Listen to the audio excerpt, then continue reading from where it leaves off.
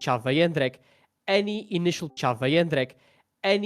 predictions how a deck with Teferi Time Raveler might face off against Goryo's Vengeance.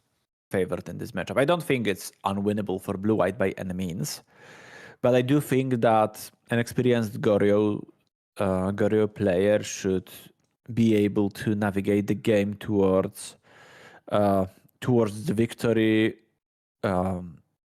more often than not. Fotzis is a card that can give blue-white trouble. So is Psychic Frog. Like Fotzis into Psychic Frog is a great opener for Goryos. Fotzis into Riddler, Ephemerate is great. There are just so many different angles of attack that Goryo can use. Goryo even has their own Teferi, which is also really problematic for blue-white. It can be removed with Prismatic Ending because blue-white, even though it is a two-color deck in name, it actually do run some off-color dual lands, usually like a Hedge Maze or Thundering Falls. Juan has one Hedge Maze, and I can't quite place, but there's probably there's a Steam Vents as well. So yeah, I think that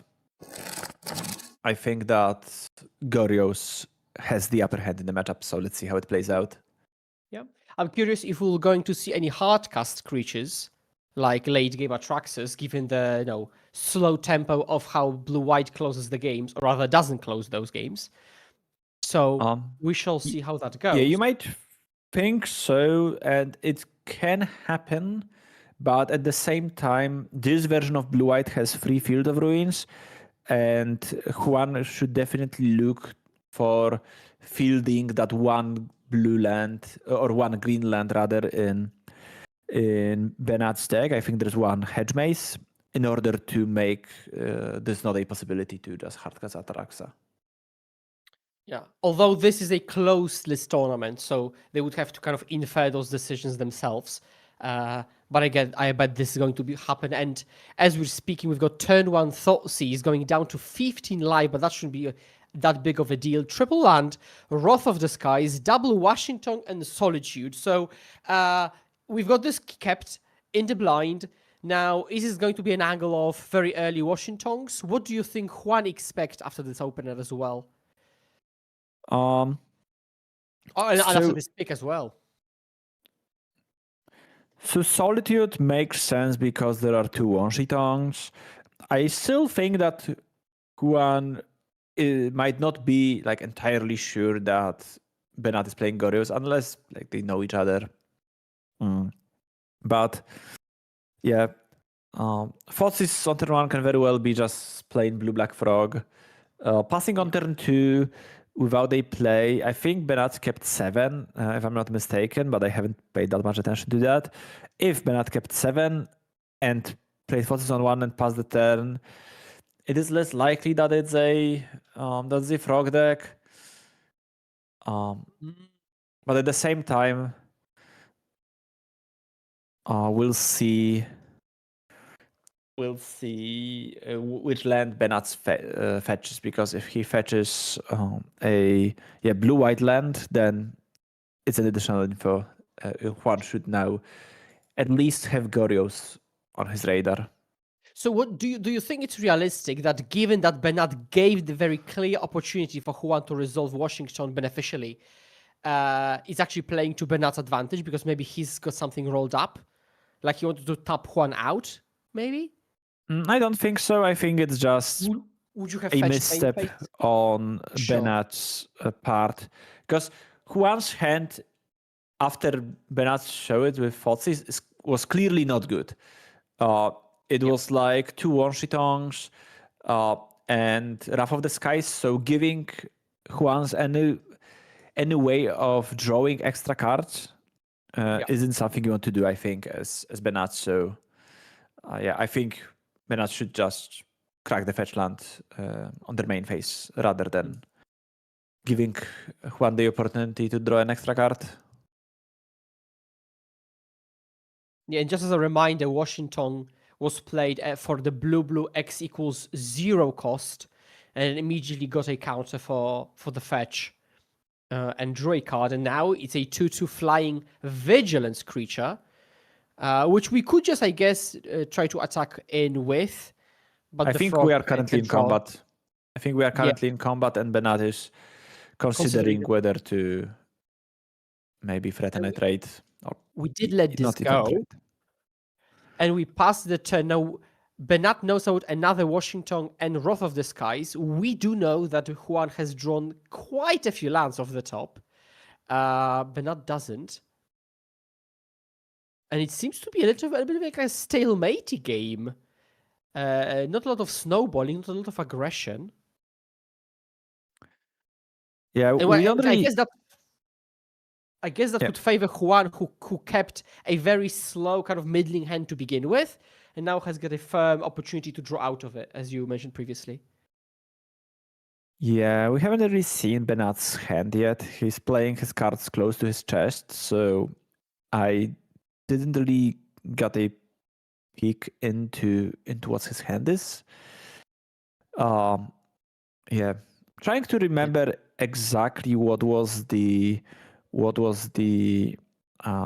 making of Juan's hand after fall season, because I think that there might have been 6 cards there. I think there were 2 lands, 2 Washingtons, a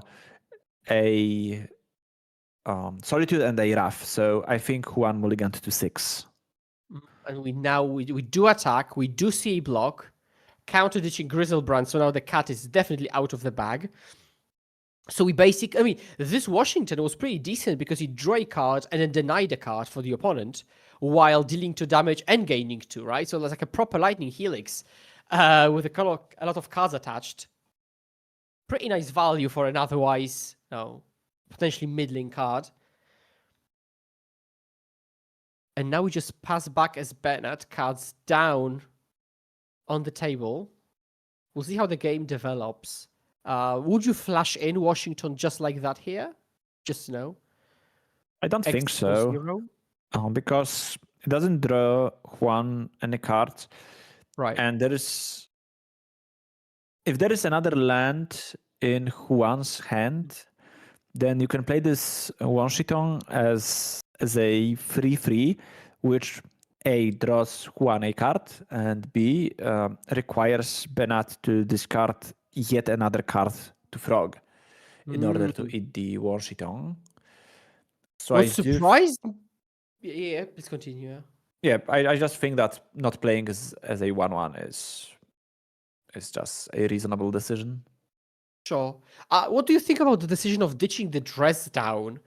Because it seems to be at least Fog a Frog for a turn, with the ceiling being a bit higher. Responding to like a Goryo's Vengeance. What do you think? I think it signifies that Juan is looking for like a better answer, because even if you dress down Grizzlebrand, or you dress down in response to Goryo on Grizzlebrand, if Benat ephemerates that Grizzlebrand, then dress down does nothing. So yeah, I think that ditching that dress down signifies that Juan is looking for something rather specific. And now we'll see whether that something specific is going to be found. Benat is doing nothing, but still has the upper hand of being the proactive player. He knows about Juan's Washington that could be flashed in, but the game seems to be pretty glacially slow now.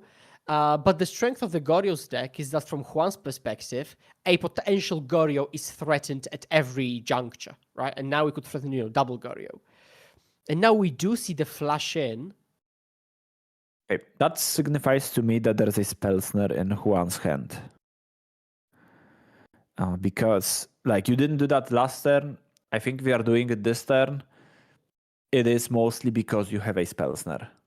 And you can fight over Goryos with spell snare. Yeah, that makes perfect sense. Or you sense. just think it is bad enough for you that you need to make this play even without a spell snare in hand. Yeah. Juan also drew Supreme Verdict for the turn. So we know that there is a Wrath of the Skies and a Supreme Verdict in Juan's hand. But we don't. There's I think the first card is some alternative art of Counterspell. And look at this very aggressive play of Solituding the Washington in response to its trigger, and then Goryoing the Grizzlebrand. Is there any advantage, would you say, to Solituding first rather than Goryoing first, still in response to the trigger? I don't think so, because I think the card you want to, like, I don't think there is any interaction in Juan's deck for Solitude in this spot. But if there was, I think Solitude is supposed to be like your bait spell, because you care much more about resolving Goryos than you are about resolving the Solitude. Okay. So it may have been like a softball kind of bait spell to see where we are at. And now we do see the Goryos, and we do see it resolve. So we do not have the spells tonight. Actually, we use Grizzlebrand immediately. We go down to 5. We've got a full grip. And now it's all happening, if I'm not mistaken, still before the blocks with Washington trigger on the stack, so that the frog can actually get through for a proper bunch of damage. Yeah. It looks like a very good turn for Bernat. Yeah.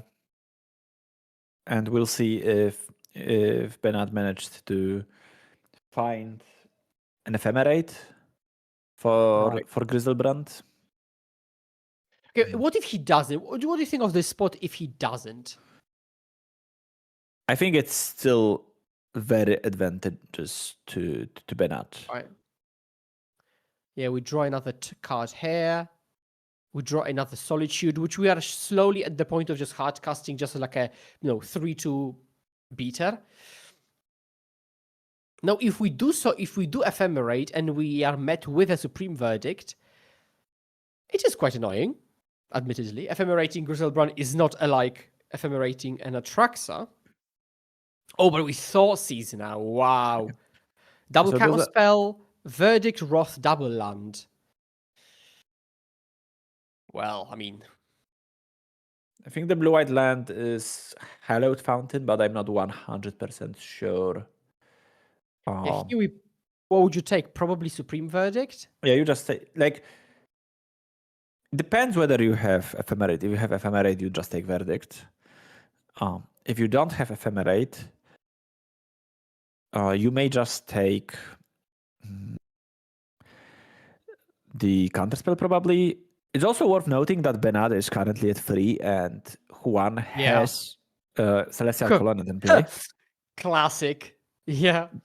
But after drawing 7 cards with Grizzlebrand, I think one can suspect there is a Solitude in Bernat's hand. Mm-hmm. So I don't think that he'll go for the Colonnade attack before dealing with the board. Yeah, the classic cheeky Hallowed Fountain, Celestial Colonnade. And by classic, I mean it mainly happened a decade ago, but we do take Supreme Verdict. Pass the turn back or not? Okay, we're double checking, noting down the cards. Full grip for Bernat, and Goryo's delayed trigger does resolve.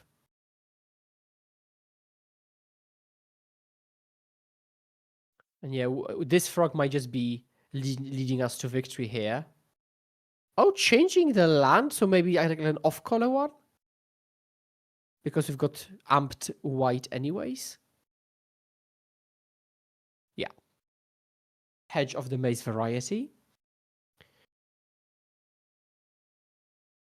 And now I'm thinking what the draws could be off the top for Juan. Now, there are... Let me just double check.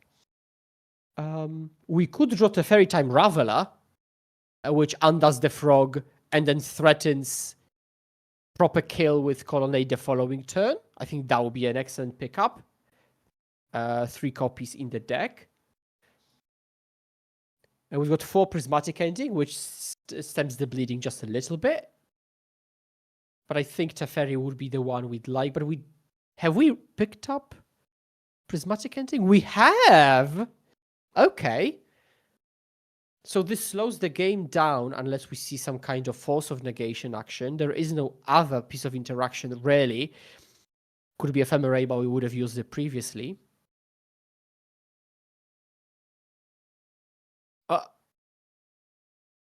We use the frog as a discard outlet in response. Okay. Now, if there is no Goryo, then it's going to be pretty hard for Bernat to actually close this. But discarding Atraxa just like that, already having 5 lands in play, suggests to me that we might just have that Goryo. No, I don't think that signifies anything. Like, because there was no other monster in Bernat's graveyard. You want to threaten the Goryo, and with 2 counter spells in Juan's hand, like, you don't want to tap out on 7 to just get counterspelled and then maybe die to Celestial Coronet. That is a very fair point, especially given that we have seen 2 actual counterspells. Yeah. It's also worth noting that with this fetch land, Bernat goes down to 2 life, which makes Thoughtseize an uncastable card for the time being. There is life gain in Bernat's deck. There are, I think, 4 copies of Fateful Mending, and there are Solitudes, of course. So there is a way to get back the lost life. But yeah, for now, you can't really gain the life back. Okay. We play straight up into that counterspell.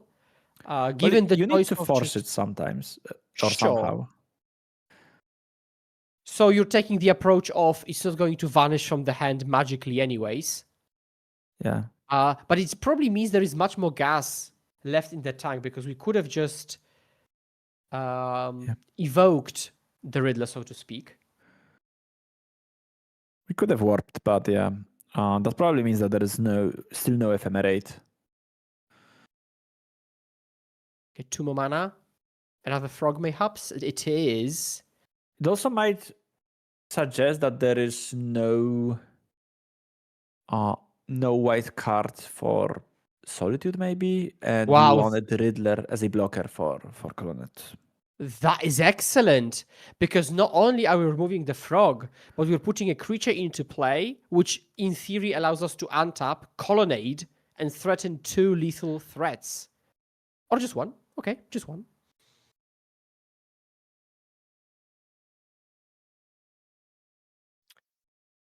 Just 1, but with counterspell backup. So yeah. Will Solitude just steal the game? Right. This is the seemingly forced play by Juan. Yeah, I think it's quite likely that this Solitude is.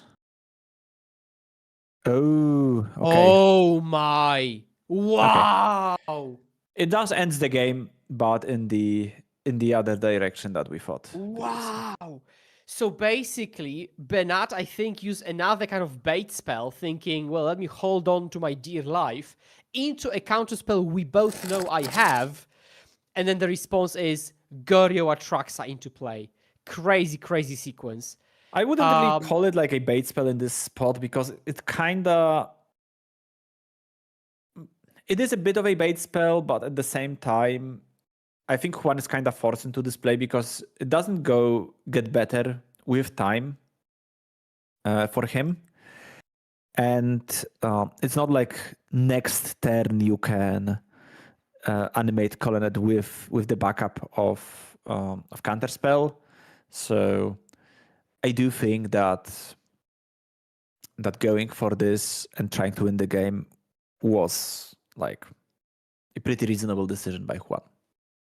Yeah, and now we've got the sideboards of Double Lantern, Quadruple Consign, Purge, High Noon, Wrath of the Skies, and Mystical Dispute, 4 copies of which.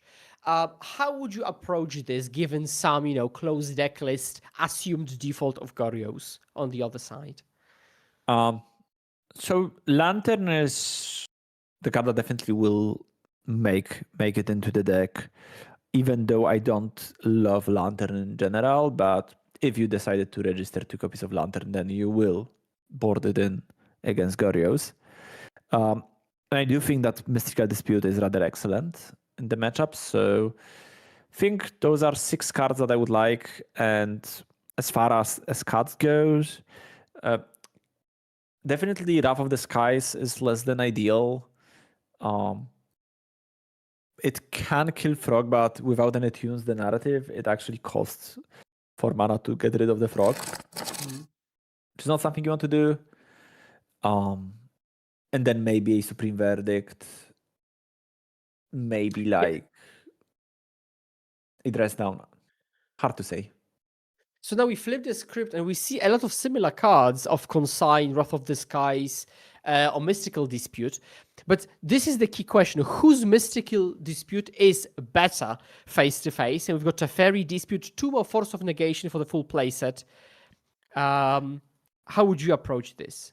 I think Goryo's Disputes are better because they are better at protecting opposing your own plays. And also you have non-blue threats like Goryo's.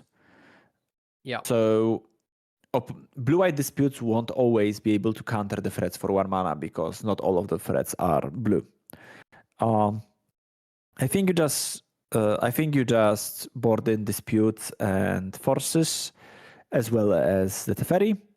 Yeah. And you probably cut some removal spells. You don't need solitudes in the matchup.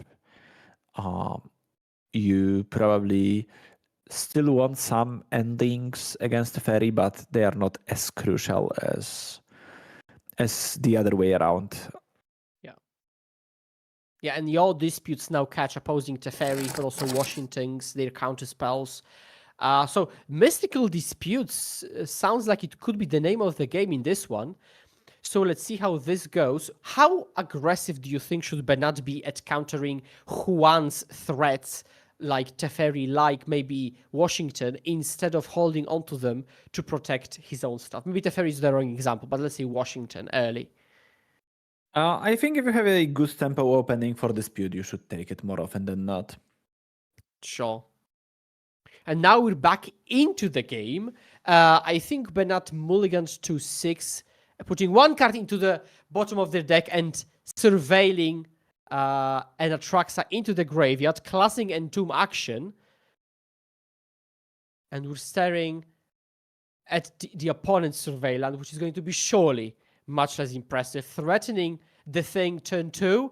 I've heard different people say different things about even doing it turn 2. If you disallow yourself the option to Ephemerate the Atraxa, would you go for it turn 2 if given the chance? Into, let's say, tapped mana of the opponents? I think it's hard to say, but it can be a bit risky. It's much better if we do it, let's say, this end step, and then go untap, do it again, maybe like with Mystical Dispute or something. But this does not happen. So basically, we're playing kind of a draw-go game, but with this clear advantage of the fact that Bernat is the one threatening the combo at all times. It's like Splinter Twin, but, you've got 1 copy waiting in play with Hexproof. So this has to make Juan's life quite more inconvenient. Yeah, it is very inconvenient, definitely.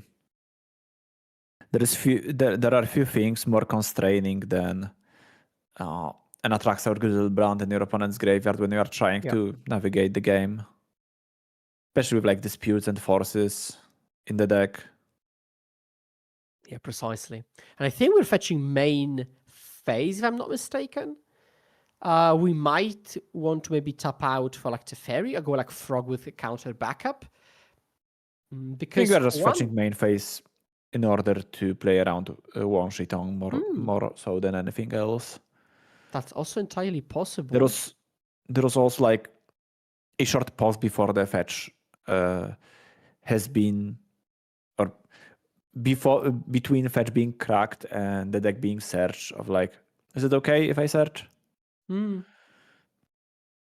Okay, so now we've got Counterspell on the Thoughtseize, preserving the hand, or maybe we just have one counter spell. So from Juan's perspective, it doesn't matter. So he might as well deny information. Although, if you had just one counter spell, would you just bluff?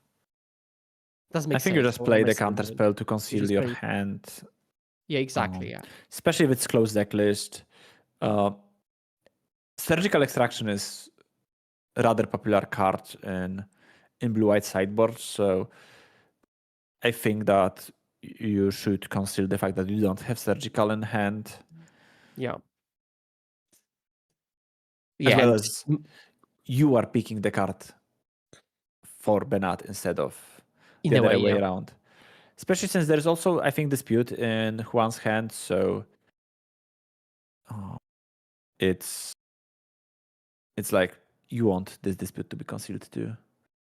Another question I'll have for you then, because both players have quite a bit of interaction. If they went toe to toe, 1-for-1 at every juncture, who does it favor actually long term when it comes to resources? Like if everything resolves, then Benat is favored because Atraxa draws more cards than Consult.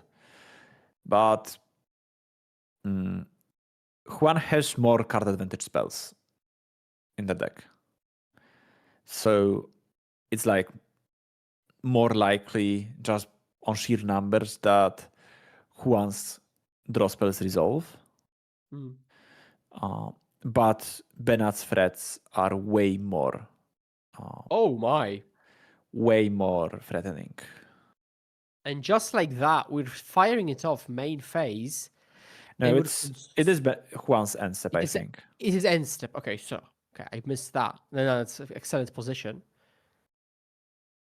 Fire this off at consulting response, which does resolve. We see a spell snare, which is the cleanest answer. Okay, we'll see if there is another Gorios.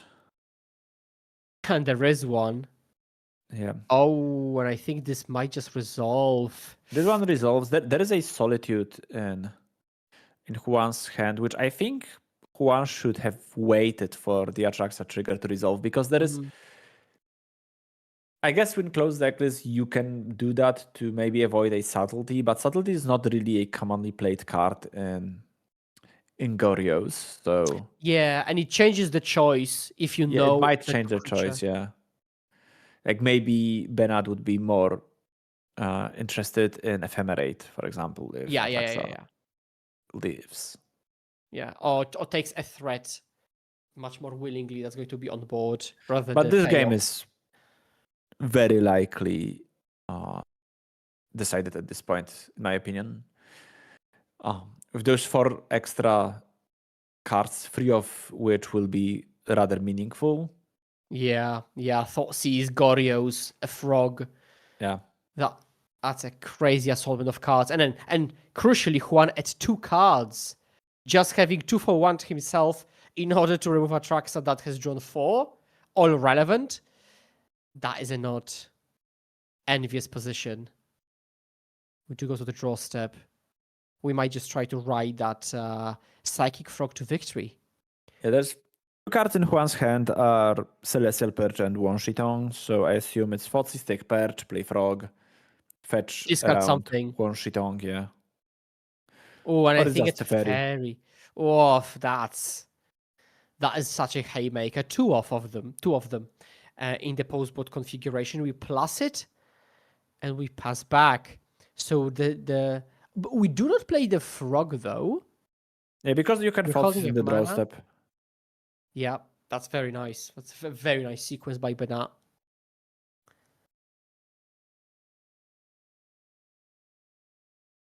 So what are we surveilling for? If you could stack Juan's deck, what would you put on top right now? Yeah, I think we are past the point in which stacking your deck accomplishes anything, which is usually a good benchmark to deciding whether the game's over or not. With anything relevant, getting Thoughtseized. I think clearly that Benat is in a supremely commanding position. Yeah, this is what Vendilion Clique has always wanted to be. This is very scary. You probably take Consult to just, I don't know, doesn't matter. I think you take What would you Consult, Yeah. then Juan is forced into one Shitong in the main phase to draw a card, you fetch in response, you play Frog.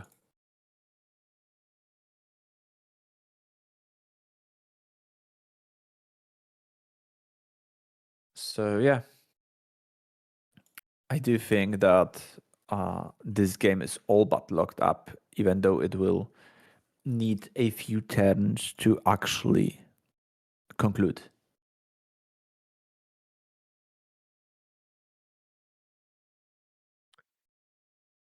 Yeah, sadly, when you know you can't attack your deck and win, this is pretty disappointing from Juan's perspective. But oh, wow, we surveil another one. That is absolutely disgusting here. Teferi on board. But it seems to have gone exactly how you described at the very beginning of the match. But it wasn't an explosive game. Neither were. They were more sculpted. Quite a lot of interaction. It depends on your definition of explosive. I do think that it was fairly explosive, especially game 2. With the Atraxa putting pressure from the very first turn. And this is how this matchup plays out most of the time in my experience as well. Just blue-white not being equipped to handle Goryo's play patterns. The truth be told, few decks are really. Yeah. Where would you place both of these decks on the kind of metagame spectrum of strength? I do think that blue-white is a solid deck. There are many different versions of blue-white, as I already mentioned, and just like DJ Khaled a decade ago, blue-white players are suffering from success of too many cards to choose from. And there's the Orim's Chant version of the deck. There is the One Shitong version. You can play Narset in the Orim's Chant version. You can play without Narset. So definitely wealthy in terms of options to choose from. But Goryo is probably one of the top 3 decks in the format. I think it's just, or Goryo when it works, it's absolutely the best deck.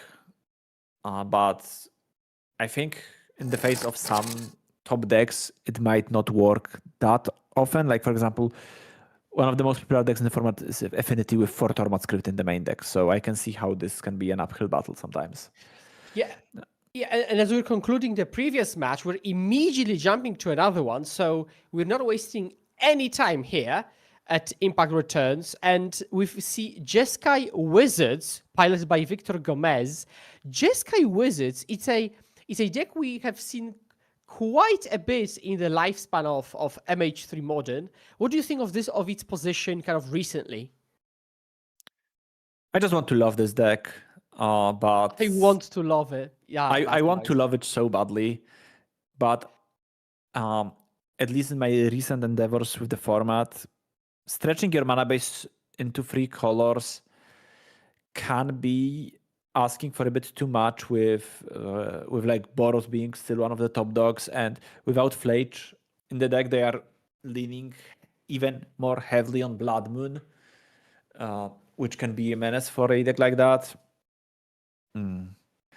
But there is definitely some strong sequences in this deck. I don't love only single Spellsnare. I think Spellsnare is one of the strongest interactive tools right now in the format.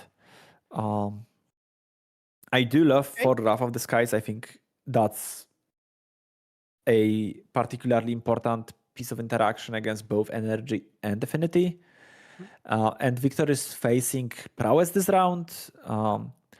In this matchup, I don't love Wrath that much, but it's still like a good answer to Cory Steelcutter, even without Tune the Narrative, which is a card I'm a real big fan of. And in any Wrath of the Skies deck, I think running a couple of copies of Tune is rather good. Yeah, and now let's check out the Prowess deck, which is a kind of, I would say, modern classic.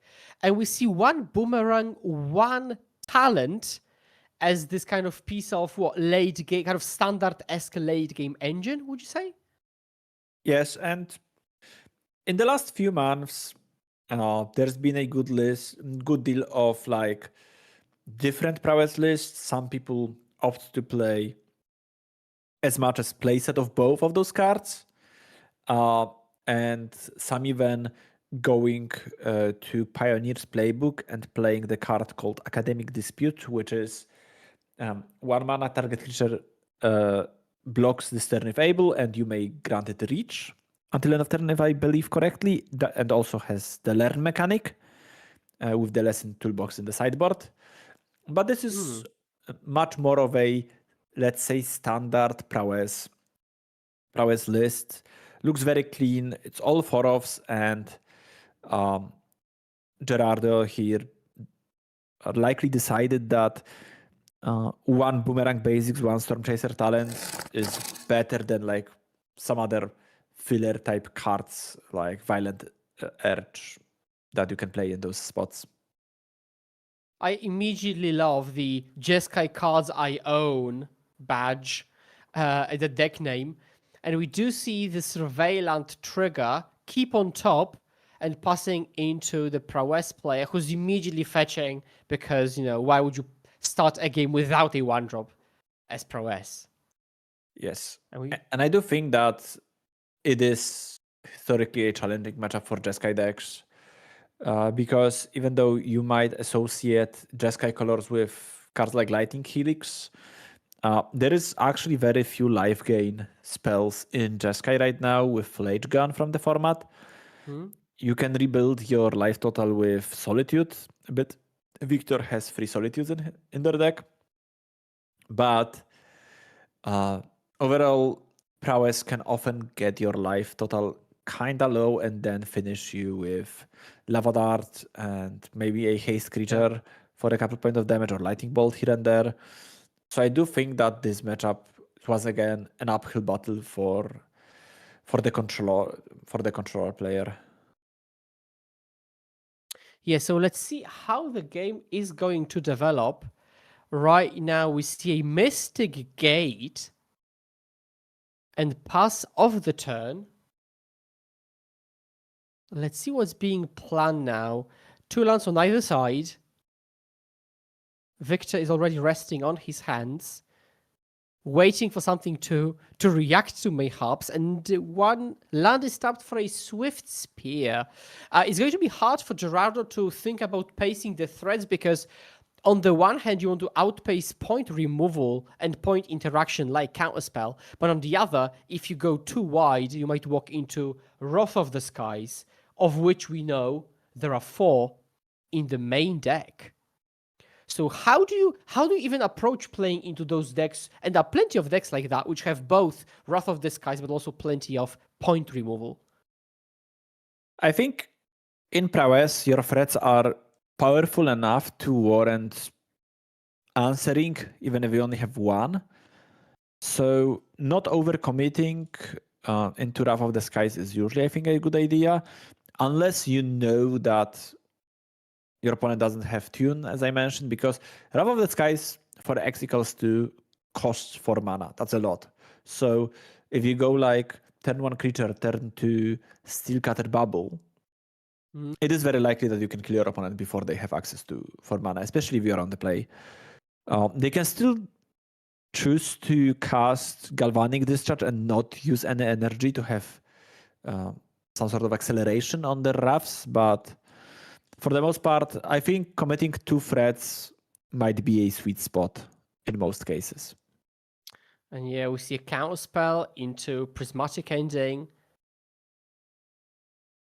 And we do see a flurry of interaction, but on the plus side for the Jeskai deck, it's not a pure control deck because it can always turn the corner. I mean, this is the classic snap bolt type of scenario where we're being interactive, but at some point we can pivot with, snap Flame of Anor, gas up and start putting pressure on the opponent.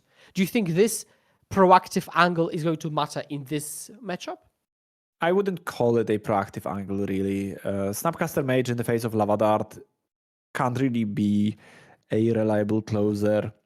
And this deck is basically as reactive as a traditional blue-white control in the context of this matchup, I think.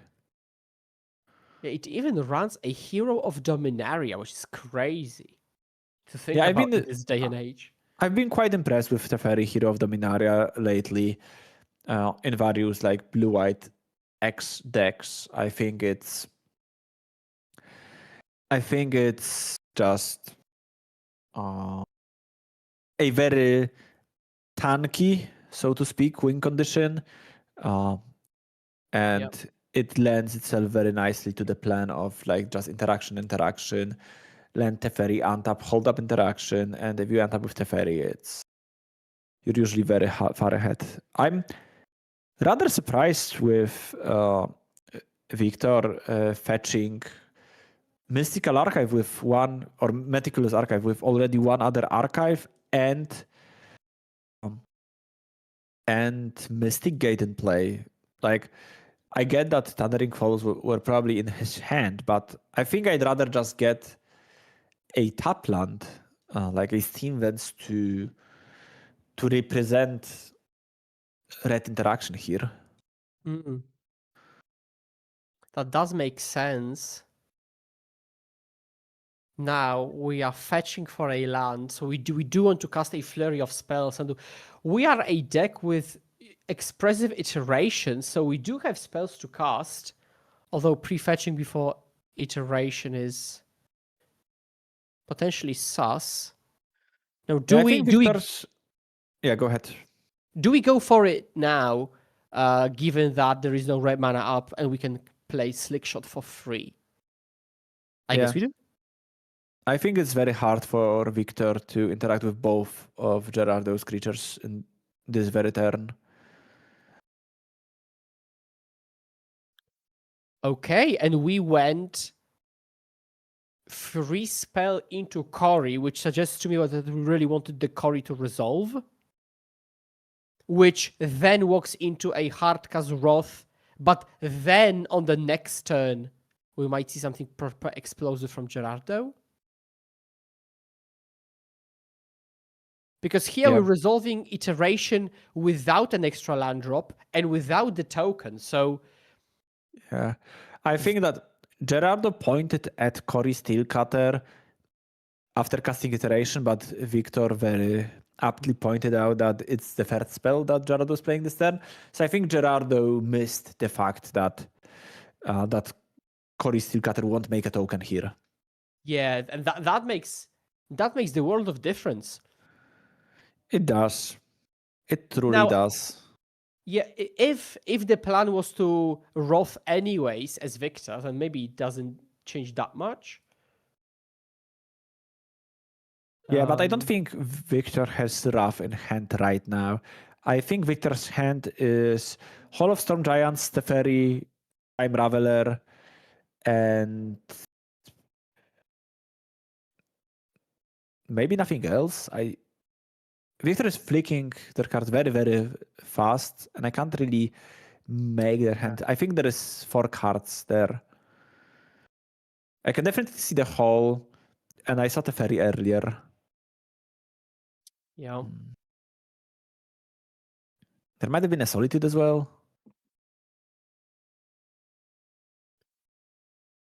And this turn could have gone completely different had we, for example, started with Expressive Iteration or started with Cory Steelcutter, but we'll never find out about that. Teferi comes down, bounce the creature, draw a card, which seems to have stemmed the bleeding. Don't mind me. That's a great turn. It's a very solid turn. We're left with Teferi, that Lava Dart is exiled forever. We basically got just anticipate expressive iteration. Those trades seem to be going towards Victor's favor. What do you think? Yeah, like there is still the issue of the card that Gerardo picked with expressive iteration, which I think was another Cory, but I'm not 100% sure.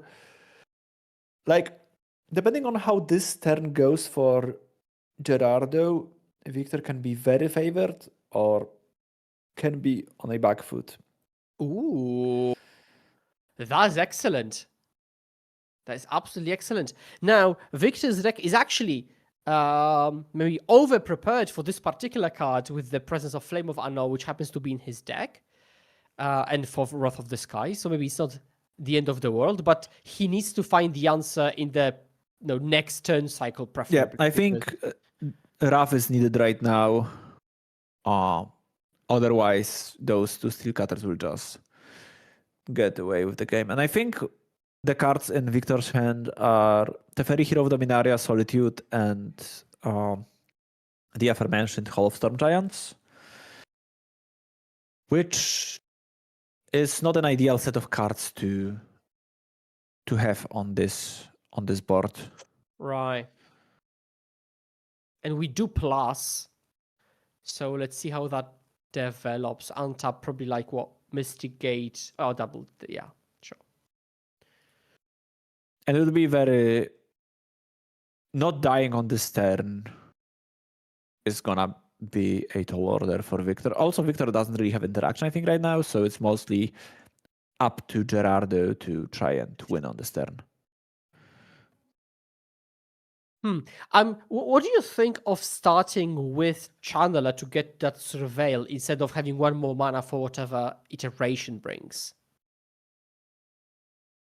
So let's count. So basically, this way, if Gerardo finds any spell that costs... Okay, wow. This counterspell has been drawn with Teferi, and it's definitely a timely top deck. So now Gerardo has 6 points of power that can attack. Ooh, okay. And basically, Victor needs to top the Wrath of the Skies. Yeah. Without Wrath of the Skies, Victor is in a rough shape. Doesn't look like somebody who just drew Wrath of the Skies, because Victor has been slamming cards that are good. Yeah. But Gerardo has used quite a lot of good cards of his own as well. There are 2 iterations left in the deck. So the best cards were like preordained to chain spells, I'd venture. Or Lava Dart. Lava Dart just triggers Cory Steel Cutter on its own. Yeah, that is also true. Another Channeler is the first spell. And we just redo the turn.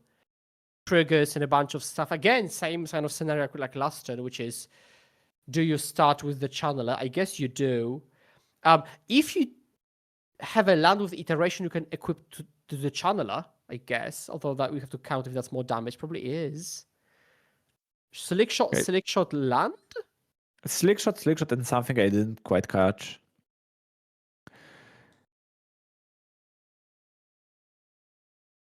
Worst case for Gerardo would be just a bunch of...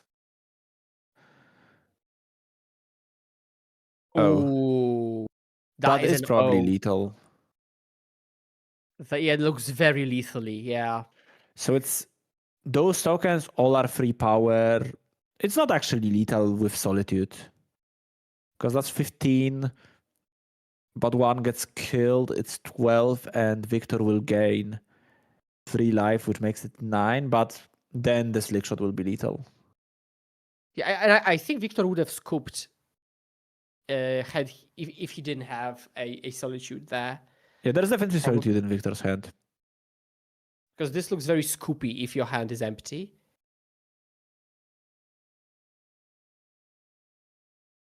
Yeah, so they're doing the math confirming everything, so there are no surprises. Sometimes it's kind of tricky with the prowesses and the fact that, Cory buffs one creature, doesn't buff the other, but the other had seen one more prowess. So it's good to have that very clear communicated. Yeah, basically with Cory, the way it works out is that it has the same power as the tokens that were there before, because as you see, as you said, there is one less prowess triggers on them, but there's +1/+1 from Cory, so precisely. They're all 3 power creatures. Precisely. And now we do see this Solitude, excellent read on your part, and now we're just double checking if it is indeed lethal, because we could top deck something decent, chain maybe some spells, maybe, yeah.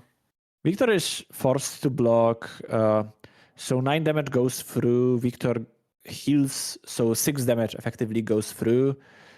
Victor's at 5. There is Slickshot in Gerardo's hand without anything else. So Wrath of the Skies might be enough to stabilize,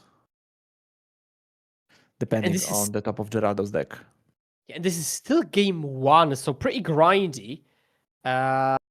But let's see if this concludes now or not yet. 35 minutes on the clock for these players. That's not a Wrath. The Wrath would already be on the stack. Yeah, and now we scoop them up.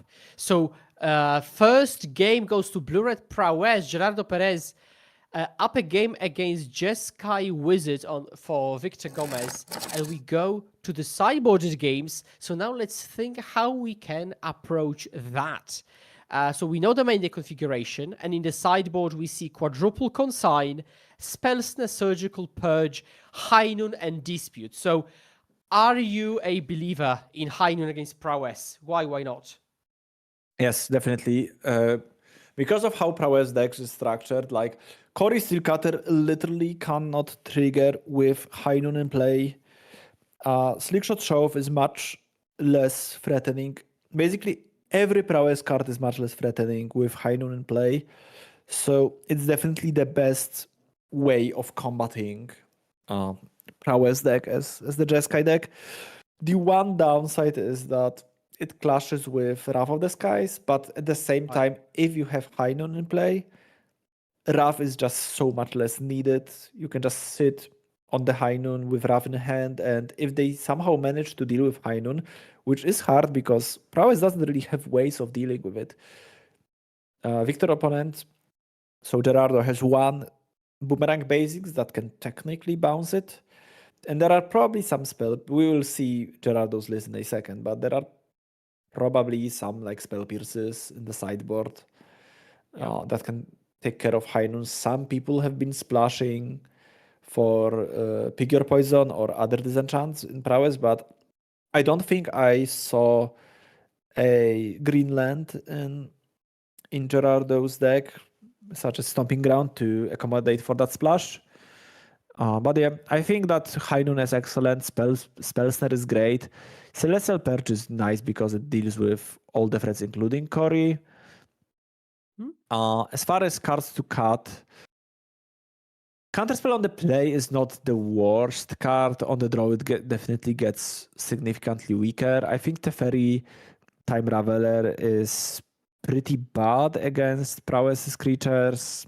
Like, it can bounce something that costs 1 mana and it dies on the backswing very often, or to Lava Dart.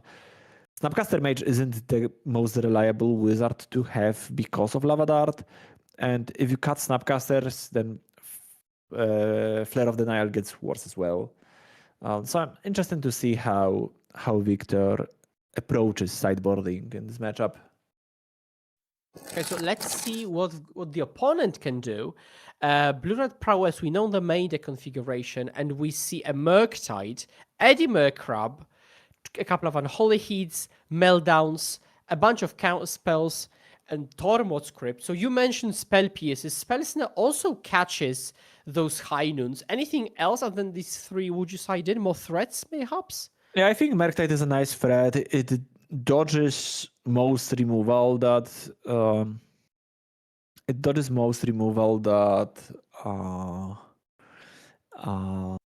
Blue-White or Jeskai runs.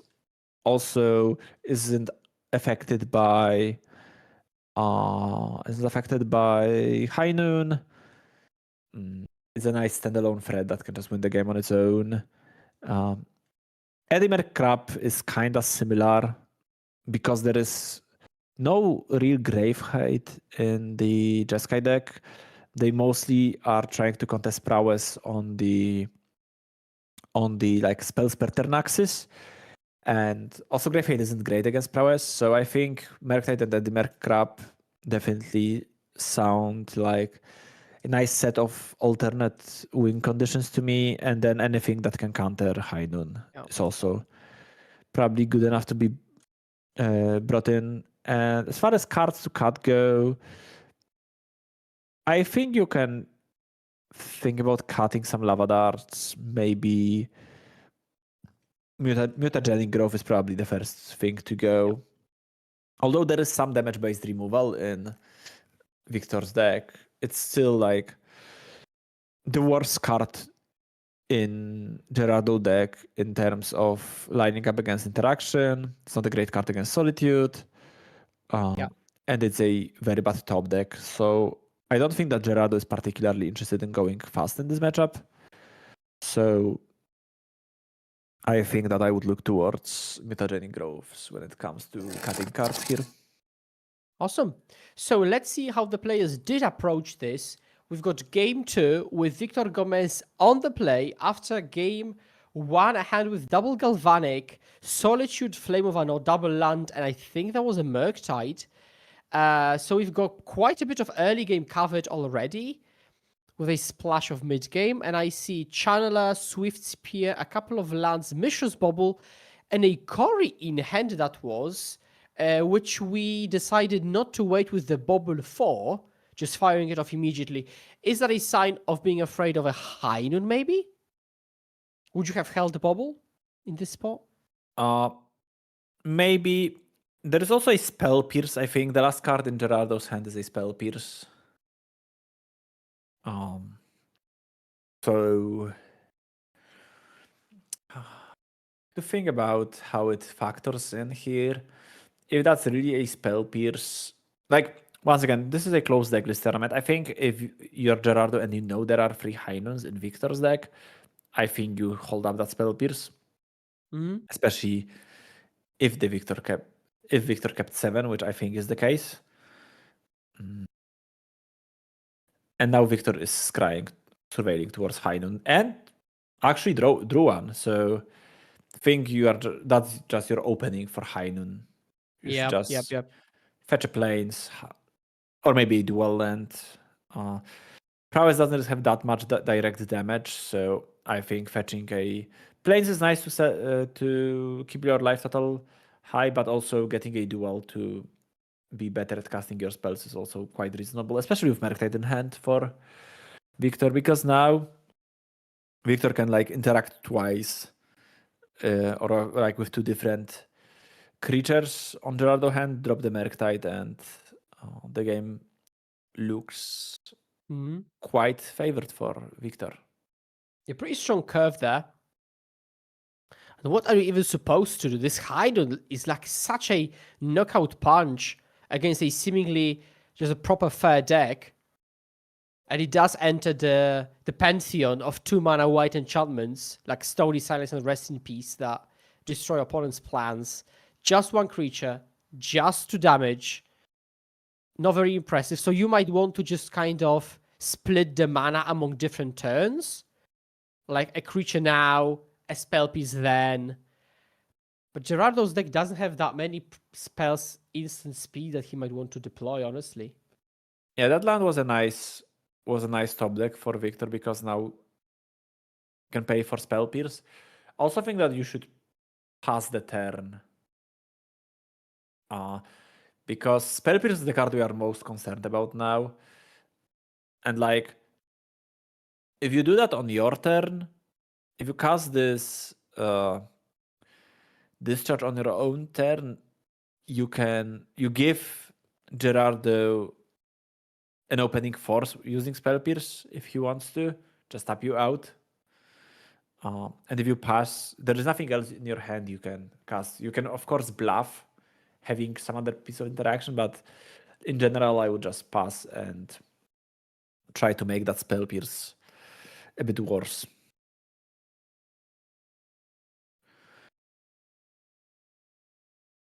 Now, that said, Victor is at 12, so almost half the total life total gone. I'm not sure if you're going to be able to get to that point that 12 becomes 0. Now, we have 4 mana, so we could go like Galvanic, pass, Flame Vanor to also split mana across turns, but that would necessitate a fetch shock. We could also slam... Oh, we couldn't slag Murktide because of the High Noon, so... I think my play would be fetch for an island, play Murktide, pass. And then Galvanic on the opponent's turn to split the mana. Yeah, because you have a 5/5 Murktide, which makes attacking into it kind of impossible with your Galvanic, because if Gerardo attacks with 2 Swift Spears, you block 1, they bolt, and you kill their Swift Spear, and the bolt doesn't kill Murktide because of that. So I think just establishing Murktide last turn was something I would do. Okay. Now we see just a very humble attack. Down to 11, make a land drop, play a second threat, which is, if I'm counting correctly, still a 1/1, but very close to being a 3/3. That would increase the clock immensely. But It is that a 1/1, yeah. That could be much to Victor's satisfaction, because if it does get Delirious, it might be forced into attacking into that Murktide. I think if you are Victor here, you should just play Mavanor this turn. You have to... I don't like fetching a tapland, because I think that you are constraining yourself a bit too much now on tempo with this High Noon. It's not like Gerardo can do anything end step, because already DRC was deployed for the turn. So due to High Noon, there was like no response to that. You just kill 1 creature, play 7/7 Murktide. And I think we may have been fishing, and successfully so, for a land to play Solitude. And then that Solitude might be a pretty powerful sequence. Although we'll see. What do we start with? Like, whatever we start with, it means that Victor can do anything.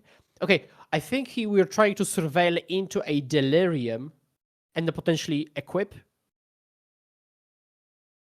If we want to go all in. I think that's what's going on. Yeah, but that Solitude is going to be absolutely backbreaking. Now you can equip to Swift Spear to make it 3/4. Right. So Solitude can't trade in combat with anything. But it still has the trigger and the attack back for 3. So as Gerardo, we're not accomplishing much, generally speaking.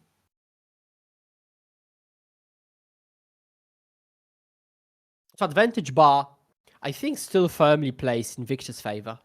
Yeah, it did play well for Victor. It's just the basic plains. Or not. Basic island, that might be. Should make that big of a difference in the grand scheme of things. Yeah, I think you should just Mana's fetch an pretty island perfect. with Murktide in your hand. Yeah. Now we do this, we exile 1. The blocker is removed naturally because Gerardo has to attack. And then we crack back for 3. And then you have Murktide. Yeah. Actually, we have Murktide, pass, hold up flame. Crazy. Yeah, what I don't like about that sequence is that Murktide is still a 6/6. So it can die to like Unholy Heat or to Bolt after blocks. And your Flame of Honor still can get spell pierced. True.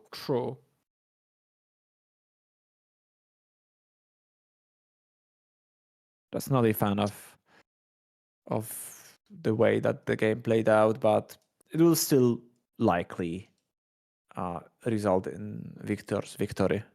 Very appropriately to his name. So 2 mana is being tapped now for Expressive Iteration, which is an Anticipate at its finest.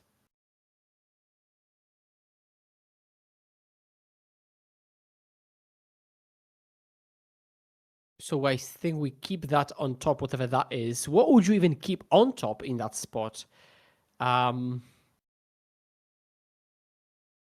Maybe a land.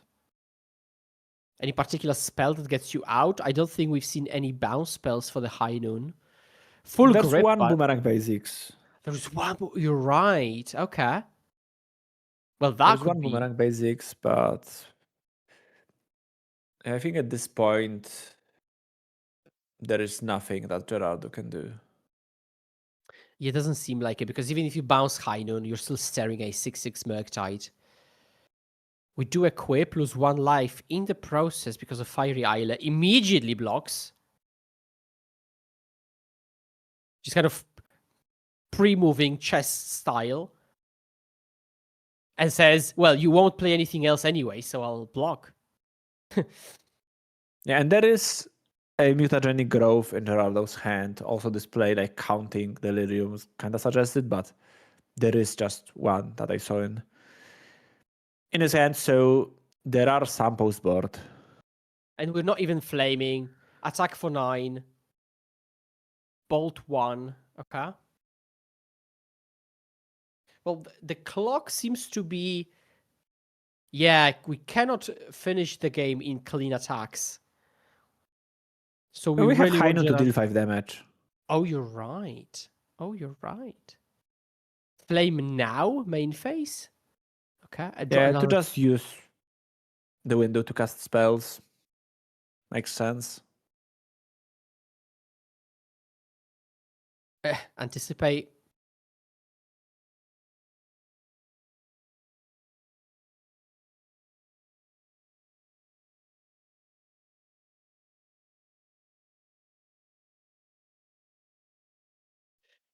And yeah, that is GG's. Like with this, the writing was on the wall as soon as turn 2 hit. That top decked High Noon was definitely a proper blow, because Gerardo did lose with a bunch of cards in his hand. So the question is, he's reaching for the sideboard.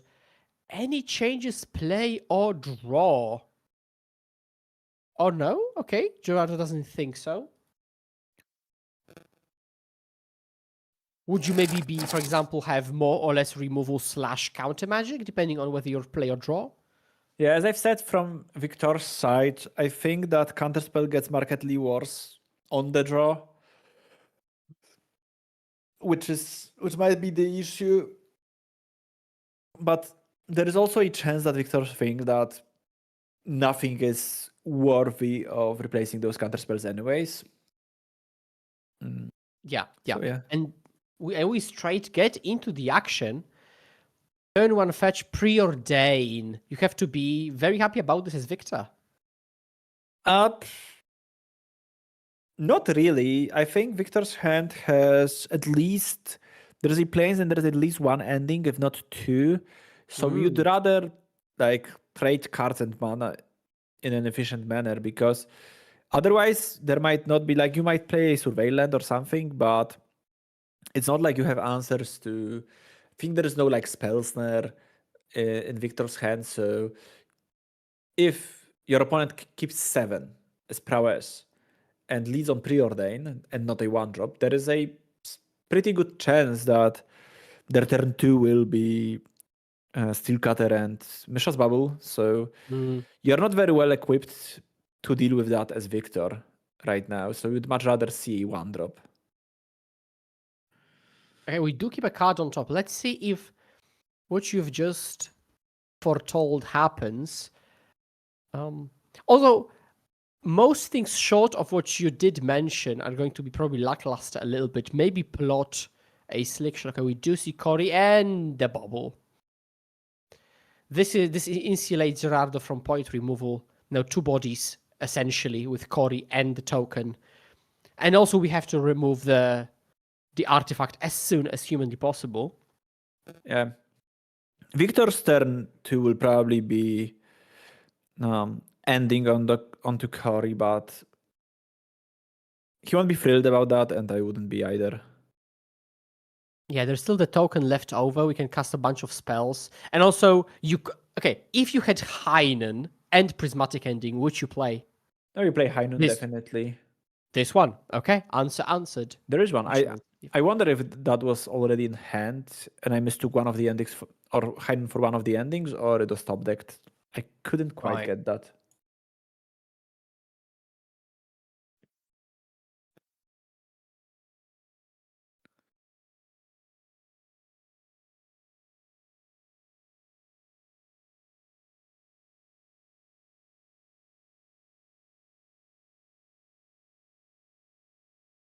Okay, so we start with Lava Dart. Trigger, attack you for 4 points of damage, that is.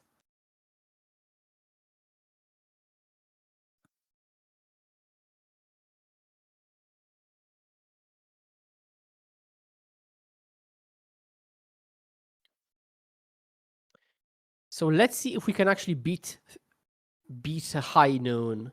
Because this seems to be the name of the game of the post-board games. Yeah, if I was Victor, I would now try to play around Spell Pierce the best I can, because Spell Pierce is the way you lose this game. Like, if you go for ending, you get Spell Pierce on the ending, Gerardo untaps, plays another spell, attacks you for free again. Yeah, a very aware of the Spell Pierce. I like that. Very nice. Okay. Very nice indeed. And now Gerardo is very much on the back foot. If Victor's hand is anything even resembling reasonable, then this game is heavily in his favor. So I assume most turns will be something along the lines of play a creature, equip attack, and just try to chip damage in the win somehow. Yeah. Let's draw. Now, I would be shocked if Victor's deck cannot manage 1-drop equip attack for the next 5 turns. But this is one way to do it. And no, not even that. This is devastating. A High Noon. Wow. A KO punch coming as soon as turn 2.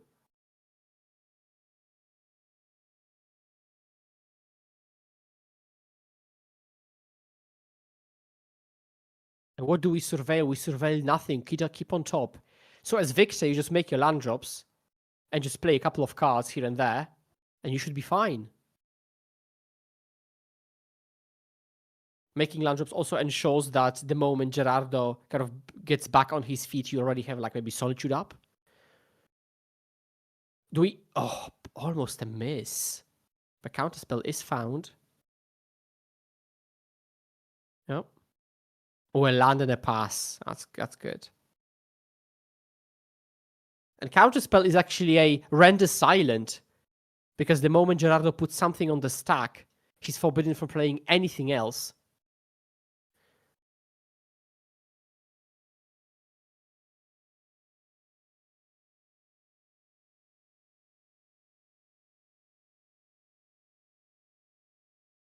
Yeah, we just pass back. This is not looking good.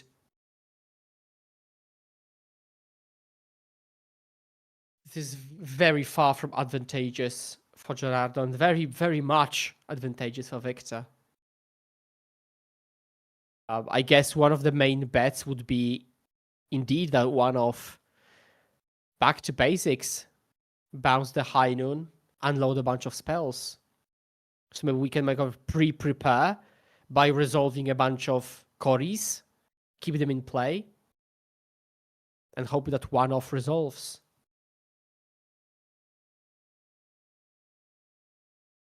Yeah. Yeah. We know that there is a counterspell in Victor's hand, and if I were Victor in this spot, I wouldn't really use this counterspell for anything that is not a direct answer to Heine. Yeah.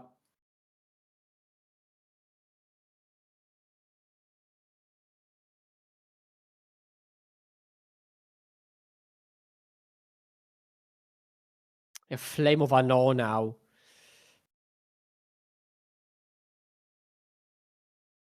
Oof. Yeah, this is basically over, and we need to get this actually physically over with. There is a counterspell looming, and outside of that one of back to basics lie, there is nothing else. Snapcaster main phase, in not intending to cast anything because of High Noon, just to play a creature and pass back, still with counterspell up. Closing the game just to get that over That with. was a bit risky because some prowess decks play into the Floodmow, so there might be an instant Floodmow. But it's like very low chances of backfiring. Yeah, and now we see playing Snapcaster in the main phase make your clock faster, so Gerardo has less turns to draw into something meaningful.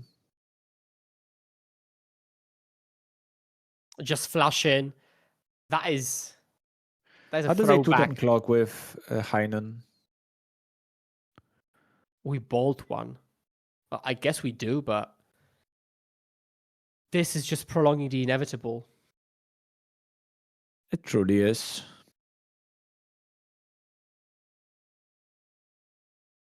Rot. Is that the boomerang? Full grip for Victor. Gerardo starts with Preordain. Yeah, but the full grip for Gerardo is meaningless in the face of High Noon. He does grind though. Tops. Well, considering the length of this game, this top is as good as this is my plan for the entire game now.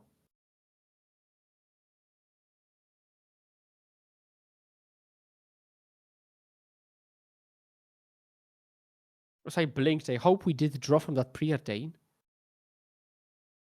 Now we sack a land to Lava Dart one of the creatures. Okay.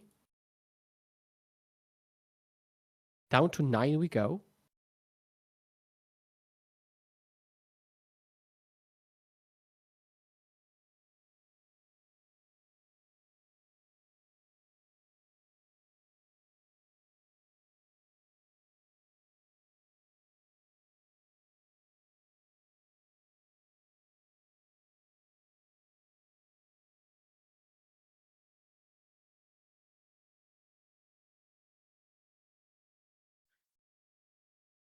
Oh.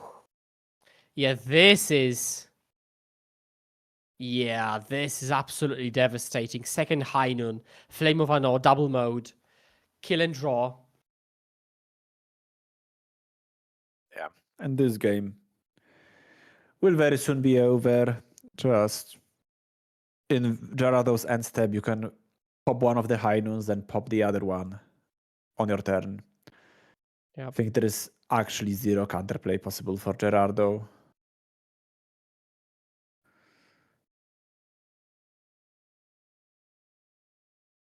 Yeah, this is a very tough spot, and yet again we see a game basically determined by a turn 2 play. And in this case, I do not mean Cory Sealcutter, but I definitely mean High Noon. 2 games back to back, and 3 copies of those Invictus decks. So prepared for those spell slingers.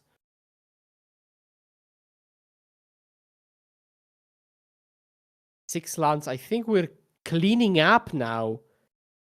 So full grip, GG's. Hand is extended, and Victor takes it down 2-1, winning both post-board games with High Noon. Crazy strong card. What do you think of the deck that you really wanted to love so bad? Jeskai Wizards. I think it played out roughly the way I thought it's gonna.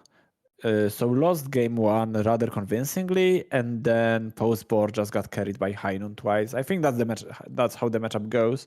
But it's nice to see Jeskai, or from my perspective, it's nice to see Jeskai winning against Prowess, which I do think it's a tough matchup.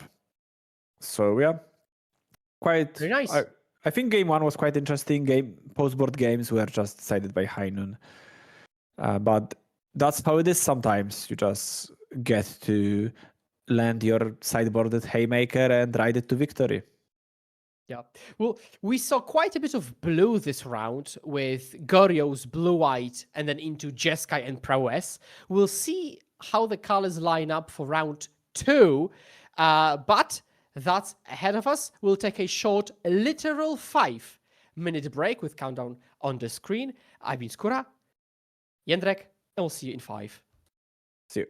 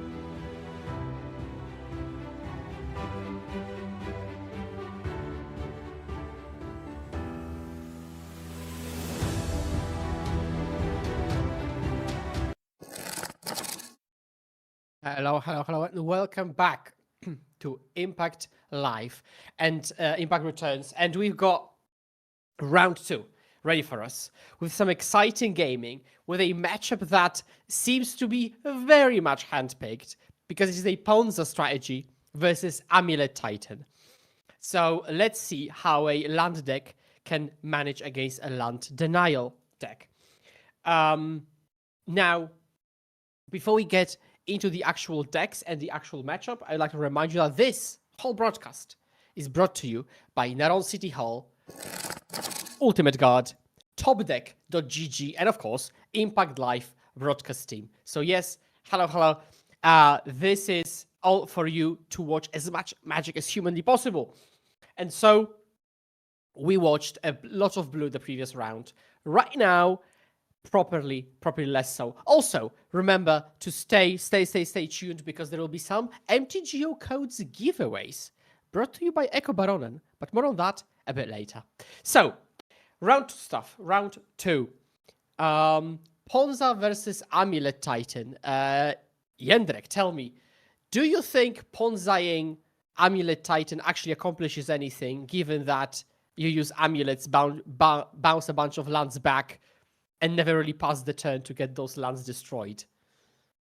Or do you? So I do think that sorcery speed land destruction is not that great against Amulet, but it can still be somewhat effective. The cards that I'm mostly looking at are Field of Ruin and Demolition Field that can destroy lands on instant speed. And the card Sunken Citadel, which makes it just easier to accelerate into those Field of Ruins. Like turn 1 Sunken Citadel into turn 2 Field of Ruin. Let's Ponza interact with Amulet on the second turn or the first turn if they're on the draw. So that might be good enough in terms of speed. It's worth noting that Amulet runs 4 basics, which is a good deal of basics until those Field of Ruins become actual wastelands. And so, speaking of, we immediately get into the action, and it can't be fast enough. We immediately go for Lands Urza's Saga. We've got Amulet. We're also rumbling a age-old dispute between Explore and Malevolent Rumble in Amulet Titan. Amulet Titan also hit by a recent ban, but doesn't seem to be going anywhere. And we pick a bounce land over yet another amulet. What does it signify to you, Jędrek?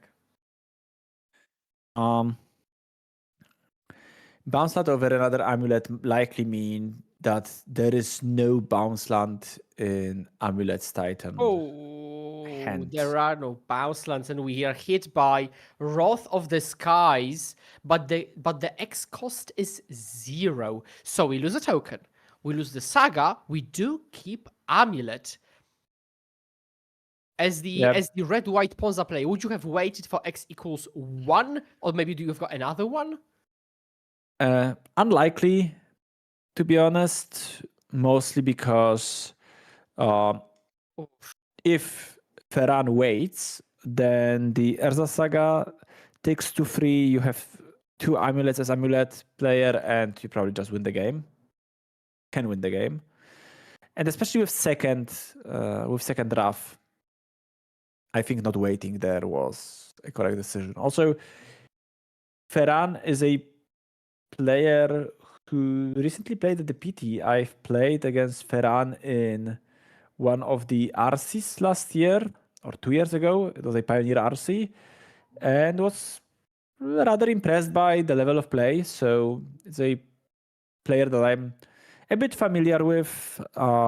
Plays for the Worldly Council heavy play team. So definitely not his first rodeo. Yeah, and this game looks like absolute slaughter with those double Wrath of the Skies, Field of Ruin. Like, it's just absolutely disgusting. And it doesn't seem like Uguts will be particularly able to partake in this game. This red-white Ponza deck is also not something we have seen a lot in the past. Ooh, but it's been much that more was brutal recently. Oof, yeah, crazy. So that was the new card from Marvel Avengers Disassembled. Choose one or both. Deal 3 damage to each creature and destroy target land. It controls a search for a basic land and put tapped into play. So it killed both Dryad Arbor as a creature and Forest as a land. Yeah. Particularly backbreaking in that spot. And it's worth noting that while Field of Ruin and Demolition Field can't target non-basic lands, every other land destruction effect in Ferran's deck, just Price of Freedom, Cleansing Wildfire, and Avengers Disassembled, can in fact target those forests. So it is possible for Ferran to just run Uguts completely out of lands.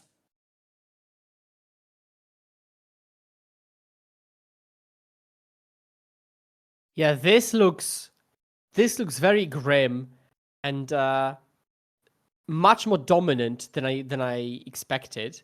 Now, at some point, we will have fetched out 3 forests, but like, what are we even going to accomplish given how expensive the payoffs are? And we have like we don't even have like a way to maybe get Analyst and pop it once to get the lands back. There are 2 forests. 2 forests already in Uguts, the graveyard, so there are no more forests to be fetched. Ramble on turn 2 milled one of the forests, which is a bit unlucky.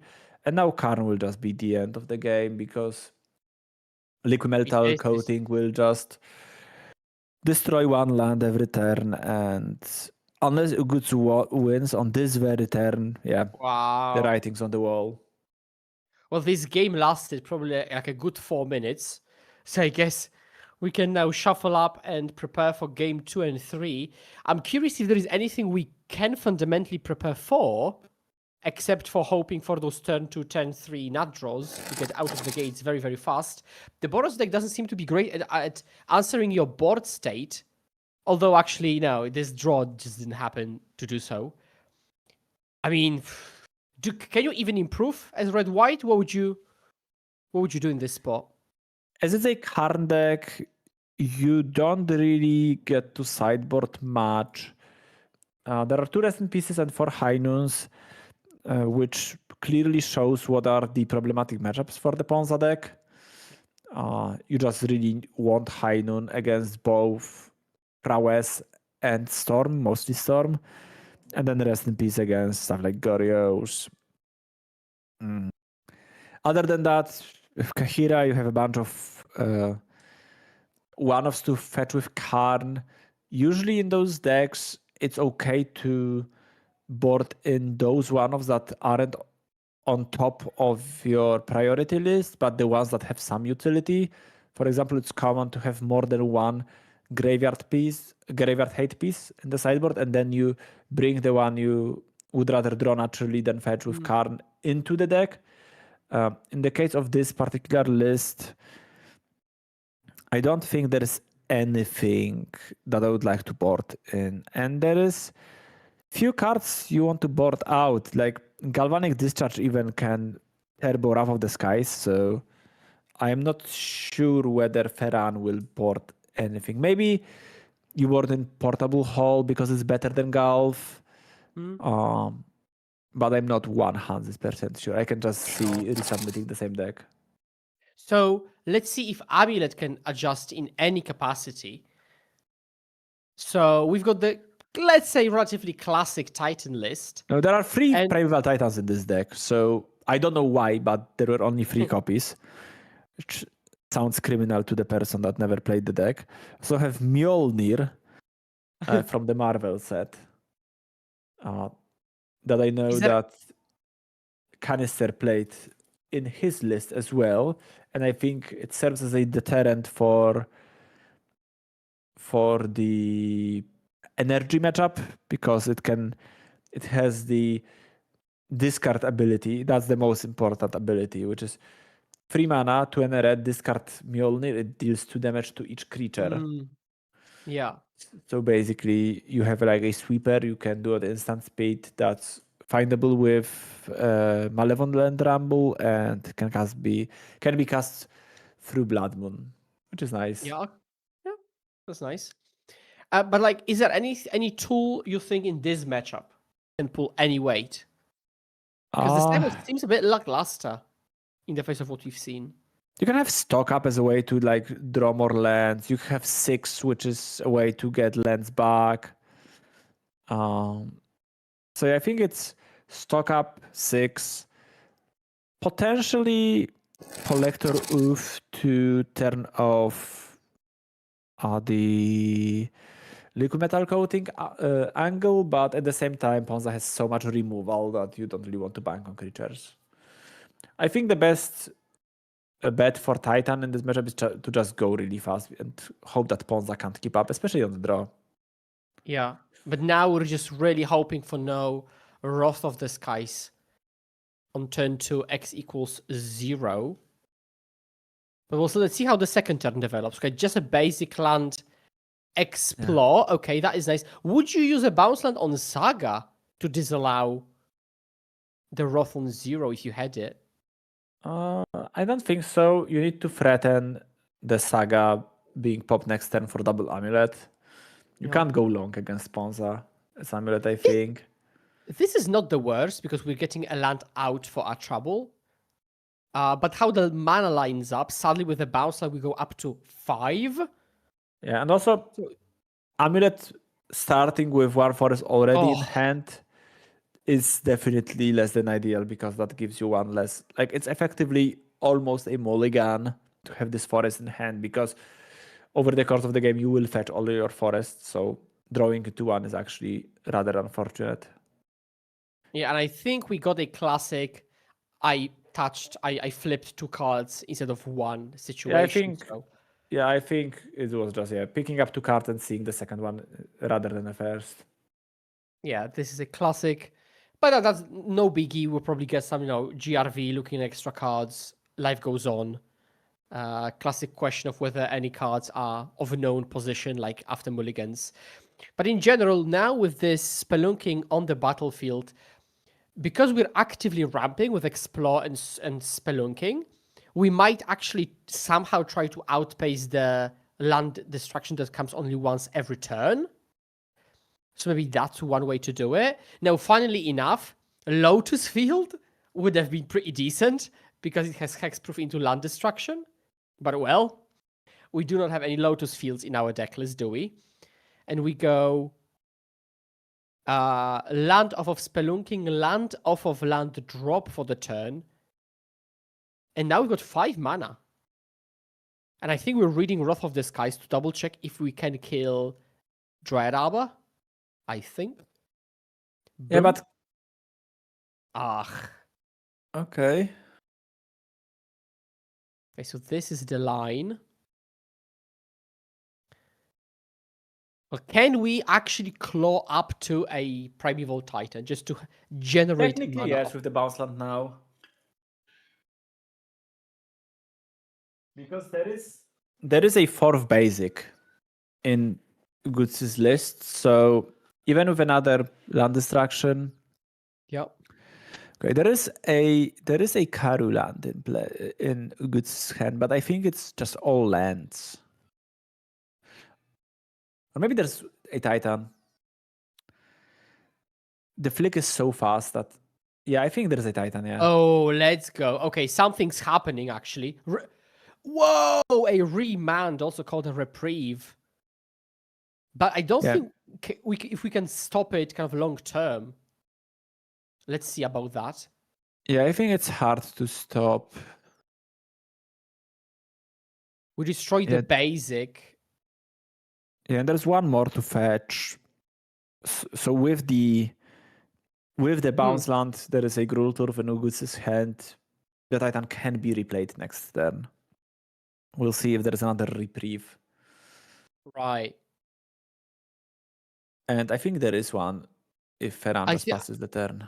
I think we are misplacing the lands that basic should be in play, and the woodland should be in the graveyard, right? Oh, the woodland just should be in the graveyard. Exactly, they're flipped. The basic should be in the graveyard as well. The woodland just hasn't been destroyed. Or like, it has been destroyed, but it hasn't been put into graveyard. Yeah, I'm not sure. Okay, now we're reprieving again. Now this is a match that we cannot really interfere with. Yeah, because it's happened in the past. We are commenting over a previously recorded broadcast. But let's see if players catch that. Well, I'm surprised they haven't, because shifting woodland is kind of particular and specific enough that as the Ponza player, I would really want to make sure there isn't one. But on the other hand, maybe they're just treating every land as a land. So let's get a land out of here. Get a land out of here. But that said, Titan reprieved twice. Shall it be reprieved thrice? We do see a land. Yep. So we will be able to put a good point from Mr. Chimba in the chat that Ferran did hit the basic land with wildfire. Oh, okay. Which makes sense. Yeah, for some reason I thought there were 2 wildfire cast, but the other was held in hand to have reprieve. So yeah, this good catch, Chimba. Thank you.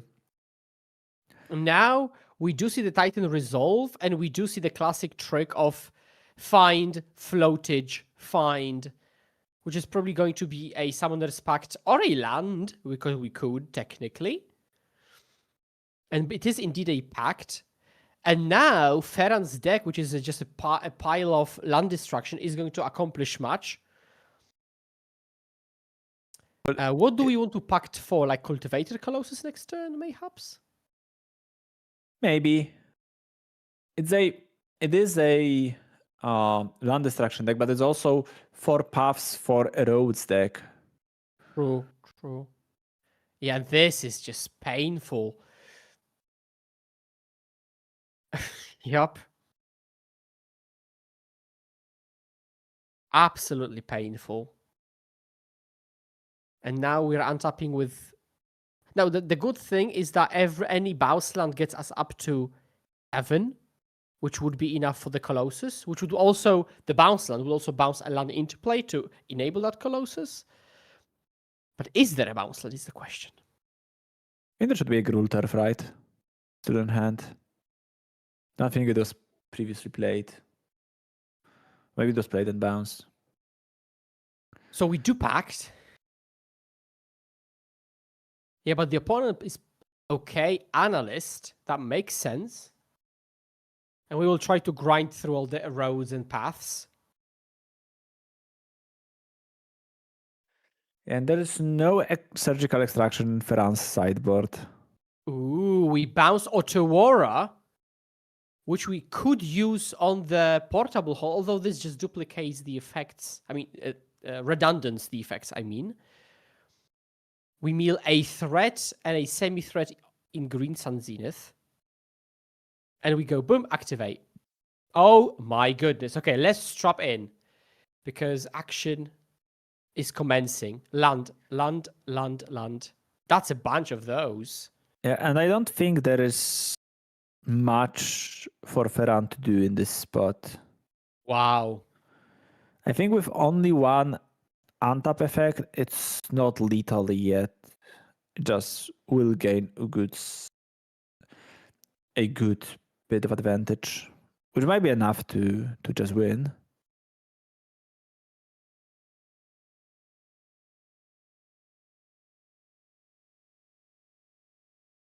Yeah, that is a crazy spot. Like, given how much land destruction has been played, we are still looking at Amulet Titan looping through some cards and generating a dominant battlefield. I mean, this is why the deck refuses to die. Absolutely crazy spot. So right now, what is the line that we're trying to find? Is it, trying to copy a bunch of cultivator colossi, give them haste? So now your goal is to probably you have Ottawa in hand that you can use to bounce the portable hall. Then you can fetch a bunch of Mycosynth Gardens to try and go like infinite. I think you can go infinite without Zuran Orb in the deck somehow. I know that at some point Canister told me how you could do that, but it was incredibly convoluted, and he referred to that as impossible to do online because it involves like looping Otawaras and or Bosegus indefinitely to strive your opponent of all resources, basically. Yeah,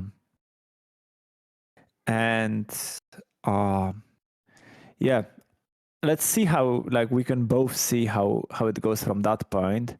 With the old amulet list that include Lotus Field, I was comfortable telling you how the game would end, but I haven't really versed the amulet post Lotus Ban too much. I think I've played maybe 1 or 2 matches, and they never went to that stage. But it looks like Ugut's shown Ferran an aftermath analysis, and they just scooped. So maybe there was some infinite loop going on.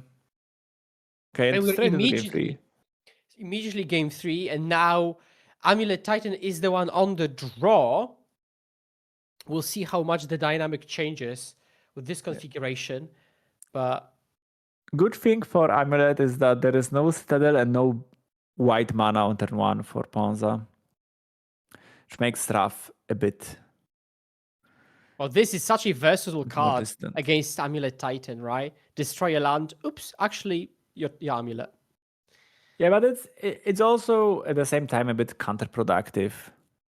Well, especially if the opponent follows with Spelunking right now. Yeah, you are kind of ramping your opponent. And of course, Amulet is such a crucial part. But between Amulet and Spelunking, there are so many untap effects in the deck that ramping them like that can be a dangerous proposition.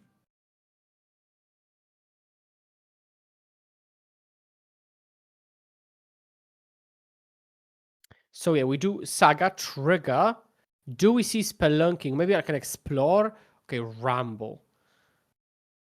So Ramble is worse in the sense that if the opponent had Wrath lined up, it does hit the spawn unless we use it immediately. We mill double bounce land, unfortunately, and Otawara. But at least Spelunking goes into hand.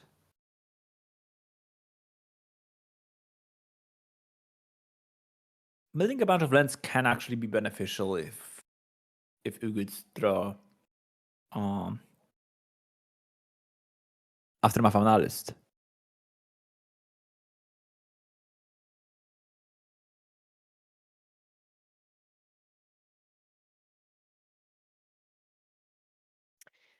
Now, the biggest issue is probably just to get to the point where you would even be able to perform the analyst thingy. Yeah, obviously.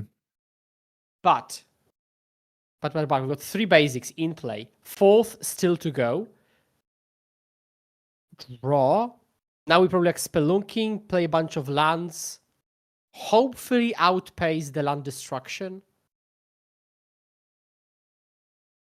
Probably not put any bounce lands into play because it's just minus too much mana against land destruction. Stock up in hand, as you predicted. Crumbling Vestige probably one of the better, bounce lands, non-bounce lands in this spot. Oh, that's a good turn. That is a good turn. What are we looking for with the stock up, Jędrek? Yeah, indeed. We're probably... you could argue just more lands just to actually make land drops. More stock ups, maybe. Both stock ups and Spelunkings.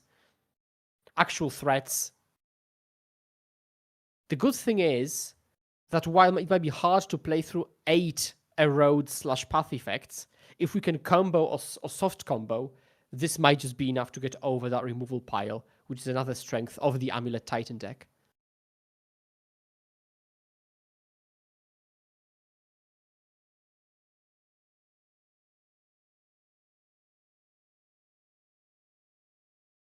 Okay, Field of Ruin. Now, let's see if the last basic is in hand. Doesn't seem like it, because we probably wouldn't have been searching. Yep. Land straight into play. You still might want to search to at least shuffle the deck, because you, like, depending on what you put from stock up on the bottom, shuffling might be either beneficial or detrimental for you. And with Demolition Field, it is not mandatory to search.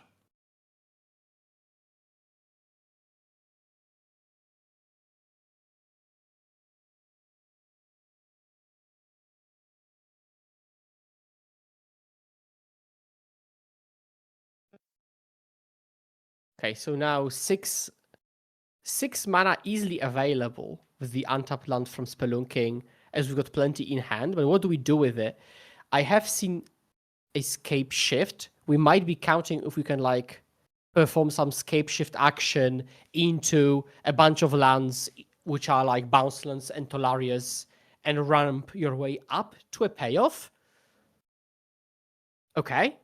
We also have the Analyst in hand, so I think this might be a proper GG type of turn. If this resolves, of course. Because there is also Reprieve, possibly. Yeah. If that resolves, then I would assume that Uguts is rather far ahead. Yeah, and it does resolve. So again, we might find like a collection of Bouncelands and Tolarius. Because with another Scape Shift in hand, with Analyst in hand, you can probably generate a bunch of threats and a bunch of cards in general.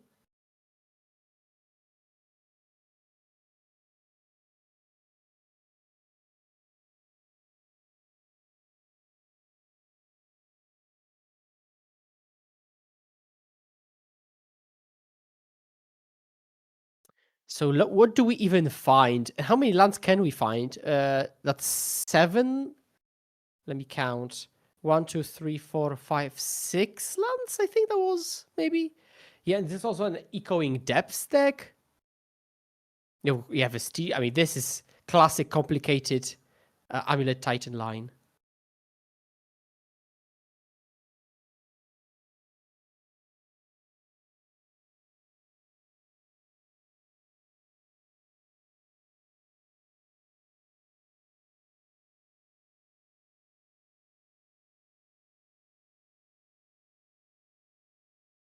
Okay. Okay, so as foreseen, a bunch of a lot of mana lands, Tolaria West, and Echoing Deeps, which might be copying, I would venture a guess, Mirror Pool?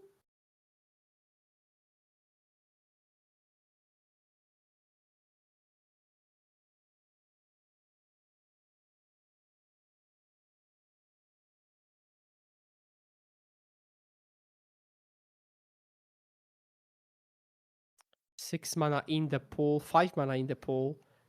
We play Analyst. We mill over Shifting Woodland. That's huge.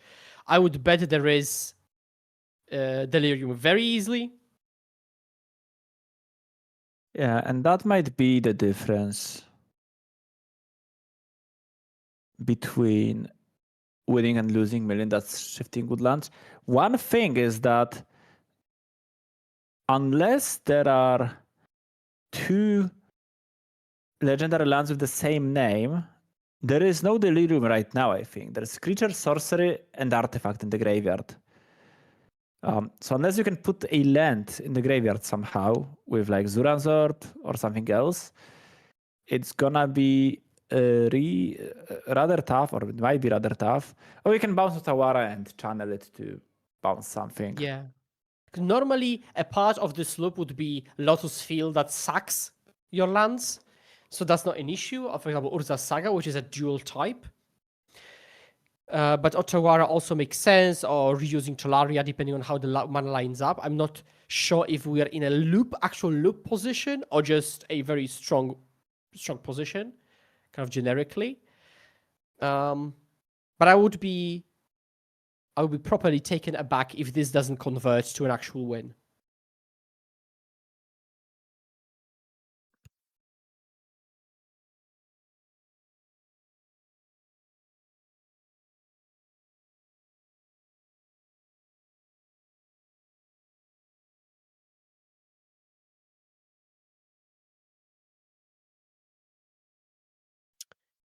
So Cultivator Colossus, and now it's going to take a while to resolve because we are putting lands into play with Colossus.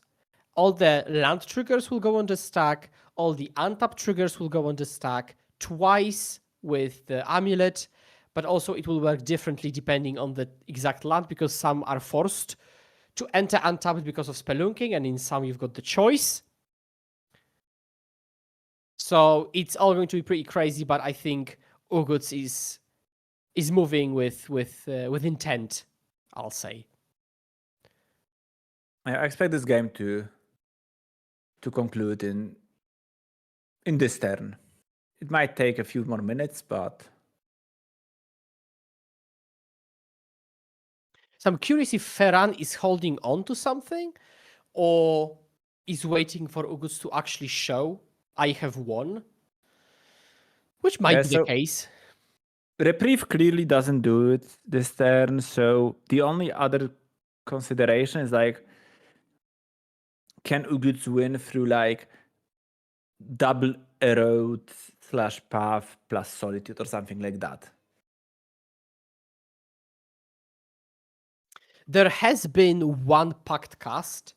I'm not sure it's going to be particularly relevant, although looking at the lands in play, they don't seem to be able to produce green with Blood Moon on board. But is there even any? There are no Blood Moons in Ferran's deck now. Yeah. I'm just trying to, find any out possibly for Ferran if they get another turn.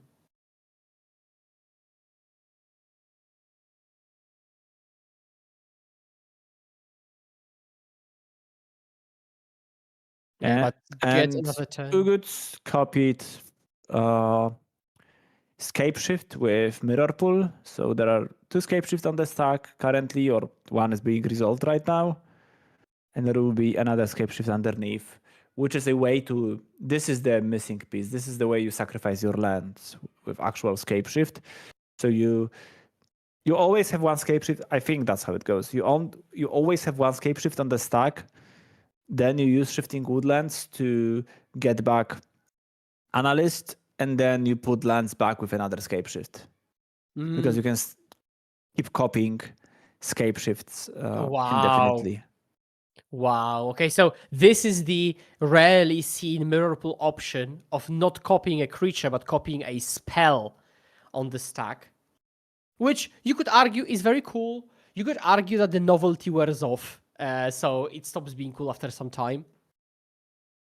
But it's definitely cool technology, and I've always appreciated the Titan hive mind coming up with more and more ways to win from insane positions. So now we're presenting some kind of a loop. And the question is, what if Ferran says, what if I have 2 paths? Can you win through 2 paths, for example? And the question is, for example, this is the point. What if I Mirror Pool my Cultivator Colossus? But then probably we just... You can bounce it with Otawara. Have we got Otawara? Yeah, we do, yeah. Yeah, this seems to be properly rolled up. But we're just double checking something. You also have 6 in hand, and because Erode destroys and not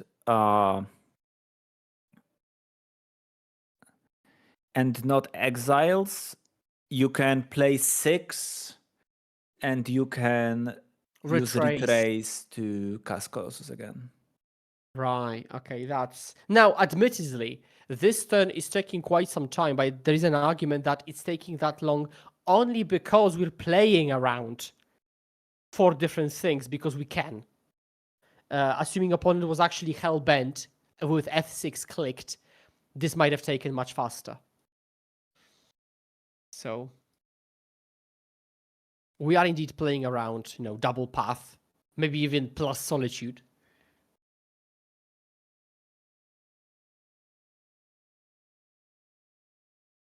And stock up is curious.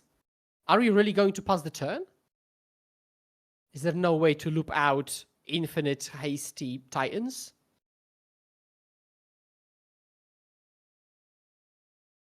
Let's see. So there is a 6. There is an Otawara. Yeah. We are retracing Cultivator Colossus. It's not a Otawara used per se. We give the Colossus haste. And then we just play. Oh, we have. I think we've drawn another Scape Shift there. I think there is an agreement that there is infinite mana in the pool because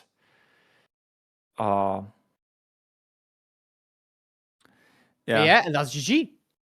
Because there was no mana being tapped really for any spell, so I think there was like infinite mana agreed upon. Wow, okay, so that was pretty cool. But now, speaking of cool, Jens Platz with a 12 blast deck. That is probably a fun favorite with middling success, and we'll see about the success right now. It's a Mox Opal deck. And Jędrek, what do the 12 blasts refer to? There are really 8 blasts and lightning bolt, which can be like blast adjacent, I think. But it's basically like a mono red aggressive deck for the lack of the better word. It's not clearly a burn deck, but it has a lot of reach in the blasts and bolts. Legion Extruder also can deal direct damage. It also has some components of like a prowess deck with Cory Steel Cutter and Misha's Bubble. It has Urza's Saga Sad theme. So it's like a weird mash of burn, fair Saga mid-range, and bit of the Tamio artifact deck, but you are not playing really any blue cards. Yeah, it looks really cool, and I'm curious if you're going to see some nuts action like, Ragavan, turn to Cory, blast you, attack. So what are we facing off of is the question. So I'm not sure what the matchup spread for 12 blast is actually, but we're looking at another Mox Opal deck, and this is Affinity. Arguably the boogeyman of the format right now, highlighted by Kappa, Cannoneer, and especially rose to prominence when we got the Edge of Eternities set with both Pinnacle and the munitions tokens. What do you think of this deck right now, and how do you think it's going to go head-to-head against 12 Blast? I think that Affinity is going to be significantly favored, at least in game 1. It's just such a powerful, proactive deck. If 12 Blast's sideboard is geared towards Affinity, and since we have access to the list, I can tell you that there are two copies of Shattering Spree, 2 copies of Pyroclasm, some Damping Spheres to possibly slow down Affinity, but I don't think Damping Sphere is that great, Pyroclasm either, and Shattering Spree can be just a bit too slow. You can't really play Meltdown in your Urza's Saga Mox Opal deck, sadly. So I'm afraid that this game will go in straight sets to Affinity. Unless maybe Blue-Red, or not Blue-Red, the 12 Blast deck can surprise me.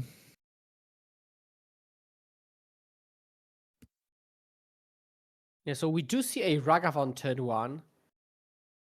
And I think we're pondering between the Pinnacle Emissary versus the weapons manufacturing. And this is indeed weapons. Into Bobo, trigger.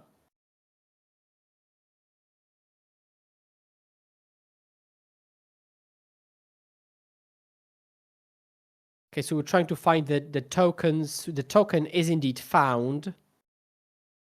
Now, I think the blue-red prowess deck, as it's called, or the blast deck, which does not include the color blue, will have a ton of cards to steal with that Ragavan.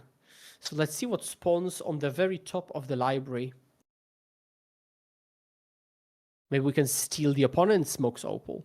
And this is a welding jar.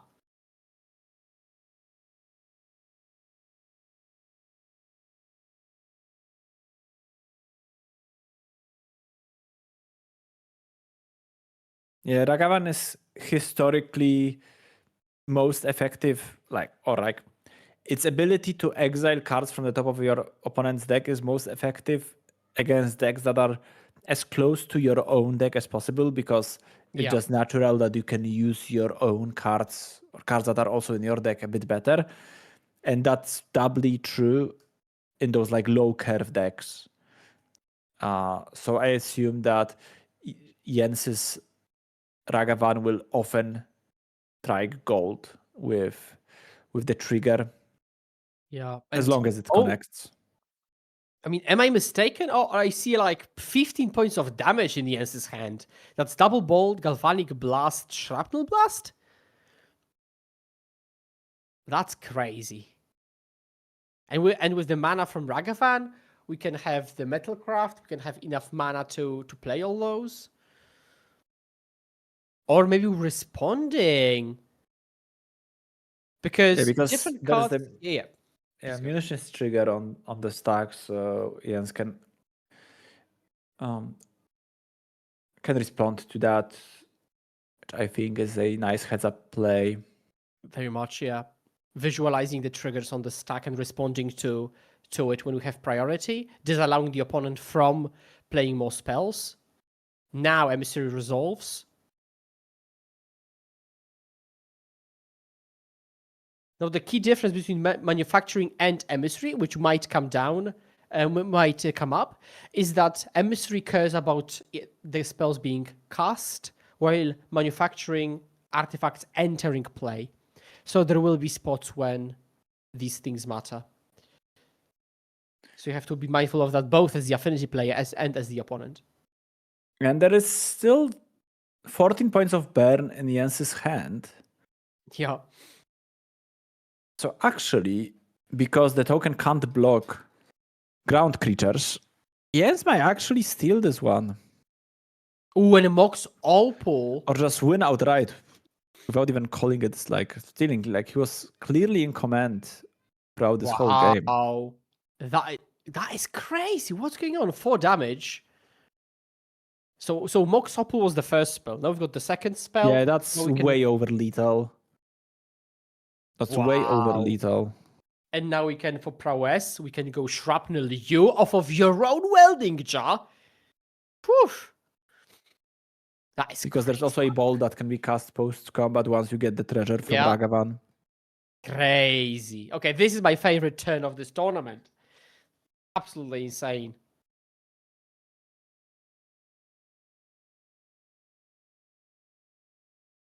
Boo, boo, boo, boo, boo, boo, boo. And that is GG's. That is GG's. Jens Platz takes it down with their blast deck, and the unique aspects of this deck did come in handy because other Cory decks, don't really play, Mox Opal or 1-mana Boros Charms, and so this was the game 1. Now we're going to be on the draw with the blast deck. We know its affinity, and our sideboard has exactly. What does it have? We have Surgicals, Shattering Sprees we've got?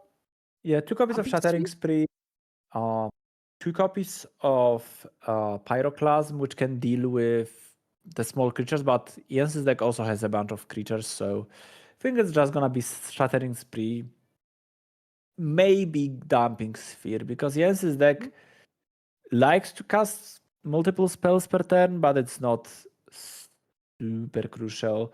Shadow Spear also nice in those like creature heavy matchups. So I would assume at least 2 cards to be brought in, the Touch Sprees, and then maybe any of the Shadow Spear, Damping Sphere, and Pyroclasm can be somewhat reasonably boarded in, but I would probably stick to the Sprees and then Shadow Spear.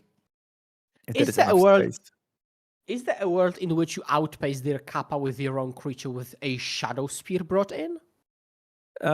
Maybe, yeah. That's why I like the Spear, because your Saga constructs can be sizable as well. Yeah, that's fair. Okay, so this is potentially the plan for the red deck. How about Affinity? So we know that their own main plan is already very, very strong. Kappa Cannoneers. But you're also staring down a proper suite of cards, a lot of different tools. How would you approach this? Hercules Recall jumps out to me as a way to guarantee a one-sided wipe, because it does target a player, so it's essentially only bouncing your opponent's artifact, not yours. Other than that, I don't really see much useful tools, to be honest. I don't think that Strix's Serenade is something you are terribly interested in, because it's just like a one-for-one trade, which is not something you want to do.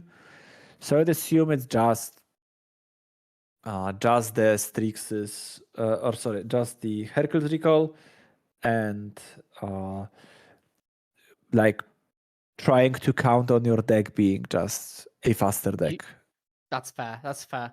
Maybe we can get 1 or 2 hits with Shadow Spear, and that should already stabilize us against the burn. So, okay, we know what's up. Let's see which Mox Opal decks reigns supreme.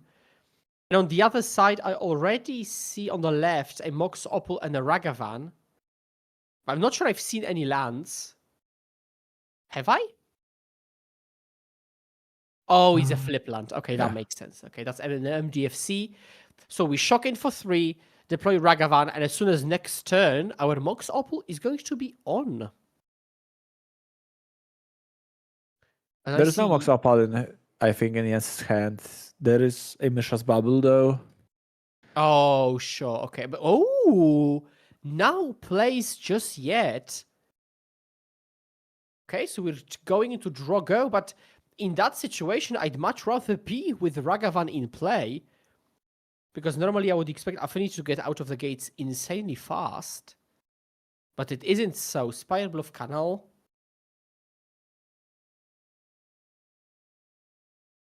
So we see a bunch of burn, but this suddenly doesn't kind of increase our board presence too much. We'd rather have some recurring damage, like Kori, like Urza's Saga, rather than one-shot ones.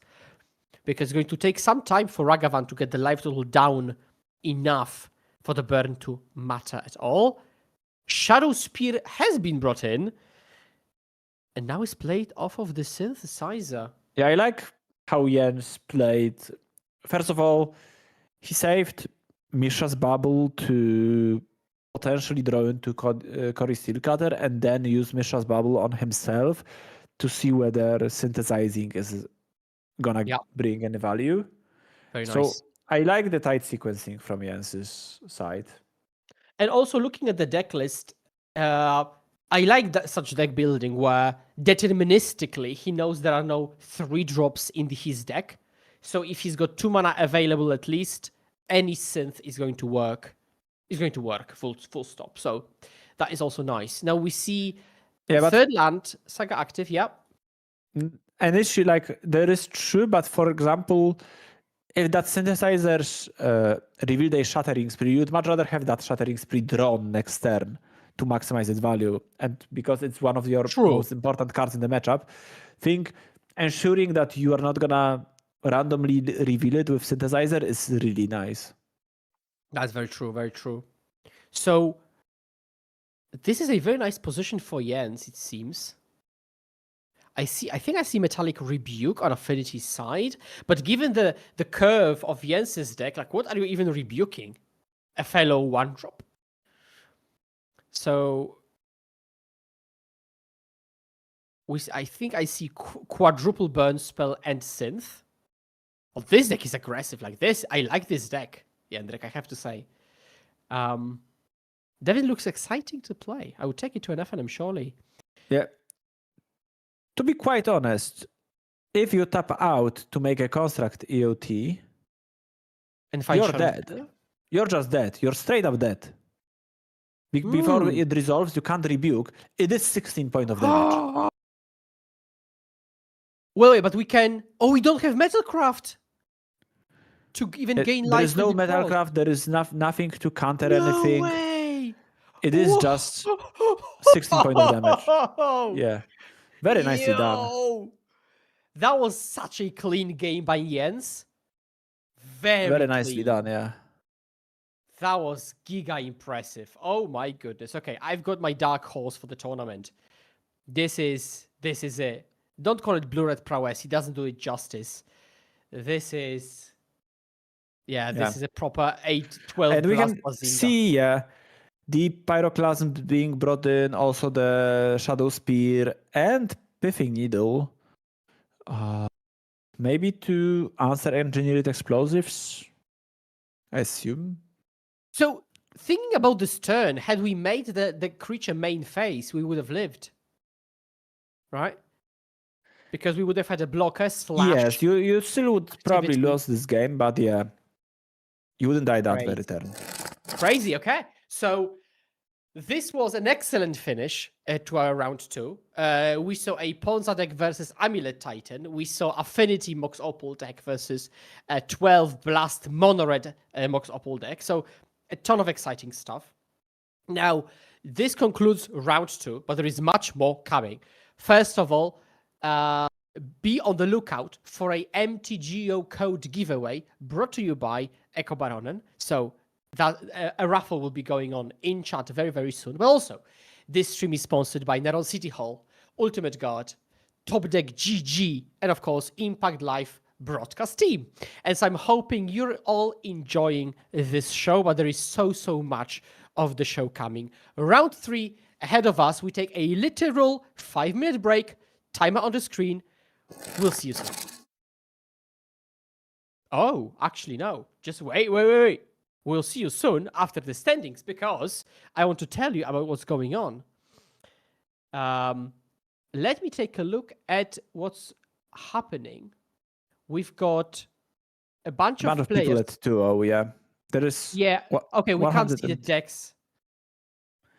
Yeah, there's 130 players, so 30 and the change people will be 2-0. Looking for any names that I can recognize. Yeah, we do see the players we have just seen on screen, certainly, but we'll probably wait until it clarifies a little bit more. And we'll see the very, very creme de la creme of just the undefeated players fitting on the first slide.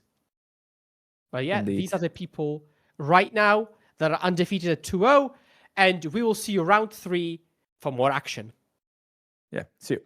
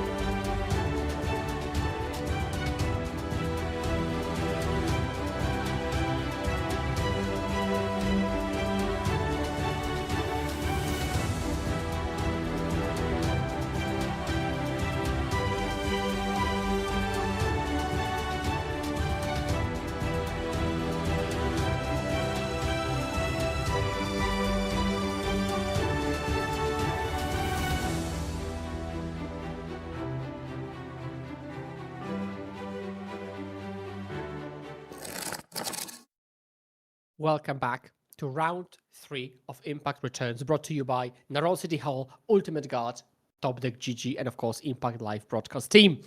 Today, we're playing a bunch of Modern in our 130-person high-stakes Modern tournament, and we are entering round 3. And we're going to see Affinity, a mainstay of the format, going against Eldrazi Tron.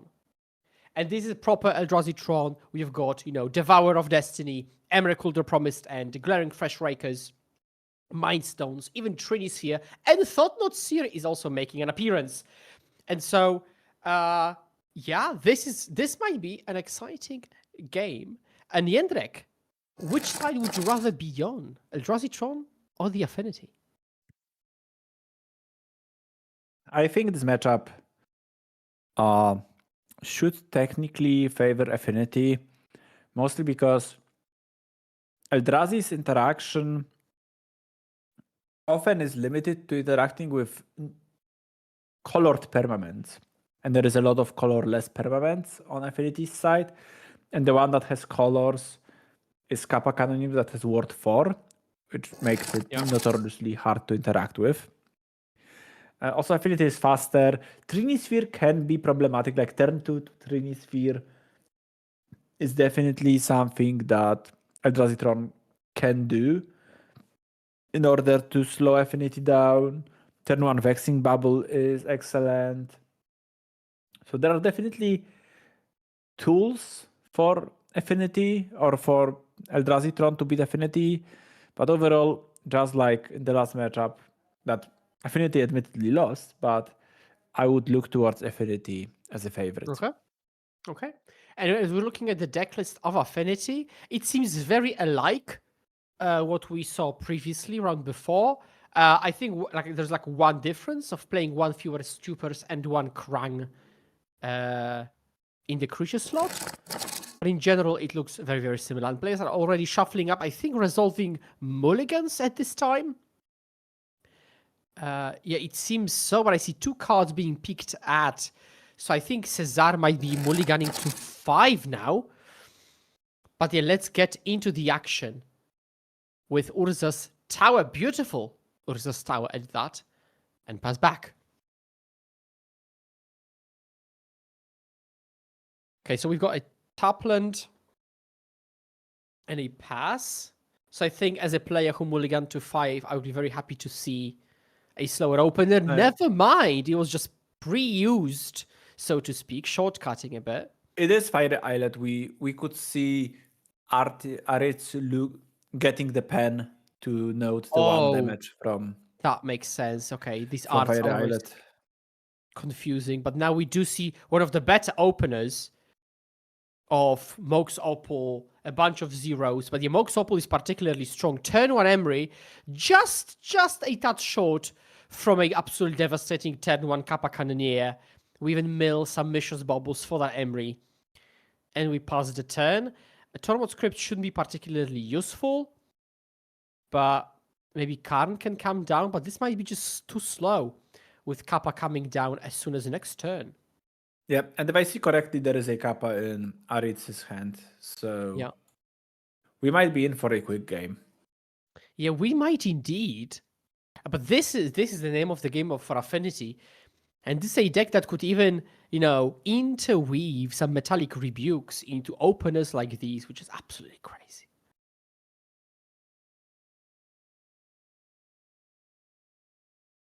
Okay, so we go Emissary, which is yet another one, not the previous one. We play Emissary, we use Emery. Okay, proper value. Bam. Not only are we drawing an extra card, we're also making another token. And now on top of that, I assume Kappa's coming down. Yeah, there is not way more than enough, but there's more than enough artifacts to do everything this turn. Okay, and we do. Bam, bam, bam. Tap this, tap this, tap this. Leaving 1, I think, previously made token in play.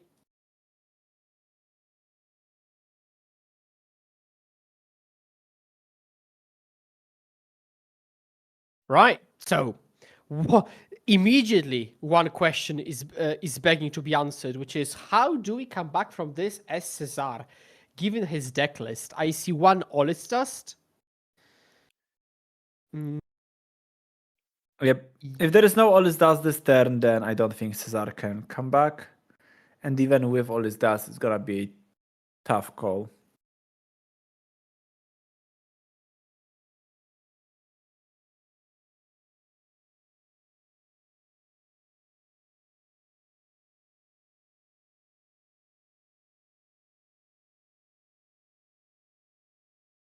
So let's see. Have we got? We do not have the Tron. We've got four mana available right now, so maybe we can Karn for something. What can we Karn for? I'm thinking. Have we got like an ensnaring bridge? We do have an ensnaring bridge in the sideboard, so maybe. But we would have to survive the entire turn cycle.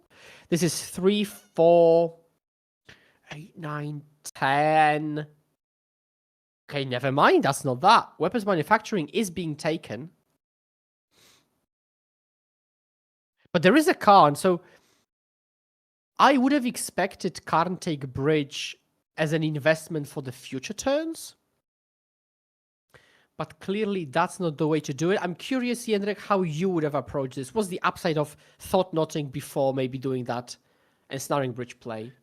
I think Cesar might think that the only way he's winning this game is by top decking Tron next turn and getting Karn and Bridge all in one turn.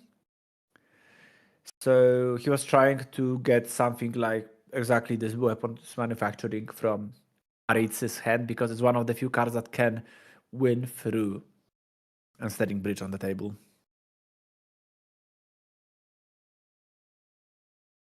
That makes perfect sense. Sometimes when your back is against the wall, you need to take the riskier play. But which ultimately does give you an out to actually win, not just not lose for a turn. We're Mishra's bobbling the opponent. Yeah, I think it's a mine. I think it's a mine, yeah. That is crazy work. That's absolutely insane. He played to the out. And this out might just materialize. Wow.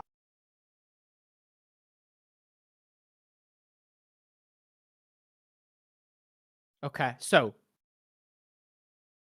have we drawn any rebukes as affinity? I don't think we have. We are at 9, so we'll be getting hit by a bunch of tokens, but we are there's at one in the graveyard. I think there's a rebuke in Aritz's hand. Or it might be Emery. It is Emery. This is Emery, actually. Yeah. Maybe one's hiding still behind Emery. But I'm not sure.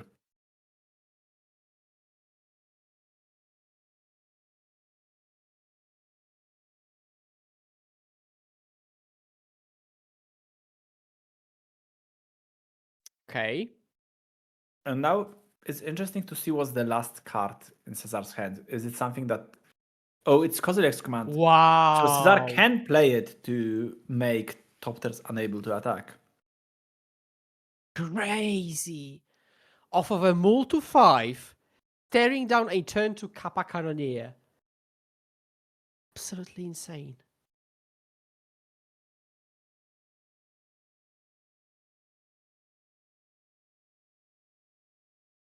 Okay.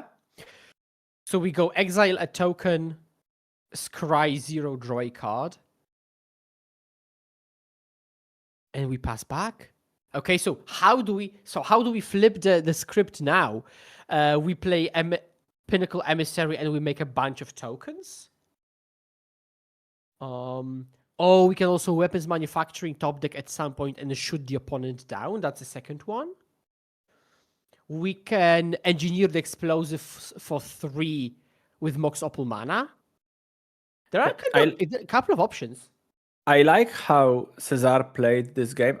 Up until this point, I don't think I would use the draw mode on Kozilek's command because then your Karn dies. I think I would just I don't know, exile 0 cards or make 0 scions instead. Because now, with the Karn active, we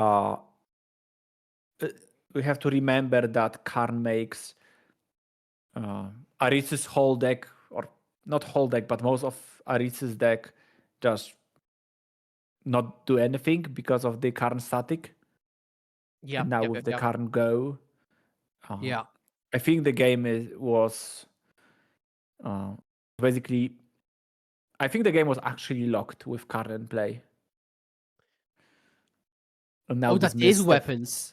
Yeah. So we might still potentially lose this one. There are actually a couple of outs for a fintech, proper couple with EEs, weapons, singing to stupid bounce. And we might claw into that. Pinnacle tokens. It will still take some time. But I think at this very point, this snapshot, I'd rather be on the affinity side. Oh my. Yeah, and had we just chosen a different mode, not drawing a card, this would have been much simpler. I think it's still advantage Cesar because of the Emrakul looming under the labyrinth. It is Cesar is 1 mana of casting it currently, because there are 3 types in Cesar's graveyard, and 9 mana in the play, and Emrakul can wreak havoc on Aritz's side of the board, especially with manufacturing in, because Cesar can just use all those tokens if he finds something like explosives to just deal damage to Aritz and just kill Aritz's with their own munitions. Yeah, that would be very cool. So it's just very close, as in this could swing either way.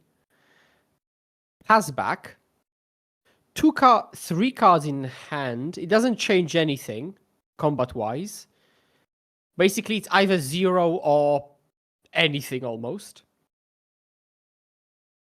Up until the hand size.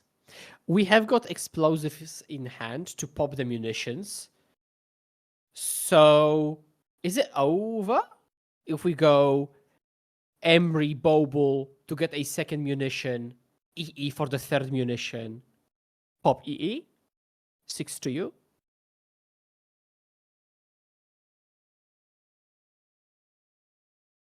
That's what it seems like to me. Let's see if that actually happens.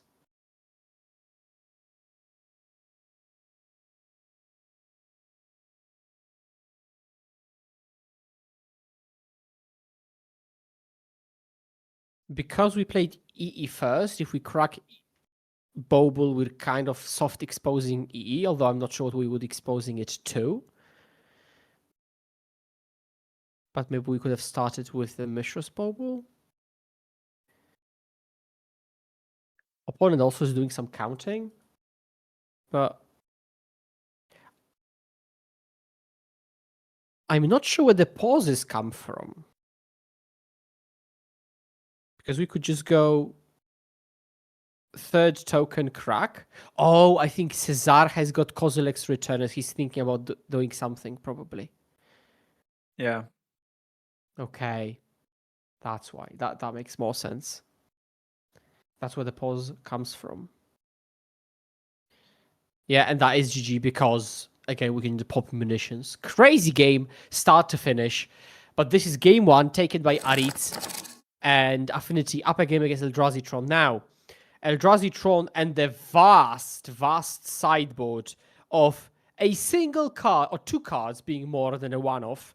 Jędrek, what would you do here? Would you, for example, side in a couple of cards or just keep it as cardboard? Probably there is like both Filigree Silex and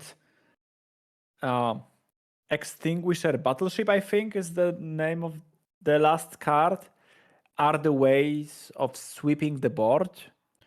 So I think one of them is probably gonna make way into into Cesar's main deck. I would assume it's Silex because it's cheaper. Yeah. I don't think that Disruptor's Flute is particularly good in this matchup. I can see boarding in Trinisphere because turn 2 Trinisphere on the play is great.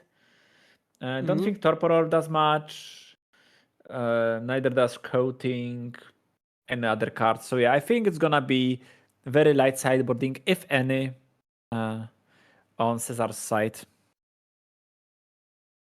Okay, it's possible. Now, being on the play, keeping a 7, maybe starting with a Vexing Bubble is going to be the recipe for success, surely. Now, Arit's deck, and the sideboard is a bit different than the ones we've seen before. Triple Consign immediately jumps out at me. What would you do about the Dumping Sphere and Blood Moon, though? I think it's tough to say because it's a deck that definitely wants to have as many cheap artifacts as possible to just employ its own game plan. That being said, Tormod Script is not a card that does much, for example, and you can board out some zeros, I think. Consigns will definitely make the list, and I do think I would stick to Consigns and Blood Moons for that one. I don't think you have enough space to have Dumping Spheres as well, because you don't really need Shadow Spear, I think. I don't think that Crypt is very good. I can't quite see if there are any main deck blasts in Aritz's deck because the sideboard is kind of overshadowing the main deck. There is one Crank that can technically go. But yeah, I would expect those 5-ish cards to come in. We'll see whether Aritz wants to have the Dumping Sphere as well.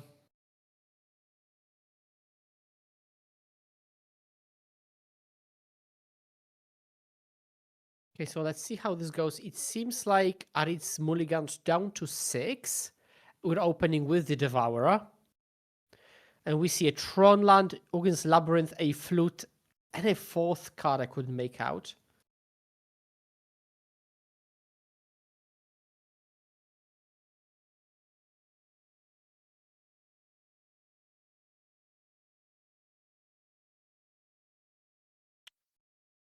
And let's see what we do keep. We kept...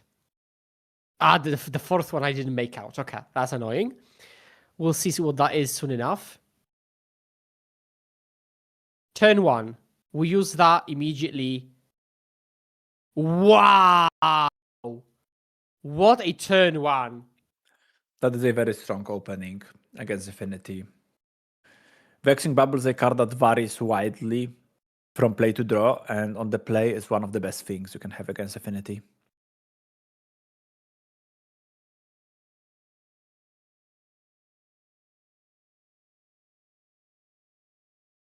So now, how do we come back? Well, it's...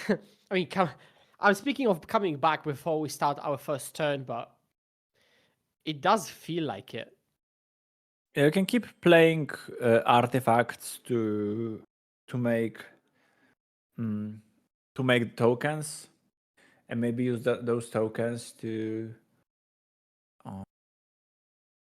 advance your board state. There are still explosives in Aritz's hand, so Aritz can play explosives next turn. Or maybe now they can't.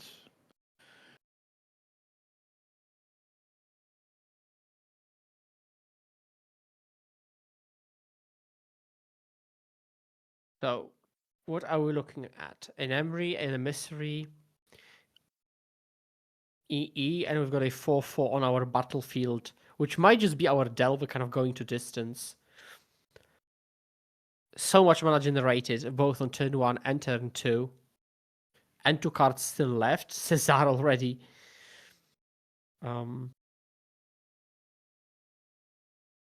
Motivated to finish this game off. What is the pick? Emissary is I kind don't. of Okay, that was the one card that I didn't think I would have picked. Yeah. Likewise.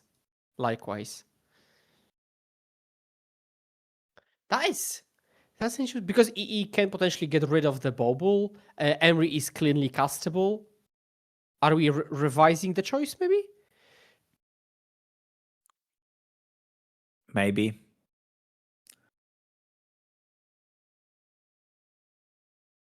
We might be revising the choice, so that's...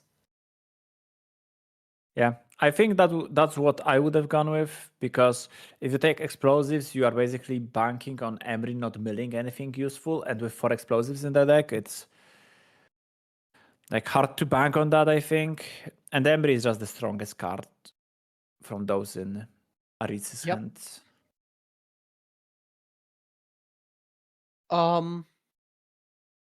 Okay, so what do you think of throwing cards away just like that, just to make some tokens?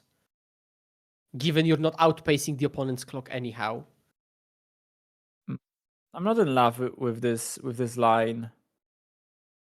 I think on turn 1 it made some sense, but once you see not Kozilek's, Fodnot Seer, which will just outpace your tokens, as you mentioned, then I don't think that line is valid anymore.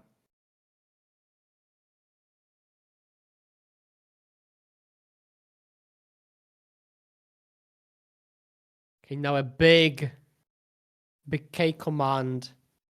What could be the modes? Maybe scry and make some tokens? Yes, most likely.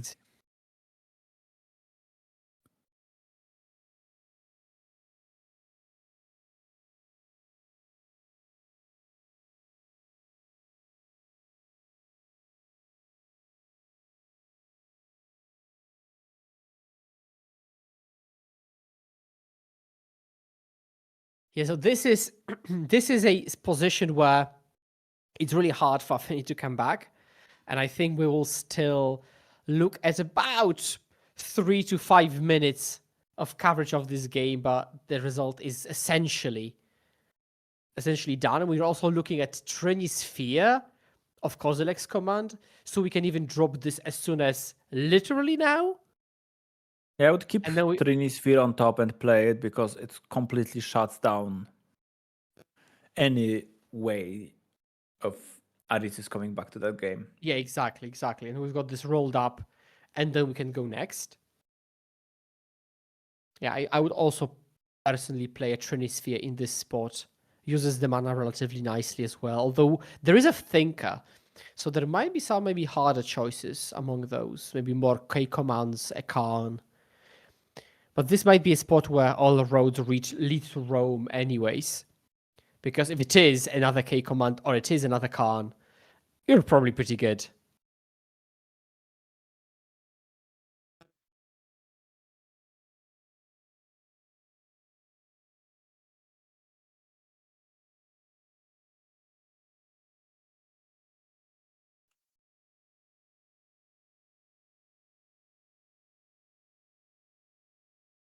Okay, so we do not deploy any... Now, I don't think this is going to be particularly punishing, though, but...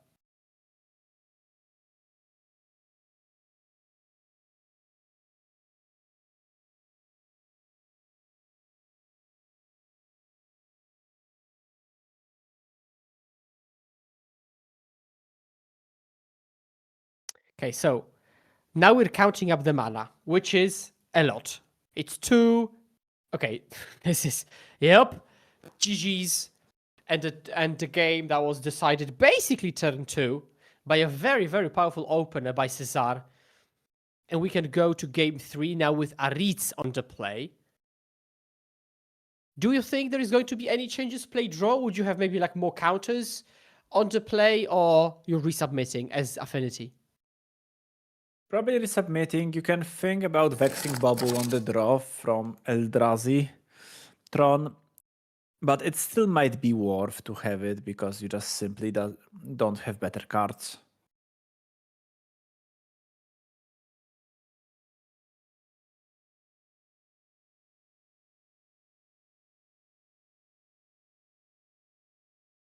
We do have got the turn 1 pinnacle. Okay, we've got Mishra's Bauble. Is there any Mox Opal? There is a Mox Opal.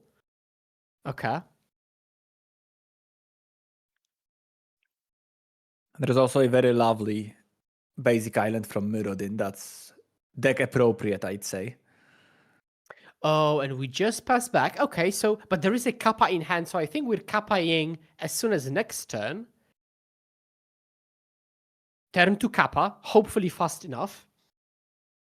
Yeah. Think turn to Kappa beats anything that's not Tron on turn 3.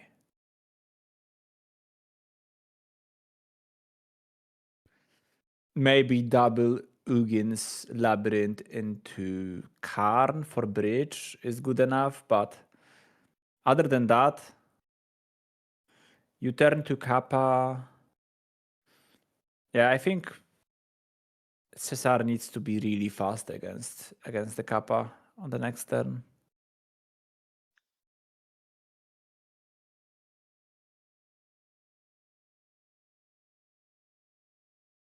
Yeah, because now on turn 1 for Cesar, like, what do you even do?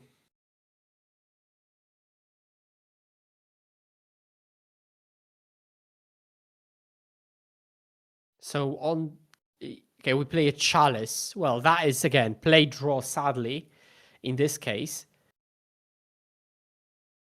We play a map and we pass. Well, turn 1 Chalice map might just not be fast enough. Now we probably shock in or bolt in, sink into Stupor, and then play Kappa Cannoneer, which might just ride this game to a proper finish. 15 minutes on the clock for these players, which should be plenty to finish this set of 3 games.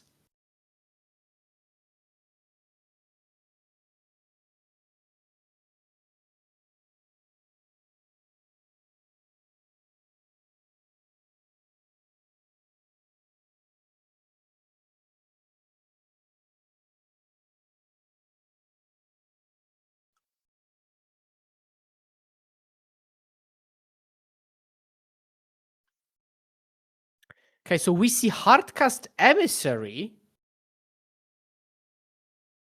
Okay. So we're taking it a bit slower, but possibly just because we can. Double Kappa in hand. 3, 4, 5. So probably the next 2 turns will be Kappa Kappa. Well, there are literally 2 Kappas and there are no other plays, so very I'm not likely in love so. with this line because if there was like a top decked Labyrinth now, then something like Trinisphere would. I guess it still wouldn't prevent Kappa from coming down, but it makes 2 Kappa per turn impossible. And overall, I think it's a slower clock than just going for a Kappa.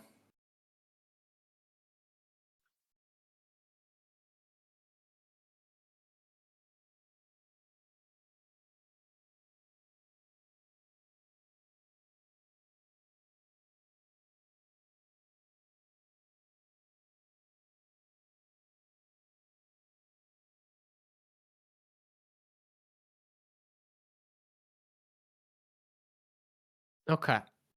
So we're still considering some options. I'm not sure what Cesar has in hand. But we're staring down 3/6 power with a possibly Kappa coming down. We know that it is coming down. We cannot play Trinisphere.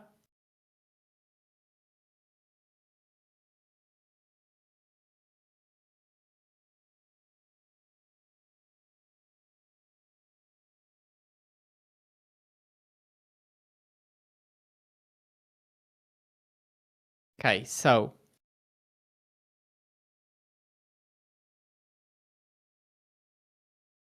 okay, now I think maybe we can. Oh, Dismember is being considered.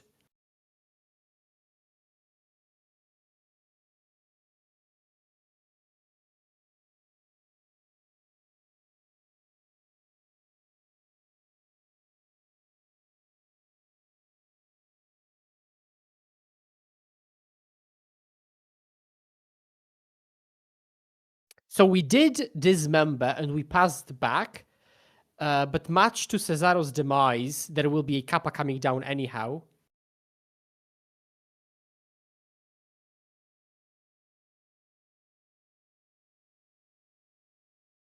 There is a lot of... I'm curious what Aritz is considering, because he's been thinking about his plays quite a bit, with those kappas just waiting to be played in hand.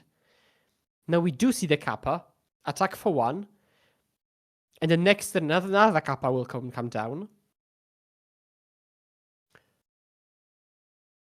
And actually, not even a Khan passive is going to accomplish anything, because we're just paying actual blue from the mana base. And improvising isn't stopped by Khan.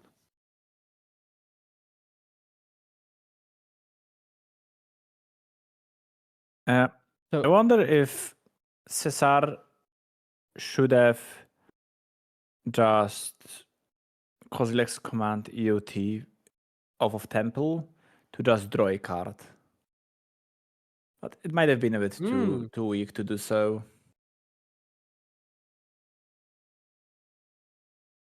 Especially with Glaring Fleshraker lined up.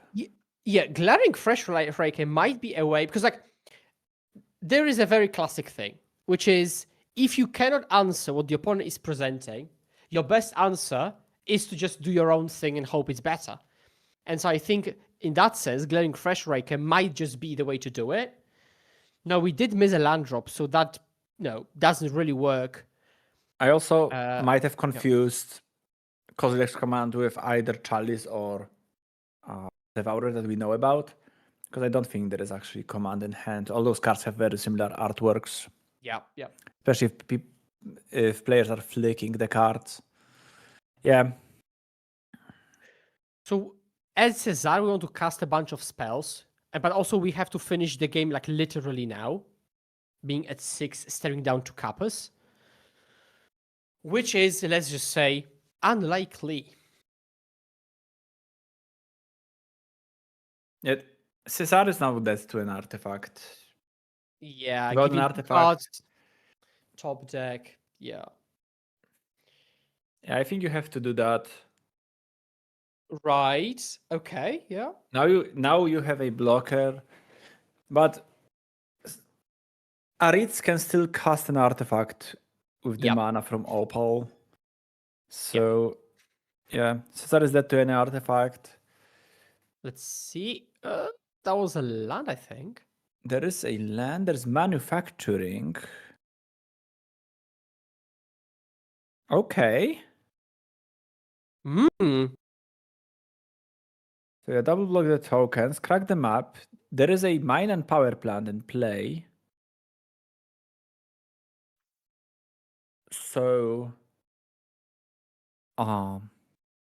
there is an out of Karn into bridge for Cesar. Karn into bridge actually locks this game. Wow.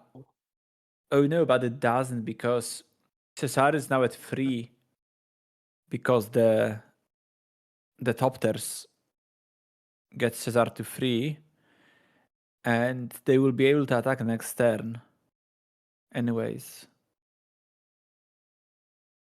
So I think Cesar might actually be cooked. Even with Karn into bridge.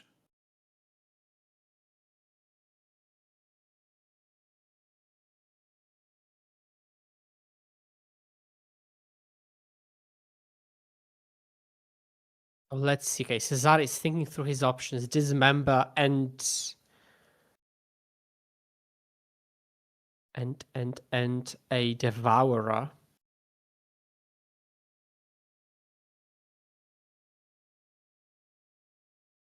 Trinisphere, Chalice. A bunch of hate pieces, but they did come down properly too late. It would have been much better for Cesar had he been on the play this game.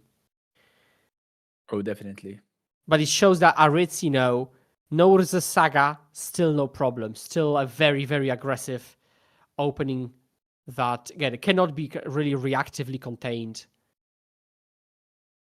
Devourer, Trigger. Well, sadly, we can make as much as 3 mana, which is not enough to pay for the ward.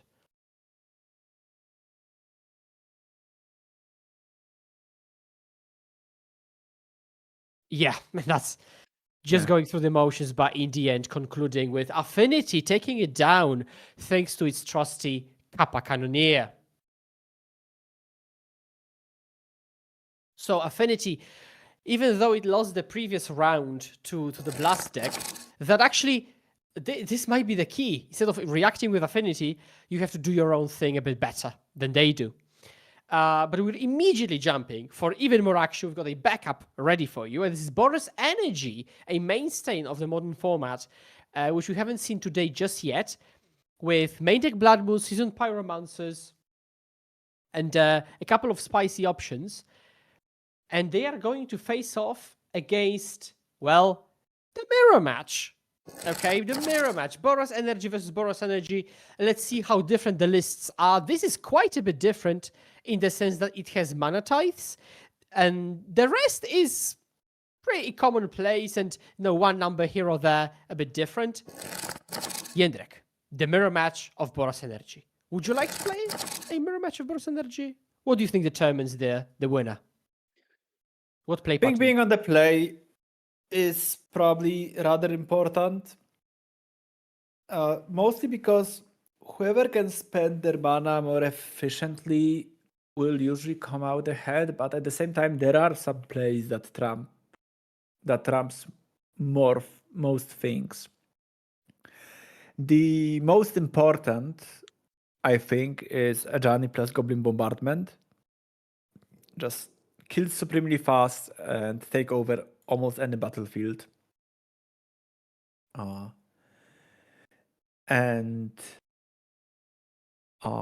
that is what I would say is the most important thing. It used to be Flage used to be really, really crucial, but without Flage in the format, like, for example, imagine that Alejandro is on the play with Ragavan on turn 1. Yeah. And Bruno doesn't have a 1 mana play. And then Ragavan connects. Alejandro has an extra mana to work with. And now Ragavan is staring down 2 creatures. Can't really attack ever again. Even to add insult to injury, Alejandro had Mountain as the opening land. So now, well, there is a Galvanic Discharge that Alejandro cast, but there was very limited options in terms of development. Like Alejandro couldn't play, let's say, a Guide or Pride, which is what you ideally would like to do. Yeah, and in order for that Ragavan to break through, you would have to actually remove almost every single thing coming down, which is going to be supremely hard.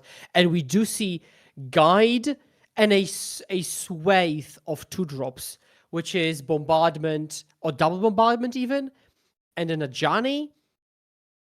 So we might go for Guide plus a 2-drop. We'll see which 2-drop is of the choice. But we'll be gumming up the ground, and Ragavan I don't think is likely to really connect in this match. Now we're seeing a second deck that got hit by a ban recently. Previously Amulet, now this, but they're very clearly alive and kicking. Now we've got Boom. Okay, Voice. So we do keep Bombardment, Ajani in hand, as I think the last 2 cards. So this is very probably annoying from Alejandro's position, because he might be betting that, well, the last cards, the last 2 out of 3 aren't exactly that combination, and they are, including the 4th land on top of this. So the next turn perfectly lined up for Bruno, and I think the advantage bar is firmly skewing to the left side. So that's any help, Jędrek? What am I looking at right now? There's definitely mana type in Alejandro's hand. There is second Ragavan. Bombardment, maybe? That's on the board right now with some alternative Bombardment is artwork. on the... Yeah, this is definitely Bombardment. There's also a Bombardment for Bruno. Yeah, and now we see Bombardment plus, I assume, Ajani as the last of the 2 cards. Yeah, I think there's Ajani and the game will end very soon. Okay, boom, boom, boom. I think okay. What I liked about Bruno's thing that he just did, kind of hard to see, is that instead of slamming the cards, he counted to know what he's going to do with the cards once they enter play. I like when people do stuff knowing what they're going to do and. Oh, whoa, whoa. Okay. That was close. But that. So, we wanted to mana tithe. We've got voice in play. So we're shooting down a token with Ragavan. Now Ajani comes down. This shouldn't particularly change much, Jędrek? Yeah, the game is just over. There will be way too many rectangles on Bruno's side and too many bodies to sacrifice to future bombardments to prevent Alejandro from ever assembling anything. Yeah, Bombardment Ajani is the name of the game, and now what could even be comeback mechanics? Alejandro would have to play main deck Wrath of the Skies. Basically, that's the only thing that... And that's not even good enough, probably, because Ajani will be flipped. Yep. One can dream.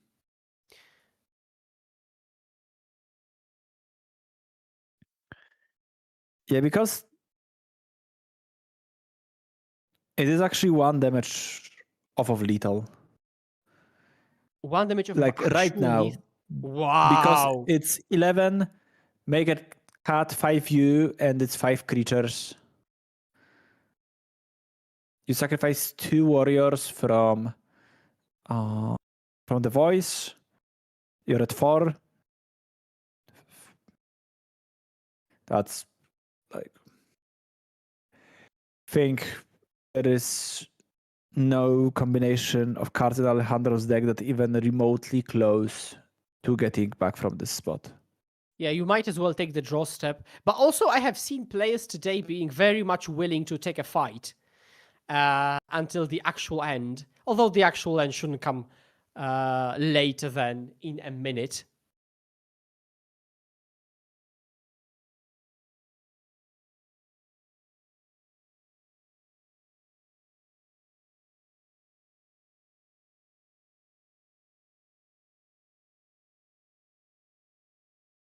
Okay. So we're sucking this. We're doing this. Okay. Ajani flipped. 2 cards in hand. 1 includes 3. Right. So texture of the game hasn't changed. I guess I'll concede. Has been called. And while the main decks have been pretty similar, let's see if there's anything we can change about our deck to affect maybe the play draw dynamic as well. So this is Bruno's, the winner of this game 1 sideboard. Jędrek, what do you do about this? Do you side in Wrath of the Skies in the mirror? Maybe it's a play draw thing. Maybe you do that on the draw. Other than Wrath, Perch and Legend of Roku look appealing to me. There is a merit to wear and tear over Wrath because it's like a more efficient way of dealing with a Ajani bombardment.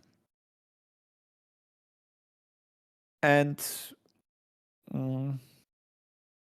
thing like Wrath can be so contextually, so situationally powerful that you might still give it a go. There are 2 Blood Moons in Bruno's main deck that definitely have to go. I'm not in love with Ragavan on the draw. I'm not in love with Ravencharm, even though it can destroy it can destroy bombardment. But I would assume that Perch and Legend of Roku are definitely getting in, and then some way of removing bombardment, be it Wrath of the Skies or Wear and Tear. Once again, I think you have Wrath on the draw and maybe Wear and Tear on the play. Okay, that makes sense. And now on the flip side, from Alejandro, who is on the play, let's see what we've got to work with. Very, very similar. How would you approach this on the play as Alejandro? Yeah. Celestial Perch definitely gets in. There's only one Blood Moon, I think, in Alejandro's main deck. I'm not sure that Mana Tithe is great, especially against like Voice of Victory, and you want to use mana on your turn to just develop. So I think I would just shove both Mana Tides, and I think there are 2 only, and the Blood Moon for 2 Wears and Tears and 1 Celestial Perch. Okay. So let's see how players actually decide to do it in a head-to-head with now Alejandro on the play. We've got still the mulliganing being done. I see the Ocelot, a couple of lands. I think we go to 5, but energy's card quality is definitely enough to pull its weight on a mulligan to 5. I think we bottomed a Wear and Tear. Now we see Ragavan on the play, which is very, very strong. A card very disappointing on the draw, but on the play, very much not so. Ocelot Pride, the ultimate in-combat nemesis. But if there is a removal spell, this game might already start snowballing. And is there a removal spell? We fetch. Is there a Galvanic? This is what... Okay, Plains. Is that a 2-drop pass? Let's see if this is a 2-drop pass. And one, while we are waiting for Alejandro's play, we have a raffle for you. Once again, Skura mentioned it before. It is brought to you by Echo Baronen. And you could win the 120 play points, I believe, in the raffle. You can enter the word energy to make it the matchup appropriate in chat. And after this game is concluded, we will randomly select a winner, 3 winners even, of the raffle post-game. Yeah, so spam the word energy and raffle away Echo Baronen sponsored points. And while that is happening, and we already appreciate your energy, chat, we see a Thraben Charm destroying the opponent's creature and Monkey coming in, flipping over Fable, which isn't castable, but Treasure's already ramping us. So very firmly in the driver's seat, Alejandro is.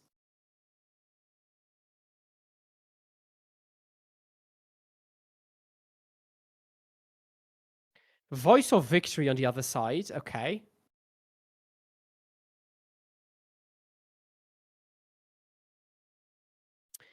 Ajani comes down. Well, this is a 1-2 punch. 1-2 punch indeed. Okay, we were thinking of some reaction, although I'm not sure what reaction that could have been. But regardless, trigger, make a cat, and pass to you. No more removal, it seems, because you would have probably attacked with Ragavan.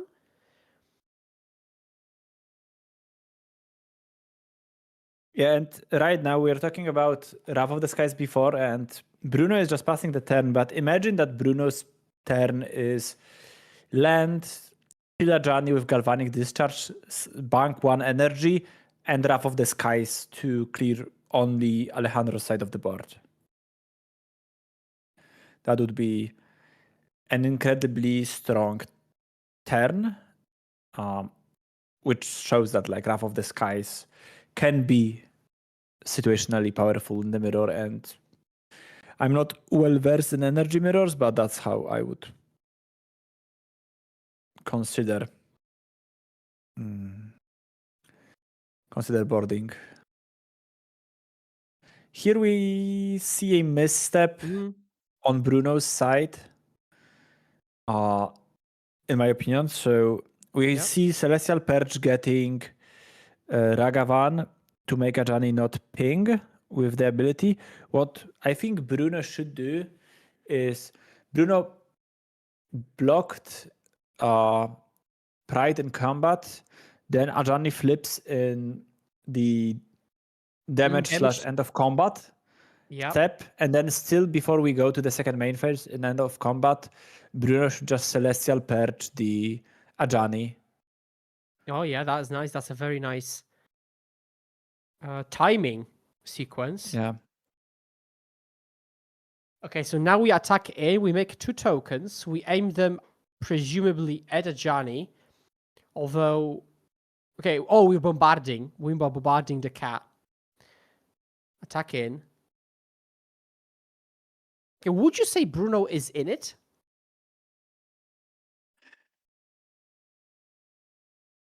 I think so with another play this turn. Without third land, any creature, now Bruno is kind of forced to sacrifice Voice of Victory to kill Ragavans in order to not get shot with Ajani.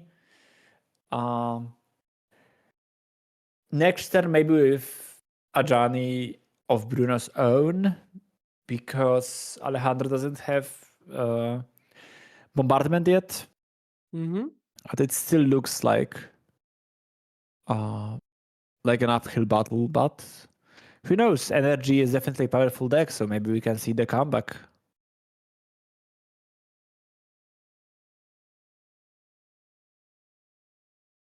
Oh, Seasoned Pyromancer makes it much harder for Bruno to strip Alejandro from having a red permanent.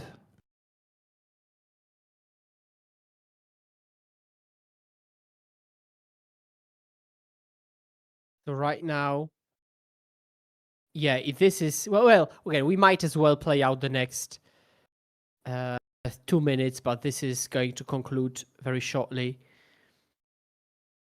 The play draw dynamic does seem to play a role, like you mentioned, especially with Ragavan. Yeah, also Bruno's getting stuck on 2 lands. Yeah. Definitely didn't make him any favor. Yeah, and so now we scoop them up and we go to the third game with no Bruno on the play. And while we are shuffling up for that game, never mind. Let's go. Action never stops. At impact returns. Let's go. Shuffling up, searching out. And this is Sacred Foundry untapped with a 1-drop. Let's see which 1-drop of choice this is. Is it Ragavan? Or this is okay. A cat, which also snowballs the game if it goes unchecked. It's also notably better against opposing cats than Ragavan would be. Yeah. A Galvanic Discharge straight off the very top of the library. And I do think there is Wrath of the Skies in Bruno's hand, even on the play, which I guess makes sense with Seasoned Pyromancer in the deck. So ways of discarding those Wraths that aren't particularly lining up very well. Maybe it's also a hedge, as in you don't need every card in your hand to be in it the is a winning hedge, position. definitely. And if you're not in the winning position, then yeah, you're hedging. Okay, we are taking the damage, it seems. So now the player on the play is with 4 permanents already on board. Let's see how Alejandro contends this, because he can't do the same thing of attacking back as cleanly as Bruno could and did.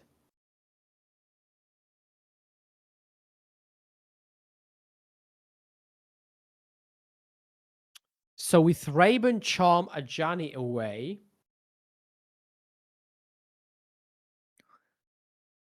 and we've got an attacking creature with first strike, pass back. So let's see how much will Bruno press the advantage.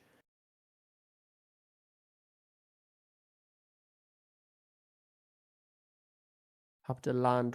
Is it? Oh, this might just be no. Thinking through his options, this is not so. With the bans, this is not going to be flage your creature, attack all, be ready for any early and mid game situations. But this is a galvanic, and is it going to be followed up with anything?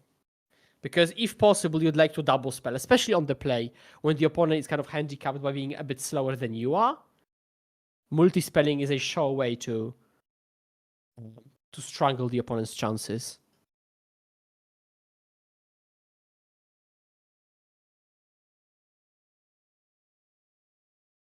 So thinking, yeah. End step, pass. So maybe we're holding up like a wear and tear or something?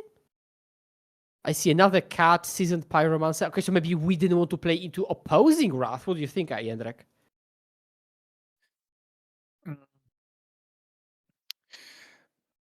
Tapping the red source here. Yeah, tapping the red source means that probably there is no red spells.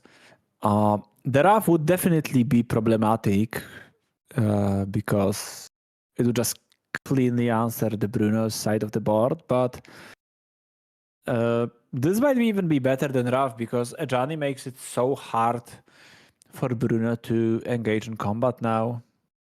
Without what do you means to remove Ajani, of course. So what do you think about Bruno now wrathing himself? Because he's using 1 card worth. Okay, he's using 2 cards worth of cards against opposing also 2. But then you follow up with your own cat, maybe? What would you do? Because as you clearly said, there are no good attacks.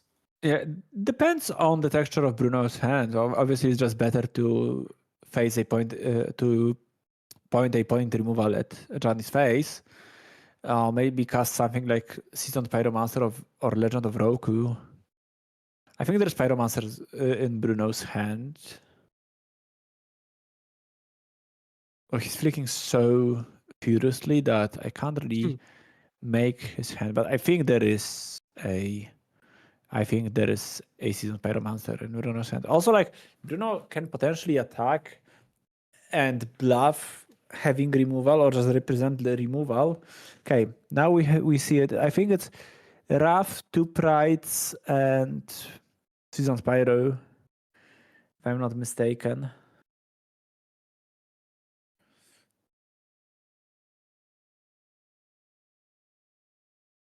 This, I call it, is going to be a pivotal turn for this match.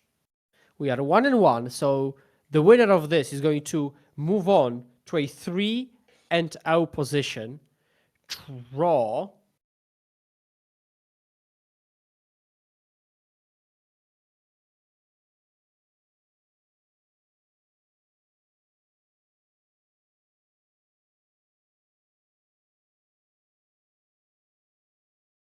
Okay.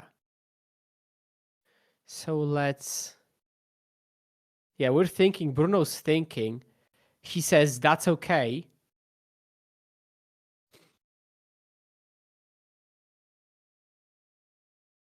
And what is the follow-up? Life total similar. Cards in hand pretty similar. Both position similar-esque. Ooh, that's a lot of mana being tapped. Probably Legend of Roku. Yeah. Legend of Roku. Jędrek, talk me through the card. What are we doing right now? So the first chapter, it is similar to Showdown of the Skulls, which is a card that's been played before. Legend of Roku has 3 chapters. First one is exile 3 cards, and you may play it. You may play those cards until the end of your next turn. Chapter 2 is add 1 mana of any color. Chapter 3 is exile Legend of Roku and return it to battlefield transformed on the other side. And the other side is a 4/4 with Firebending 4 that has the ability to make a 4/4 dragon for the 8 mana. So it is like a formidable standalone threat. And so would you call it the classic 4 drop for the grindy matchups? I would, yeah. And Alejandro is even playing it in the main deck, which has been a trend in Boros Energy recently. Some people like to do that. Just having 1 copy in the main deck. I'm trying to make what the card exiled by Legend of Rockwiz. I don't think it's the alternative printing of Ragavan. I think it's something else. But it's impossible for me to discern this card. Yeah, now we're going creature with I think 3 cards left in hand, one of which is the Wrath. But this is getting very grindy, but I think this game will conclude relatively soon because someone will find a stalemate breaker, be it Bruno deciding to go for it with the Wrath, or Alejandro, continuing the game otherwise, for example, with some bombardments. So while both creatures can clog up the ground very easily, there are also very easy ways to unclog it. But I have not seen any cards in Alejandro's I think hand. the white card might be Ranger Captain of Eos. There is nothing else that comes to mind. We'll see how much mana Bruno pays for that. We paid 4? Oh, it's okay. So we paid 3. Okay. Yeah, so and there is a 1-drop getting picked. Yeah, so it is Ranger Captain of Eos. So we might just want to now fly over Bruno, which is another way to break the symmetry. But this is Guide of Souls, is it? It is Guide of Souls, and Bruno might be rewarded for his patience with Wrath, because if I remember correctly, Galvanic Discharge killed Ocelot Pride on turn 2 or so, which makes Bruno have 2 energy in pool. So he's quite close to just kill everything with Wrath. Notably, tapping out for Wrath might play into mana type if his Voice of Victory dies beforehand. But with Voice, he's currently insulated from mana type.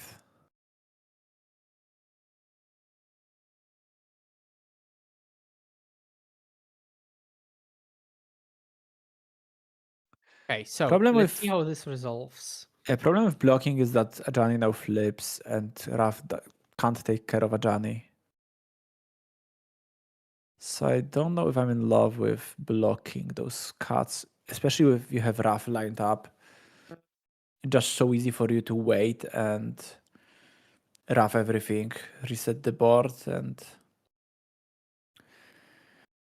now the Ajani might be rather problematic for Bruno to deal with. Yeah, Ajani is definitely the name of the game, and it has been in a lot of games. Typically with bombardment, this time no bombardment needed. We pass back to Bruno. Bruno takes his draw fast, very, very fast. A full hand, full grip. But now can we claw back? Even though we've got a ton of cards. And remember, chat, in the meantime, put the information, energy, caps lock energy, if you want to enter a raffle for MTGO code to win, thanks to Echo Baronen's giveaway. And while you're at that, let's still think of Bruno's options.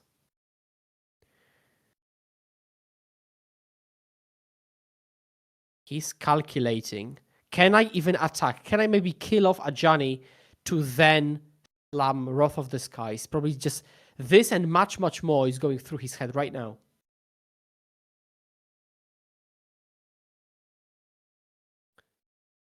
And we're still calculating. We start off with a bolt on... Okay. Well, now we pop it, right? So that deterministically shuts off the option to Wrath. So maybe there is some non-Wrath plan. I think the plan this turn is to just get rid of Ajani by all means necessary. Yeah.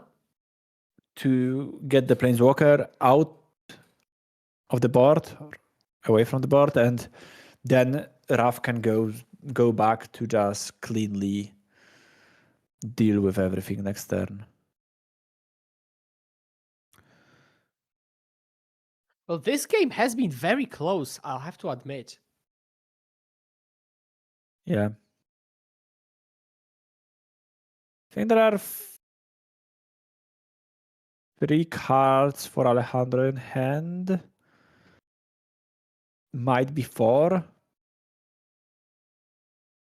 With guide blocking the primate, Ocelot, yeah.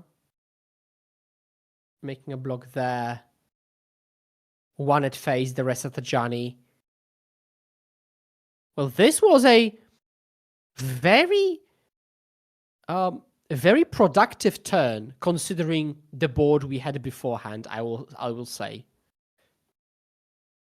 I don't think I expected this to look like this at the end of Bruno's turn. But here we are, very well played, very tight gaming by Bruno. Yeah, and with City Wow. Blessing, Bruno will get a bunch of tokens, so now maybe Raf is not even necessary. Now the card that Wow. Bruno would like to find the most is Guide of Souls, I think, to just get a bunch of life, get a bunch of energy, make Bruno's creatures bigger.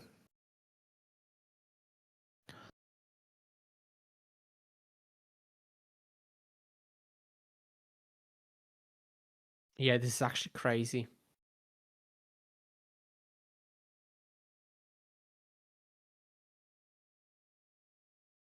Okay, Thraben Charm on the creature. Bunch of tokens left over. Pass. Whoa, very fast. Bruno is 12 minutes down on the clock. Still plenty to probably finish this game 3 off.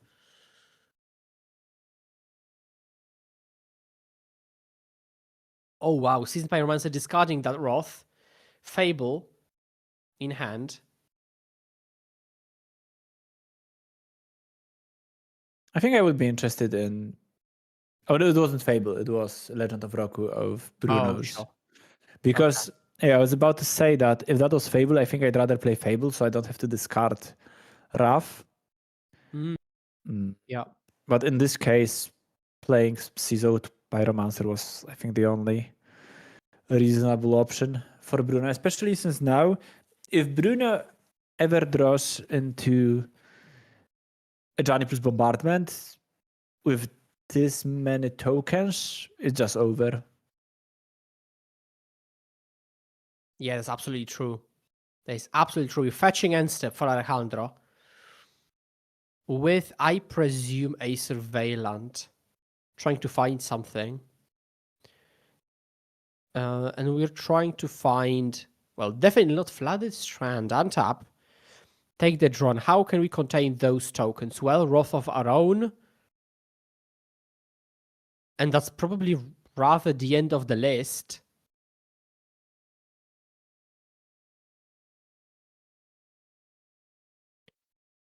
And I'm not, well, and there is a chance he's got that in the deck given he was on the draw, so maybe there was some Wrath on the draw.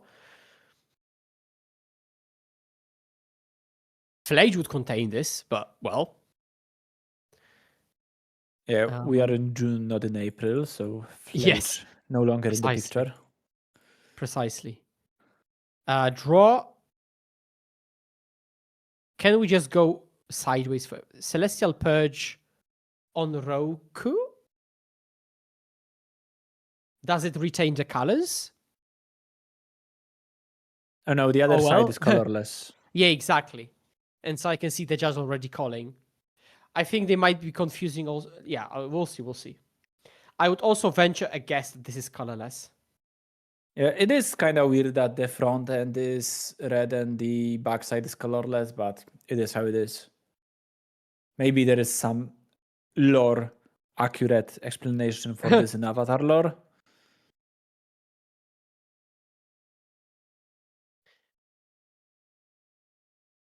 So now so knowing the rules, we're probably just going to very simply rewind this because literally nothing happened. We're just going to go pick this back up and just continue.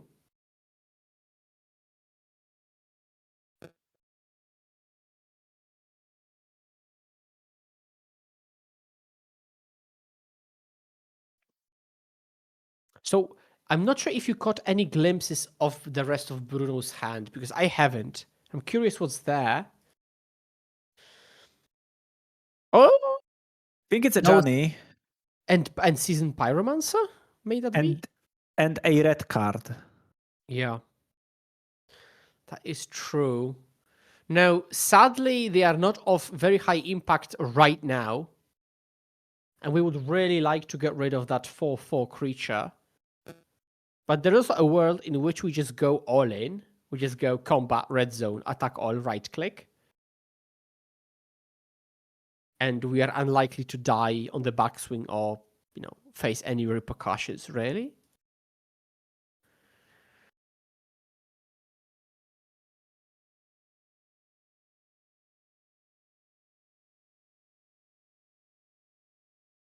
We are... Oh, they're checking that the backs. Oh, okay, sure.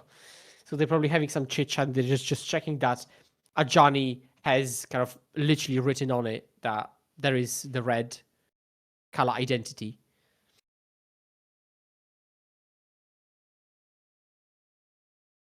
So while we're waiting for the judges to figure this one out, so Jędrek, what would you do in this position? So let's say Seasoned Pyromancer, Ajani, Celestial Purge. We move this back to hand. What do you do?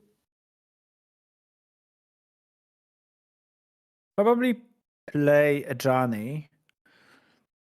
Attack with all my cats because they are effectively unblockable. And see where the game goes from that. Mm-hmm. That makes sense. And I think you would get 1, 2, 3, 4, 5, 6, 7 haha damage through. So upon we go down to 5, you would lose 2 creatures with Ajani. This looks like a pretty winning position. Like you can't attack with red tokens in the same way you can attack with cats because they won't trigger Ajani. So I think the play is to play Ajani, attack with 4 cats, and maybe the token above cats is another cat from something else. At times like that, I really wish everybody would use the WotC mandated tokens. That is true. That's true.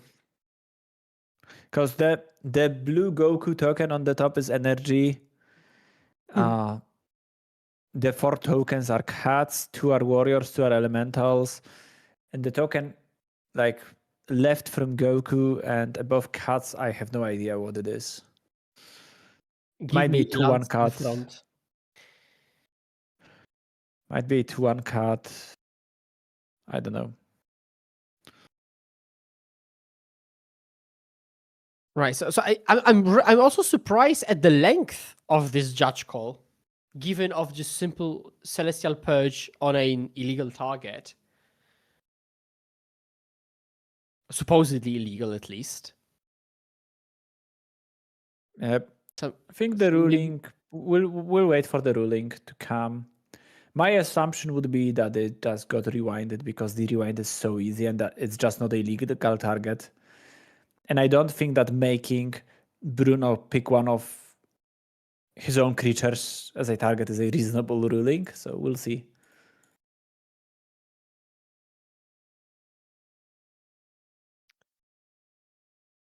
Okay, I think now Judges has come back.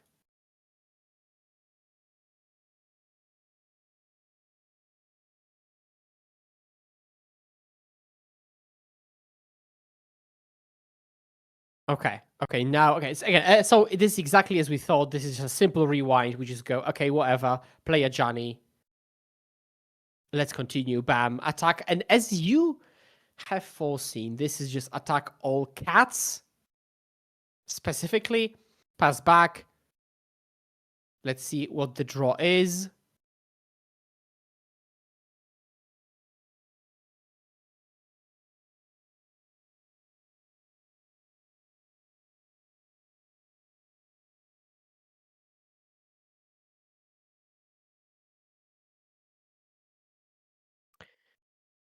Combat, I think, was spoken. Attack, and then the firebending make mana and make a dragon immediately.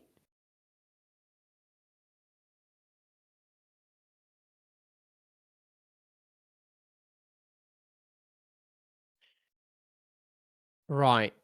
And then we are at 9 life, trying to hold on to our dear life, which I'm not sure is going to be particularly successful.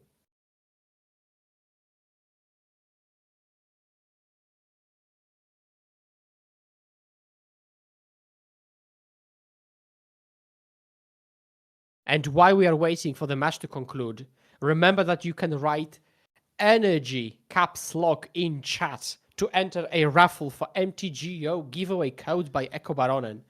And the moment this match is concluded, we will choose 3 winners.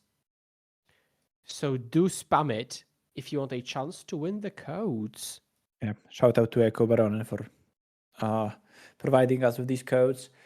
Now that I think about it, maybe attacking with 1 less cat was better. So because if you have 1 cat to block, then it makes Roku unable to attack, really. Or maybe I don't think there was free energy before the dragon was made to give Roku flying.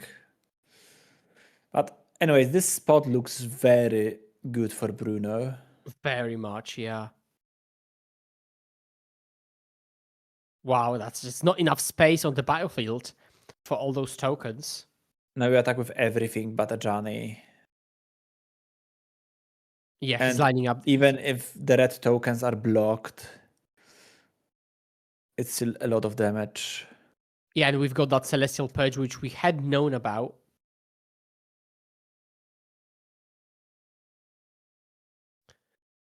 So we might perform some sendage. 4, 5. That's 6 damage so far. And we just attack with red tokens as well. Yeah. Yep. That forces Ragavan to block. And leaves Bruno at non-lethal. Seems at like non-lethal, but Alejandro is at 1 and Bruno has a bunch of creatures. So if it's non-lethal, I think we are considering just the cats. Or not? Okay, so many different options. Okay, this is the log this in. Log this in, and so we let all the cats through. No flippage. We pass the turn yet again, but now it is going to be determined. This is the turn. Boros Energy Mirror. Bruno versus Alejandro. Timer, 2 seconds. 1, 0. End of time in the round. There's probably some extra time due to that judge call. Bam, bam, bam. Couldn't be faster to untap. Bombardment off the top. GG's. Bruno takes it down. 2-2-1. Okay. Wow. And now, chat, take a look at the chat, because we've got the winners and we've got the codes being given away to none other than Mahalik, Rakros _ and Miles _ Schmuck, I guess. Congratulations to everybody for winning the codes. And this concludes this round 3. There was a lot of very thick action, but it concluded with Bruno winning from a seemingly very, very hard position in the mirror match. Just a reminder that this whole broadcast is brought to you by Narón City Hall, Ultimate Guard, TopDeck.gg, and of course, Impact Live broadcast team. I'm really happy you have all joined, and we will see you for round 4 in just 5 minutes. Take care.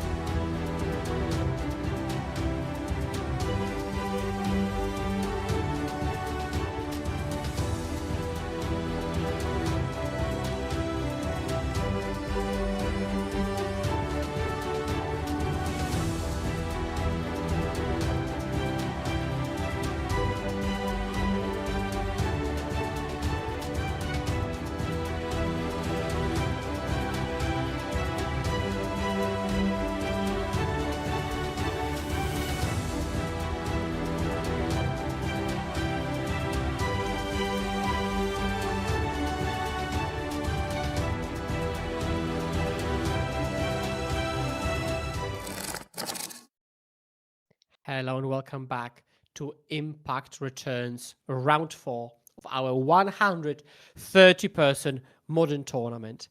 So this hall is packed full of modern players wanting to take down the trophy. And this round, we'll be watching Affinity battling it against Esper Blink. But before we get into those decks, a reminder, this stream is brought to you by Narón City Hall, Ultimate Guard, TopDeck.gg, and Impact Live broadcast team. And of course, myself, Jędrek, now yapping about this round. And so now getting straight into it, Affinity, rather alike what we've already seen today, but now we see two Ravagers showing up. But is there anything that catches your eye particularly? I think the main deck Blood Moon is the biggest deviation from the list we've seen before. It's like the previous list had 4 Tormod scripts and 1 Ravager, and I think an extra something. I don't know if it was third Emery or third Sync, but all those lists look fairly alike. Yep, that's fair. But now Esper Blink, a deck we have not seen yet today. Is there anything that jumps out at you here? And how do you think this deck matches up against Affinity? To be honest with you, I don't really get the appeal of Esper Blink over decks like Goryo. Think you get to play the same power cards in like Thoughtseize plus Solitude Ephemerate, Riddler Ephemerate, but you are trading the immediacy of Goryo's Vengeance into for like Overlord. Yep. So we'll see how it goes.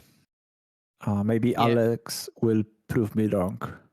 Yeah, and see we shall, because we're already off to the races. Turn 1, Spiral Bluff Canal, and immediately pass into Esper Blink, the fair brother of Goryo's, Swamp and a Thoughtseize, which makes perfect sense knowing that the opponent's game plan is largely dependent on a Kappa, which for all Alex knew could come down turn 2. But now what do you take, Jędrek, from among weapons, Emery, and Emissary with double Saga backup?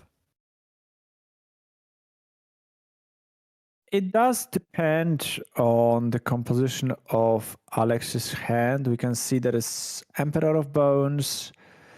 And most importantly, I didn't see Witch Enchanter plus Flicker Wisp. I think taking weapons strips Jamie from most immediate value. So I like taking this card. It wasn't definitely Emery because there is no artifact for Emery to either recur or reduce her cost. And I don't think there was much reason to take Pinnacle Emissary. Yeah, that was very curve disrupting. But now we flip triple land Avatar, which is not like the Avatar we saw in the previous match. And we see an island which was top decked, it seems, and a pass. So we prefer to make a token rather than deploy Emissary, which makes sense, of course. We can make a token, untap, make a token, and start putting pressure. But Esper Blink has amped time to set up. No mana being tapped, keep on top. Emperor of Bones. And players are playing at a very brisk pace, must I say. Moving with intent very much. Yeah, they surely are. So now Jamie can make another token. Find like a skateboard, play second Saga, equip skateboard, and start attacking for 7.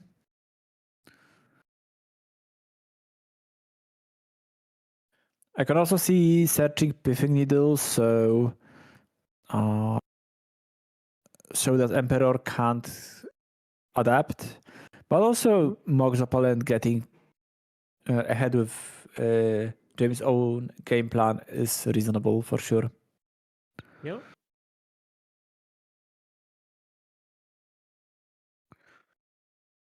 So now we get in. With just a humble 3. Mox Opal. Emery, which we knew about. Trigger. We mail a skateboard, Mishra's Bobble, a third saga, and something that resembles Krang, I think. Yeah, I think Or that last card is Krang. Now we go to our turn. And what options do we have? A lot of cards in Alex's hand that we cannot possibly make out. But the full grip is there. Now we use Emperor of Bones, Trigger, Combat Trigger, Exile, Adapt, Bam. Well, that's all very fast. Trigger. Mill Ophelia, a Bogart Trawler, and a bunch of lands. Given that we have not made a land drop for turn, we could probably pick up Bogart if we don't have a land, and Ophelia if we do. Actually, so many lands in the graveyard right now.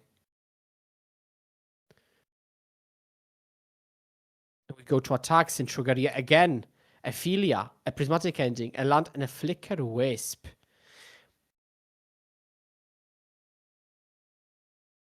We're taking the Flicker Wisp, probably thinking of the future turns rather than this one specifically. So this looks like Alex is in a commanding position, but what cards could Jamie chain up to flip the advantage, you think, Jędrek?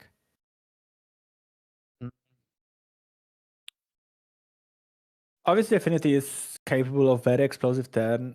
And we know that there is, I think, still Pinnacle Emissary in Jamie's hand. So maybe like some sort of manufacturing Pinnacle Emissary turn. Makes sense. Notably, Crank, if that's Crank, it's an artifact, so it can be recast with the help of Emery. That is true. Maybe some Shadow Spears.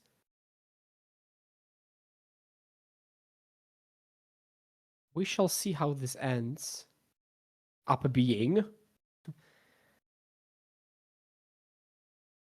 Okay, Pinnacle Emissary. Pinnacle Emissary. One card we don't... no, okay, couldn't catch a glimpse. But now, with one card in hand, we're actually playing Mishra's Bubble, not the Krang. That's so many tokens. And now these constructs are absolutely massive. They're absolutely insane. And there is another construct coming. So we are approaching a mass removal or bust territory. Yeah. And is there any? most as per list, I don't think even play main deck mass removal. Let's check. It actually doesn't seem like it, yeah. Yeah, there is 4 Wrath of the Skies in the sideboard of Alex's deck, but no main deck copies. Which is particularly good into Saga because with Supreme Verdict, hypothetically, you could let it resolve and then make a token, which you can't really do with Wrath of the Skies. So we're fetching. Now, also 4 Wrath in the sideboard. That's quite a bit. But how do we come back? Well, we've got a Flicker Wisp. If we could Flicker Wisp twice, we could get rid of the big tokens. But there are also the small creatures attacking you, and at 6 life, this is precarious. Very weird change of pace and advantage, given how strong of an opener Alex has had. Like, let's be honest. The only thing Jamie did was like, let me play Urza's Saga. And now we are here. So Urza's Saga kind of pulling a lot of weight in low resource matchups ever since it was printed. I couldn't count how many games I've won on 5, just thanks to Urza's Saga. And so this is one of the few moments that Alex is actually taking his time rather than briskly playing everything. Clearly a precarious position. So what do we want to flip off Overlord? Like a Solitude with? It is a Solitude with some help of Ephemerate that we don't seem to have. I think we've got a bunch of I think the hand is Flicker Wisp, Witch Enchanter, and Freelance for Alex. Yeah. That is unfortunate.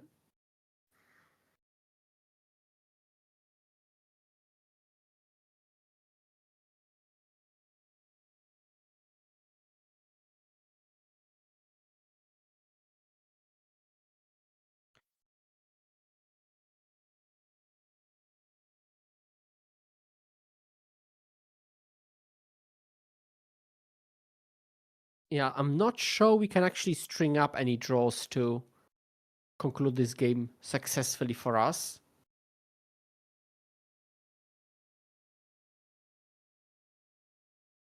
Yeah, I don't think so either. Especially with Shadow Spear presumably coming down. Yep. There's also a skateboard in Jamie's graveyard. So Jamie can Emery the skateboard to tap down the blocker and get Shadow Spear on the same turn. Yeah, absolutely. But we are giving it a fair chance, a fair fighting chance.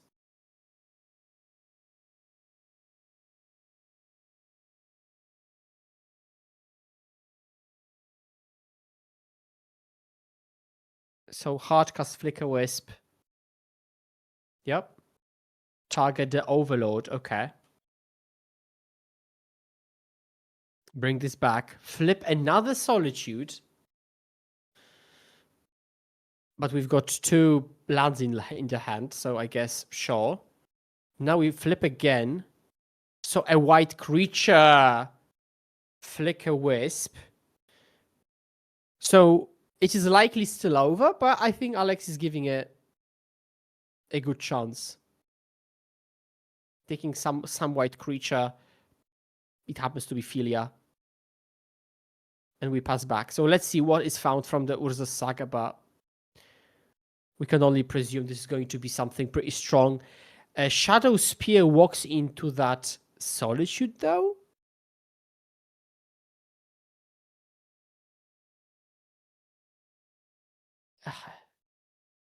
Is it possible that it's not over?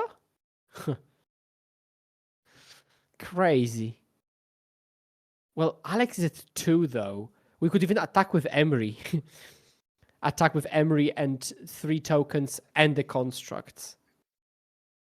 Yeah, I still can't really see how Jamie is losing this game or not winning the game this turn. Yeah, so because the skateboard is like the best pickup, right? Yeah, the skateboard once again is in the graveyard, but sorry. That's yeah, you go for Shadow Spear. Play skateboard. Maybe not even Shadow Spear. with Emery. Yeah, you play skateboard with Emery. We don't have, because Shadow Spear costs 2 mana to equip, if I remember correctly. Yeah. So you get Shadow Spear. You play skateboard from the graveyard. You equip skateboard, and you have so many lethal attackers. You can also play skateboard with Emery and equip Shadow Spear. That might be better. We play Emissary just to make more tokens. We put this on the stack. Triggers. Tap one of the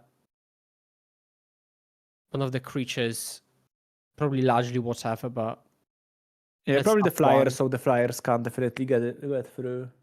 Yeah, with still the hasty attached to the construct which has just been made. Yep, and that is GG's. Okay, that is GG's. So we're going to game 2 right now. And we've got a sideboard with a bunch of cards we have seen today and a couple that we haven't. So would you side in, key question right now, would you side in the Vexing Bauble knowing you're against a Solitude deck? No, I don't think so. Even though you can grab it with Saga, I think it's just too little of an upside, too little impact. I think Blood Moon is interesting against a deck with so many colors. Swan Song definitely comes in because it counters Wrath of the Skies. I can see Consign to Memory to like counter some triggers. It makes Philia much more risky play, or blinking your own stuff with Philia a more risky proposition. So yeah, we'll see. But I expect minimal sideboarding from Affinity's side, as always. Okay, and from the Esper's side, we've got Dumping Spheres, High Noons, Wraths, Conquerors, Disputes. What would you side in? Definitely Clarion Conqueror. It is a slam dunk, just like Wrath of the Skies. And Mystical Dispute is definitely a card that stops a lot of meaningful plays from Affinity, especially on the play, so we can get a turn 1 Emry or turn 1 Pinnacle Emissary. Okay. So we've got some idea of what might happen, and let's see what actually did. 3-0 table, 1-0 for Affinity. Let's see if Alex can take it down now that he is on the play in the Esper versus Affinity matchup. I see a land, a Wrath of the Skies, a Solitude, I think a Philia as well. And I think both players on him will go to 6. Yes. Both 6s, it seems. And there isn't second land from Alex, if I can see things properly. And I don't think there's a Witch Enchanter. Yeah. It's Philia, Prismatic Ending, Solitude, and 2 Wraths. Yeah. Which makes sense. You don't want to go to 5. Your cards are actually pretty decent. And you've got a Surveillance. So I think it's a very reasonable 6 to keep. As in, there are very few 5s that probably get you there.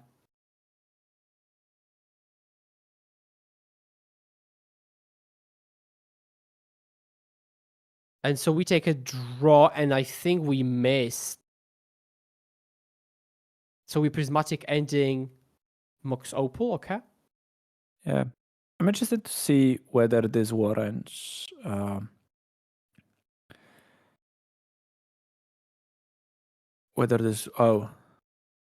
that's unfortunate. Jamie sacked Welding Jar to regenerate, but Prismatic Ending sadly exiles. Oh, no. Well, considering that Alex is breaking on lands, this could be the out to compete in this game. Very unfortunate. Yeah. Draw. We miss it yet again. Still no lands. And Saga pops off now. So both will be on one land, I guess. There's an island in Jamie's hand.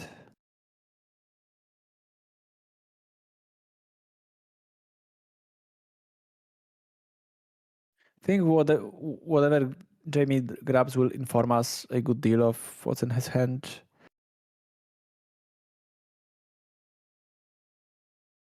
And like skateboard is nice for future turns, so you can get some hasty creatures down the line. If Jamie is far away from getting anything going, then Misha's Bubble is probably the pick to just keep the cards flowing. Yeah.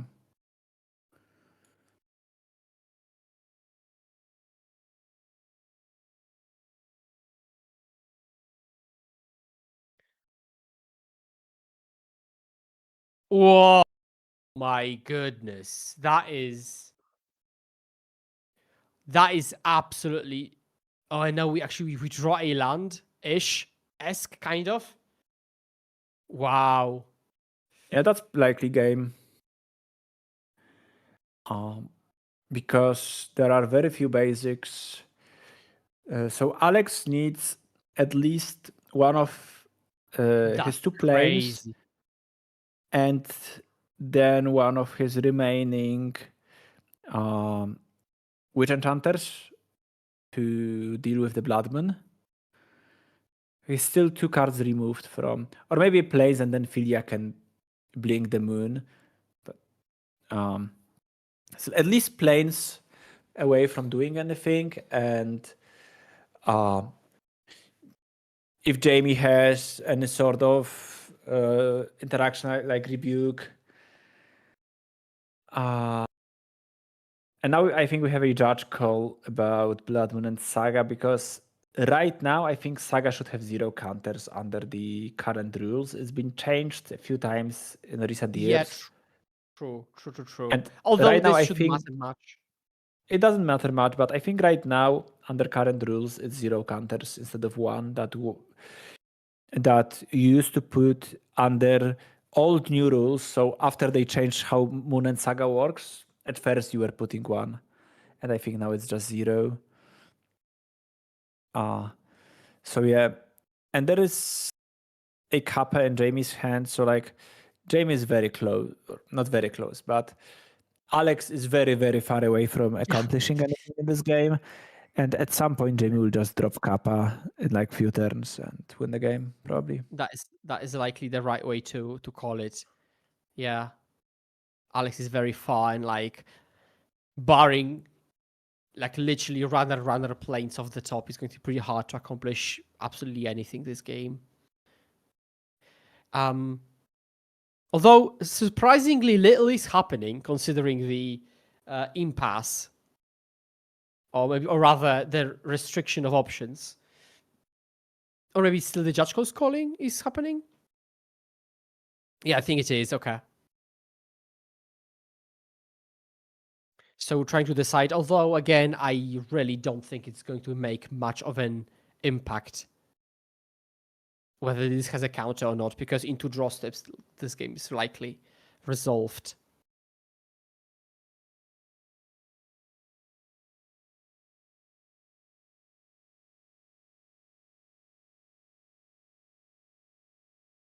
Okay, we're still waiting on the confirmation.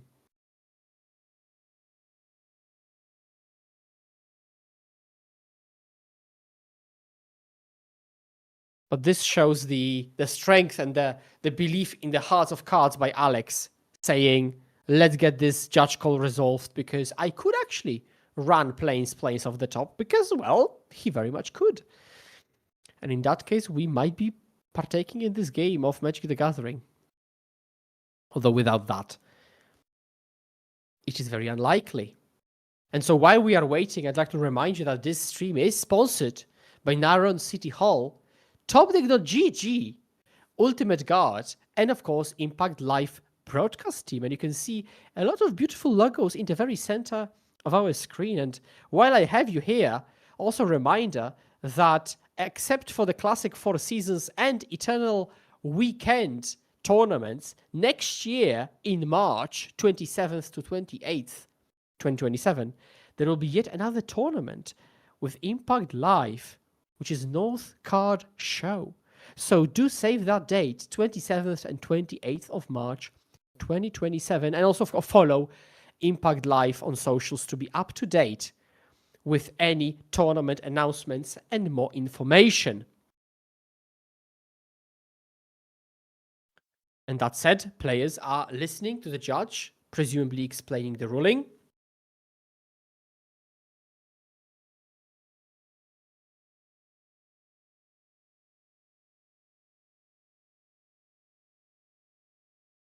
And still explaining the ruling.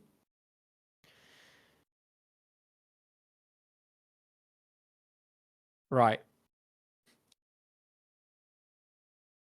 So probably explaining also the when what happened. Although I would agree that players agree with each other when it comes to the time stampiness of the actions.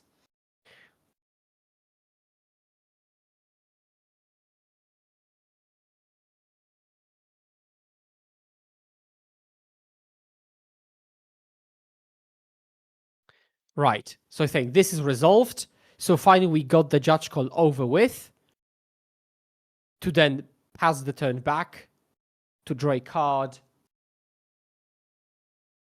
play a second Blood Moon and pass, go to clean up, presumably. Well, thankfully we got that counter sorted out. Pass back. What? And Oh, that's just... Right. There's a kappa coming, and that's 4 turns clock.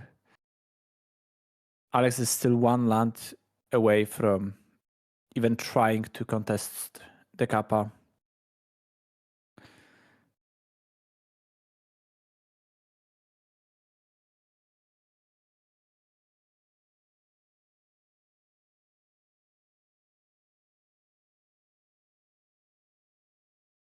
Okay, and we're just attacking. Our Bogle is indeed getting in. Take the draw. This is not a plains. Although next turn, if we draw any land, we could Solitude pay the ward cost. Right? I mean, I guess. And we Galv Blast for lethal. GG's. Jamie's taking it down with Affinity. 4-0 right now. With Affinity showing a pretty nice showing this weekend, at least so far. And this concludes round 4, brought to you by myself, Skura, also known as Alice in Front, and Jędrek from Mystical Teachings. We will pass on the mic to the rest of the casting team, who will take you through the rest of the rounds today of this exciting modern tournament. And so we have Carlos Oliveros and Patxi Sánchez, 2 great Spanish players, ready to comment on their fellow Spaniards' play in this tournament. Although we have some people coming to Spain from other countries. We had Bruno on Energy. Right. Bruno was Portuguese, if the flag didn't mistake me. Yeah, and Jens, a very impressive German player on the mono-red deck. Excited to see how they fare in this tournament. We will watch from the sidelines, and that's it from us. Thank you very much for joining us, and see you round 5. Yeah. Take care.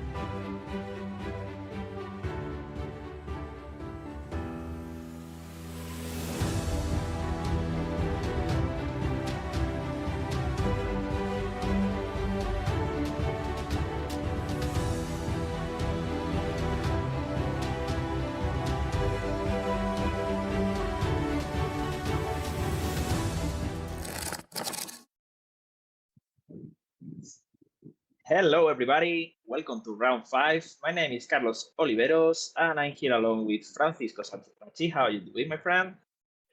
How are you, Carlos, today? I'm here waiting for some great modern.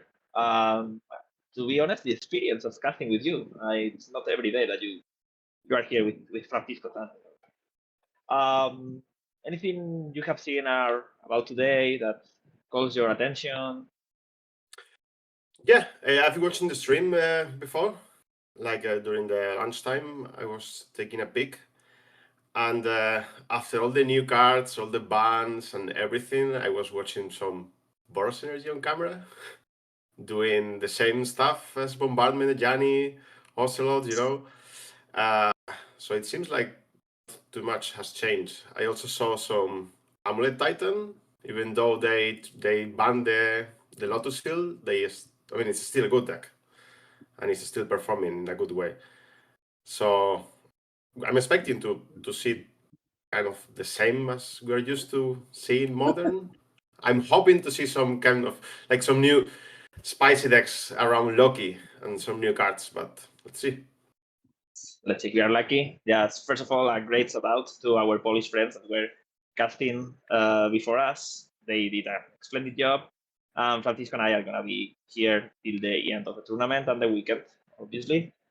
Well, I think we are about to get some great magic. You know that here in Impact Return, all the stream is just games and games and more games. We're not gonna have timeouts for the 5-minute break to basically hydrate yourselves, because here in Spain, summer is pretty obnoxiously hot.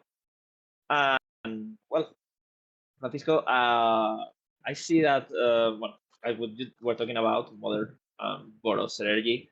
It's kind of insane that a deck that was just born like a couple of years ago with Modern Horizon 3 has suffered so many bans and it's still top contender. Yeah, I mean, it kind of makes sense to me. They banned them like a lot of cards already, but it doesn't, like, the deck, it's a good synergy aggro deck it's a bunch of red and white cards. It's not a strategy around one single card, so it doesn't matter if you, like, they started banning the Raptor, which was like a very good synergistic card for the deck, but okay, you replace it with another one. Then they used to play like some rings because it was the best card in modern, so they banned the ring again, and the deck was good. Like, it's a good bunch of cards that can adapt very well around everything that's going on, and the core of the deck is really good, so it doesn't matter.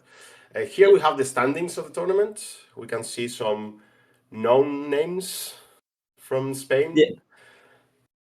We have 7 players from all over the Spain.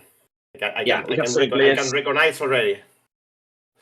7 players at 4-0 with a perfect record. We have, for example, Ricardo Sánchez. All know that he has Ricardo Sánchez Madrid, yeah. Jorge JP is is a local from Malaga, from my city. He's living in Granada right now, and he's doing. I'm happy to see he's doing well. Yeah, and Pedro Dores, if I recall, he was Legacy champion last year. He's Portuguese, of course. As you know, Galicia is pretty close by. Well, I think we are about to get the deck list on the screen. I gotta be honest, I am just really looking forward to have some great games in front of us. Here we have Red White Ponza. It's a kind of deck that before it was red green, and now we are starting to see white. Maybe you can tell us something else about this deck? Yeah, this deck is kind of new for modern. There used to be like decks like these. There used to be like tier 3 in the format. You know, this guy in your local store that plays it always, and it goes 2-2 in the FNM and doesn't do very well. But it got like some new additions in the last sets, like the Erode, which is kind of good because it solves the Planeswalker's issues you have with this deck. Like, a Planeswalker was like your auto lose, and now you have access to a very clean answer for them. And also, you got extra copies of the same effects. So being able to play 7 Cleansing Wildfires, it's pretty nice, as well as 8 Demolition Fields or Field of Ruin. And so you have a lot of a lot of the same card. You're playing 8 of each. Like you think about it, you play 8 Path to Exiles, 8 Cleansing Wildfire, 8 of the same card. And yeah, it's attacking the mana base in a different way as we're used to see. And let's see how it goes. And on the other side of the table, we're gonna have Glorious Blink or Blue-White Blink, as you used to call it. Basically, a lot of great white cards alongside Loki, which is something that you really wanted to get to know. And also, basically, well, the energy package with Ephemerate. I guess you can also provide us with some extra knowledge about this. Yeah, so this was like an evolution of the Boros energy, trying to go a little bit more mid-range with the addition of the Quantum Riddler, trying to cheat it into play with Ephemerates or even with the Consign to Memory. And now it has a lot of like trigger abilities, so like the targets. So you can kind of very easily add a couple of Lokis to see how they go. It isn't a deck like built around Loki, so I'm not expecting to shine a lot, to see a lot of shining from it. But it's going to be good for sure. And the rest of the deck, same with the Boros energy. Like this white core of cards from MH3, the Ocelot, the Gate of Souls, Felia, like they're pretty good. They're pretty good Okay, cards by themselves. so in Yeah. a short period of time, who would you say is favored? What do you expect to see in the next rounds? So we have a deck with a lot of basics, like 3. It's a lot for modern. Like there are lots of decks that plays less than 3, and so all the cleansing wildfire effects are not very good. And then we saw from the Ponza he's playing some sweepers, so I'm expecting the Ponza deck to be favored in this matchup, since the Azorius Blink is not too aggro. It's not too fast, so he's gonna have time to deploy their mana and play his cards. But let's see. All right. So we have seen already some actions come into play. Well, in fact, it didn't come into play. No? The Guide of Souls and Mana Tide to answer it from Gabriel. And now, Yeah, the one off. That one is more painful. yes. As always, now we have plenty of versions of lands, so it's kind of difficult to go alone and know which one is each all of them. But I see that. Yeah, I can help you with that. So we have it's a Citadel on the left side, the one that adds 2 mana for like activated abilities of lands. All right, and we have seen a double face card. I believe is the Witch's Enchanter, right? Exactly. On the bit side, that may be important at the end of the game or something when he's able to blink different things, bouncing back to his side. Yeah, so we can see like here, for me, how I see this matchup, the ball is on David's roof. Like he has to try to deploy as much pressure as he can, and not let Gabriel develop his game. And he's not doing it. I mean, Yeah, he's missing the 3rd land drop, which is not good, and he doesn't have any kind of pressure on the board. So Gabriel right now is very happy with what he's watching the game. He has started to break some non-basic lands. He knows there are 3 planes on the deck, so he's gonna try to play the cleansing wildfires on those basics and just mana screw the opponent. yeah. You can see on his face, he's not happy. We can see David is not happy with what's going on. Yes, he's gonna try to go forward and look to attack with Summary here.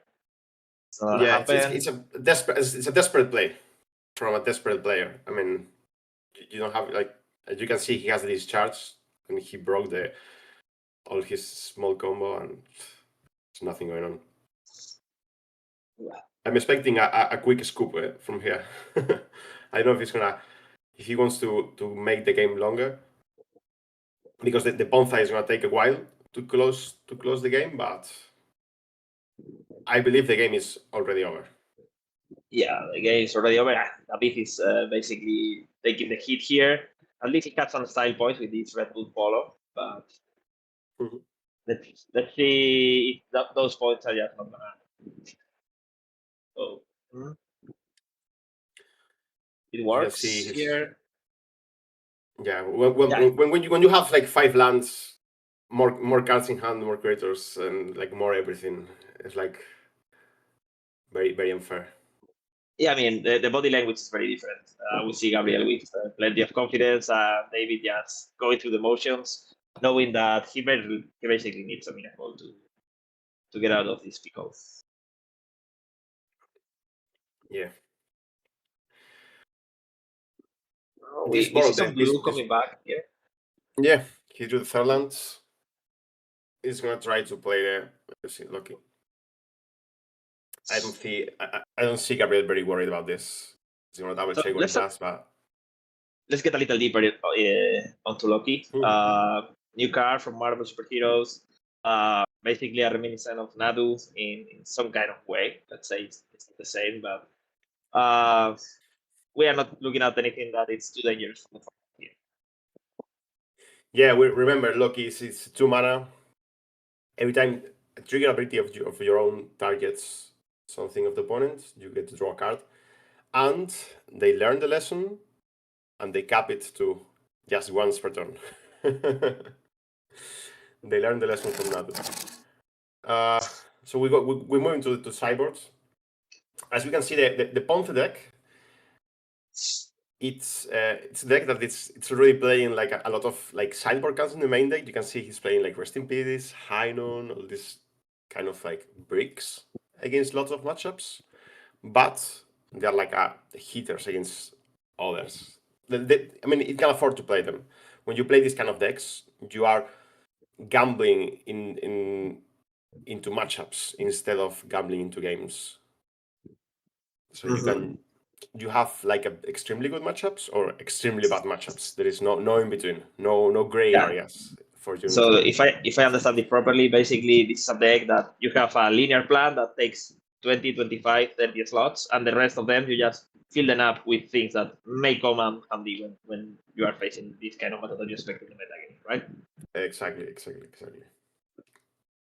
And I mean, the matchup is pretty good. We can see he's going to try to improve a little bit in the sideboard. I mean, he has completely dead cards in the main deck, like Rest in Peace. He wants to trim them. So he probably is going to bring, I don't know, like some Reprieve, just because it does something. Or maybe some Vexing Bubble or Relic, because you can country them. But he doesn't have any like specific cards for the matchup. Like, not a specific or anything that does nothing. Like, I prefer to have a 2-mana cantrip than a Rest in Peace, for example. And let's see how that bit it's trying to improve, which is more important. He needs the help more than the opponent. I see here maybe some. I don't know, to be honest. I see not much. The 2/2 Mbek may protect him from something, but not really much. Maybe the second Teferi may come in handy, just streaming on things that are even less helpful than that.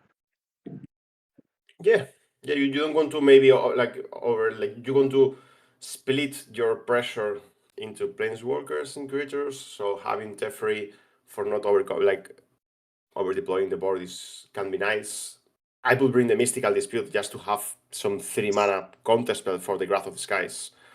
But that's it. Like the Sanctifier and Bake is just a Grizzly Bear in this matchup, since he has the opponent has all these white, all these Path to Exiles to deal with it, and the graveyard it's not relevant. Maybe you can think about consign like some scenarios where you bring something with Felia and then you consign the ability to bring to come back, or to have more chances to cheat the Quantum Reader into play. So let's go to the game. I'm not excited to see. As I said, these matchups are going to be very polarized for this deck. Or it's a very good matchup, like I believe this one is, or it's going to be a horrendous matchup. Okay, so we have a decent start here with Flagstones into Guide of Souls. Let's see if David can, follow with some pressure this kind of play. Yeah, this artwork caught me on guard. I don't think what it is. I don't know what it is. Probably it's a. Let me double check the deck list. I believe it's an Ianho Castle. Makes sense, right? Yeah, it's like a castle, like a Japanese castle, right? Style. Yeah, it looks like So that. it's a legendary planes basically that prevents damage to a legendary creature. Yeah, he brought the grizzly bear.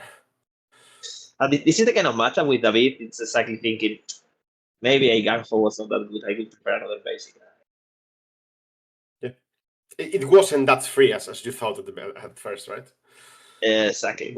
When you hit by these decks, or maybe these times where you play this kind of basic, like free basics, that then you get hit by Blood Moon, something like that, and you're like, oof, it wasn't that free. But still, I mean, Gabriel is double reading the card, and it's like, yeah, I don't care. I mean, it looks like a draft deck where you go like 1 mana 1/2, 2 mana 2/2. That's it. Yeah. Gabriel is playing here his bonus control basically. Just letting things go. Probably, I mean, he's not playing anything, so probably we are having plenty of reactive stuff. More than probably, I would say he has some kind of thought, right? Yeah. He also could be like setting up, this galvanic discharge. I don't spend any energy into 2 mana Wrath of the Skies for like 3 or less, even if you want to. Yeah. But I mean, it's not. But I don't see enough pressure. Like it will be a thing to have in mind. But Gabriel is not worried because he's like 3 damage on his side. And now he's adding another Soul Guide. Yeah, maybe now that there are 3 creatures, I spend my Wrath or something. So we have He doesn't even have to. a 1/1 flying, right? Yeah. Well, the thing is that if Gabriel here has some kind of 3/1, 4/1, he wants to use it properly and not to lose mana on the way. Not lose mana, sorry, lose resources. So, as David is not populating the battlefield quite fast, I think Gabriel is just gonna let things happen little by little. Yeah. We can get a lot of information about the body languages of both players. You can see how Gabriel is chilling right now. He has full hand, not much pressure. He's doing his stuff.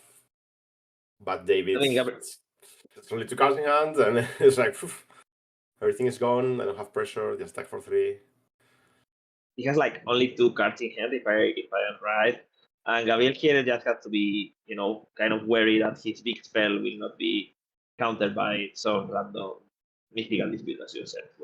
Yeah. I would expect to see some mystical disputes on the other side. I also remember that he has only 2 cards in hand, but he has the angel on the grab side, is on the exile. So it's like a third 5-drop. So it's 3 real cards. 3 cards to play. But still, when you're playing control and you're approaching your 4th land drop and you don't have pressure on the board, your opponent is not doing much, you're happy. Yeah, your opponent literally has Grizzly Bear in front, right? Yeah. You're happy, you already started to cash some of the Field of Ruins. We can see his. Yeah. So here we saw a Graph of the Skies for Gabriel, even leaving 1 mana up, just in case of maybe some mana tide or something like that. Right? He wants to. Yeah, he kept the mountain up. Here I get 2 things. One, he's telling me he has one of his charge in hand. Otherwise, it doesn't make sense. I mean, you would rather tap out and get 1 extra energy, just in case in the future you need that extra energy for, I don't know, for something. So sometimes in these scenarios, it can be better to full tap out and not give away some information if you feel like you're not getting much advantage, but he's shutting me down. Yeah. Here, David, he kind of had the possibility of, run away with the game that he was basically losing. Maybe he could have, with this Felia would survive, maybe he would bring Riddler back or something like that. And start doing things, but Gabriel closed the door quite fast on that and avoided it anymore. We can see a Knight of the White Orchid dealing with the Philo Ruin, ensuring that he's not popping up one of your non basics. Phantom. Yeah, Knight was very good, but not. And another angel looking for a 1-drop. Is looking for the rune, the mother runes. The giver runes, sorry. Yes. And well, a second angel that gets into the exile, waiting to come back into play. Really doing some work. Okay. I can see an Ode in hand for Gabriel, and I saw a flashback as well. I know back to exile. I am almost sure that there is one there. Yeah. Well, this Hainun is a number with a flashback. Like you can't play the the cards you give flashback. So I'm expecting him to pop just use the Hainun as a 5 mana, like a 7 mana removal, actually. Yeah. David here looking for a Halloween Fountain, thinking that maybe at some point he will lose all the possibility of having blue, but also it can fire backlash him. And I think we're gonna see some angels here. But Gabriel was like in a very confident spot, but maybe these angels are starting to work quite nicely. We may be seeing that David has really a chance to get this game into game 3, right? Yeah, to get back in the game. Yeah, without any card advantage from Gabriel's side, you have to start thinking about this game as a threat by threat, like card by card. And this angel has become 3 for 1 because it found 2 1-drops, and then itself it's a creature. So if Gabriel doesn't find any, like the castle that gives you card advantage, it's gonna be in issues. Okay, we see here a cleansing wildfire, destroying one of the blue sources from David. Still, if I'm right, 2 remaining. Well, Gabriel has to keep looking for answers, to be honest. We already have all 3 basic lands in play. So from now on, every land destruction is gonna be for free, which is like where Gabriel is starting to take on the game. But keep in mind that he's on 10 lives, and thing is, Gabriel knows that he has to deal with literally every threat from the other side of the table. Like for every small threat, he has to deal with, even if it's a 2/2. Then you have to kill it. Yeah. So let's see. Gabriel's plan. His deck. It's just avoiding that David plays the cards late in the game. But we are here in turn 6, 7, 8. I don't really know exactly what turn. But still, David is able to be casting everything he draws, and this is something that Gabriel shouldn't be looking forward. Yeah.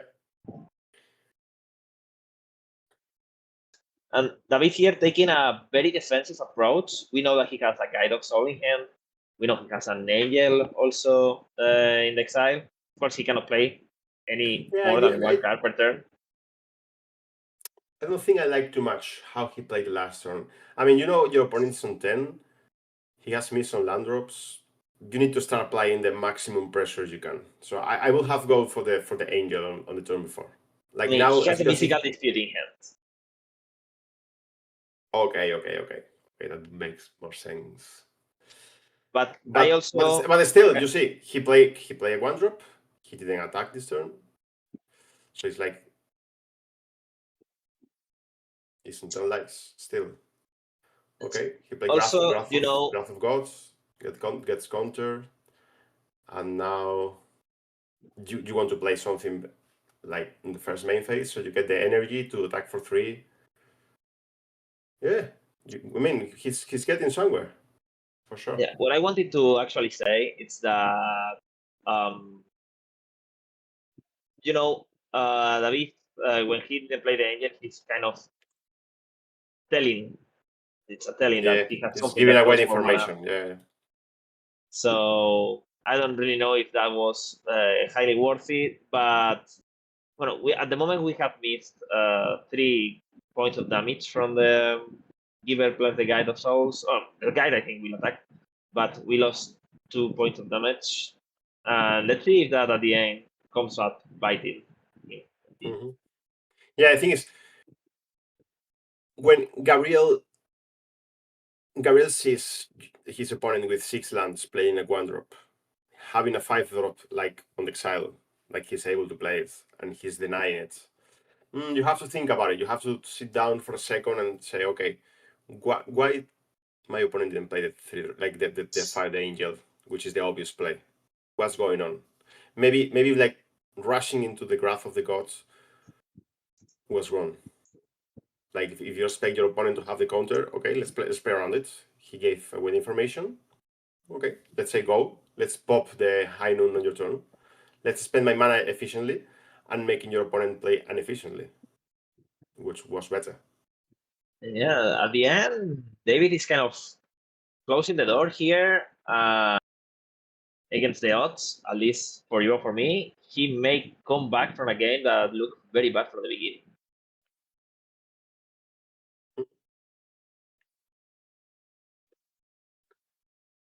As a matter of So fact, now let's I think, see. now I don't see how David loses this game. I mean, I only see like several massive removals on a row, but maybe the first Graph of the Skies from Gabriel was a little too early to be cast. I honestly don't know. Yeah, I mean, the thing is, he had the flashback in hand, so he already had like two Graph effects, let's say. So now he's thinking, okay, he has to eat the damage because the Keeper of Rune is really protection for the other. If he tries to make 5 damage to one of the attacking creatures, it's gonna be useless. So you have to pop the High Noon on the Mother of Runes, and you want to get rid of the High Noon because it's denying you to play in the flashback, which is the card you need now. And Let's see. yeah, Well, David is protecting the Giver of Runes, which doesn't make much sense for me right now. And now we'll see flashback with the Wrath of Gods, restart the board. And David with the High Noon is going to deploy like 3 creatures next turn and hope that Gabriel hasn't have another sweeper. A bit weird that Ephemerate. Like, there is something that we may have missed that, of course, he knows better his deck than what we do.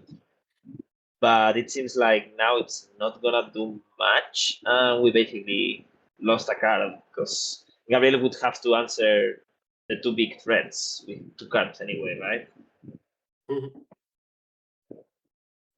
Yeah, we can see here the issue with this deck. When you play cards like, for example, High Noon on your main deck, you play 4, and then you move to sideboard against a deck that you don't really have any like specific cards, and you have to keep them on your deck. This is the problem. You draw them and then you play them. Yeah, basically, and not then much to... they penalize you. It was like the High Noon was an issue for Gabriel this game.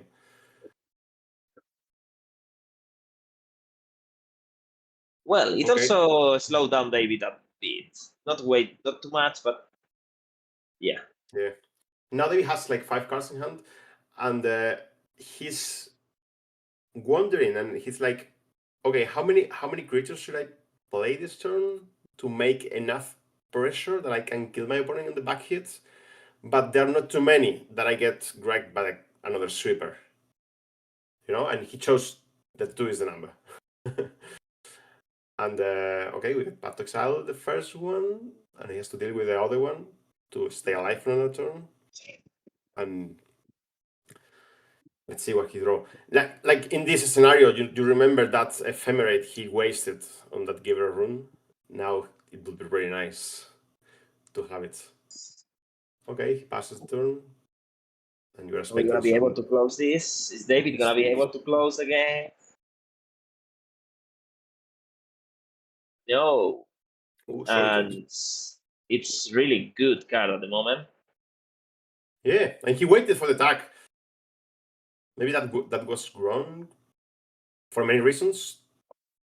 First of all, that your opponent could have drawn out counterspell, like a dispute. And secondly, as we can see, and he's getting extremely punished, you gave your opponent lives on their turn, so now those ocelots are active.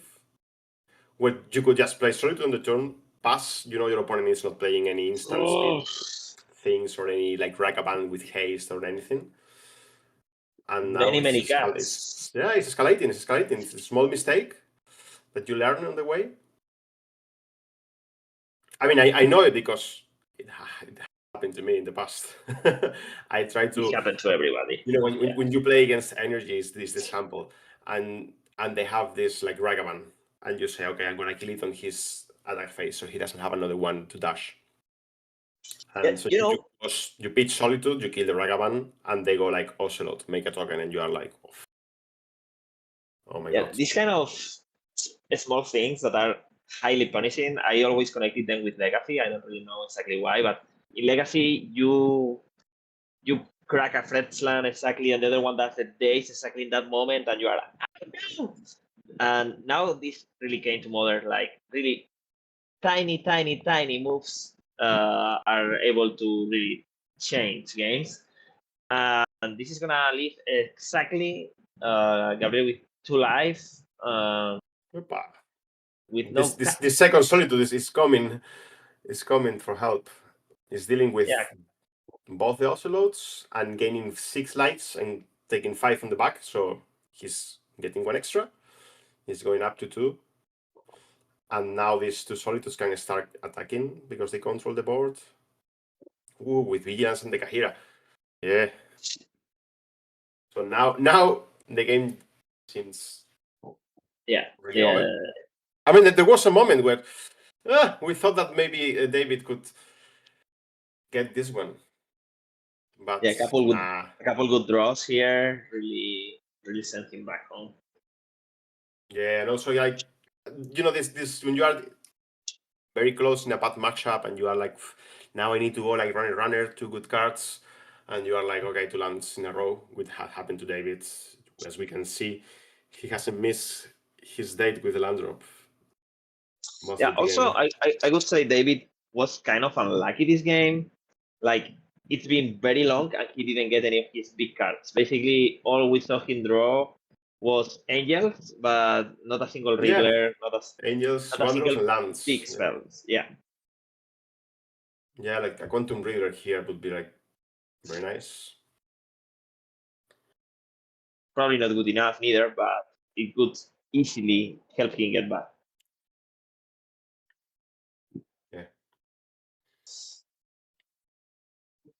And now basically downhill for Gabriel. He doesn't really need to do much more than attacking and keep the pressure on. And it seems like it's gonna be kind of easy for him.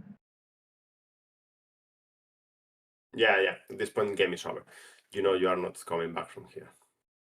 I mean, you might as well get the chance to stay on camera a little bit more, but nah. He's scooping.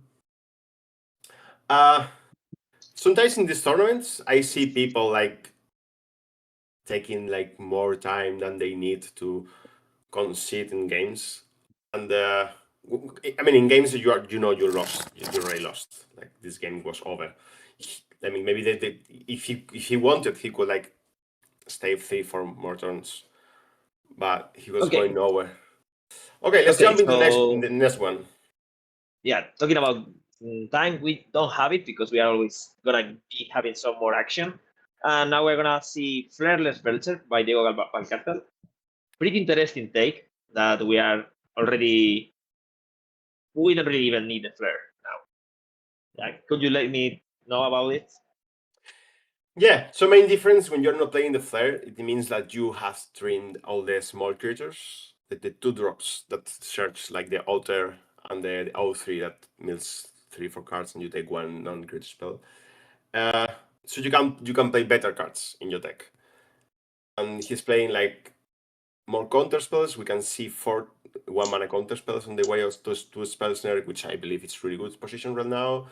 A couple of Stern Scoldings. We can see he's playing a stock up. I mean, it opens up a lot of flex slots that you were looking before with the flares plus all the small creatures that you need to make the field works. Let's say. All right, let's see what's in front. And he's playing again. So this is what I wanted to see. This is what I wanted to see, as I told you before. So we're gonna see Telmo Mendez on Civic Indian Station, featuring skateboard. Like the name of the card already deserves a different time in the screen. But what are we trying to do with this deck, Francisco? Yeah, it's featuring the skateboard, which is a nice upgrade from the boots we had before, and this deck that was already seen online looks like a perfect fit for Loki. Like it's a deck that Loki comes in and shines, and you don't really need to build something new around it. It's already a deck for Loki, and let's see if Loki is good enough to push this deck to the top tier of the format. I'm expecting in the upcoming Pro Tour to see some builds of this deck. Let's see if some teams can figure out what's the optimal version of it. So we have Diego from Spain and Telmo from Portugal, which is a nice country matchup that we're gonna see in the near future, I believe. Let's keep soccer and football for another moment, because as I believe, well, I mean, he's betting, so you can't really comment about it if you really want. Yeah. We can see Diego here displaying this double face spell for one side and lands for the other one, and he's not flipping them. Me personally, I dislike it. If you play this deck, you have to. I mean, you play these cards, you have to flip them.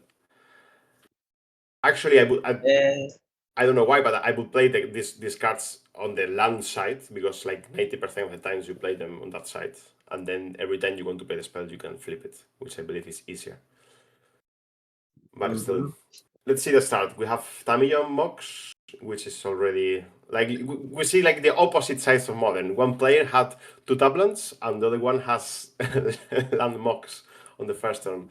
This feels like, when you're playing Cube and your opponent has all the power 9, and you are with your humble deck, and you feel overpowered. Okay, we're seeing a lot of foil cards at the moment. Tamiyo Keating. Let's see if the clue is also foil. Well, okay, it's not exactly foil, but it's also. Yeah, it's a custom one. It looks nice. And well, Diego doesn't have spells to cast. To be honest, Telmo, I don't know if he did on purpose, but he basically played around the spell snare and Stern Scolding, because everything came on tapped and he didn't cast any mana 2 spell. So. Yeah, as excited I was about the first turn, I was unexcited about the second one. Like the first one was really good, and the second one he did nothing. And he's opting to not pop the clue, which is at the end of turn, which is like maybe he's making numbers and he's trying to go for a construct kill. Let's count. Yeah. Because also, this skateboard is he had a rebuke or something, and he wants to make it as cheap as possible in the future. Yeah, but it was kind of free to pop the clue at the end of turn. I don't know what he's hoping to. I mean, if he, for example, had a rebuke now, it wouldn't be free. He could pay the rebuke with the 2 clues, and also put the construct and tap it. Yeah, I agree. Yeah, so what I'm expecting here is to make a couple of constructs, give haste to 1. He's gonna have like 3 clues if he attack with the Tamiyo, 3, 4, 5. He can fetch for another Mox, 6, 2 constructs. 8 is gonna be 16 plus the skateboard, 17. So it's 1 short. Making quick numbers, but he probably had like another X artifact in hand. So he might have lethal, or he might present lethal and try to go for it. let's see. Yeah, of course, Diego is gonna have something. In this case, he Yeah, has, I think I saw a bounce. yeah, bouncer, the bouncer spell, the 1 mana. Oh, he also has the 3 mana. The land that's sinking to stupor, the one that's on the table. Yeah, the Sing the Super. And into the fold now I saw that, yeah, he's putting in front of his hand. Good Now card he's- into the float now.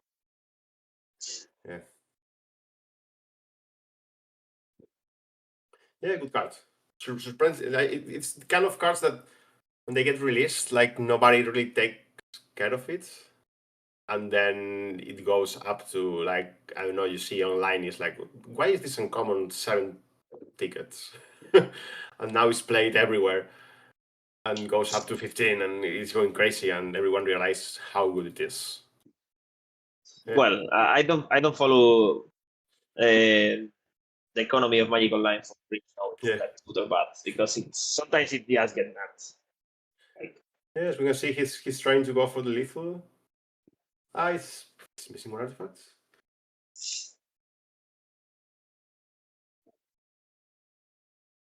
Third clue.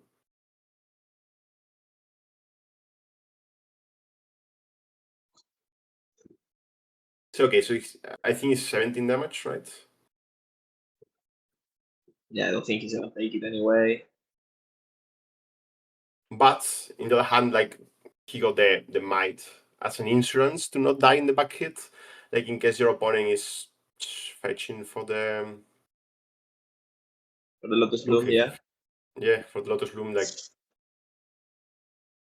looking at the foot mouse, he put an end on the pressure. Like there's no more pressure in this game. Okay. So now we're gonna take the back seat and slow it down. So basically, what Diego wants to be doing here is to keep alive for 3 turns to start going on with Tamesi if he finds the venture. So could you explain us a little bit more how Tamesi works with Lotus Bloom? Yeah, so Tameshi, for 1 white mana, you can return a land of your control to your hand and get back the Lotus Bloom from the graveyard to the battlefield. So basically, you can for every land you bounce back to your hand, you get 2 extra mana. So if you count, and he has like 4 or 5 lands, it's gonna be like 10 mana in total. So you can play your Belcher, which is 4, and activation +3 is 7. So you have an extra those. Yeah. Also, you draw a card, right? The first time that you do The first time you get, exactly, you draw 1 card, and you also get back all these land spells. Yeah, Which especially the Triggered Restoration. With all the mana you had in that turn, you can play, of course. They do stuff. Yeah, with Triggered Restoration, it's pretty interesting to make some mana, give it back, draw a card, and later draw some extra cards as well. Mm-hmm. All right, so Telmo had a plan at the beginning of the game with the Saga. In his mind, he was like closing down the game with the constructs very fast. He tried to go for lethal or kind of lethal, but the plan washed away with the 2 unsummons, and now he has to figure out another way to win. Okay, let's rebuild. Now he's gonna remember like all the time he didn't crack the clue, and now he's gonna need all these extra cards to win. That's so basically the Civic deck, the Green Station deck, or let's say Henry, Tamillo, Uzra Saga's deck. They kind of sometimes win you one way or beat you the other way, but sometimes it's just sluggish. Like this game just goes on and nothing really happens, and you end up playing a lot of mana that doesn't do much. Yeah, like the deck is full of air. You play so many 0 drops, so many cantrips like Bubbles and Rumble and cards that they replace themselves, and there are lots of games you are like drawing cards every turn, drawing a lot, digging a lot in the deck, and finding more of this air and doing nothing. That's one of the issues of the deck. I mean, yeah, and when you can't have everything. You can't have everything. When you find the Saga, you even have to wait to start doing things with it. Come on. Yeah, exactly. And now we can see like he's spending mana, equipping the Tamiyo for no reason. He forgot to take the counter of spend, right? Yep. Well, if we were talking about waiting Now it's reminded the opponent is letting him. This is a small tip for everyone who's listening. This is like a trick from a very old player playing a lot of Magic. If you have any shenanigans on the upkeep, do you have any card that triggers on the upkeep, like we can see with the Lotus, my small advice is to put it next to the deck. Because this way, it's almost impossible that you draw a card from your deck without realizing you have something going on the upkeep. If you put it on the other side of the table, as we can see on Diego's board, it's very easy that you're excited for the draw because you need to draw something good and you are just focusing your eyes on the deck. And you draw the card and you're like, shit, I forgot I have a Lotus on the right corner of the playmat. I mean, you could also put something on the top of the deck, but I have seen people that literally take the thing like, oh, what is this doing on top? It doesn't allow me to draw. I want to Exactly. You can put the dice on top, but for me, I find it easier to just put the card next to the deck. Okay, back to the game. Here is when things gets interesting. Okay, not anymore. But the thing is, this deck is built around Emry is the key card of the deck. You can call it Grinding Station, you can call it like Loki, Saga, whatever you want. But the best card is the Emry, and everything surrounding is to make Emry good. And with the skateboard already on play, it's very easy to go off and combo off in one turn. When you play the Emry, you give haste. Let's see if he finds another Emry, and we can see. Okay, he found the Emry, and he's gonna go for it because I believe Diego doesn't have any interaction in hand.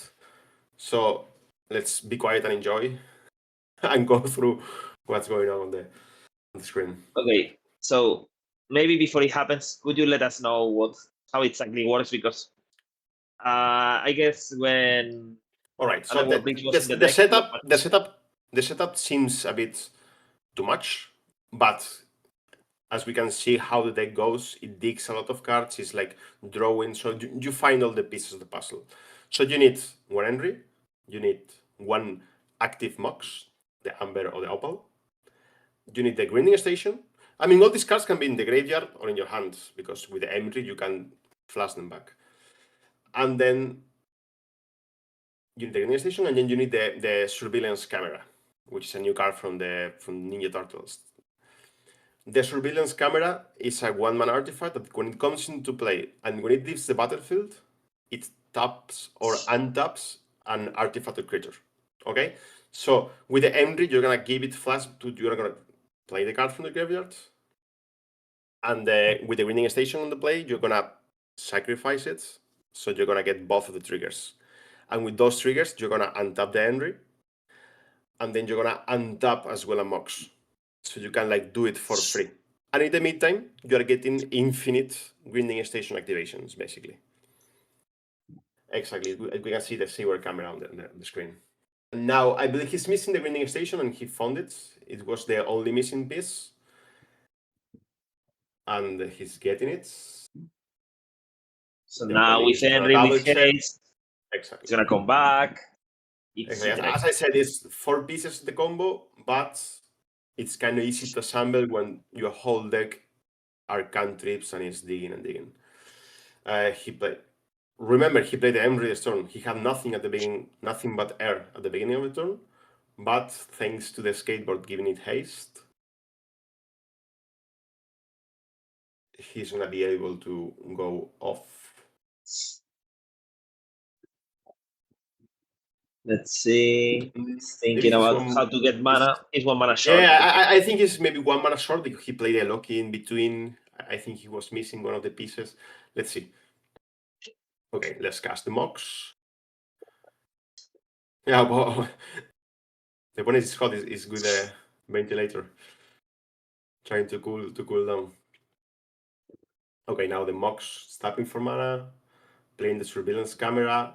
He's gonna untap Emry, which is the same as untapping the land because you can recast another Mox. Okay, Now we play the second Mox, and now with 2 mana.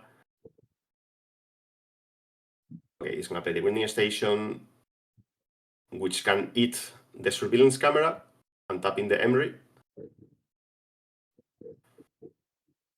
And now the Emery is gonna cast. Okay. Basically, now he becomes a DJ. No, He I taps mean, something, he's something still, and taps. he's still missing 1 mana. Uh, Because now, if he wants to play a Mox, he can't play the Surveillance Camera. I mean, I don't know what the last card in hand is.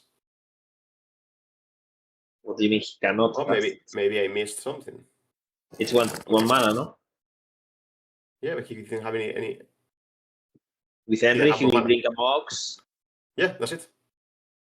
and with the Mox, he would bring the No, okay, but that you rate up the Emery to bring back the Mox. Oh, You know what I so mean? let's focus here on the sideboard. Okay, no, What maybe we is- missed something. You know, he was like telling him, okay, this is my last card, or I have this in hand, or whatever. We can't listen what the communication is. Okay, let's see what he has in the sideboard. What are we expecting him to bring? Probably the dispute, this Mystical Dispute, which is a really good card in Modern. Yeah. I wouldn't be surprised if we see some consign even, to be honest, or the consign. I wouldn't be surprised, or even explosives. Also, not that terrible if you are expecting a bunch of tokens in front of you. Yeah, explosive is good. Yeah, consign could be also good, like shutting down the fetching trigger from Saga, and it has so many tricks with all these cards that trigger. I'm expecting disputes are good in this matchup as well. Also, a Tormod script, your one-off, which is valuable when you have 4 instant speed tutors in your deck. So you can like play it in response at any point. So yeah, I don't know how many dead cards he's gonna find on his deck to bring all this stuff. That's usually a very important issue. And since it's a kind of new deck, I'm expecting that Diego hasn't played that much against this matchup because he probably doesn't have any notes on how to sideboard, and now he's gonna tank a bit. It's gonna be what I want to dream, because everything seems good. So sometimes it's hard to find or to realize which cards aren't that good in these matchups. Maybe he's valuing the counter spell because deals with the Emery, but it doesn't feel like very efficient. Force on Negation doesn't look very good, but you know your opponent is trying to combo off, so maybe you get tricked into it. Let's see what Telmo has on the sideboard. I'm expecting some bullets, some one-offs for the Saga, like Pit and Needle or something like that. Let's see if we can check. I would expect here that he brings some really useless cards like the Lantern, probably the Spellbomb. They are not useless, but they are much worse than, for example, Swan Song or Disputes or Consigns. Yeah, so the one-off Dispute is going to be good for sure against Delcher, since it's a mono blue deck.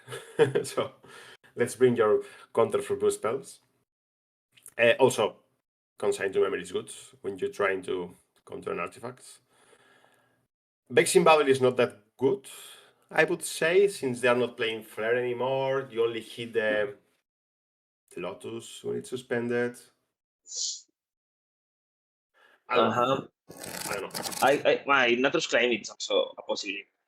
I don't really think it's great, but if Diego has to start playing around everything, it's possible that he starts to mess up.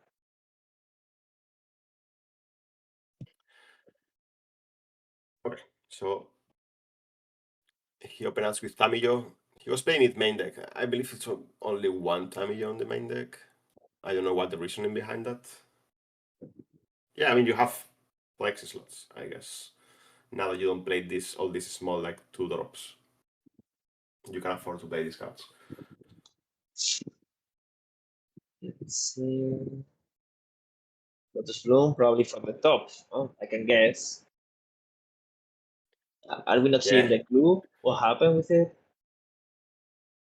He didn't learn the lesson. He's putting it far away in front tech. Let's see if he mistakes again. But are we supposed to have a clue? No. He played the surveillance camera beginning of the combat phase. Sorry, sorry, my fault. Tamillo was up. No, it's okay.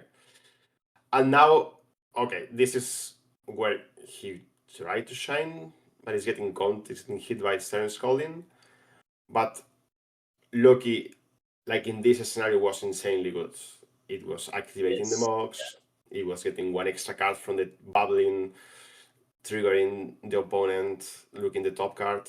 Like basically, the Loki makes the bubble a free mana divination. Do you remember when we used to play? We used to pay 3 mana for divination. Now it's zero mana divination.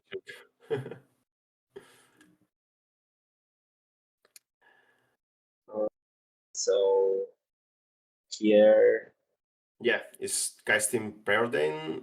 Maybe he's trying to find the third land, and if he does so, okay, he didn't. Okay. But he's getting another Preordain, so it means that Tamillo is going to flip. Stock up on top. No, he keep a land. He's short on lands. Now Tamillo is triggering, should be triggering. Okay, so we're commentating on a flashback mode, so these matches are recorded already, so we cannot tell them that they forgot to flip Tamillo. I mean, Diego forgot about it, and Telmo could. Yeah, everyone forgot. Saying like, honest mistake. I don't think they're trying to get any kind of advantages. As a matter of fact, it was better to flip it. So it's a clear mistake. It's a pity that we're not able to tell them, but it is what it is. I mean, we don't have to tell them, even if if I'm watching a game and someone makes a mistake. But this is not a mistake, it's a trigger, no? No. It's a must. It's not a. What do you mean it's a must? When you when you draw the third card, Tamillo has to flip it, even if you don't want it. That is a trigger, no? Yeah, it's a beneficial trigger, but both players have to remind it. No. Well, we will talk about it later. Let's focus. I don't know. Okay. Maybe you don't have to.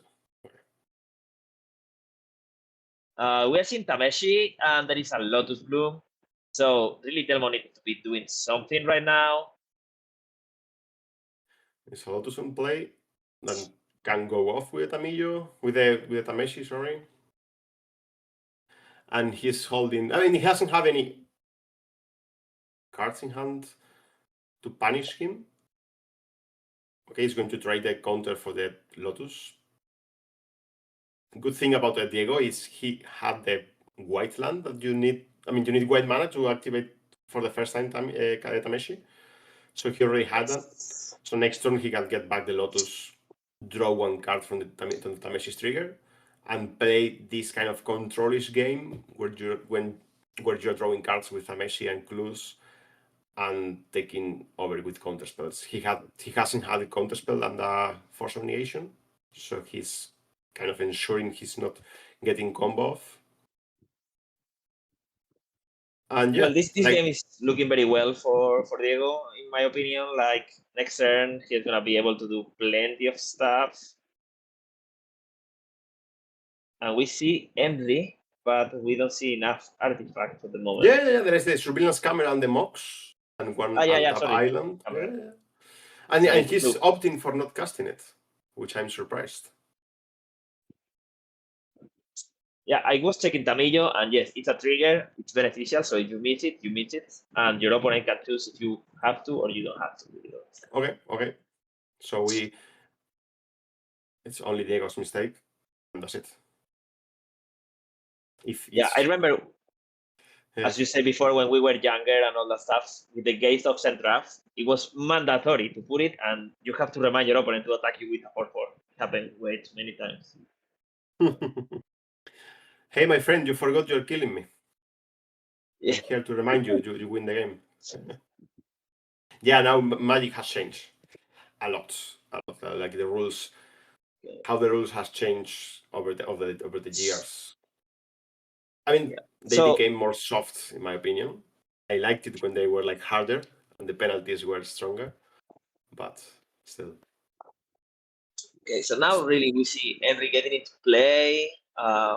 We are milling.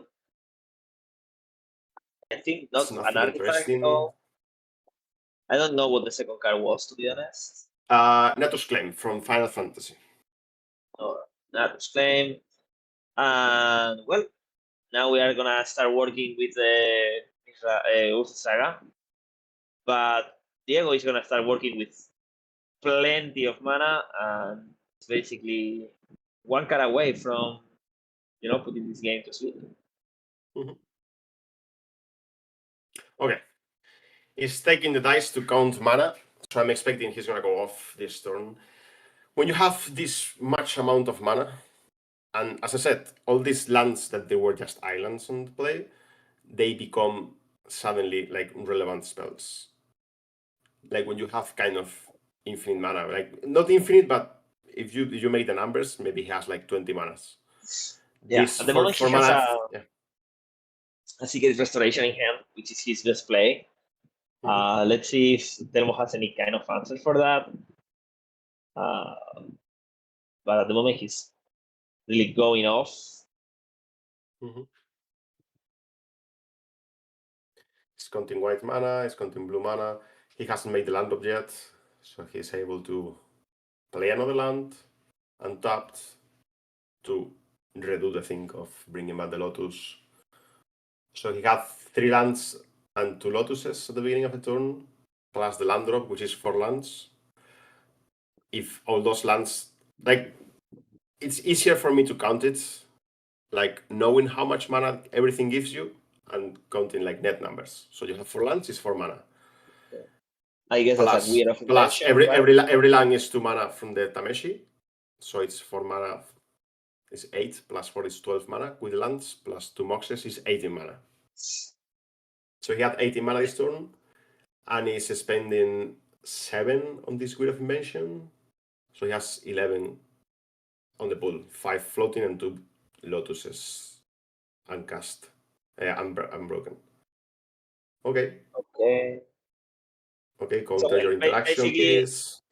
This is gonna just bring up Belcher. The Belcher is gonna activate, and if Diego didn't slide in the island, this is gonna be lethal because Telmo is not gonna have a library to draw from. Yeah. So here, what Telmo is waiting for is just to, okay, I'm losing this game. I'll let you activate the Belcher, but you have to reveal your whole deck. So let me go through it. Let me figure out how you cyborg, which technology did you bring in. Okay, I can see you brought Tormod Treat. I can see you brought the Gravedigger Cage. I can see you brought these many counter spells. So I can have everything, all this information in mind for one extra game if we play it. Yeah, so now they move into the game 3, and Telmo knows exactly what's going on his opponent's side. Approaching the Telmo last became game. a judge. The moment that's pretty awesome. The conversion. Yeah. I mean, I believe it's a downgrade. I mean, when you go from player to judge, you are downgrading yourself. Okay, again, very active way of starting. Tamillo is gonna create a stream of artifacts that are gonna reduce cost, make it easier to activate Mox Opal. So we have something to start working. As you said, Tamillo is important. It does so many things, so many small things that doesn't. Like, if you think, okay, Tamillo against Belcher, it's not that good in general. Maybe you don't have time to crack the clues, it doesn't make so much pressure. But it's those all small things that gives you for the semi-green extension deck. As you mentioned, these extra artifacts, now the consoles are good. You have Metacraft for the Mox Opal. Now the Mox Amber is online when you play it. Like, small things that makes a lot of impact on the game, even though it's just a 1-drop. Yeah, I mean, it's if you think about it, every little thing that it makes, it's just great for the deck. Yes. Ooh. Ooh. Oh, we see the combo. 0 mana divination. Let's go. Okay, check your top card. Draw a card from the trigger. Now you go in your upkeep. You draw the card, and I draw another one. And okay, he activated on Diego's upkeep. And as you can see, he put a dice so he doesn't forget the trigger. Don't be ashamed to put a dice on top of your deck. Don't be ashamed to put a piece of paper or a reminder totem or whatever you want. It's Okay, and now Diego has the duty to not to get buried under a string of cards that Loki plus Tamillo are creating. Mhm. Because, well, I mean, I wouldn't be surprised if Telmo is able to find the pieces that he's looking for in no more than a couple turns, and Belcher needs at least to get to turn 4 alive. Yeah. Yeah, so as right now, there is two ways the game can go for Telmo. There's two ways of pressure in this game. You can like make like real pressure, like putting like constructs on the play, like life-threatening pressure. No, I mean, and there is another kind of pressure, which is okay. I'm not going to kill you anytime soon because my creatures are not very big, but I'm gonna draw 3-4 cards per turn. I'm gonna be up in this Tamillo, which in 3-4 turns is gonna ultimate, and I'm gonna draw half of my deck. And with the Loki, I'm gonna draw like 3 cards of turn, and I'm gonna sculpt my hand in a way where I have tons of pieces of interaction. So even though I'm not killing you, because I'm not like taking your lives down to 0, but I'm finding everything I want. I'm finding like I have my hand is extract, and I find this Boseiju that I'm using as a stream mine, and I'm finding everything I want, basically. Yeah, basically, he could even draw a card with it if he waited for Diego's turn, right?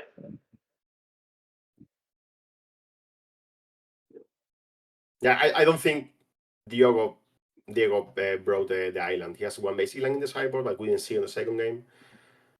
This is not the matchup to bring it in. I mean, your opponent plays one Boseiju, he draws it. Okay, you live with that, but that's it.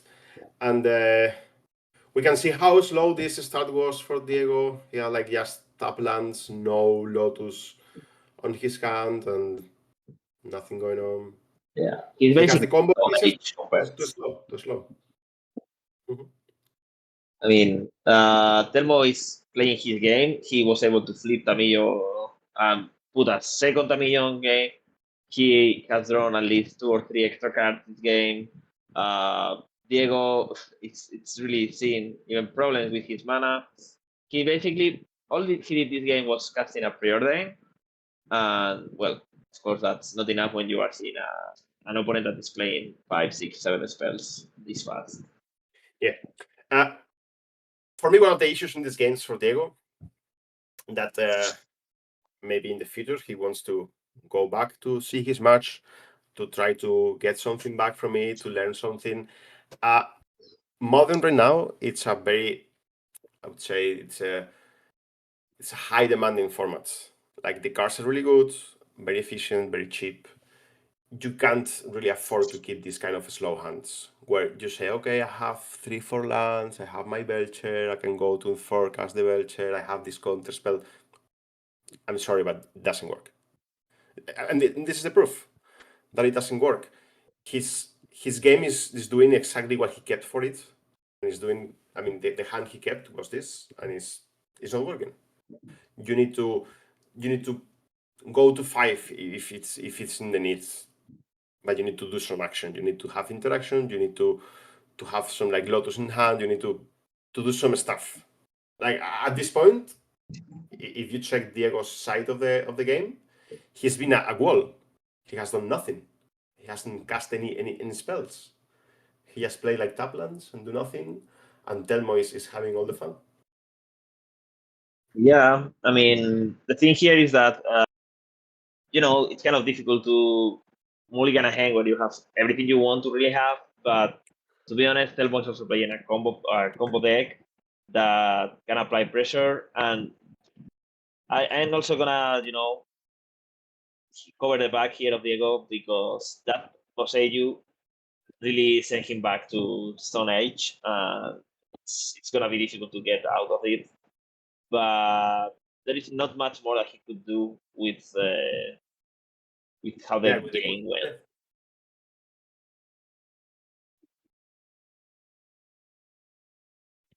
And yes, modern is highly demanding. Like you cannot miss a single step of the curve unless you are really doing something absolutely powerful. But if you are missing the second turn and the third turn doing nothing, there are plenty of decks that are gonna punish you. Like even without the Poseidon, check the game. Like he came to the third land drop, which was a tap land, and just passed turn, had nothing. This is one of the things that we talked at the beginning of the game. Like this kind of flareless venture, it's making space by throwing out the creatures, and creatures at least are scouting your hand in a way or another. And in this game, probably the creatures wouldn't have done much, but at least you are, moving forward in the game, not just draw go in modern in 2026 is just not any kind of strategy. Okay, so he's in desperate mode. He's gonna try to bounce Tamillo, and Telmo has the answer. I mean, he's been drawing like every card he wanted during this game. Now Diego has the phone, so he's gonna do. Not that he wants to, but he has to like fight back that Swan Song. And let's see if it's good enough to avoid the Telmo from ultimatum the Tamillo.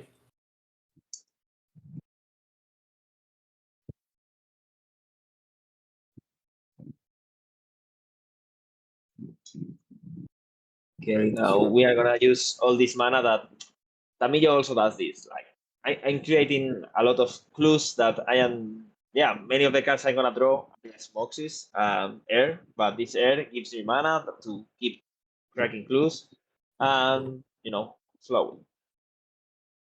Okay, he drew another answer to bounce back the bouncer spell. Okay, Swanson gets counter, it doesn't matter. He's not protecting anything anymore. And now draws the second card of the turn. He should attack first, just to get one extra clue. I mean, it's kind of free.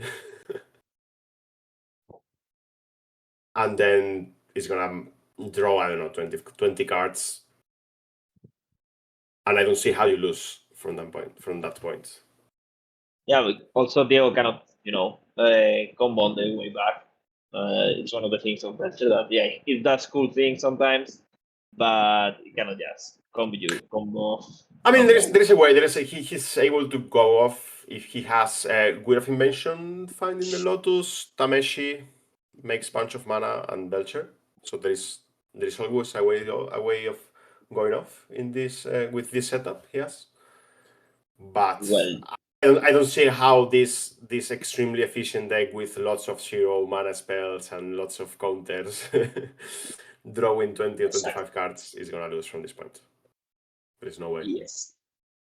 Exactly. Because probably now he can, just play a couple mocks and restart his mana with a consign or a rebuke or whatever.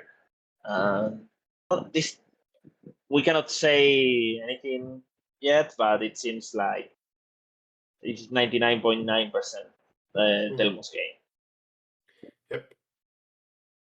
Yep.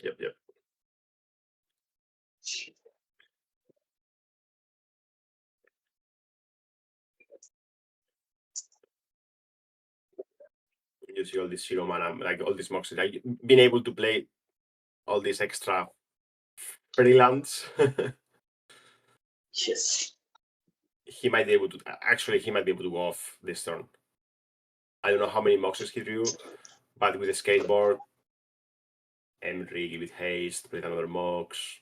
He already has the surveillance camera into play, so he only needs the grinding station at this point. As said before, it looks like a very big combo where you need lots of pieces. Usually when you play a combo deck, you want it to be the maximum as like 2 pieces is too much, like no kind of splinter 2 situation. When you have to play 3 pieces, but they're cheaper, okay. And now this one has 4 pieces, which is a lot, but the deck digs up a lot. Like some of the pieces are redundant, like you play more than 4 boxes, and yeah, he's funding everything. I mean, he drew half his deck. Literal. You have Grinding Station, could trigger the stack, cyber surveillance camera, and that's the only. Well, so that was a great round 5. We are gonna have a bit of a break, just 5 minutes, and we will have much more magic coming to you. So see you now, Francisco. So you know.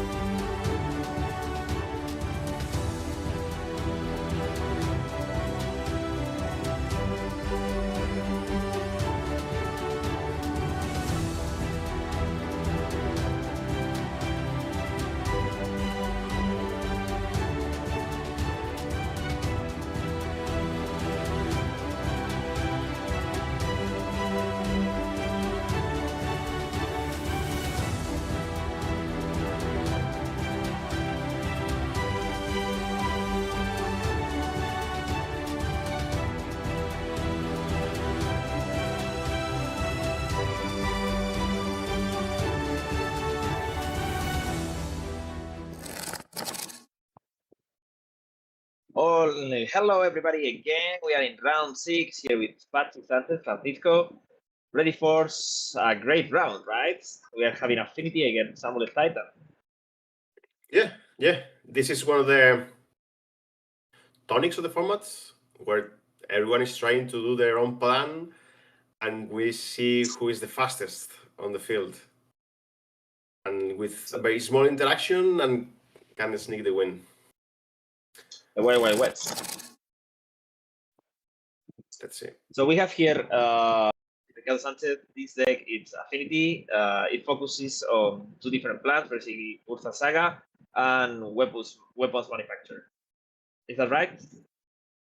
Yeah. So for everyone who is not familiar with the deck, you're playing a lot of like very cheap artifacts, like most of them cost 0 mana, and then you have these few cards which exploit having those 0 mana artifacts, which is the weapons manufacturer, the Pinnacle Emissary, which you can guard for 1 mana and then make a bunch of tokens, and one of the best cards of the deck, which is the Kappa Cannoneer, that you can cheat into play. I mean, cheat. It's a 6 mana creature that you can play for 1 or 2 mana, which is kind of cheating. And it has Ward 4, which makes it almost like untargetable for a removal spell. And on the other hand, we have Amulet Titan.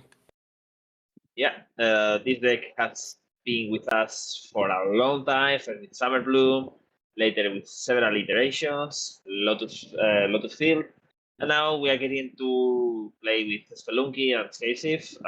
If you are able to illuminate us in a very short way of how does this deck work?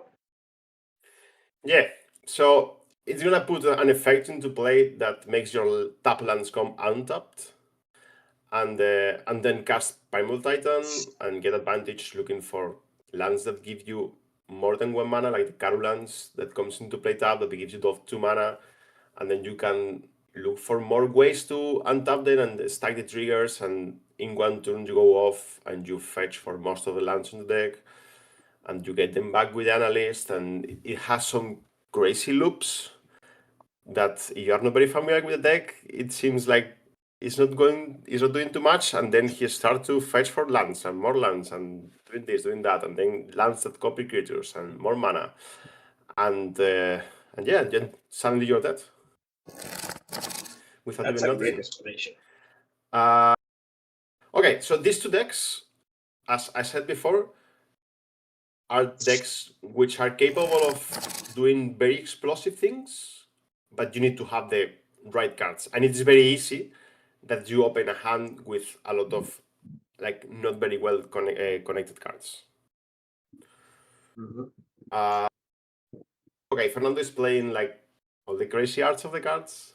I'm able to identify most of them. We have this is the Sacred Layer of the Saga and the Forest. And Ricardo on the other side is starting with Embryo on turn 1. Ricardo is moving on to 5, and I want to just point that despite he played 4 cards in turn 1, this is not a great start for him. He is not looking to do exactly this. He's looking to do this, but having or weapons manufactured or Kappa Cannoneer, he has in hand, but or the Emissary, in order to do something else. Just casting all your hand is not good enough. Yeah. When you play up this kind of decks, which are like the cards are extremely polarized, you have these payoffs that are in need of having the good amount of like 0 drops. So you need your hand to be balanced. You need the right balance of cards. If you draw only payoffs, your hand is bad. If you draw only like bubbles and 0 mana artifacts, your hand is bad. If you draw only lands, your hand is bad. So you need to like the correct mix. So you find yourself very often having to mulligan hands that are just they're not the right mix. So we saw Now Ricardo going to 5, and that's it. I mean, you live with that. We are seeing his hand now, and he has the three payoffs, but not the way of getting there. He has a Kappa Cannoneer, an Emissary, and a weapons manufacturer, but everything is already on the table, and he's not able to cut the Cannoneer or to take advantage of the other 2 cards. And I want to pinpoint that Fernando is actually playing a deck with protection against casters. I don't know any of the lands that he has in the graveyard. I do. Don't worry. I'm here to save you. He played the. Okay, on turn 2, Fernando had the Rumble. I didn't get what he got from the Rumble. But that doesn't give mana at the moment, no? The Mox Opal doesn't give mana. What? Okay, he I guess he got the blue mana. I think he floats some mana, then cracked the bubble and recast it to make a Thopter, which is the blank paper on a sleeve we see there. Probably it's not blank, but it's blank for us. Alright, yeah, it's blank for us.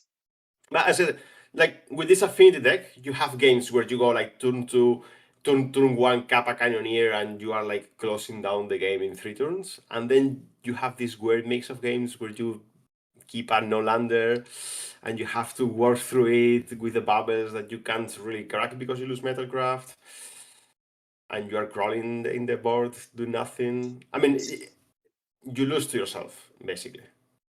Like, Fernando doesn't have any pressure in front of him. He already found the first amulet. He doesn't have... he doesn't need to rush too much. He can like go more steady in this game.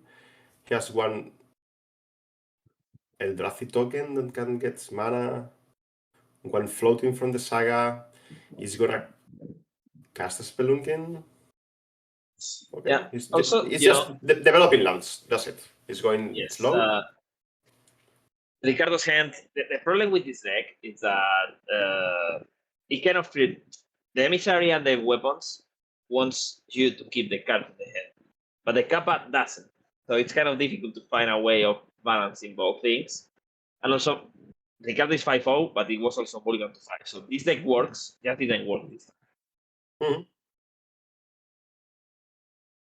White border 3 at Arbor. Boom. Yeah, from the list. Yeah. We can see Fernando has put some kind of effort, like tuning his deck on the way he wants, and looking for those very specific cards. Like, most of the cards are extremely expensive compared to the regular one, so it's not casual that he got those random arts. Like, he looked for them. Yes. And now Ricardo was able to find 2 lands in a row with the help of the Mirror's Bubble and the Henry. And it's thinking how to sequence this. He could have Kappa, so he could only like manufacturing weapons right now.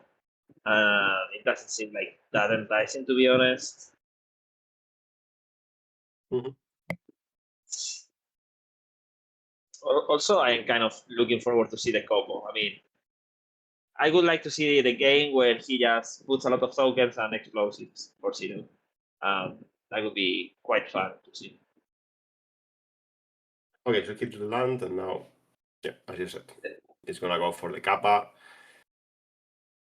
hoping that he can push some damages. Like, I don't see how he killed in 1 turn. In the back hit, he's gonna need at least 2 attacks.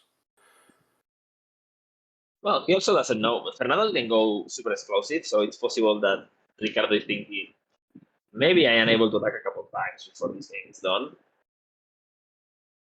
Yeah, maybe he has nothing. Also, I mean, at the end, the Amulet deck is a deck who plays like 30-something lands and very small spells, so they need to draw them. Oh, passes. Yeah. He's missing a Carulant. I think I saw in his Canatolare West, he's missing one of the bounce lands to go off. Yeah, you need to draw it. I think he has Tolaria. It's Casey, the other card, maybe. Yeah, I can see it. Now I'm gonna expect now that he copies one of the amulets with the land. So he has... Ricardo drew a Metallic Rebuke, which can be actually huge, depending on what Fernando draws. Yeah, could be.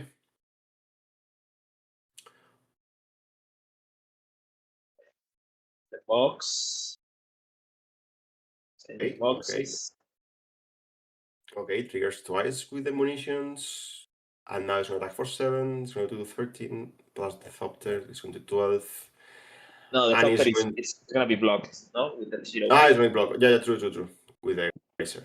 You're right. Okay, so it's 7 damages.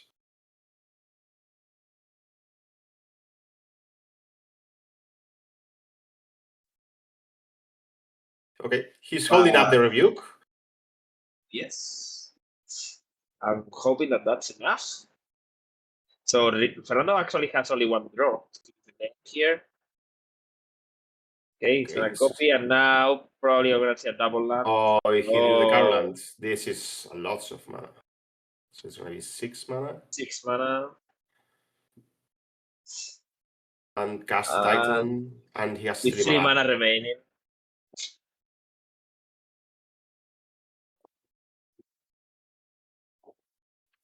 Okay, so now if you are an experienced modern player, you know the game is over. But it's gonna let him do the process to see if he fizzles in between. With three amulets. Okay, so now there is this interaction that is kind of difficult for some players when you have the amulet and the spelunking, which they kind of look like the same effect, but they're not. Okay, so spelunking is a replacement effect, and the amulet is a trigger ability. So when you play a tap land, you get to choose if you want to apply the spelunking replacement effect that says instead of coming tapped, it comes untapped. Okay, so if you apply this effect, it comes untapped, so the amulet doesn't trigger. They don't trigger. So you have to choose today that it comes into play tapped.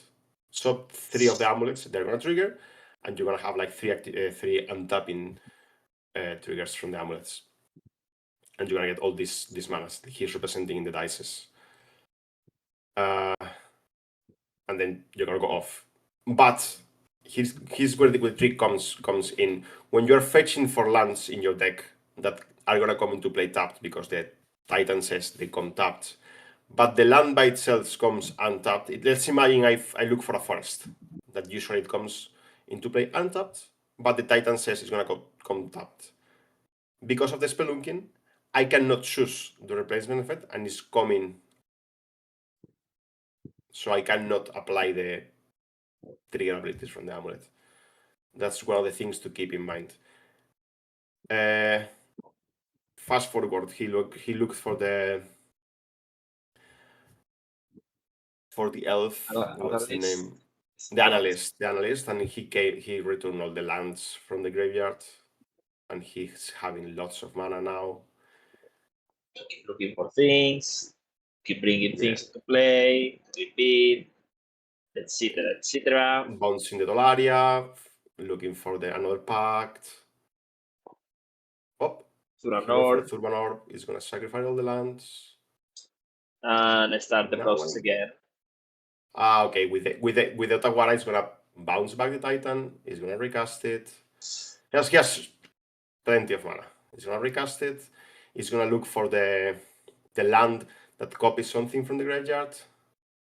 He's gonna copy the analyst. He's gonna get everything back. So he's gonna sacrifice all the lands. They're gonna get them all back. He's gonna have like basically infinite mana. I mean, he's a short looping. It looks like a process with a lot of steps, but when you understand it and if you're able to explain it, you don't have to go through. This is a pain in the ass if you have to play it online or Magic Online. Yes. Because you have Let's to be honest, go through it. If Ricardo is like me, he is at the moment visualizing a chimpanzee with making noises and clapping. While Fernando is just saying yes, and Ricardo, But yeah, I don't see. Of course, there is no way of coming back here. Even if, for whatever reason, Fernando would fizzle, he would have all his deck on the board, plenty of cards, etc. So there is really nothing that is going to happen here more than a lot of things going on. Ricardo saying and Fernando having fun touching on his cards. Yeah. So basically, everything comes back. You see all the lands that come naturally untapped they are gonna go untap. That's it. And all the other, all the Carulans and stuff, they're gonna have all these amulet triggers.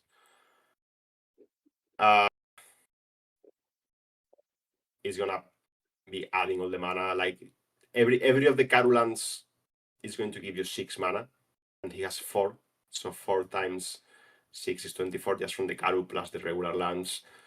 So every activation he's spending 4 mana to copy, 4 mana to return, so 8, and he's getting in the process 30. So he's doing plus 20 mana, more or less.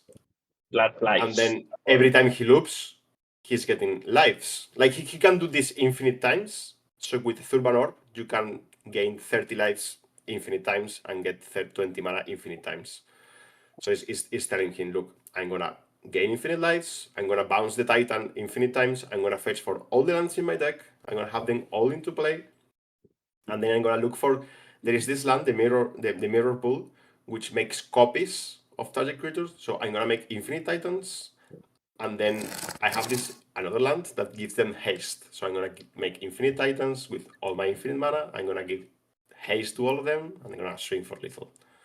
Okay, so while Ricardo is taking off all the Titans off his back, we're gonna come and see his sideboard. What do you think Ricardo is looking to do after sideboard? Because this deck, if I'm right, it's really complex to side with, right? Because you have a base that you really need a critical amount of artifacts and some amount of payoffs. Yeah, as we saw before in his mulligan to 5, as you said, there is a mix of payoffs and enablers that you need to keep, otherwise the deck doesn't work, doesn't function. And it's what happened in the first game. The deck didn't work out. So you need to keep this balance. So you can't afford to bring too many cards from the sideboard because you're breaking that balance.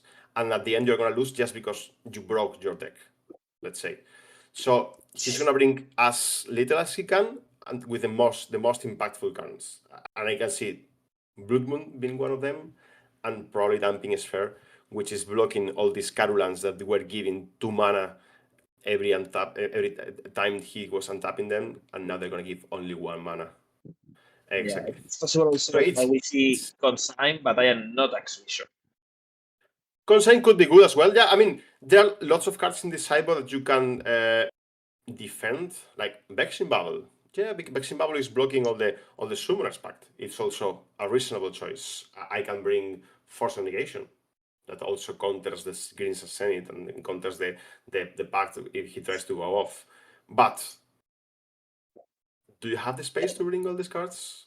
I would say that Vexing Bubble, no, because you are casting much more zero-cost cards. Yeah, but you play them afterwards. So you can empty your hand, and then you go like, okay, now that I empty my hand, I have my Kappa Cannoneer that is going to clock you 2-3 turns. Now, Vexing Bubble.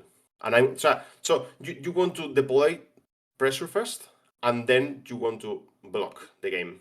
So you deploy your pressure, and then you try to interact. So you have to play with the timing.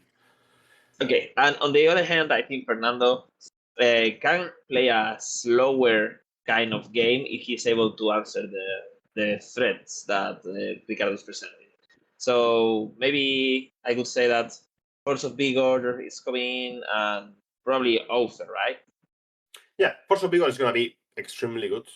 Being able to is 2-for-1 for free. Dealing, and as we saw, Ricardo is playing a lot of air and very little payoffs. So you can deal with the 2 payoffs and let them have all the 0 mana stuff and do nothing. And then, yeah, Vexing Bubble, same as before. You're going to play with timing. You can break it when you can. So both of the players have reasons to bring Vexing Bubble into the deck. And it's going to be good because the player who has it can play with it as he wants. Yeah. And then, I mean, you play against artifacts, you probably you bring the UF as well. When you play Zenith, it's kind of free to have only 1 in the deck. There's going to be more.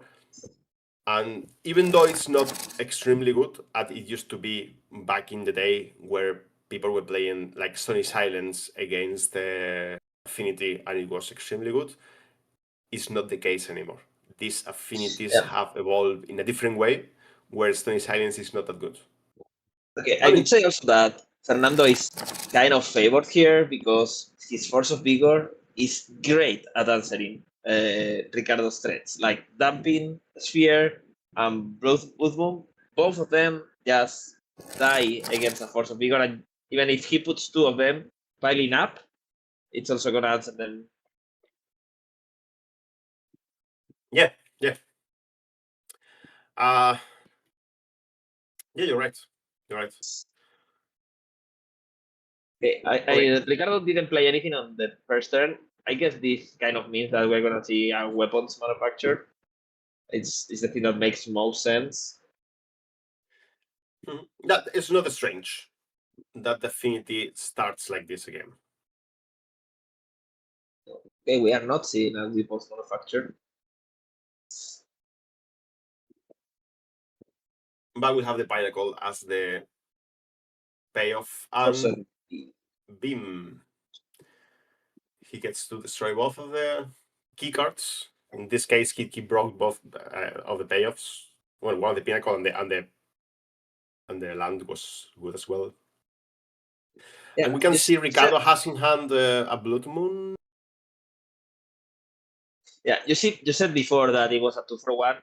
It actually isn't, but it's true that Ricardo also put some kind of investment into these two cards. While no, it's a 2-for-2. It's a 2-for-2. But you're getting the tempo advantage. Yes. Sorry if I said it differently.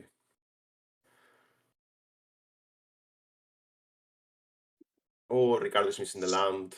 He's holding a Rebuke to, I believe, to Cannoneers and a Blood Moon.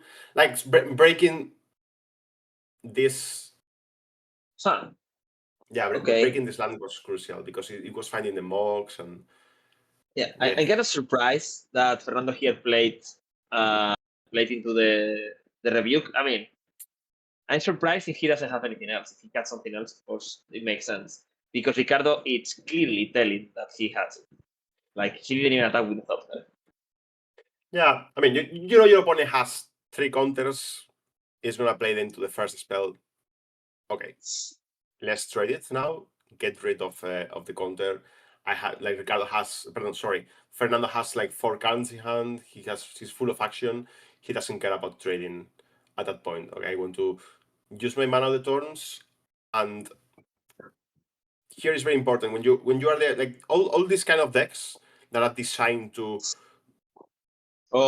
make your plan are very good at attacking and doing your stuff, but they are not good at defending. So okay. Here, Fernando played this land that copies the land in a graveyard. He copied Mirra, Urza Saga, and Ricardo drew the cards to put the Blue Moon in play. Which is nice, but he's also going to play it. Oh.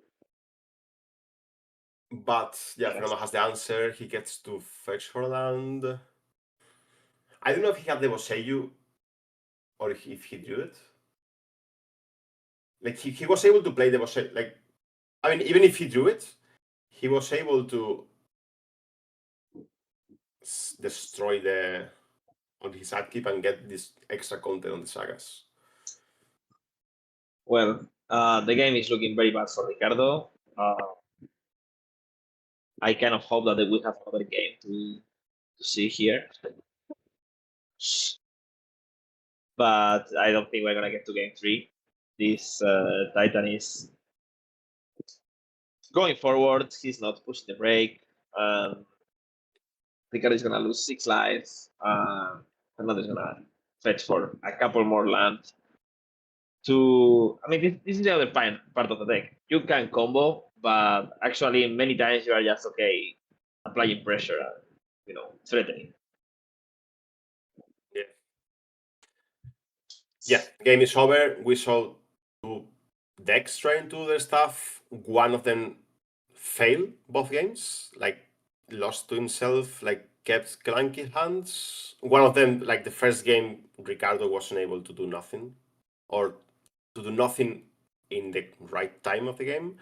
And in the second game, Fernando drew 1 piece of interaction, which was insanely good on the way of the force of vigor.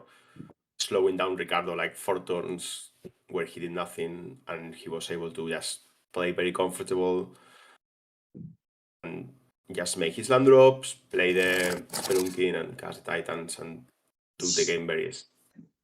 Okay. Very easy. So we're gonna go into the second feature map of the round. We have Gabi Loira with Ether Prowess. This deck, it's wonderful to see. It's wonderful to play. It takes a lot of decisions. I don't know if it's wonderful to win, but for sure we have some kind of a spectacle. Anything you want to comment about how this deck works? Or Yeah, I mean, I want to point out that he's playing a kind of different version that the one we're used to see, and he's bringing these small lesson packages that we used to see in the standard with the Stone Chasing Talent and the Boomerang Basics, which is kind of spicy. And let's see how it plays out. And yeah, it looks nice. It looks nice. I also saw yesterday some Legacy with Boomerang Basics. Yeah. And in front we're gonna have Stakovi area. He is playing Living End thanks to the banning of the Cascade, the instant Cascade, the Violent Arbus. We are seeing a bunch of elementals, some cyclers, some cascades to get this Living End into play. What do you think about this deck at the moment? Yeah, I mean, Living End was dead until the last bannings, where they released the Violent Orbus back in the game, back in Modern, and it also got some very extremely good additions in the last sets. Sorry, we have this land that makes the Living End uncounterable, which is really good, and it comes a lot. And then the new elementals that you can evoke. The Wistfulness is really good, and the Vibrance as well gives you I mean, now you have this really good mid-range plan. Like all your creatures have a meaning. Not like before that you were just playing cyclers because they cycle. Now, no.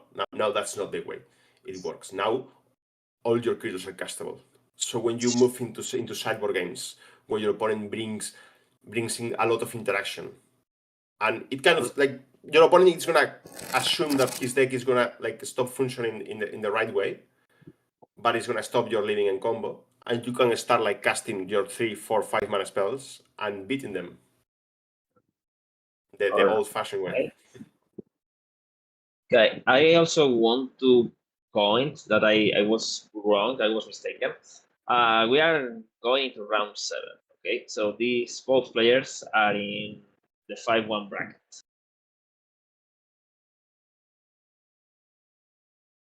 So we didn't see a great start from Gabi. No, he could. It was possible that any of the hits drop ones were good enough, and we didn't see any of those. Yeah. In the other hand, she has the Cory and turn 2. So. Okay, Coris Gather, but nothing to follow with. Meanwhile, so of course, Kobe, he's gonna go slow because he doesn't have any spells to cast before turn 3. I mean, there are things to do. We have this small inner joke where when someone's playing the Cory and they don't have the follow-up bubble, we always joke about you don't play very well the Cory, eh? I mean, it's nothing you can choose from. And when someone in the opposite way, when someone goes Cory bubble, we are like, ooh, this is a very good Cory player. he knows the secret. Yeah. Yes. It's funny. Yeah. I mean, at this point, I would be happy if I'm Shakobe. You're okay. You made your two first land drops. You are on 20 lives, 19 lives because you fetch, but you're not even close to die at this point. So you're happy.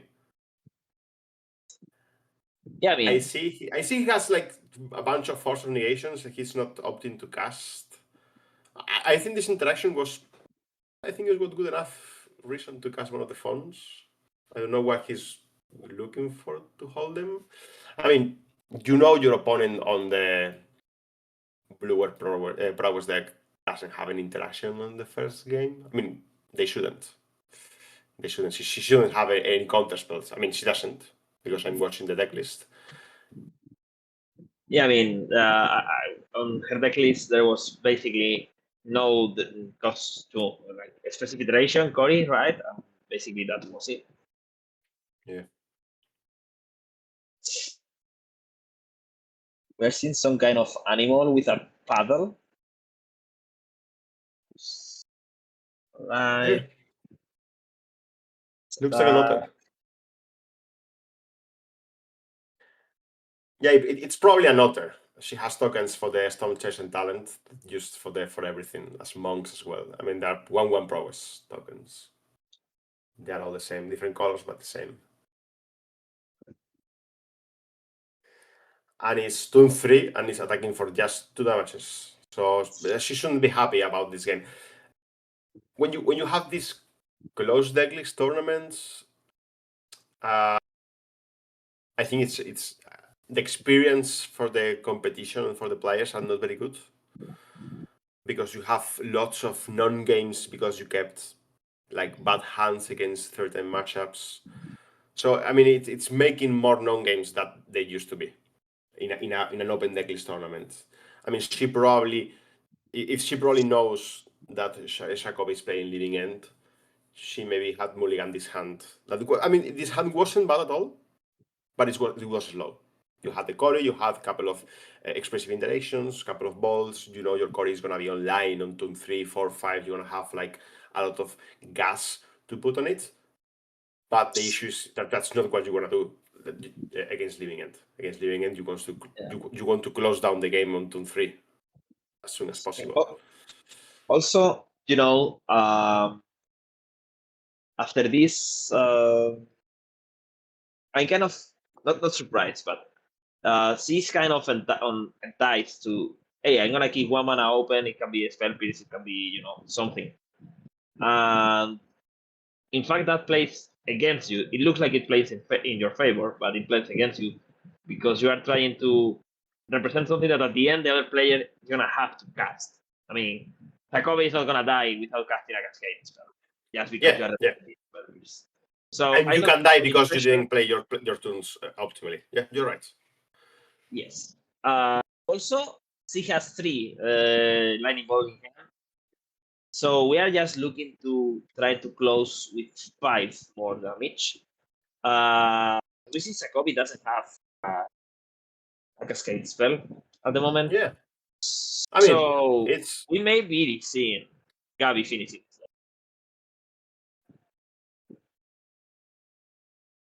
Where is the monk token? It's looking now, I think she forgot she was going to cast something else, and it's like, well, wait a minute, I should have this monk somewhere over here. No, I don't think okay, so. no. He was looking for it. He was looking for it. So yeah, as you said, she has 3 bolts in hand, and now let's do maths. Season 13 is taking 3 damages, is going to 10, plus the Fetchant is going to 9, plus the Lava is going to 8, plus 3 bolts. Math checks out, huh? I think, I mean, I wouldn't play anything here probably. I would just let it happen. And we have him on 10. I just need to cast my 4 spells next turn that I have. So I mean, maybe there are some cards from Jacobi's creatures that when they come into play they gain life. I mean, the end creates a food token, but I don't think there is anything else that automatically gives you life, right?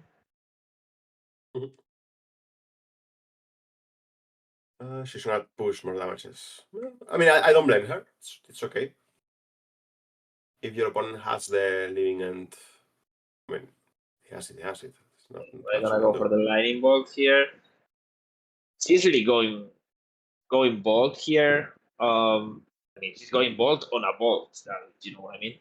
But if there is a cascade here, Jacobi would be like, okay, this is exactly what I wanted to see. You sacrificing things to make more damage when you didn't really actually need to.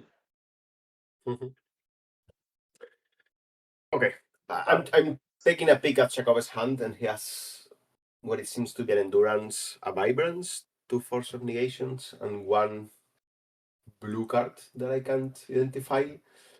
Maybe it's another cycler. And he has the forest in hand, so this fetch is gonna be painful.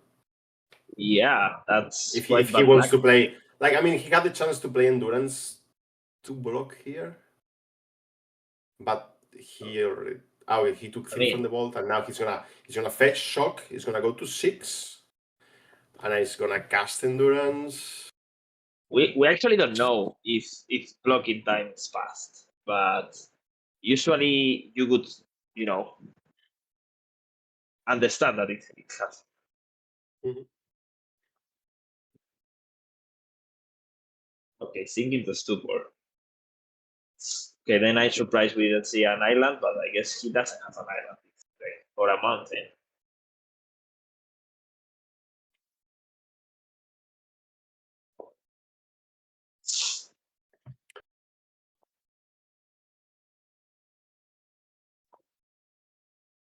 It's about, okay. So the blue mysterious cards were the singing the stupor, which does a similar effect to the endurance blocking.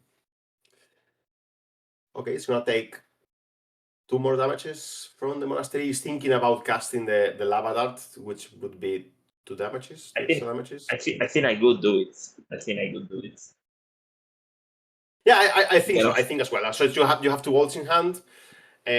Casting the lava dart there means that you only need to resolve 1, Yes. which is huge.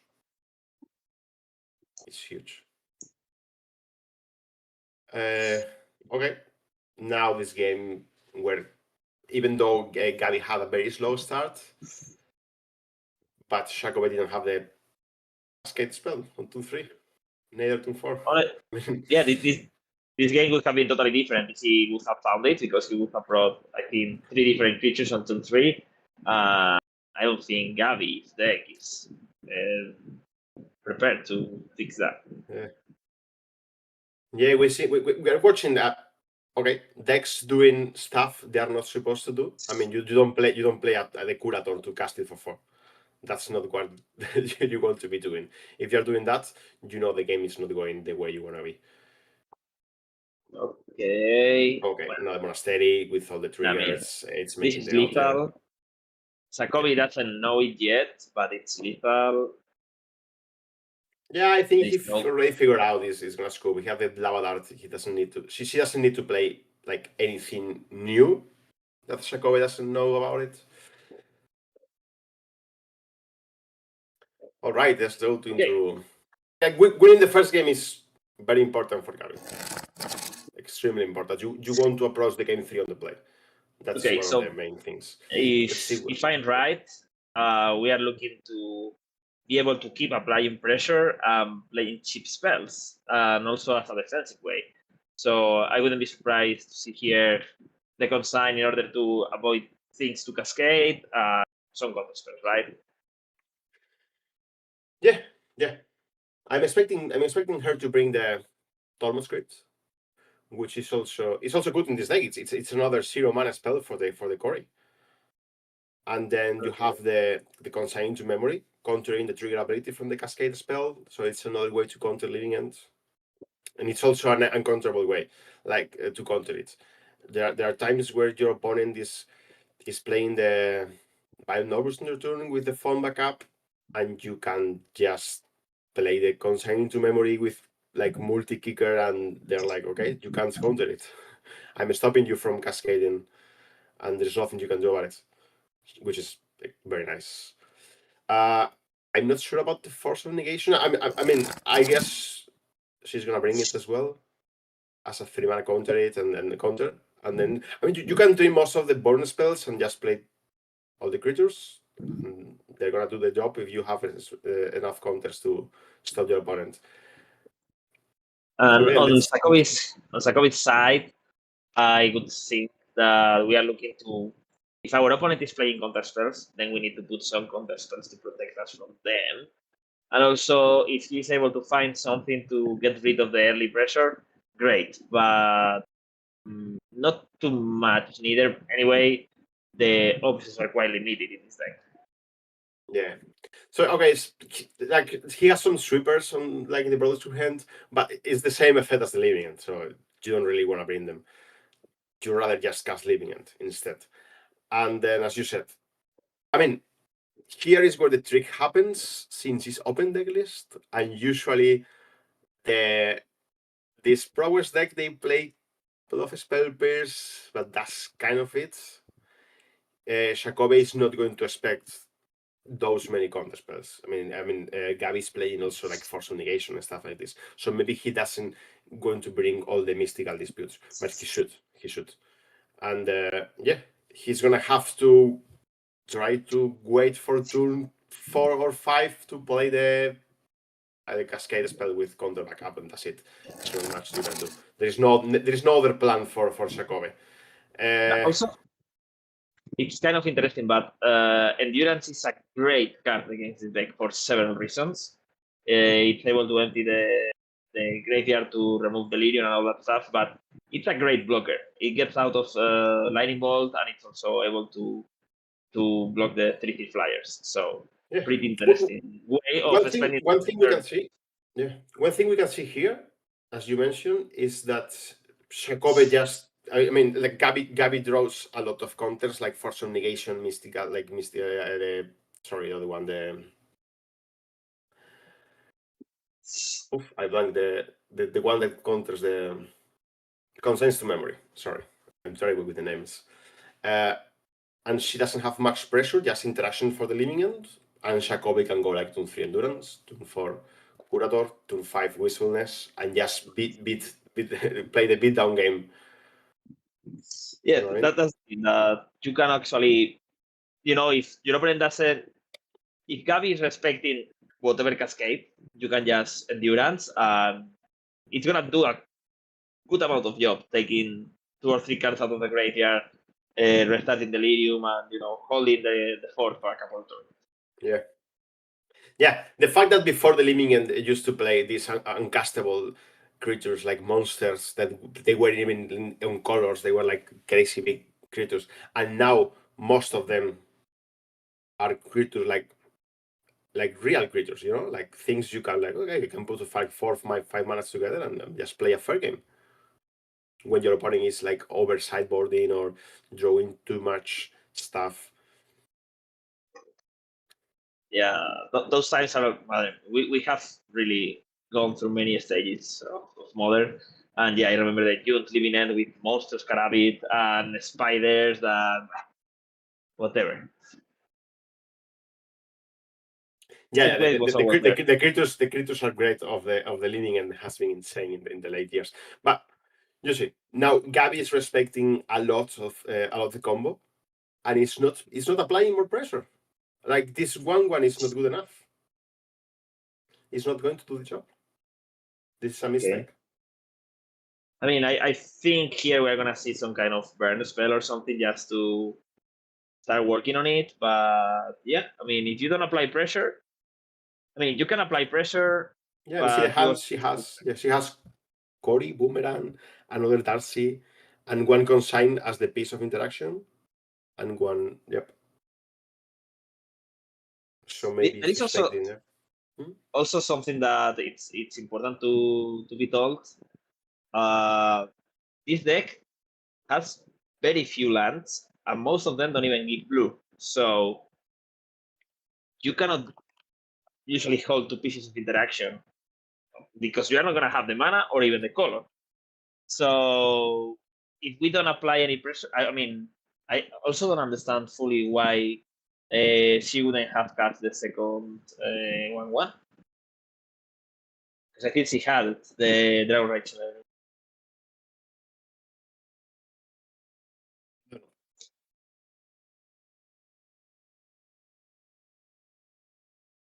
Or it's not, maybe. Well, meanwhile, Jacobi just doing his thing, digging, fetching, also digging a little bit more, thanks to these wonderful surveillance, which of course are great for leaders. Yeah, it's one of the greatest additions, apart from the MH3 of the MH sets. When they got released, I don't think we didn't realize how good they were. I remember before they released the surveillance, we were playing like this the trioma lands, the three mana, the three colors that the cycle and you could fetch, and they were fixing all these mana bases, and we were like, oh, these trioma lands are really good.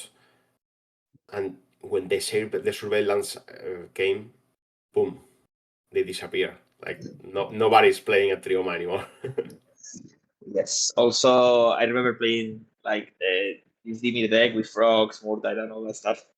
And you just didn't want to play preordain when you have this kind of land in your deck. It didn't make much sense. Yeah, and we are talking about the first side of the surveillance.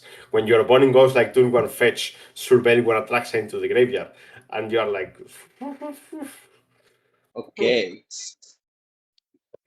Well, Gabi is playing a game at the moment that it's expecting a lot what Sakobi may be doing, but I think Sakobi, if he I say Sakobi because I honestly don't really know how to pronounce the name.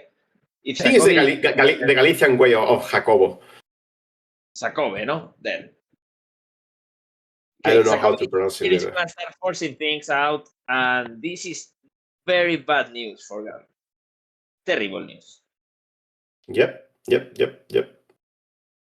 Like basically when you're arriving to a shop and it's basically closing in your face.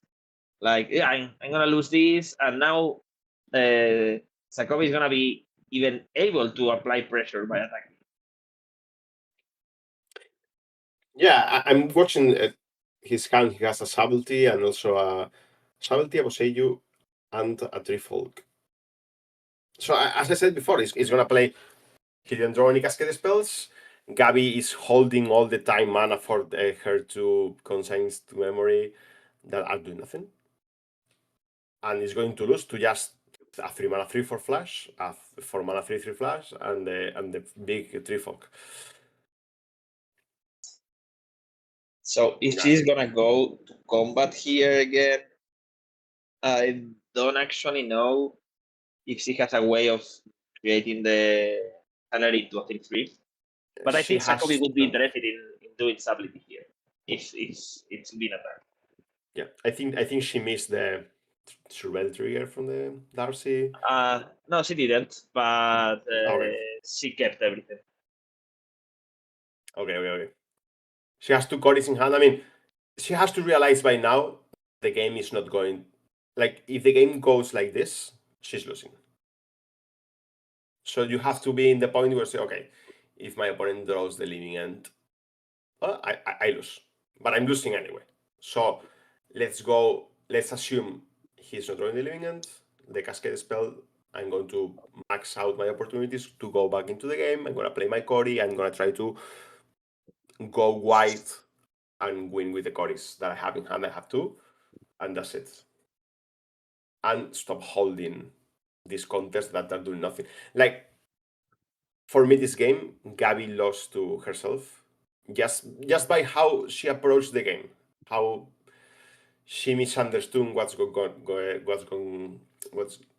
happening.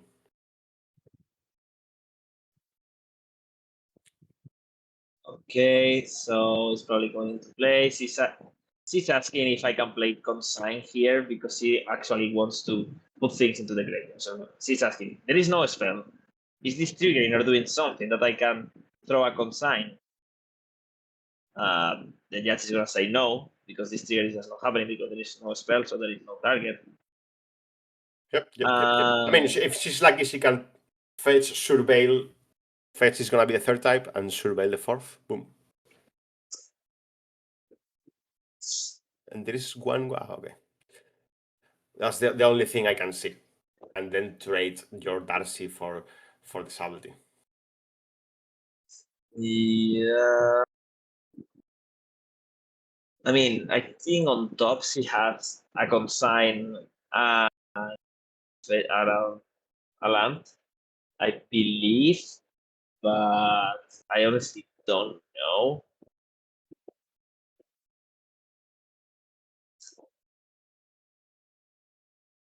I mean, the question is good. I don't think there is no trigger in the stack.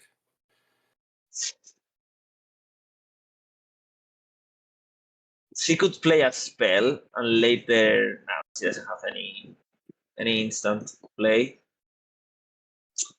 So I believe we are having a judge call here to ask. Yeah, I believe she called the judge just to ask the question. She doesn't want to give away information that she has the card in hand.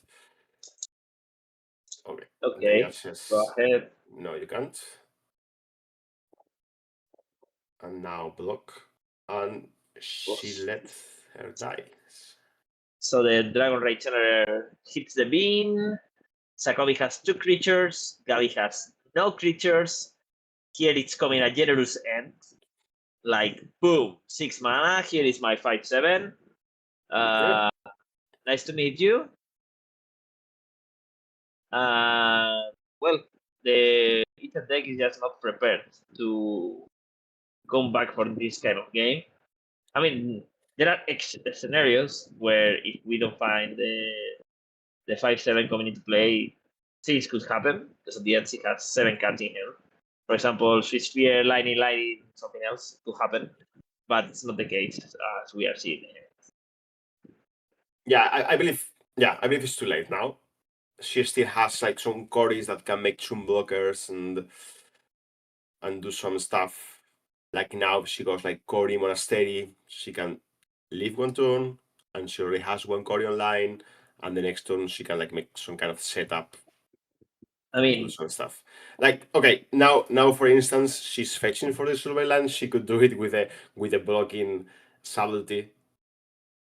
I mean, there's some small details that sometimes you don't realize when you're in game. Like watching, like, you know, this is the same. I'm watching football and I'm watching Messi miss a penalty, and I'm like, he's so bad. I would have scored that one. When you're at home watching, everything looks so easy.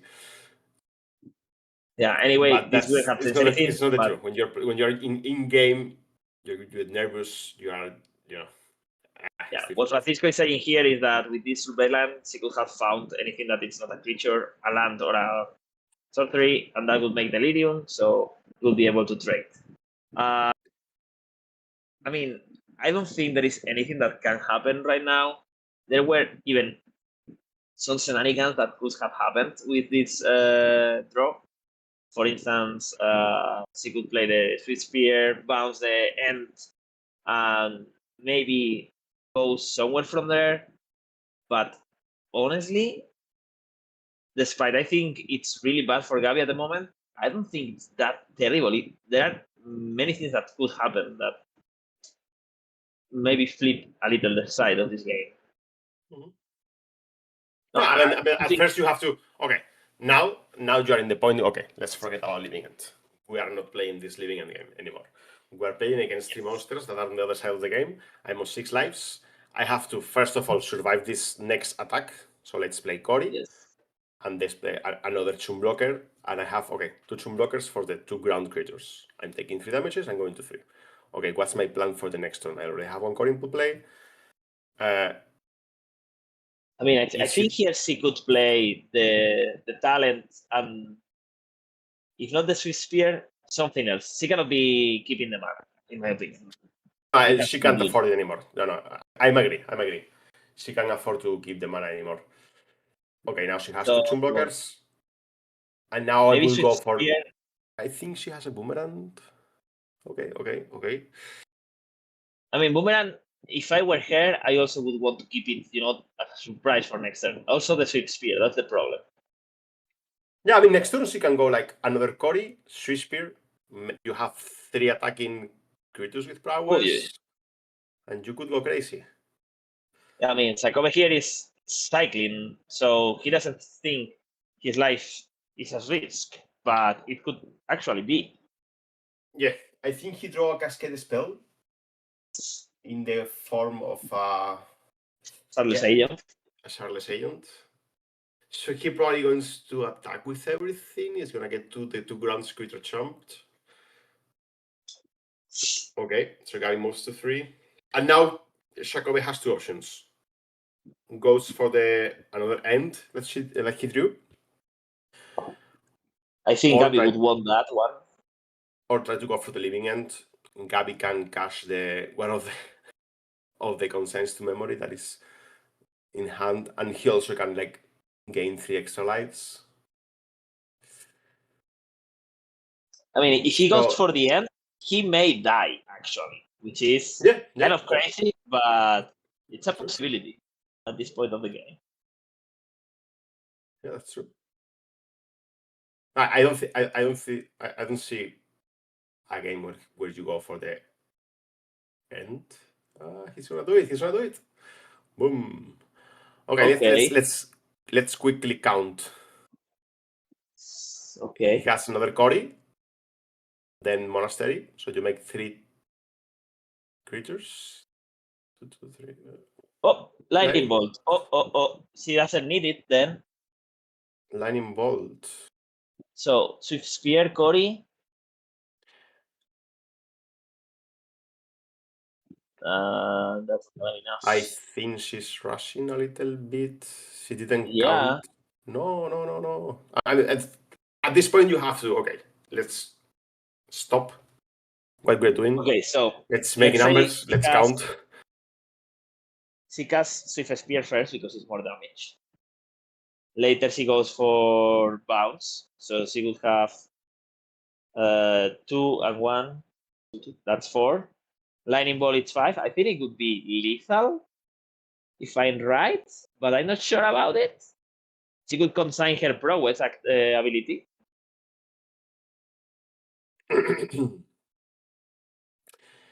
Yeah. She rushed. I mean, she's nervous. Look how she's shaking the cards in hand and is moving around. At this point, sometimes when you make a couple of like bad calls in a game, or you believe they are like you didn't approach the game in the correct way, you are like kind of tilted and you're like, let's get over this and move to the third game. And you can't just have like tunnel vision on the game and you don't play optimally.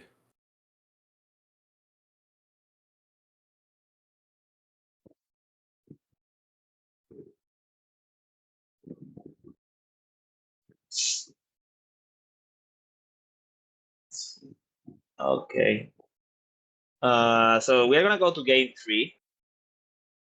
Gabi's gonna be on the play. Of course, a huge advantage if she has a good start. Yeah, with the cards in hand she had, I believe she didn't have lethal, but I mean, there was a line where he would play like that. She could play the iteration, and if she finds a land with it, it was lethal. Okay, but whatever. Now we are in game 3. One of the things you have to keep in mind in a tournament, you can't change the past. You can't change the things that happened. Let's focus where we are. Let's focus in the future and try to play well from where we are and not focus on the things we missed.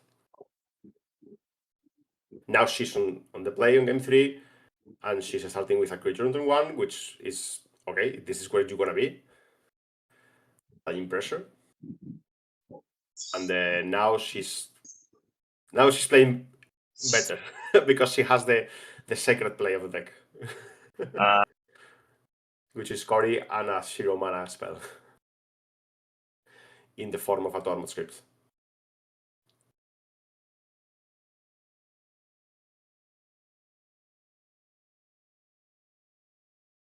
Well,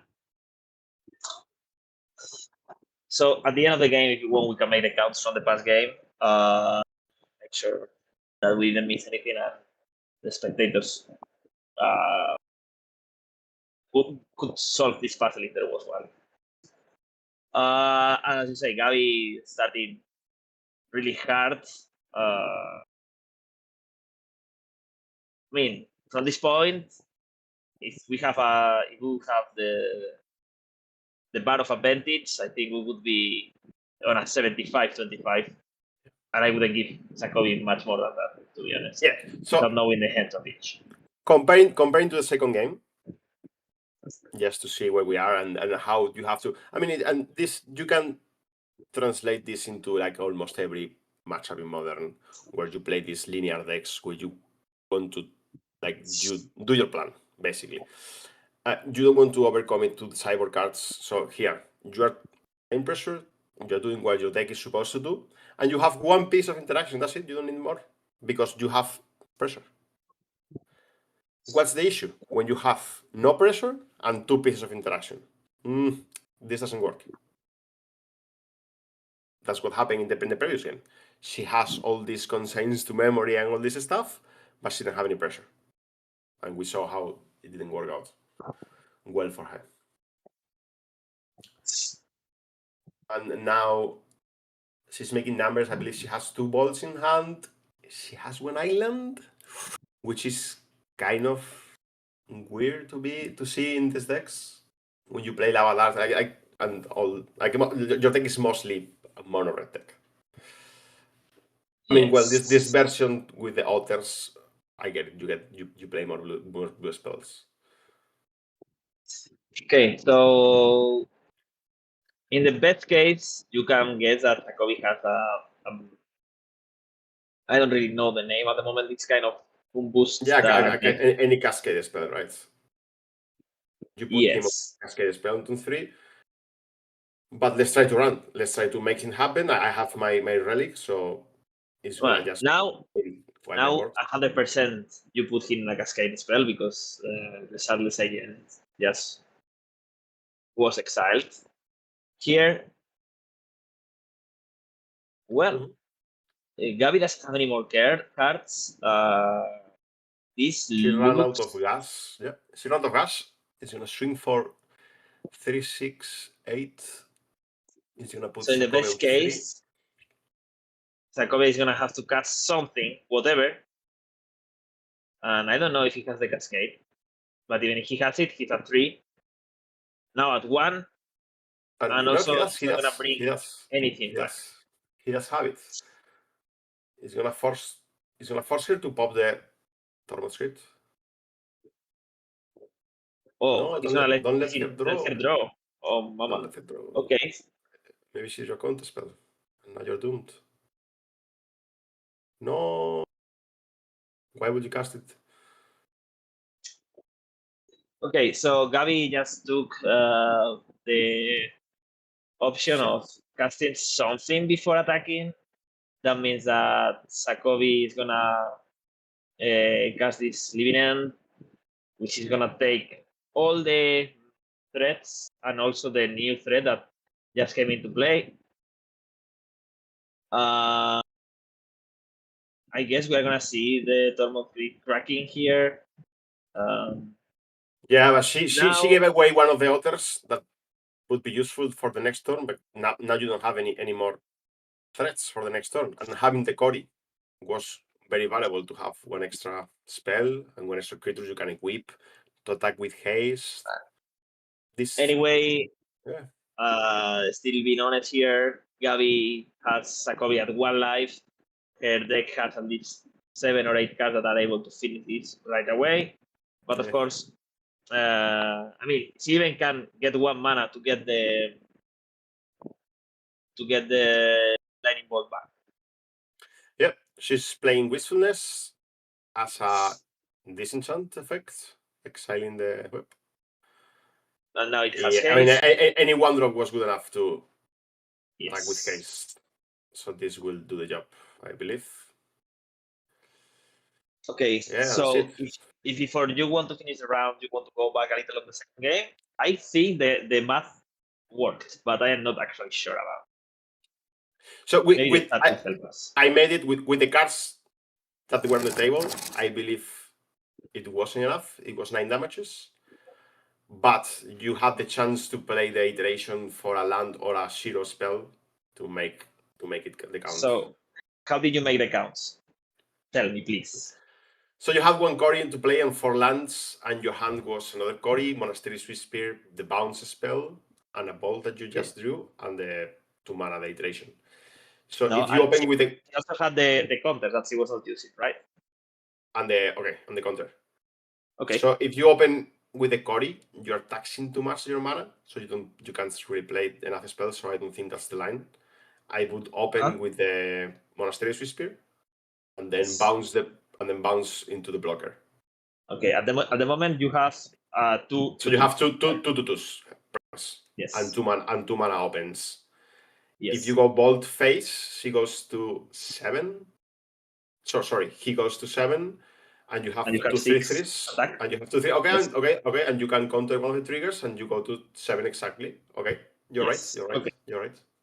That's Okay. correct. It was default. So Yeah, my line was basically, playing the the interaction lesson in the here middle.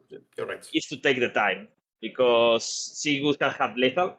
I mean, many things had to happen to get to that point. Like Sakovi had to make a play that allowed him not to crack the foot, and also not to put up more pressure. But she was trying to fight for a line. The line appeared, and she was not. She didn't have the patience, which maybe I wouldn't have. Honestly, here on the TV with a camera, it's much easier than on always real always. life. Always. Okay, we have this say in Spain. For the people who is watching is not from Spain, and we say mirar los toros desde la barrera. No? We have these bullfights in Spain, and when you're watching the bullfighter fighting the bull from behind, like, it's very easy.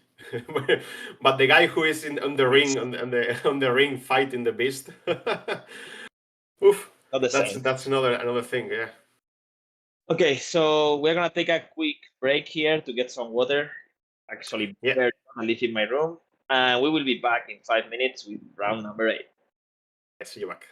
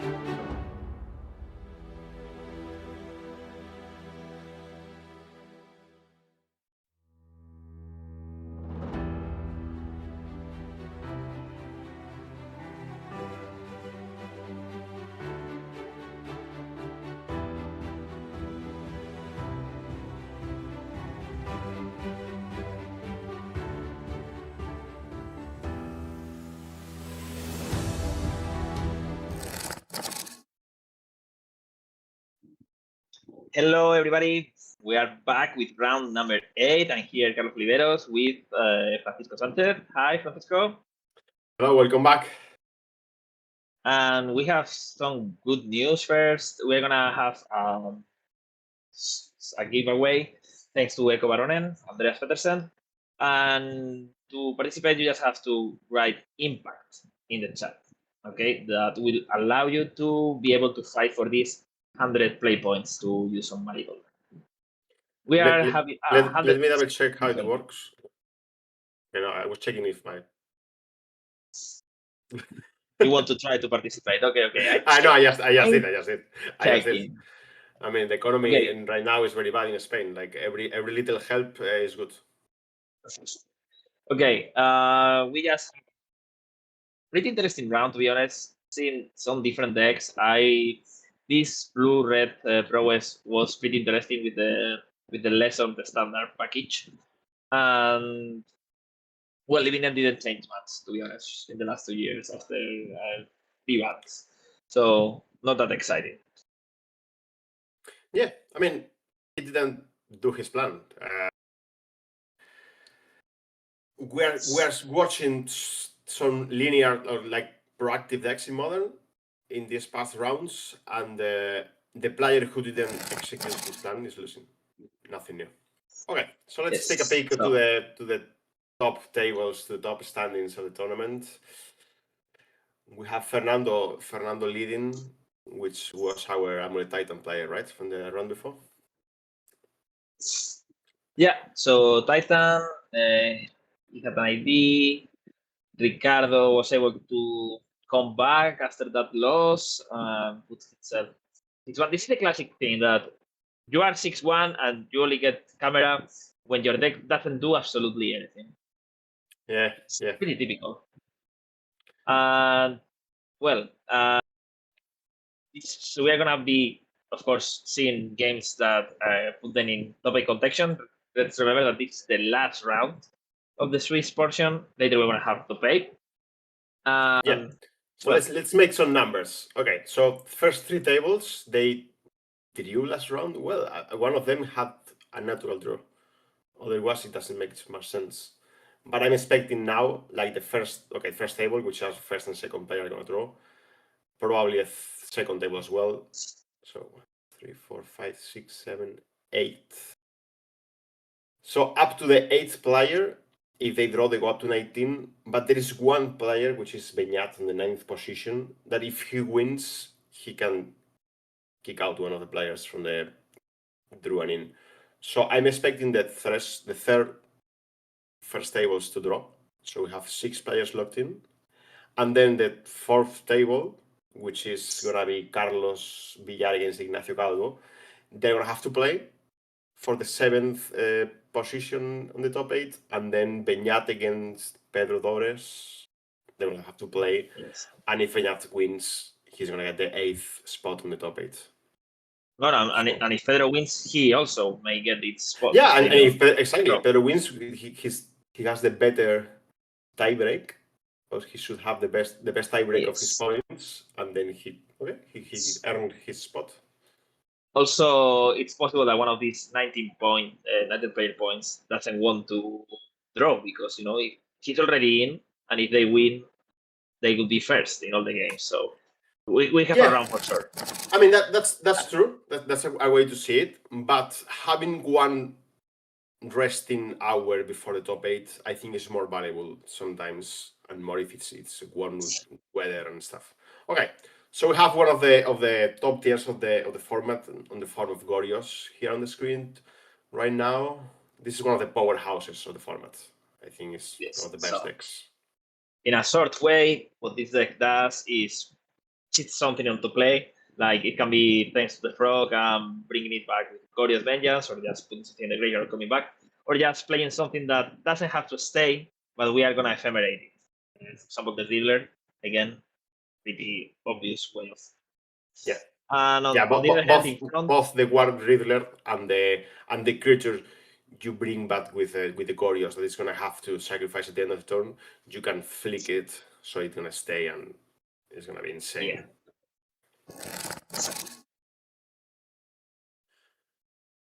And in But front the was others- the pretty basic, pretty common. Everybody knows this. If you played Modern in the last years, you're gonna know pretty well how this works. Boros Energy, wonderful curve, great cards for the mana that they cost. And we lost a little bit of the long game thanks to play being banned. But the skeleton or the main plan of this deck is pretty much the same, right? Yeah, you're playing this Boros aggro deck with very efficient creatures, and now that they banned the plates, as you said, they just took the opportunity to bring like Blue Moons to the main deck. They max out like some of the creatures you were playing. Like they used to play only 2 Voice of Victory, and now you can play 3, and you can play 1 extra removal over here, and you can. It's very easy to patch up the deck, even though they got the guillotine in some cards. And we see this start of very foil and all border cards and very fancy version of the deck from Fabio. Let's remember that Beñat is the player in the 9th position, and supposedly you said that his opponent was going to be Pedro Torres, but it's not. It's Fabio González. So Yeah, true. something here is not adding. Yeah, all maybe they well. were paired before. Maybe they played before in a previous round, so they can't play anymore. This stuff happens sometimes.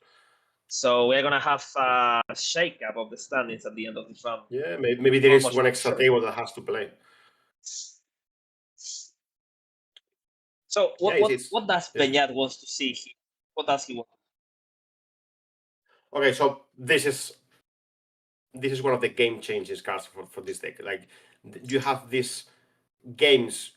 There are 2 different games. Ones where you have the frog on turn 2, and others where you don't. And they're completely different games. Like this card makes the game makes the deck so much better, and the game so much easier to play it out. And he was lucky to have it. Yeah. He was also on the play, which is key in Modern. And you see now Fabio does nothing. He's holding one of the Thrum Charms, and here again, as we saw in the previous round, you have these games where your deck wants to apply pressure, but you had one of these interaction pieces that you're gonna hold your mana up. You are not deploying more threats to the board, and you are just losing because you are not executing your plan. So this is let's say it's a losing play to hold that mana for the Thrum Charm instead of playing more creatures to the board.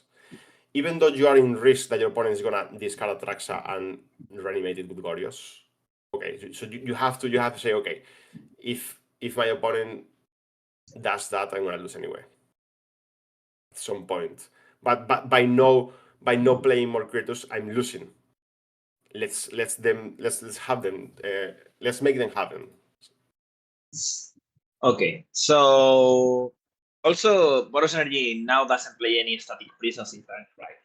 And this frog, it's not easy to kill with a galvanic discharge, right? Yeah, you need lots of energy to do that. Okay, so now he's playing defensive. The frog is valuing the Teferi to be alive.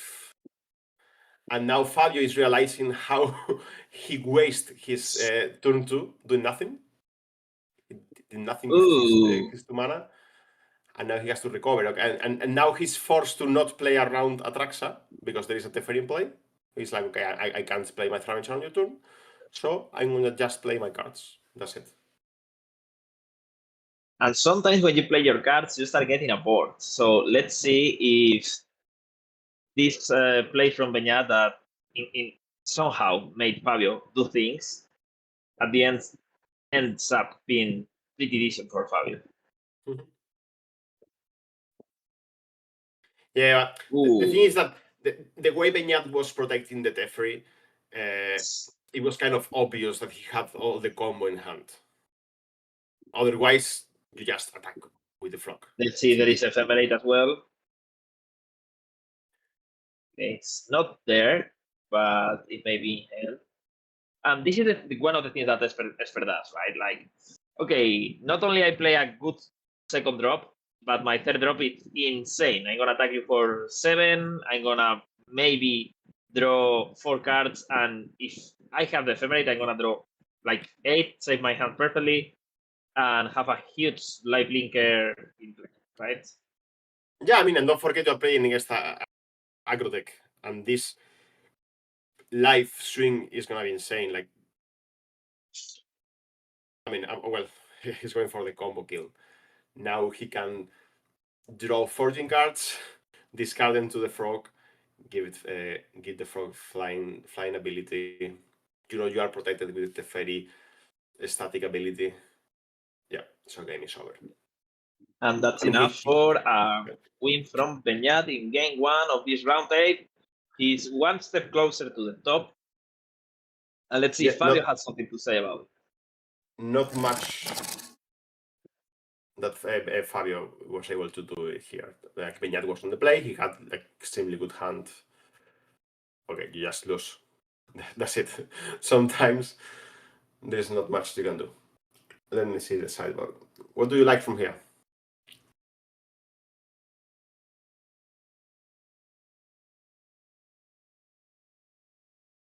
He has some sweepers on the way of like pest control, Wrath of the Skies. I mean, those are the cards I'm expecting to. Like, when you play in Gorios, it's clear that your vulnerability is the graveyard.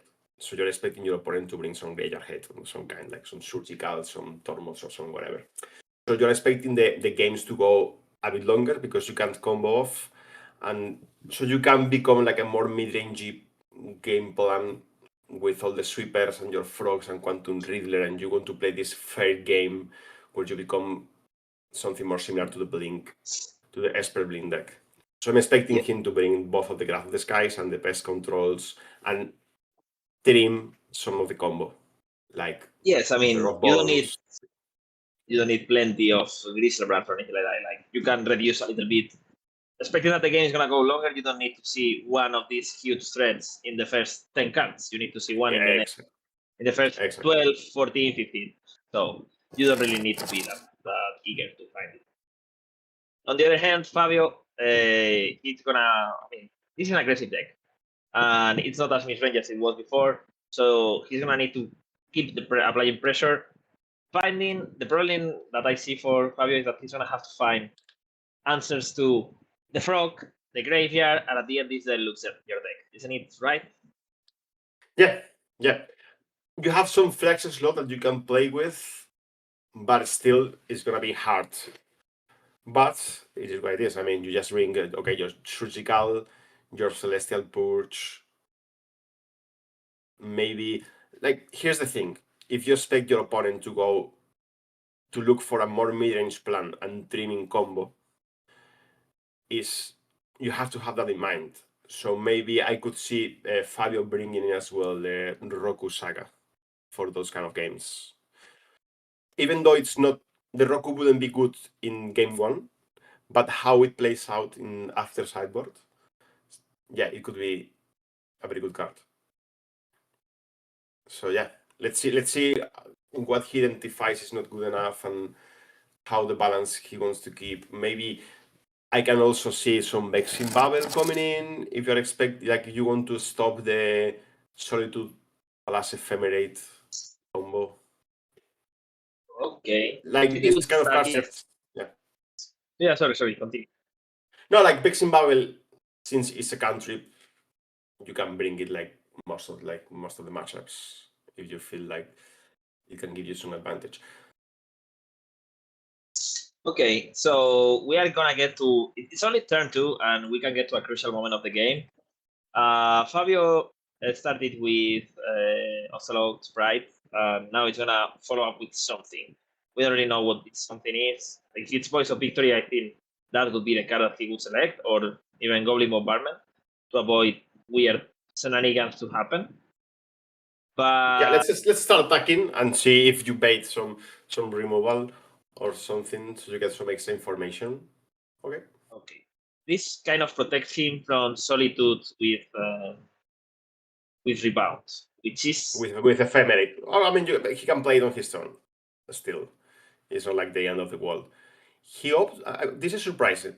He opts to not fetch end of turn, which is I believe he's respecting the Blood Moon. He sees Fabio with one basic planes already.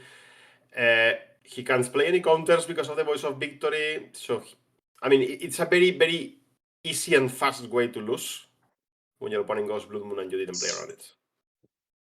It would be one of the. Let's see how Beñat wants to play this, how to sequence. As you say, it's kind of surprising that he didn't want to do anything on turn 1. I see that he has another Fluid Strand in hand, but he needs to keep a way of answering to the possible Blood Moon. Remember that he doesn't know how many Fabio plays, but it's something that you have to respect. And Boros is so good in that that kind of thing. Like Fabio can just fetch in other decks. You fetch for a planes or the basic, and it's like this sounds a bit weird. For example, the deck that we saw before, the Prowess. You just look for an island. It seems a bit weird. It looks strange, but doesn't mean much. But here, if your opponent aggressively fetches for basic, it's like he might have a Blood Moon. And as we mentioned, he's fetching for both basics, and we might see Pest Control getting rid of the cat now. Which can be dangerous. Like the cat gets the City Blessing very fast with the Voice of Victory, so he's respecting it a lot. Yep.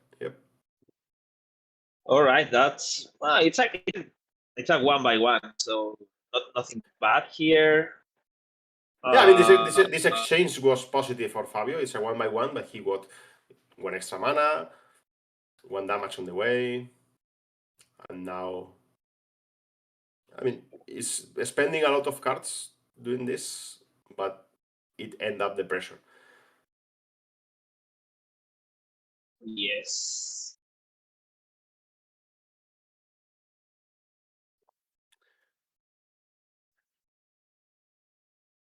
Okay, we are back here.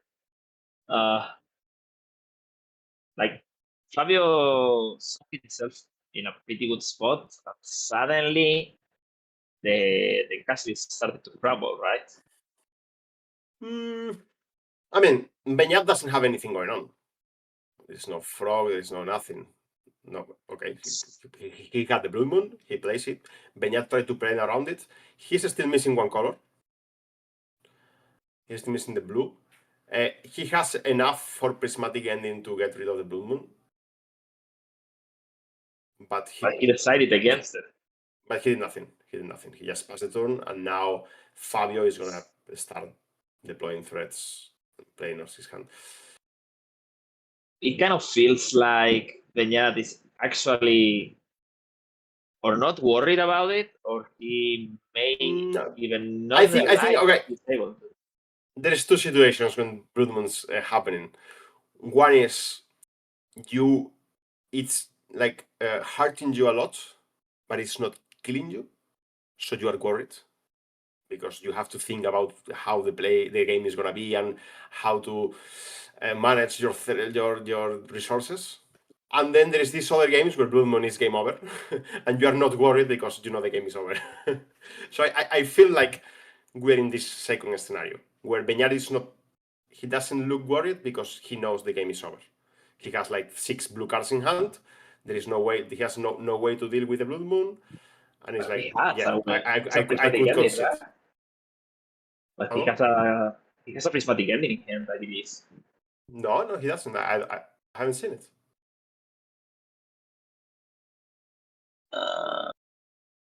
Okay. No, it was ephemerate. It was ephemerate. Okay. Then they make much more sense. I was like, what's going on here? Didn't get it. All right. So 1-1.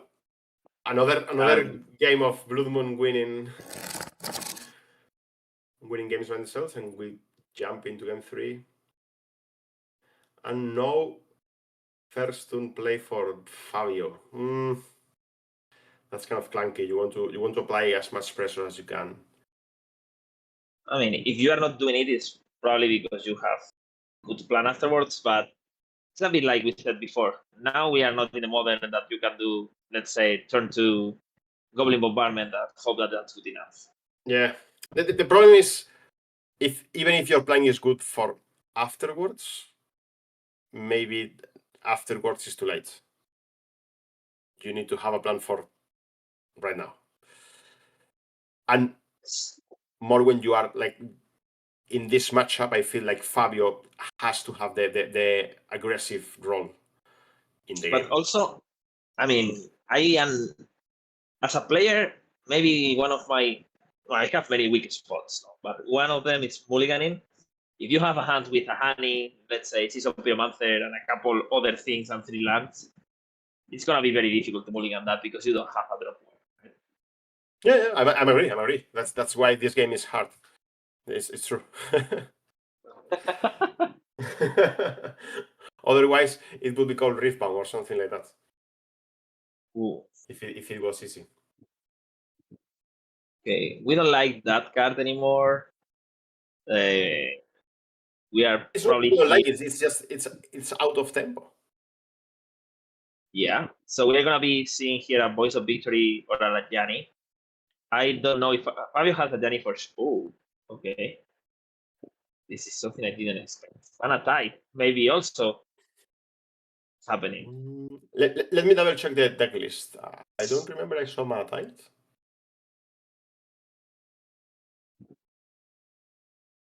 No. Orange Chunk is the only thing I can think of that he maybe brought in. Like, there's no 1 mana spell. Faithful Mending here for Benyat. Digging, probably dumping some big thing on the in the graveyard. There is a Traxa hand, I can see it. Yeah, so as soon as you have 1 Atraxa on the graveyard, even if you don't have the Gorios, your opponent has to play like in a respecting way. You know, it's kind of hard So now, to play from that point. Now, I honestly don't know Benyat's hands, but if you have a Goriot Benyat, he would have to take into consideration surgical extraction. I think I've seen a Foxes, so it's a very good card to open with in case there is some surgical extraction on the other side, and there is nothing. I know what's going on. Fabio was expecting this fetch land to go for another survey land, trying to ensure the 3rd land drop, because he identified that his better way to win this game is, as the game before, stealing it with Blue Moon. There is no other way. Like playing a Gianni plus bombardment is not good enough. So okay, let's fetch for Surveil, try to look for the 3rd land, and win from there. But okay, it seems like a good plan. It seems like a good plan, but it's a plan. It's a plan. Also representing Mana Tide, which I bought it, so could be. Yeah. Okay, I'm checking the deck list. He doesn't have. Yeah, but Benyat doesn't know that. Yeah, but it doesn't know. That's true. And since they banned the Pledge, there are so many weird like flesh slots people is playing, and Mana Tide is one of them. And yeah, could be it. But the good news for Fabio is that he's not dead, which wouldn't be that surprising after how the game started. Yeah. I mean, Faithful Ending is a bad card as a global. Okay, you have to understand the context. But every time you play it, you are going -1 card, same as Faithful and as Faithless Looting. So yes, and then he trade 1 Foxy. I mean, he doesn't. I don't think he has many resources. Like he has 3 cards in hand, I believe. Yes, but I mean, Benyat here could have had or a Gorios, which he doesn't have, or I believe he doesn't have. I mean, I would be surprised if he had it. Or maybe he saw the hand. There is nothing going on there. He has time. There is no pressure, and okay, let's give him 1 extra turn, and I'm gonna cast the Gorios end step and try to look for an ephemerate, so I ensure my Atraxa stays in play. Like if he would have played the Gorios on his turn, it was just swinging for 7 and then exiling the Drax. I mean, well, swinging for 7 and drawing that's it. 4 or That's 5. it. That's it.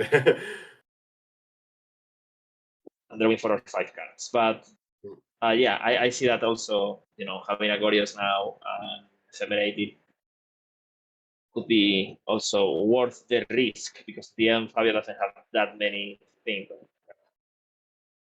But I should have 2 energies, and he had the Gorios.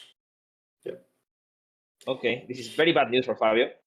Very bad news. Yeah, this probably means the game is over.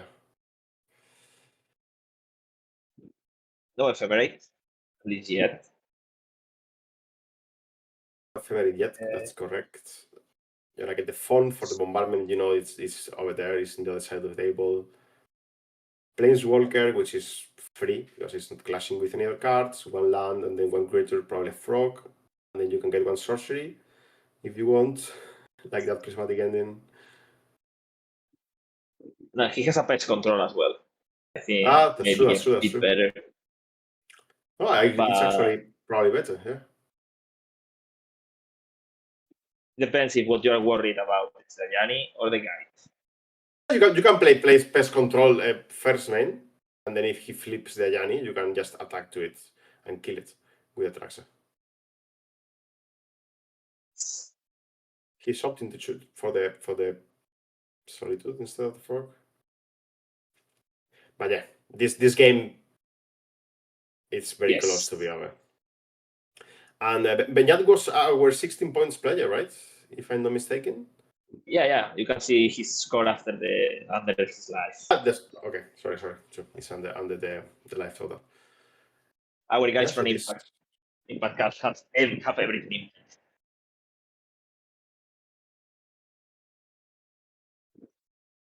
Okay.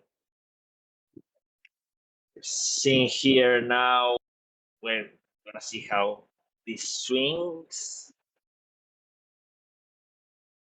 Okay. Let's control. Do I flip it? No, I'm gonna keep it here, thank you. Yeah, he has another Yanni. Okay, he can flip it later on if he wants. Well, I don't know if there is gonna be much later, to be honest. Well, I mean, this Drax is gonna die. Yes. I'm expecting, but there is a but look, his hand is full of gas at this point. I don't see how Fabio is coming from here. He also knows there is a force of negation on the other side. Like there is no powerful spell that is gonna allow you to come back here. Yep. It's kind of interesting because I have been watching Beñat like shaking and swinging forward, and you would think like he's nervous, he's tense, but he doesn't play at all like that. He plays almost overly confident. Yeah, his playing has been tight the whole match. He doesn't make any mistakes, and like all the decisions, they seem right at first glance. You never know. You never know if he's just an active person that likes to shake the leg when he is sitting down. Yes. Or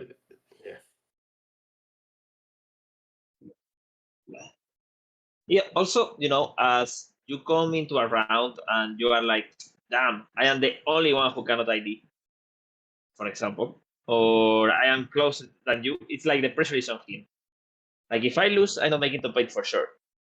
If you lose, well, it's normal, no? At the end, you probably were not gonna top 8 anyway. Yeah. Okay. Now we're gonna see the frog coming in. Flying frog. Flying frog on damage, get 1 card. Another Gorios. And now it's another Gorios, and it's gonna be taking over the game from here. Now, I believe this Gorios is gonna be lethal the next turn, right? You just have to pass the turn, end step, bring back the Atraxa, and then you can dump your whole hand into the frog. Yeah. Also, statistically, extra 5 points of damage. And statistically, it's very improbable that you don't find 7. Anyway, Boros Energy, it's kind of interesting. Boros Energy, when it wins, it looks like it's great. When it loses, it always feels miserable. Like, I only have one. I mean, to be fair, all of these decks have the same feeling to me.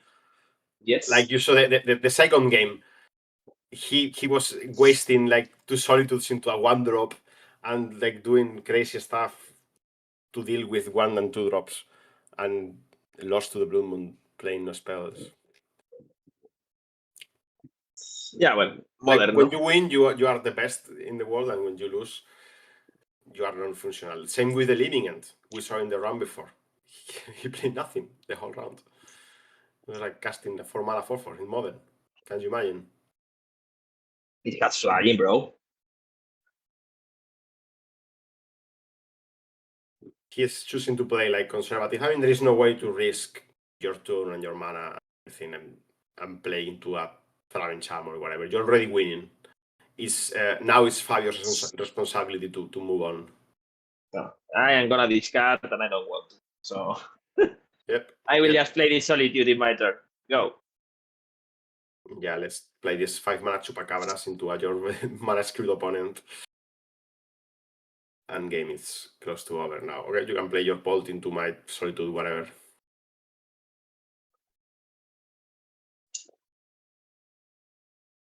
Well, this matchup seems favor to Esper from the beginning.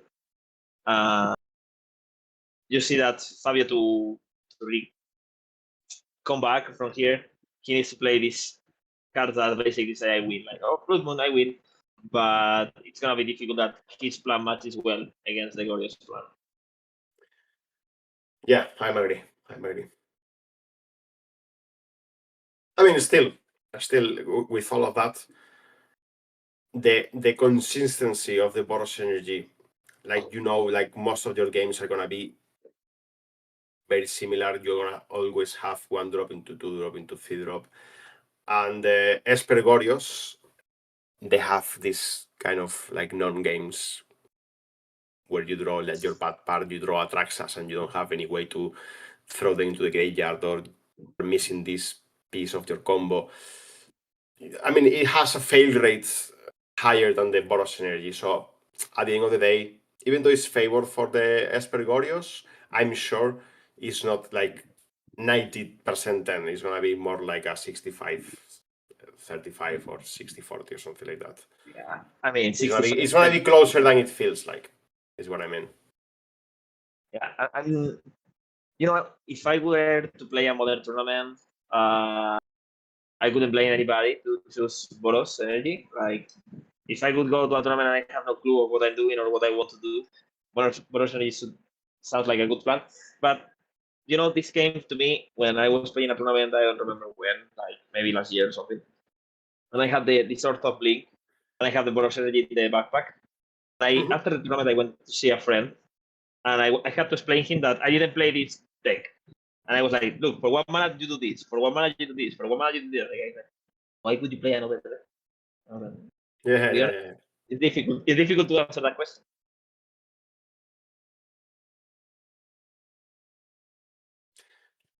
Yeah. Well, so Fabio here trying to find ways of escaping defeat. I don't know if there is a judge involved in here or something like that. I don't think so. But Fabio is at the moment against the wall.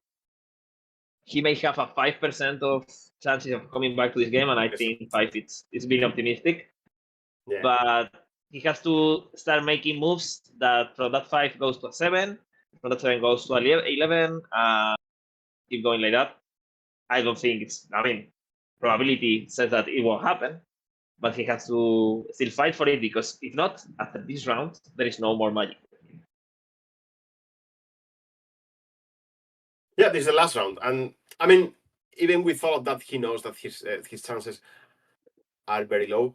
I'm not sure. Maybe you know the answer. If there is prices above the top 8, maybe he's also playing for that. Yes, I would say that there are more prices. Yeah, top 16 or top. Yeah. So sometimes Okay. It's jumping with the Gate of Souls. And let it happen. I mean, top 16 would get 45 store credit, top 64 ultimate guard gear. okay, so it's good enough to fight until your last breath, for sure. Yes, and if he topates, he would get minimum 1 plateau. One And a plateau. playmat. 1 plateau, yes. Yeah, so he can play his deck on Legacy as well. Not sign You it. know what? It's good the Boros Synergy in Legacy. Is it? The Boros Synergy in Legacy is really good. It's a real deck. Okay. So then I have to start making time to play some blueless decks. Yes. Yeah, it prays on all the blue decks. Okay. Now Benyat basically it's mono solitude. Like every time I have 5 mana, I'm gonna cast this, and it's gonna be great. Oh, you know what? In this spot, I think I would have exiled the token, so I can attack with my Solitude. You can leave that Janny alone on the board. It does nothing. But it's a weird scenario. It's like it's in your mind. But if he, I don't. I mean, he has the fairy. Okay, great.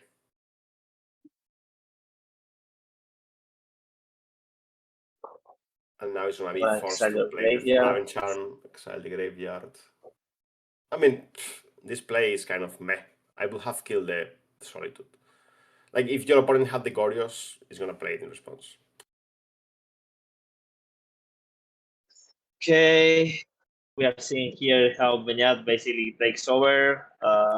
And now he was counting the amount of cards in hand, checking if it was good enough to just kill in the swing. And it was 5 on the board. I think he has like 6 cards in hand, so it was exactly lethal. I am not sure. So unless we see something weird, we will see Benyat in the top 8. Let's go with another game, round 8 games. We have El Drafitron by Adrián Simón. There are many versions of El Drafitron, so maybe let's just focus on this one for now with Glaring Fresh Raker. Anything else that really comes to mind when talking about this? Yeah, there is a couple of things that pop up from this list. I can see he's playing the 1 Trinisphere main deck, which is kind of okay.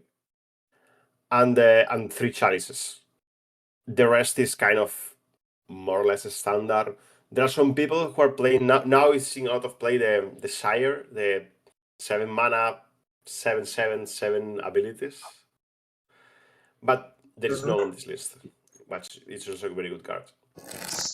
Okay, and it's I mean, it's very straightforward. It's a Tron, as we've seen since forever. It's gonna be facing Ether Prowess, the most standard version, right? Like we are not counting with that many blue cards. Even we don't even have Island in the deck, and we're gonna count with 4 flying birds with haste, right? Yeah. This is like the straightforward version with the slick shots instead of the boomerang package. Okay, interesting mutagenic growth, a card to always have into account if you're Adrián, right? Yeah. No, and then mutagenic in that deck is insane. It's insanely good. It's also another, like it's very common when you go like 1 drop and then you go Cory mutagenic. Like it's extra free spells for the Cory. We're seeing a preordain here. Yeah, I think they're running a contest of who is playing the worst preordain in the tournament. I like the one with Final Fantasy Heroes. Yeah, I like the original one. Yeah, the original one is fine as well. Yeah, I don't love these full version things that I barely can recognize with this. So it's been a difficult preordain.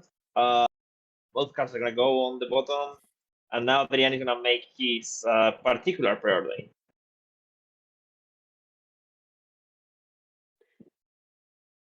Yep. since all these big Eldrathis came out, now the Tron has been able to erase the green from the deck. Now you don't have to play all this Sylvan Scrying, Ancient Steerings, and all this stuff. And now you just go, okay, 4 maps. I have these Eldrathis that are going to make an impulse if I have it in my opening hand. And then I have a bunch of Soul lands, no, the 2 mana lands, the Eldrathi Temple and stuff. So you don't rely that much into finding Tron as it used to do before. He's very good playing this deck. Yeah. Mama. Yes. Okay, we're gonna take a look at it. It's an Eldrathis command. Eldrathis command. Yeah, they're pointing out here in the chat that the mistake with the pronouns on the top left player. I believe. I don't want to make a mistake. I don't think he's going by she, her. Okay. So Pedro, it's having a decent start, but he's gonna have to apply some real pressure. Yeah. Quite fast. I mean, because Adrian is not gonna be playing around with 7 mana for a long time. Yeah, the thing is, I can see a couple of Kothilek's commands in hand, which is like the only interaction piece apart from some dismember I think I saw on the list. A couple of dismembers as well. And the thing is, if Pedro here goes Polot the slick shots, Adrian can't really tap out. I mean, you can't tap out to play your Yugin, which is like the perfect play of turn 3, because you might die on the back hit.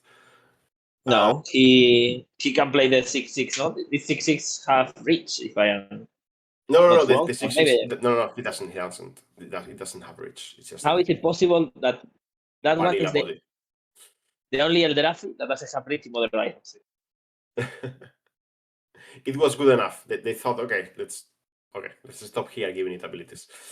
It's gonna opt for hiding the slick shot, which is okay. It's a nice play. I mean, sometimes when you plot it, your opponent is gonna play like around it, and you can't surprise. Now he knows that Adrian is going to just pop them up and step, so he's gonna let's take the chance this turn to push some damages with a couple of monks from the Cory, put him back to around 10 if I have like some like 1 drop and some 0 or something. Yeah. Also, and also he's setting up for the next turn to have 4 mana and go 2 mana slick shot, and with 2 extra mana you can go like lava dart and go crazy. yeah. Also, it's pretty nice against Tron in general to have different threats. You don't want to play just one. You want to have, in this case, he's gonna have 3. So Adrian is gonna be forced to play some kind of big removal spell like Olive Dust or something similar. But yeah, there's only one. There's only one on his list, and they are not playing it anymore. Yeah, you understand what I mean. Like the idea is, like if you play. I mean, I know that they don't play Karn that much anymore either, but you don't want to have something that costs you 3 mana. You want to have many free things somehow. Okay, we got a small spoiler from the faces camera. And okay, yeah, but that's not Pedro Torres. I can tell you that. Okay. So he's tapping out for Ugin, exiling the Cory, and now he's gonna add 3 mana.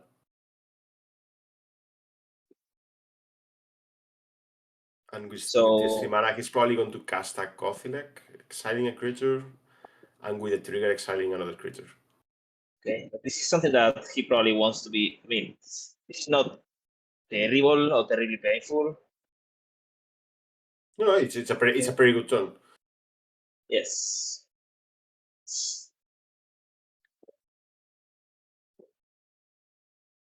Scry, keep it. Draw. And now Pedro is gonna try to go for lethal. Is counting. I believe he has lethal with the slick shot. But let's see. So what are you seeing in his hand? A slick shot iteration, a couple of old border cards, which could be lava darts. Or maybe they are a holy hit. I think they are holy hit. Okay, maybe they are like some new cards with old frame. That could be as well.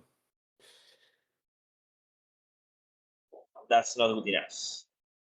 He's I mean, if he counting. would have I two mean, lava he's darts, making it would be numbers. There is something now. He's checking graveyard to see if there is delirium.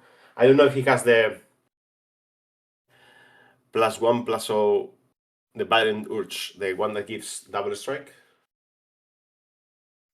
That would I be always very like nice. those kind of cards. There, like small shenanigans. I draw it once in a tournament, and it's enough.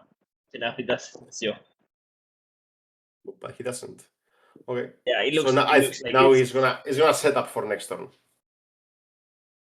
He's gonna try to, but now at this point, Adrian with the Ugin already in play, it's very easy for him to just plus the Ugin, get more cards, get more mana on the board, and pass the turn holding a couple of coffee deck commands. Or, I mean, I know he has at least one more. So Adrian at this point, what he's gonna look for in this game, he doesn't have to think how I win. He only has to think how I don't lose.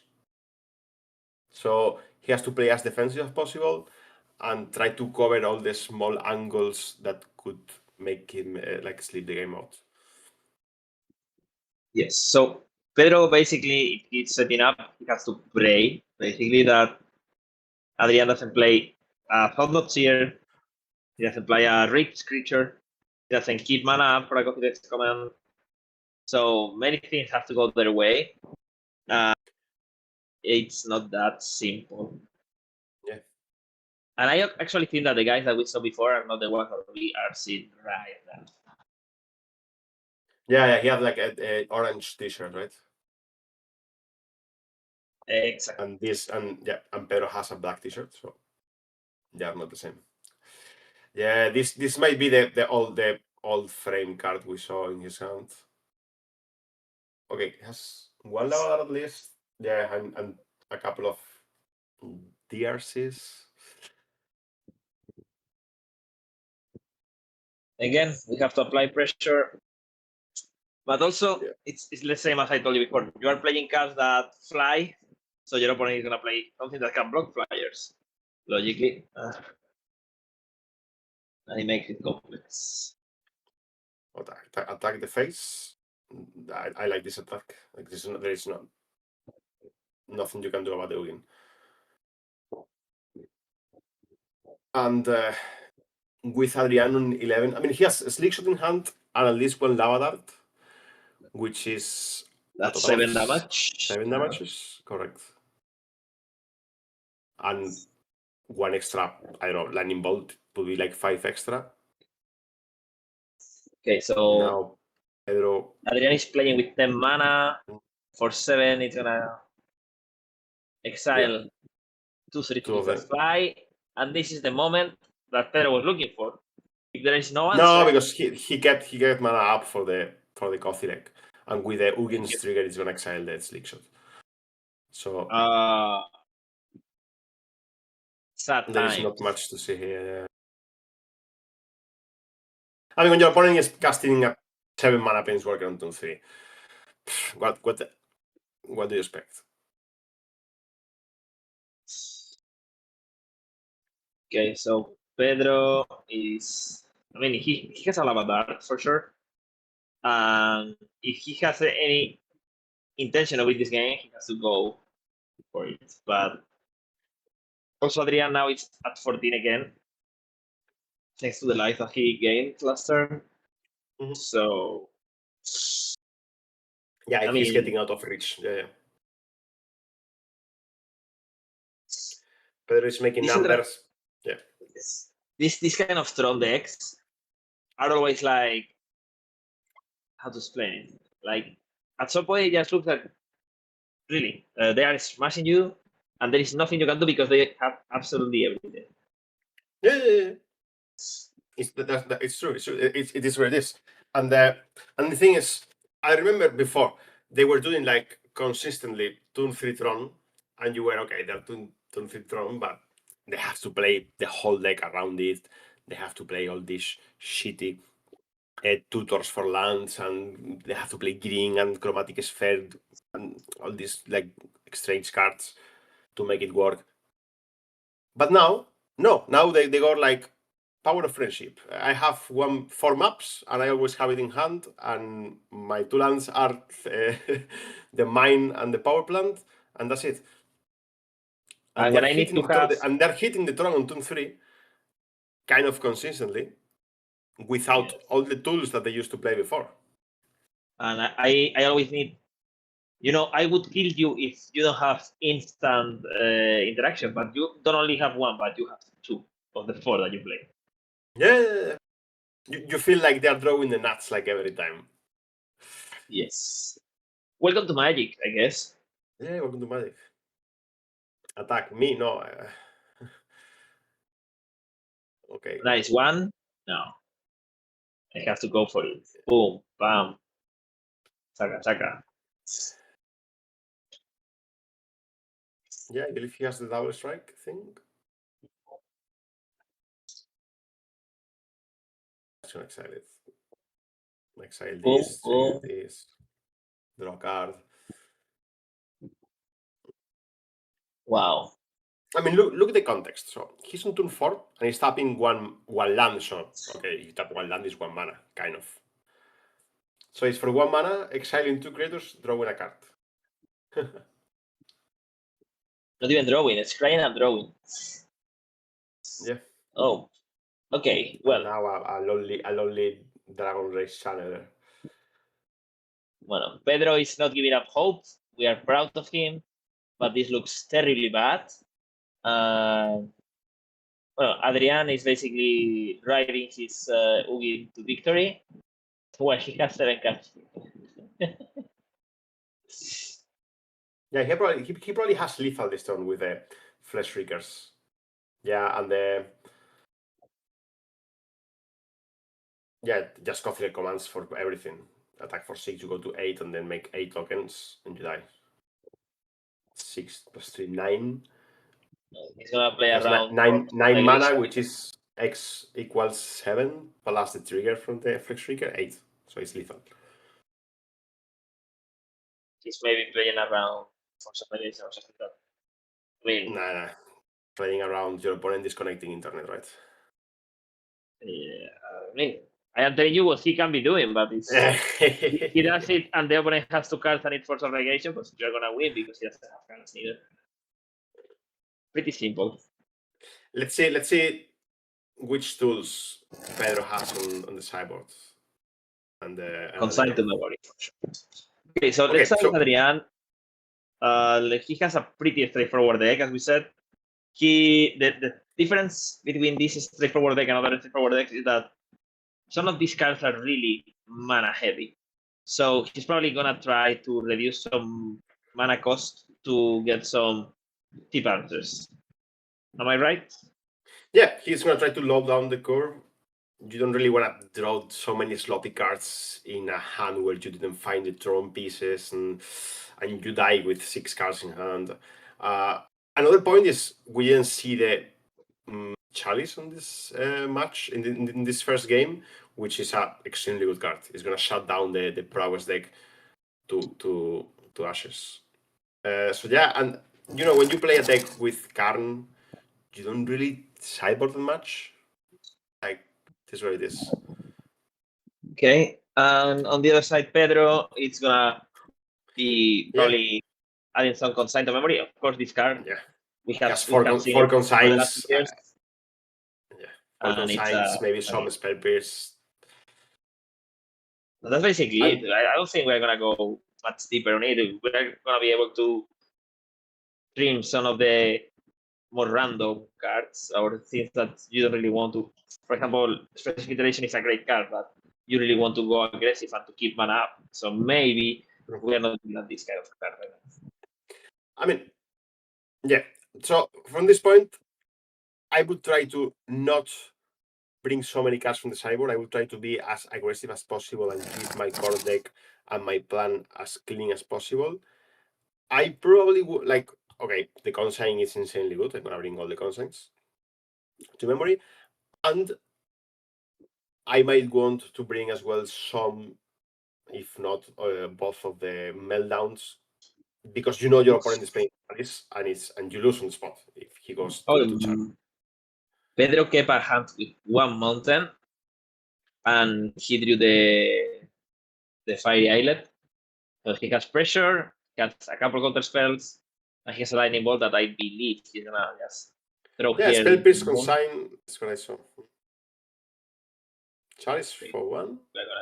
And we have the answer. Yep. Trigger.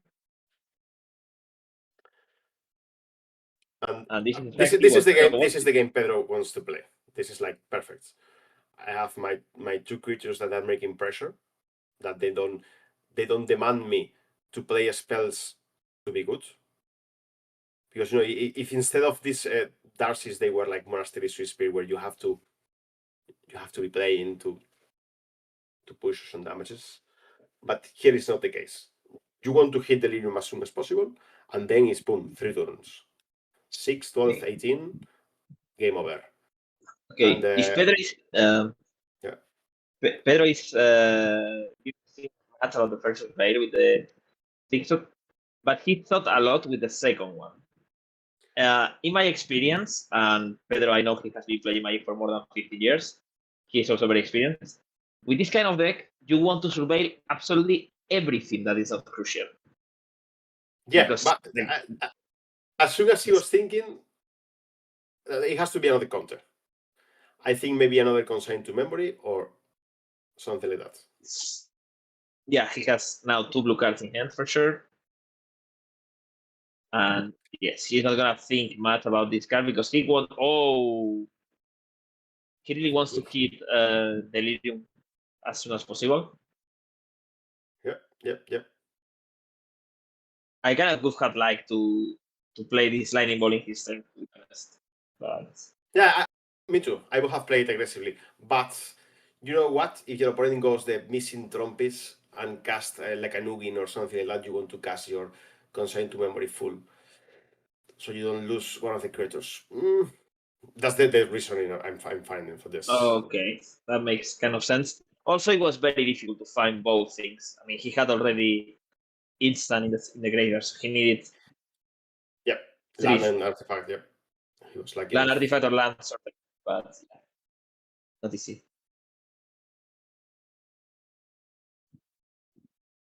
Okay, I'm checking the life totals. I believe he cast only one spell with the Fairy Islet. Well, I would say Adrian is on many less life than 14. Adrian. Okay, now this is a mistake. He should fetch first. I mean, like here you fetch shock and cast a spell pierce in case you want to keep a card that you scribe to the top with a down with survey to the top. What is Adrian's life total? Because this cannot be right. Okay, so we are before damages now. So his attacking is gonna go to 8. Yep. Yeah. Okay. Then now it's right. Yeah, so my fault. Yep. It's going to 8, and now you have the consign for the next spell to whatever it is that affects the board, and you're gonna try to look for a lava dart or a lightning bolt or whatever that can deal the last 2 damages. You see the difference when your opponent goes like turn 3 there. Yep. That's a way of. This is basically legacy. Like, I'm gonna do this, so you have to fetch, and when you're gonna fetch, I'm gonna do something.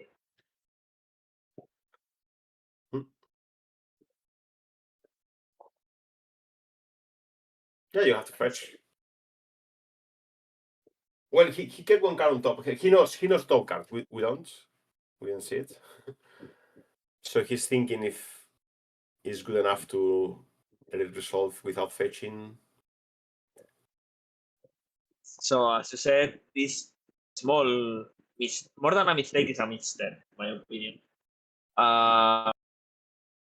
Is where the little details may decide games, rounds, and even top 8. Yeah, the thing is, you know that you're probably going to fetch anyway this cycle of turn, and you're gonna, because he's casting a spell into the turn, you're gonna spell pierce, and then you're going to counter something on his turn. So you're fetching anyway, and this way you are using the surveil triggers. Now he's on the scenario where maybe he wants the top card, but he doesn't want to lose the fetch land. Oh, and he's now not answering with anything. Okay. Yeah, he's fetching, and he's losing the top card. Yeah, but I expected Adrian to do something, but he didn't. I expected that his comment, to be honest. No, maybe he's just clearing out the top. Yeah. But this looks very bad. I don't know what he named. Probably the islet, no? Yeah, maybe the islet. He drew a lightning bolt. He drew the bolt anyway. Game over. Okay, so we are gonna go to game 3. It's been pretty exciting this round, to be honest. Every little detail has led into something. Let's see if game 3 gives us a great game as well. They both had like really good starts in both games. So the player who is on the play is getting a big advantage and is winning. And let's see. Now Adrian opens with a power plant.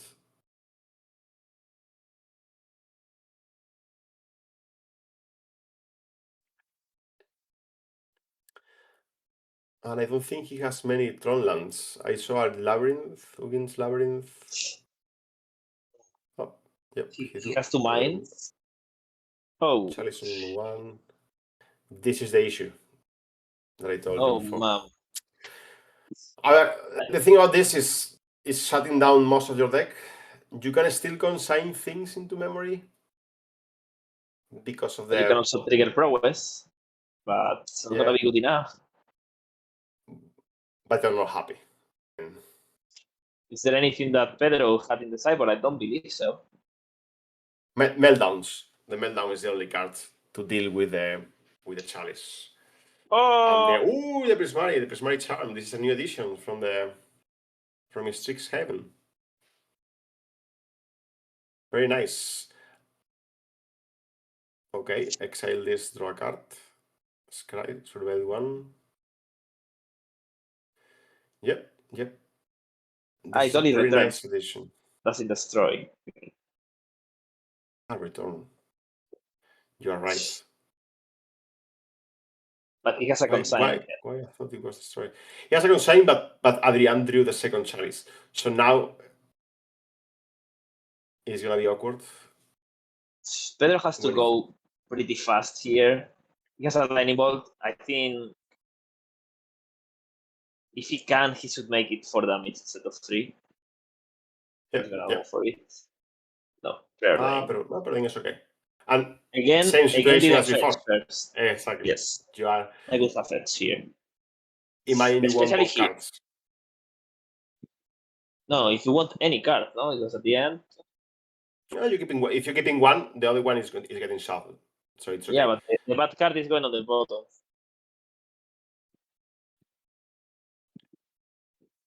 And he kept one spell pierce, knowing your opponent is gonna cast the chalice on one. He probably has one extra land, so you're not going to spell pierce it.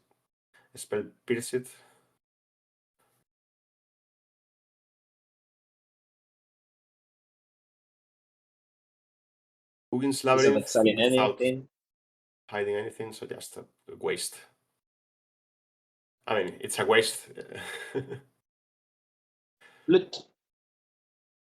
Okay, this is pretty simple, no? But again, we are losing. Well, at the end, maybe he's one step ahead of us, and he's using the fetch lands to bait flutes. Yeah, Yeah, so let me tell you something. This is going to work out very well for Pedro because he's going to let the fruit resolve and he's going to name consign to memory. And Pedro kept the spell pierce that it was doing nothing, and now the spell pierce is going to be able to stop the chalice. And the next turn, if he has the 4th land, he can cast the consign to memory over the flute. So it's not going to be a dead card. Mm-hmm. The Yeah, flute is the flute actually working in general, which at the beginning everybody had hype, later it turned out to be meh, and suddenly it's becoming quite nice again. Mm-hmm.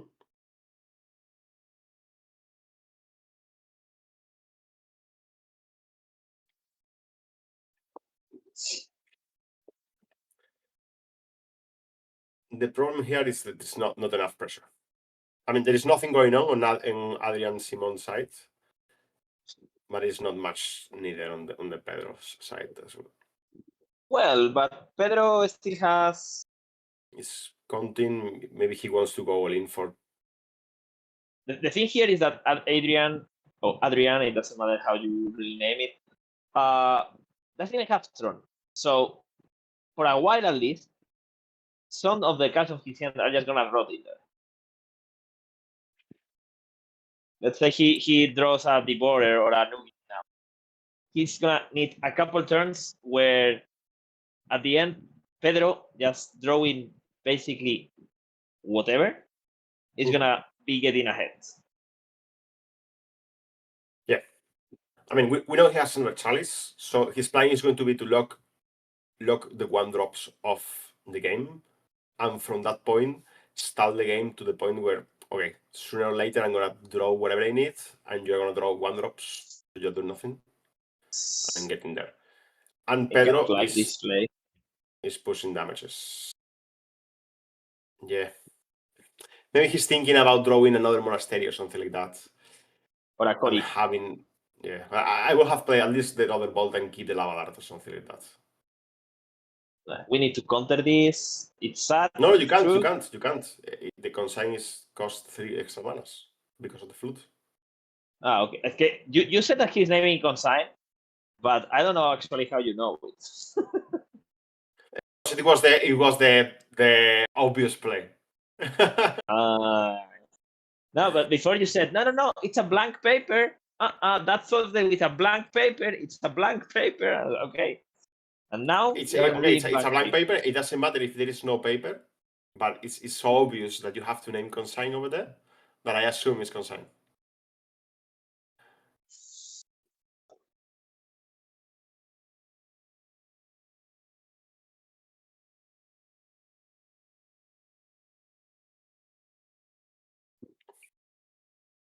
Okay, so we are basically racing now. Adrian is at 7. Pedro is. This is a key turn. We need, Pedro needs Adrian to draw nothing. Oh, it's a map. It's a map. It's a map, and it cannot be played. I mean, it can be played, but you don't going to like what's going to happen. Well, thank you. Okay, so let's see if we can drop. If Pedro draws any drop 2, for example, a Cody right now, it would be kind of insane. Yeah, I mean, actually, he drew a lava dart. Lava dart is 2 triggers for monastery. He's going to 5, and the next turn he has 3 prowess triggers, plus the monastery is 4 damages. But now with 4 mana, he can. I don't know, he can't consign for 1 because the chalice is going to trigger. He needs one extra mana to cast the consign for 1. Okay, let's see how this is going. He needs only 1 spell. Whatever spell, it's good enough. Mistress Pavel is going to do the job. I mean, if he goes for it, yes, I think he would. Let's look at the problem is that if something goes wrong, you lose again. Because you lose 3 lands. But the thing here, 3 lands, not only 2. But the thing here is that he knows what Adrian is gonna throw. So if nothing is going on this turn, next turn either.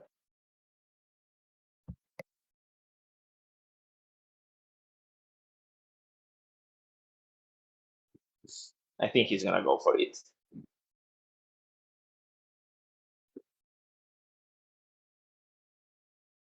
He can even play the consign, you know that.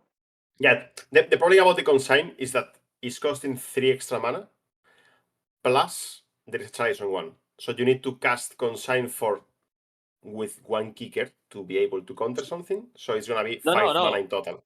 No, but he can counter his own prowess to go forward if he needs to. Okay. Yeah, true. It's 1 extra.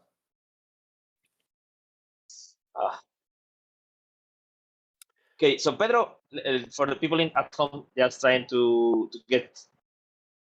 This may be complex on the side, but Pedro has a Monastery Spirit. At the moment, it's a 2/3. He has a Lava Dart in the graveyard. He has a Lava Dart in hand. That would make 3 extra spells. That would take Adrian down to 0. He has absolutely nothing. Now, Pedro knows the top card of Adrian's deck.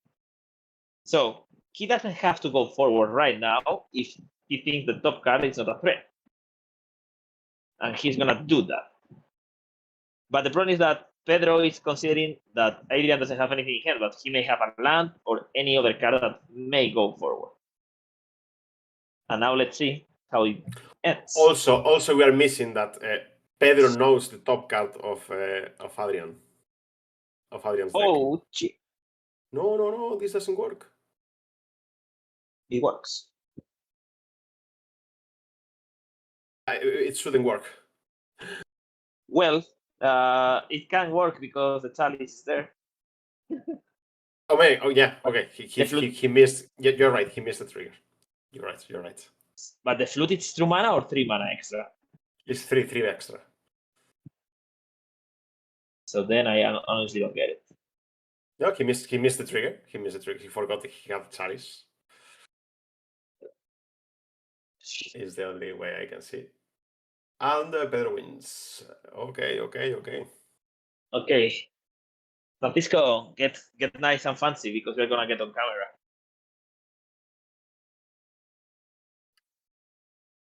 Okay, so we are finishing with the Swiss rounds. We're gonna get in the top 8 now. First, we're gonna take a quick break of 5 minutes. Don't get too far away from the screen because, as you know, there is not much time to waste. And we can take a look. Yes. To the top 8. Yeah, everything worked as we expected. Beñat clinched into the 8th spot of the top 8, winning his game, and probably like all of the others drew into top 8, and then who is the 7th? Ignacio. I don't remember who was playing against.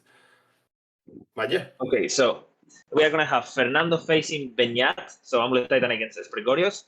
Ricardo Sánchez in the same part of the bracket with Luis Azocar, Affinity versus Prowess, both Ether. On the other side of the bracket, we have Gabriel Lopez with Red White Ponza against Ignacio Calvo with Esper Blink. I don't believe we saw any of them. Maybe Gabriel was the guy in Ponza. I honestly don't remember. The last matchup is going to be Alex Echevarria with Affinity against Prowess. Again, the same match Ricardo and Luis, so both Ether. So we're going to take a quick break. We're going to be back in 5 minutes with all the top 8. We're not going to have much more time to have breaks. So let's go, focus, and see you in 5 minutes, Francisco. See you now.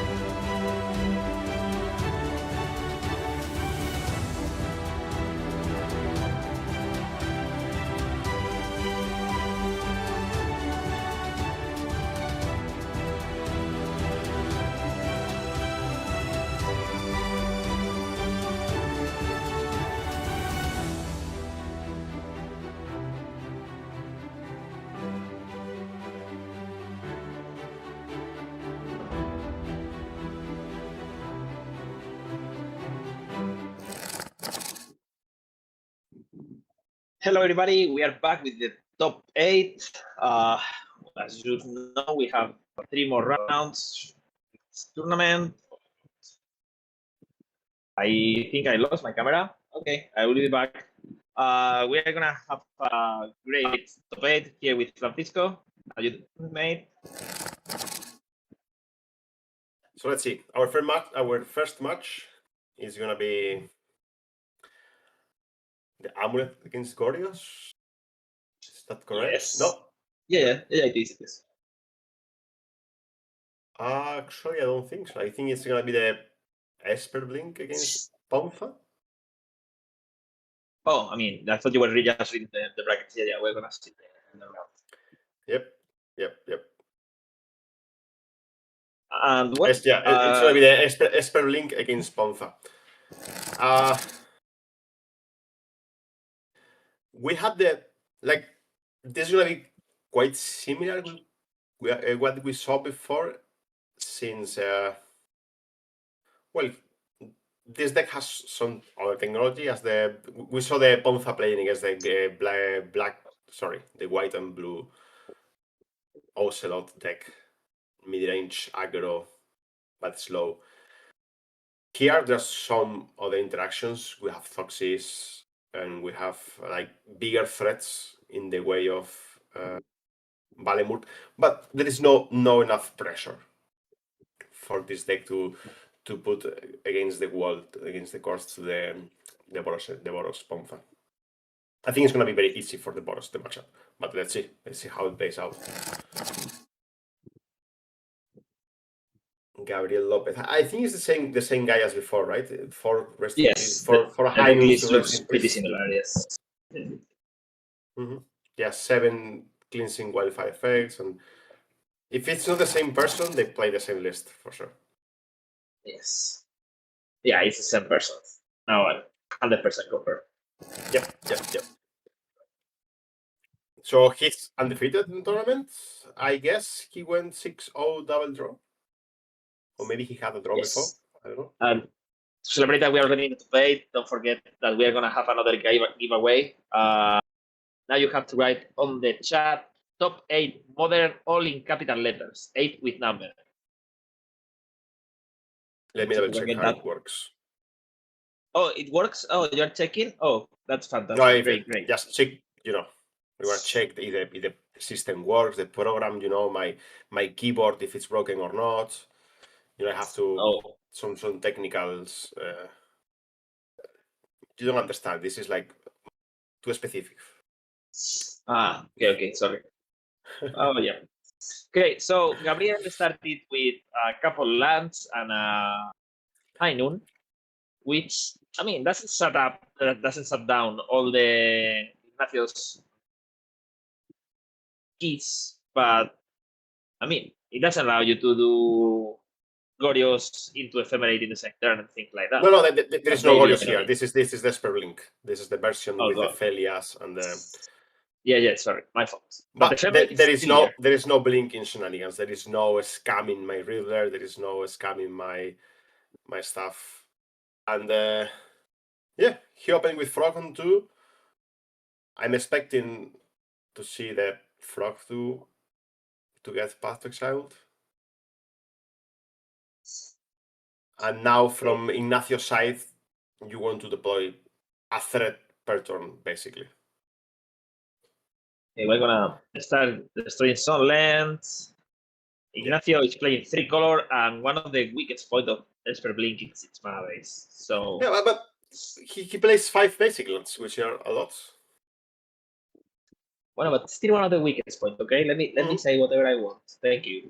No, but it's true. Actually, you see how this Field of Ruin is denying 1 color. Now there is no more blue on his sides.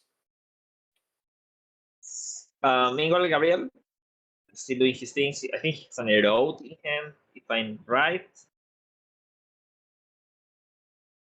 Yeah, he has 1 Erode.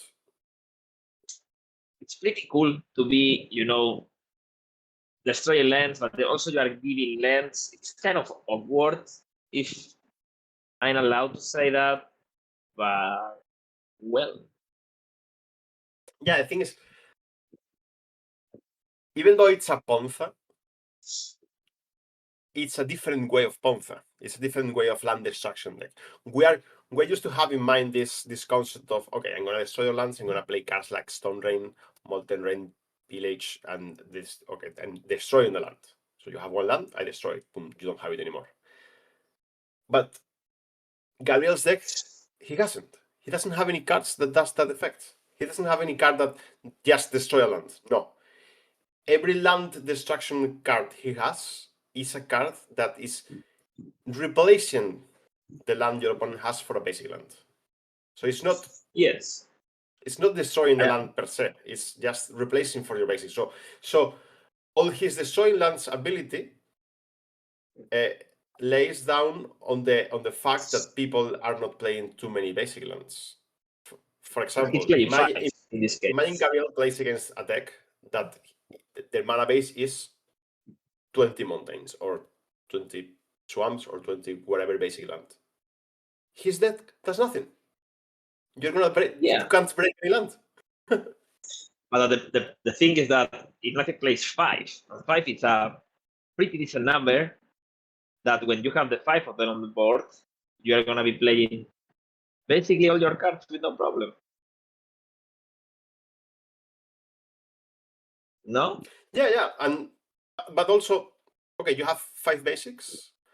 I'm gonna first of all make you look for all of them, and when they're out, I'm gonna start breaking them with the cleansing wildfires things. For example, if now he fetches for the island, okay, he's hiding the island somewhere. He doesn't want to expose it too soon. But you see now, for example, he has like 4 Orth of lands, and he's holding some Quantum Riddlers in hand that he can't play because he doesn't have any islands, any blue sources. Like he can maybe warp it, but he can't play like full. Okay. Fetch here. And we see meanwhile Gabriel's hand. I see a couple lands and another high noon. I'm expecting a Battlefield here. Yep. That's really bad news. Oh, the island. Oh, the island. I'm an island boy. But he's also not playing many blue cards, like the frog, the Riddler, Ferry. Yeah. The ferry. And then in the sideboard, there are some key cards. In the sideboard, he probably has like the best card in Modern, no? The Consign to Memory. Or the most needed card in Modern. There's always a space for some content.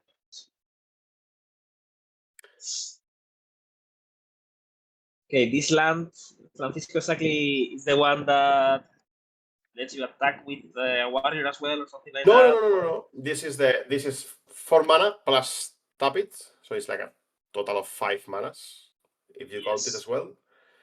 And you make exile the top card of your library, and you can cast it. You can play it until end of the next turn step. Okay.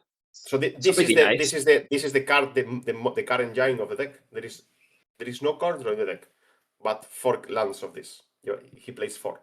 So with the Citadels, that he already has 1 in play, the land activation is 5 in total. But if you have Citadels, you can activate for 4 lands. And the game is gonna. The deck is made to stall the game and to make the game go longer. And then you have a card that says draw a card per turn. So Okay. I see here that Gabriel is kind of facing. I mean, he's facing this 5-4, this 5-5. Sorry. But if he wants to kind of avoid it, he has to sacrifice his high noon. That would make Ignacio basically deploy probably with 3 and 4 cards at the same turn, and basically demolish everything that Gabriel had been working for all game. Yeah, the thing is, Gabriel has drawn a Rest in Peace this turn, so he's not sure if he wants to. We saw how he took the Battlemurk and went and get up to ask the judge a question. I'm guessing he was asking, if I have a Rest in Peace in play, how these two cards interact. And the way they do is like Alemur does nothing. It does. You get it, no? I don't think you got it. Okay, let me. I will have to double check it, but I think in this scenario it's like you mill and then you get from your graveyard. But if there is a replacement effect, you get nothing. But I'm not sure. Yeah, you're right. Yeah, yes, you believe well. You're a great believer. Okay. And now, I like this play.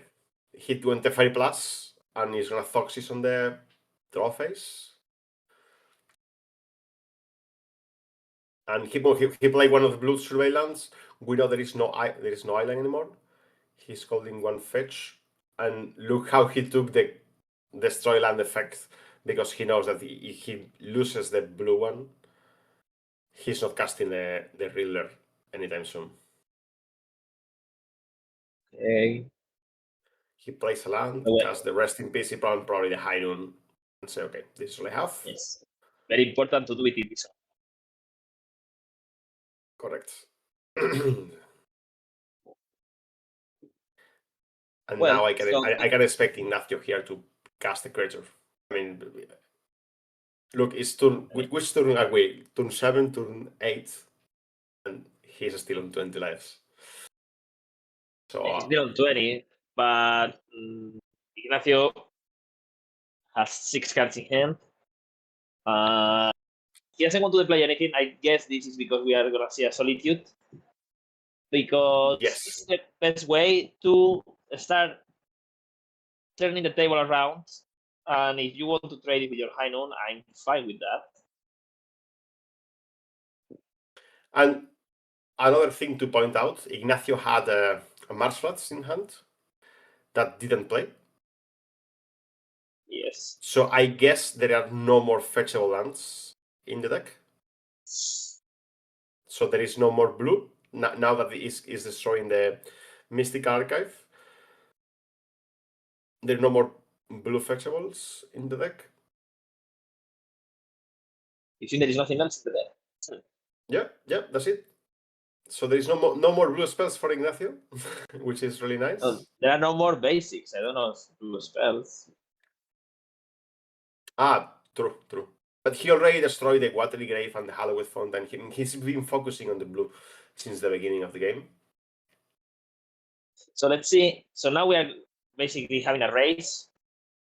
Gabriel is trying to, draw something that lets him get into the game, and Ignacio is going to try to close the game before he ends up choking with, I don't know, 4 or 6 cards that he cannot even play. Mm-hmm. And here for 4 lands, which is 5 mana, he gets to activate the Cory Steel Mountain, which is the name. And he got... Yeah, I don't think Grab Disguise is the card you want to be casting here. Yes, you think so? I don't think I would cast it. I think I will just get lost. Well, you can get a lot of energy. Yeah, I would rather use the Cory Steel Castle to try to find for a Path to Exile or for a... I don't know. I will activate it now because you can play also the lands from it.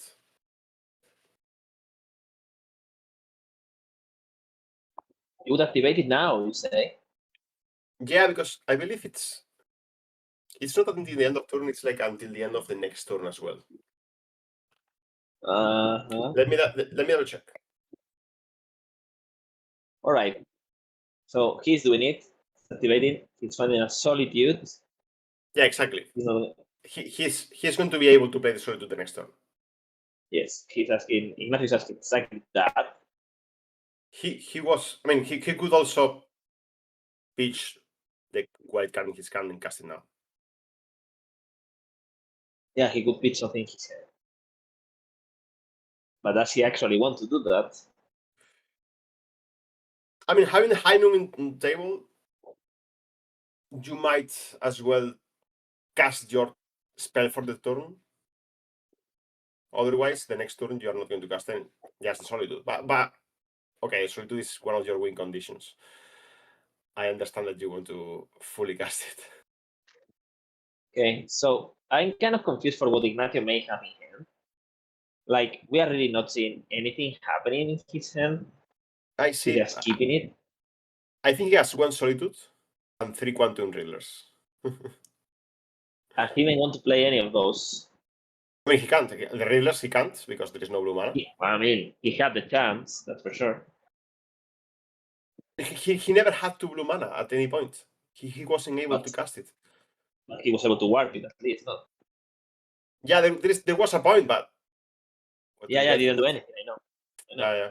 He's holding a Solitude, and now he's gonna expect Gabriel to cast his own Solitude. Yes. And then you want to trade Solitudes, and that's it.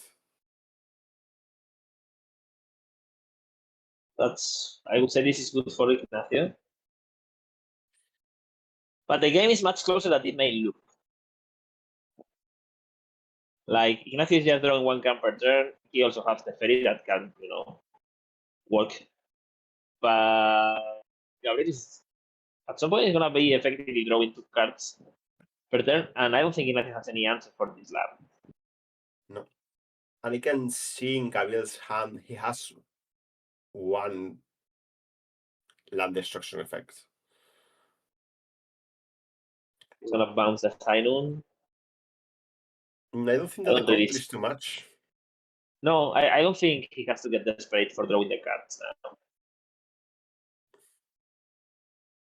The Ferry is doing a good job.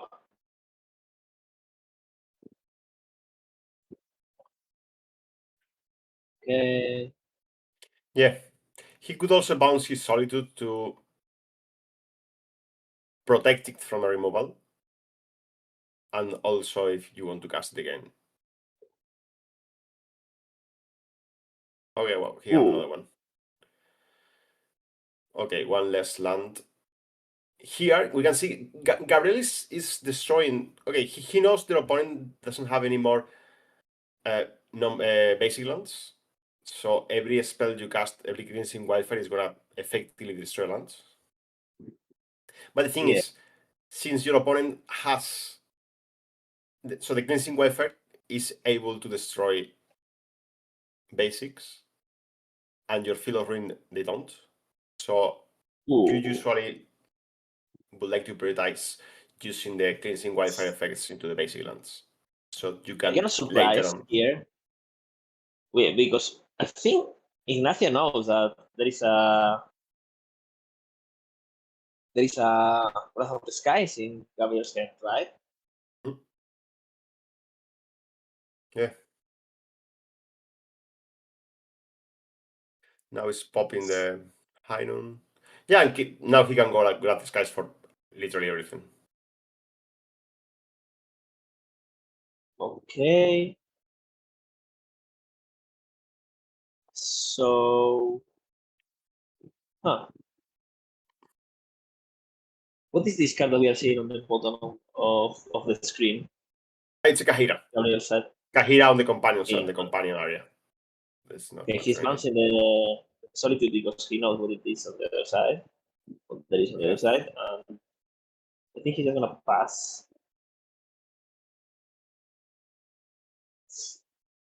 And he's basically choking in a lot of cards that he cannot play. So Gabriel is really finding the solutions that he was looking for when he sat on the table, because this is his main plan. Yeah, it's another road. For me, this game for Gabriel was exactly what he was expecting, and it was a perfect game for him. Nothing out of place. Your opponent didn't apply any pressure. You have your Path to Exiles for the few threats for the Frog and for the other card, and that's it. And you've been able to spend your time destroying the lands. That's it. Oh, he's fixing for the last planes. He was hiding the trick.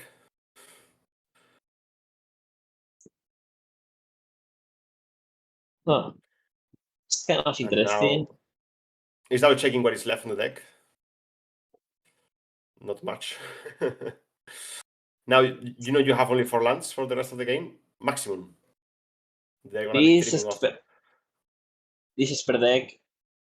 Every time I see it in action, always the same. Like sometimes he has more lands. He has, for example, he has another Enchanter. Okay. Oh, okay, true. But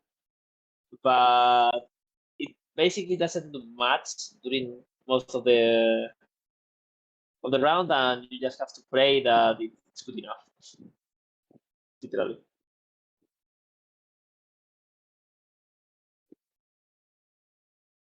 Teferi Plus, I activate my land. Pare. Ruin. This is gonna be free.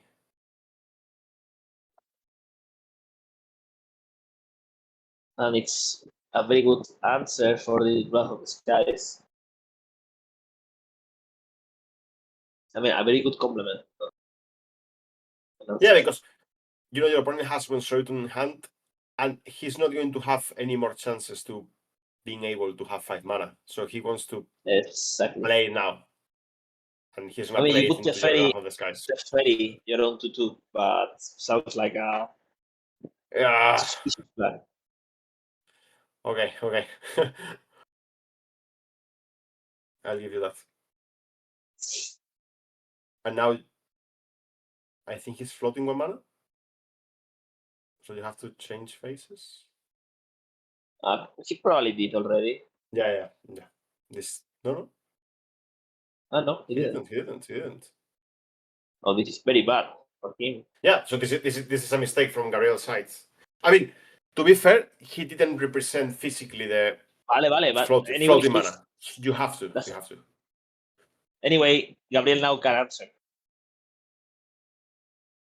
No, but Gabriel, if Gabriel knows that he's casting the Solitude on first main, is okay, I'm not taking the Kahira, I'm gonna cast the Wrath of the Skies. I took the Wrath of the Skies because you don't have 5 mana. That's what I mean. And if you float mana, you have to represent it. You have to represent it physically. So Gabriel should be able to call a judge and say, look, what happened, to explain, and you go back to the misunderstanding point, which is when you do the Kahira. So you let him. Okay. So you change faces. Yep. I mean, it's also kind of difficult to value from here if he's representing, he has said something or about it. But yeah, I understand what you mean. Okay, it's another kind of rest in peace. Yeah, another artwork. Ignacio basically chipping a couple damage per turn. It's good enough. Yeah, Gabriel is on 7 already. It was far away, but the thing is, I don't see how these last 7 points are gonna. Yeah, many things have to happen. A bunch of blanks have to happen. Yeah, the rest in peace is exiled. That's true. Yeah, should be exiled, correct. Weird interactions.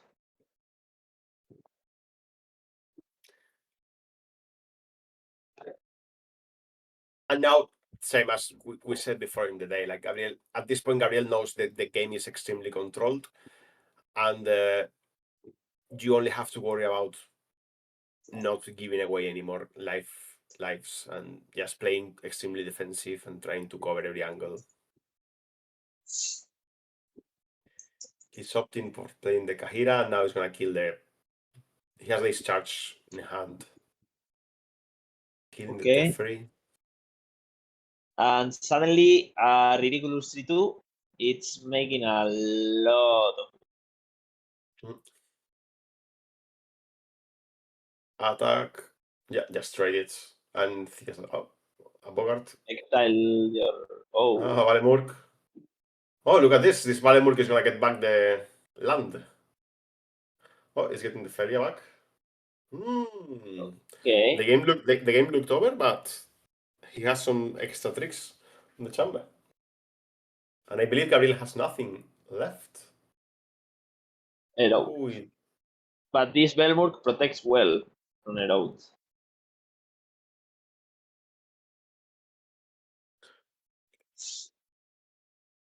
My friend, please destroy one and tap land. Don't destroy one tap land. I'm asking Yeah, I you. mean, this way. No. Okay, he would get the untap land, which means that he would force the Filia on the main phase. And, well, that would be obviously quite better, but it doesn't really matter much because it's exiled. Okay, so this herald now is gone.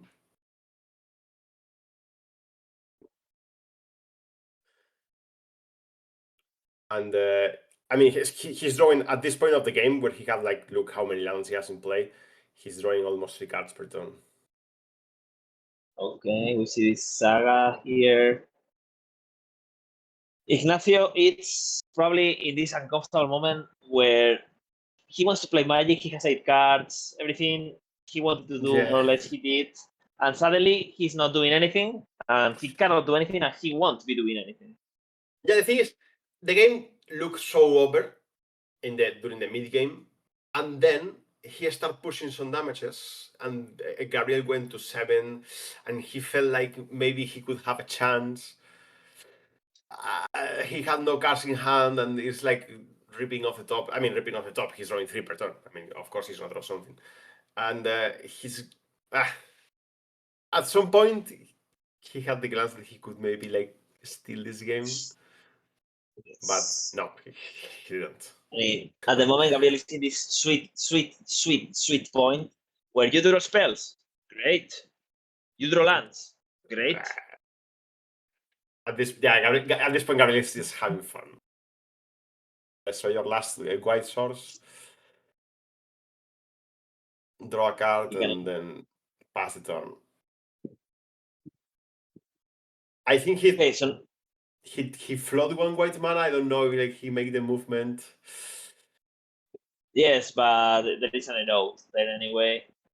The only question here that probably Ignacio has is that how am I gonna get there? And can I just beat you Solitude in everything you play?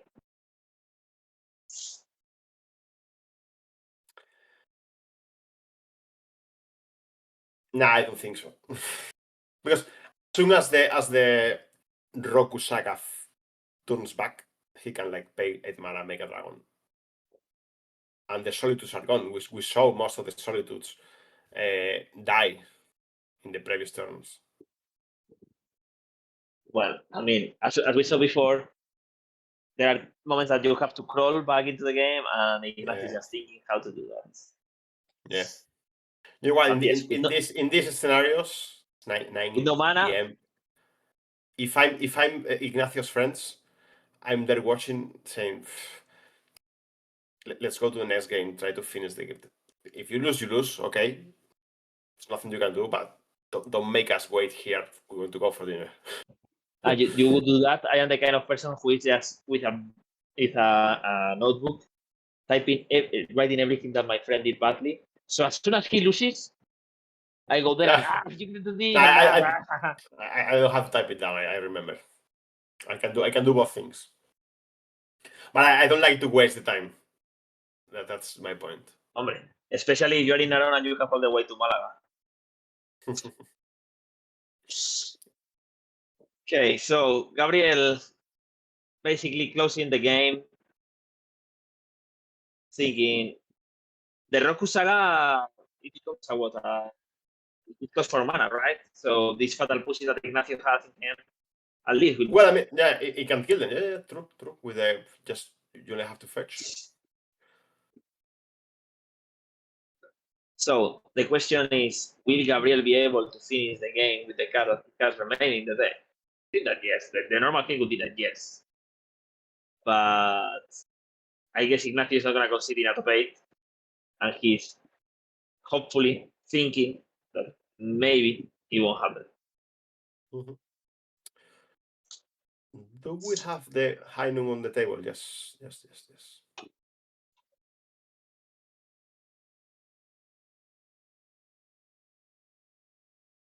He has 11 mana, 11 lands, I believe.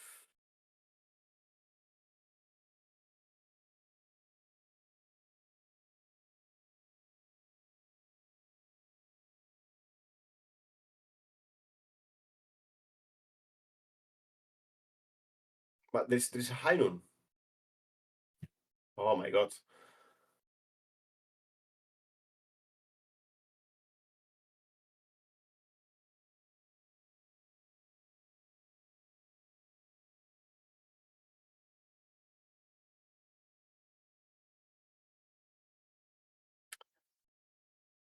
There is a high noon. Now he's getting a bit chippy. He made a mistake. He's getting nervous.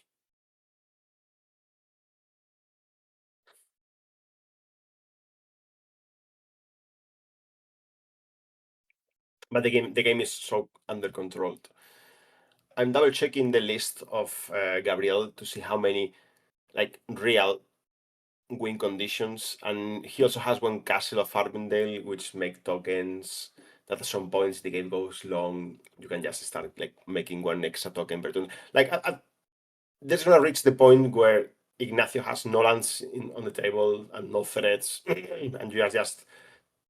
He only hope is gonna be to deck his opponent because he ran out of win conditions, like real cards that can close the game. But this Castle of Armendale is gonna be able to do the job. Also, the High Noons going to face, they're gonna short the clock down a lot. So Roku is down. He made one dragon on the way. He let him on tap. Now the Valemurk is gonna be online. Is losing their last impending counter.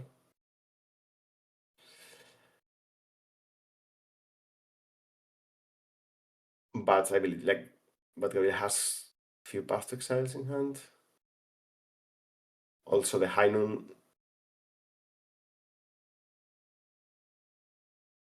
And he could be expecting like a fatal push for the dragon.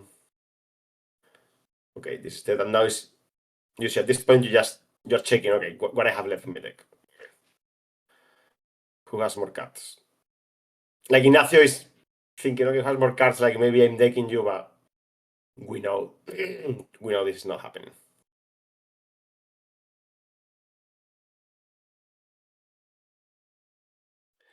Yeah, it's fascinating how many times they touch it and they sleeve it and the Roku saga.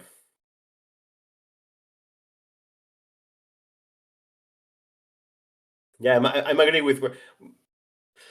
I will tell you a story from the other day I had. Like sometimes there are some interactions that people they can go the whole tournament and nobody is realizing that they don't work. Like this flashback with the High Noon, or maybe yes, I don't know. He has like tunnel visions and he's thinking about some other stuff. But the other day I was playing a tournament and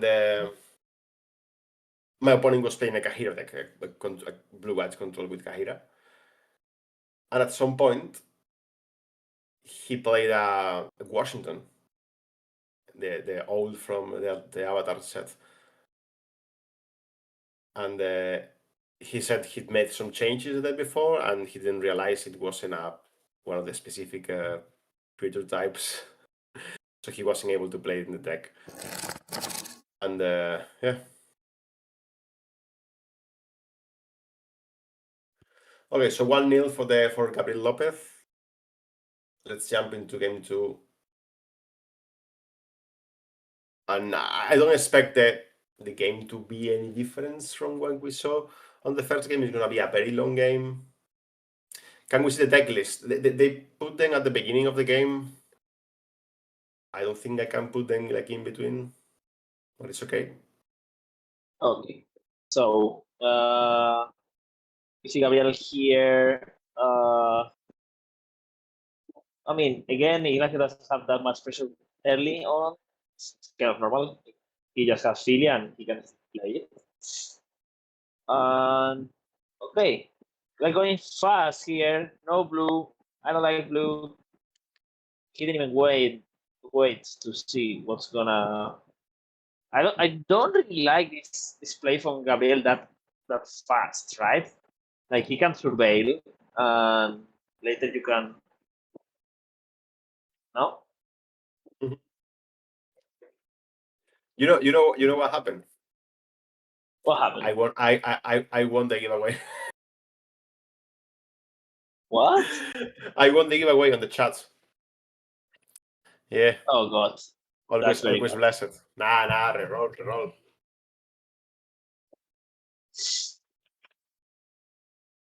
So Filia comes into play.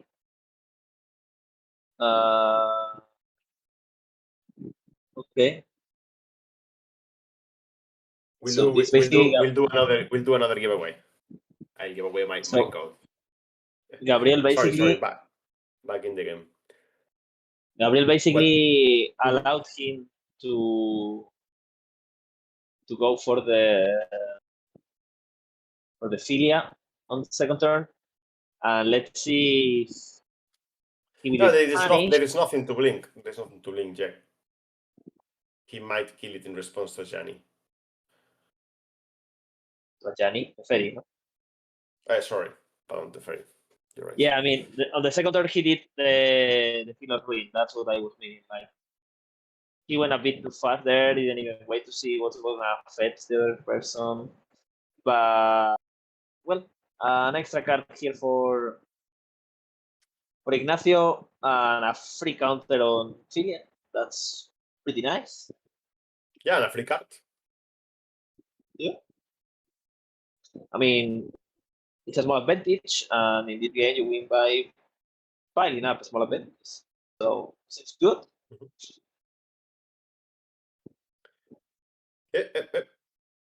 Castle Under Veil. No, he Okay. he was meant to cast the Patxi Sánchez. Yes. Okay. Fine, right. Gabriel doesn't have any red yet. I don't know if the castle is. The castle is. He named red with the castle of with the citadel. Sorry. Yes.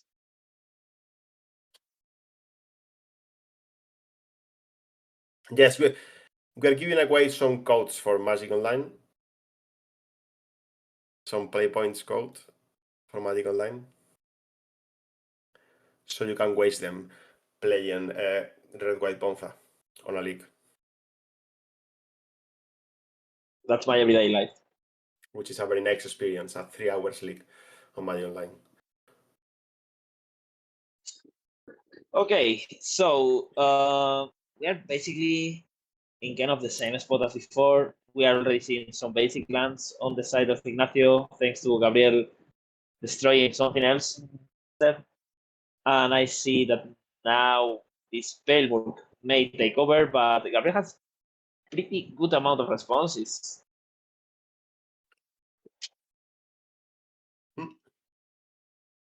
I mean, he has missed some land drops, which is not ideal. And this Valemurk now, this Valemurk runs very fast. He has, but he has like 2 Patxi, 2 Herodes / Patxi or whatever thing it is. I think his hand is stacked of interaction. I mean, he's been missing land drops, so I'm expecting to have a lot of action in hand.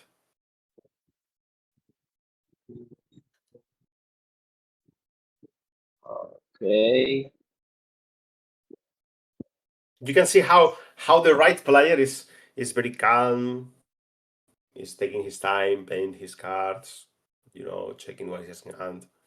And Ignacio is shaking. He looks like like Brian Kibler when he's like shuffling the cards in hand, non-stop. Even though when you're full tapped and you're like. Well, that doesn't mean. I mean, yes, the body language is kind of different, but I don't know. Let's see how this is going for him, because that island it's getting there. Let's see if it's enough, and I'm gonna kill the enchantment here. All right, this is where they are destroying the Valemurk. So we have the five basics. Yeah, all 5 basics on the board. He's gonna take away the Roku, and now it's like Solitude. I think you see from at this point, you see Ignacio has like 4 or 5 cards in hand that are good cards, and Gabriel has nothing. It's like he has this bad. It's like okay, 1 Solitude and 1 High Noon, and that's nothing. But still, the deck is so redundant on things that do nothing that are good together somehow. Now, yeah, and Ignacio, these kind of Esper Blink decks kind of suffer when they see Solitudes in front. It's like it's really uncomfortable. yeah. And now, look, he's gonna destroy the island, forcing him to. Okay, discard cards to the frog. What happened here? I got lost.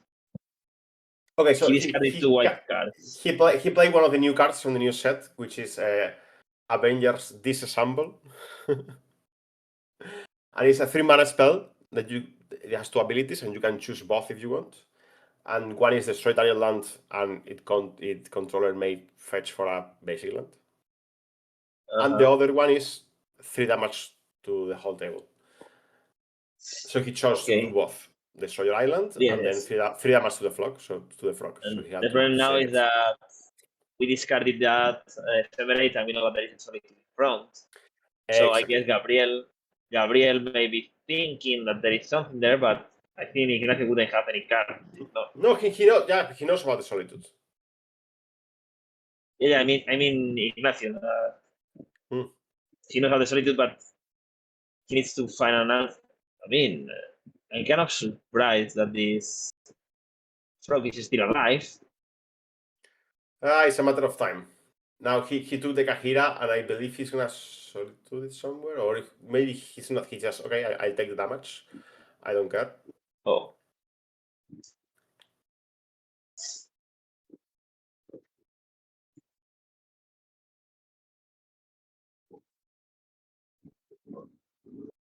Five.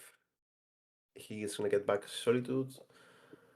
Yeah, because he doesn't have access to blue mana anymore, which is an issue.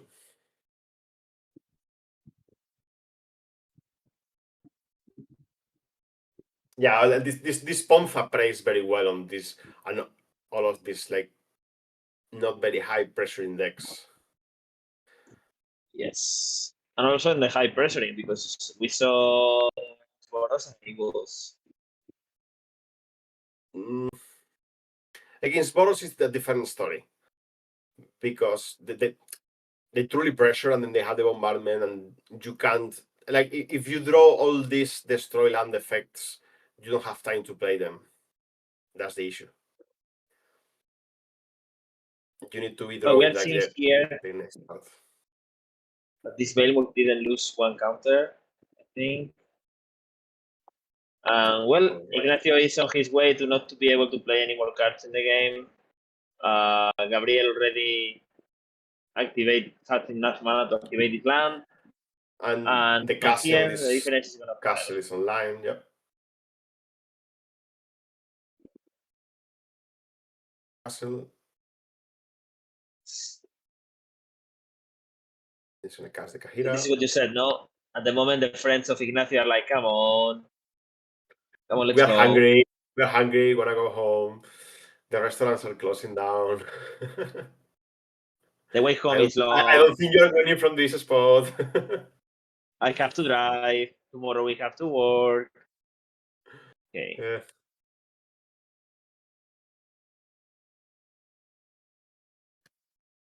Okay. And now Gabriel is starting to attack with Kahira. He's thinking he wants to change it with Ophelia. He doesn't. Yeah, it's buying more time. But you are not doing nothing with that time. Kahira is gone. At any point, he can, instead of drawing one extra card with the castle, he can start putting soldiers with the. He still has the Belmore. He's trying to win with the Belmore, but. Yeah, but the High Noon is holding the Valimur back. So at any point, okay, Valimur is online, boom, 5 damage, gone. But he had the Ephemerate and he used it for removing Kahira, so I guess there has to be something else here. Mm-hmm. Let's see. Yep. Pass the turn. Valemurk is here.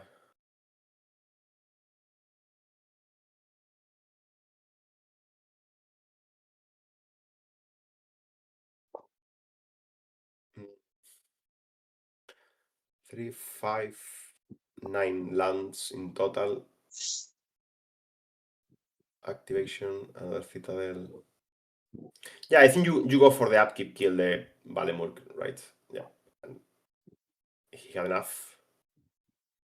And that was it for the first quarter Yeah, no finals surprise. Everything happened as expected. It took a bit longer than we hoped for. But yeah.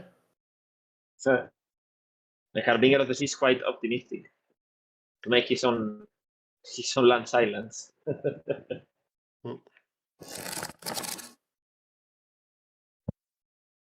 All right, so we're gonna finish these quarterfinals. We're gonna head straight into the semifinals. First of all, we wanted to thank the sponsors of this tournament: in the league, Narón, Ultimate Guard of the GG, and BilboWeb. Without them, this wouldn't be possible, and we couldn't be giving you this stream with this great magic on this Sunday evening, or even full weekend. Anything you want to say, Francisco, about these quarterfinals, or when we'll see the bracket, will you be able to bet who is gonna take the tournament down? Yeah, we'll take a look who advanced to the semifinals. I mean, these quarters were what I was expecting. This was like Spain, Austria, like no surprises.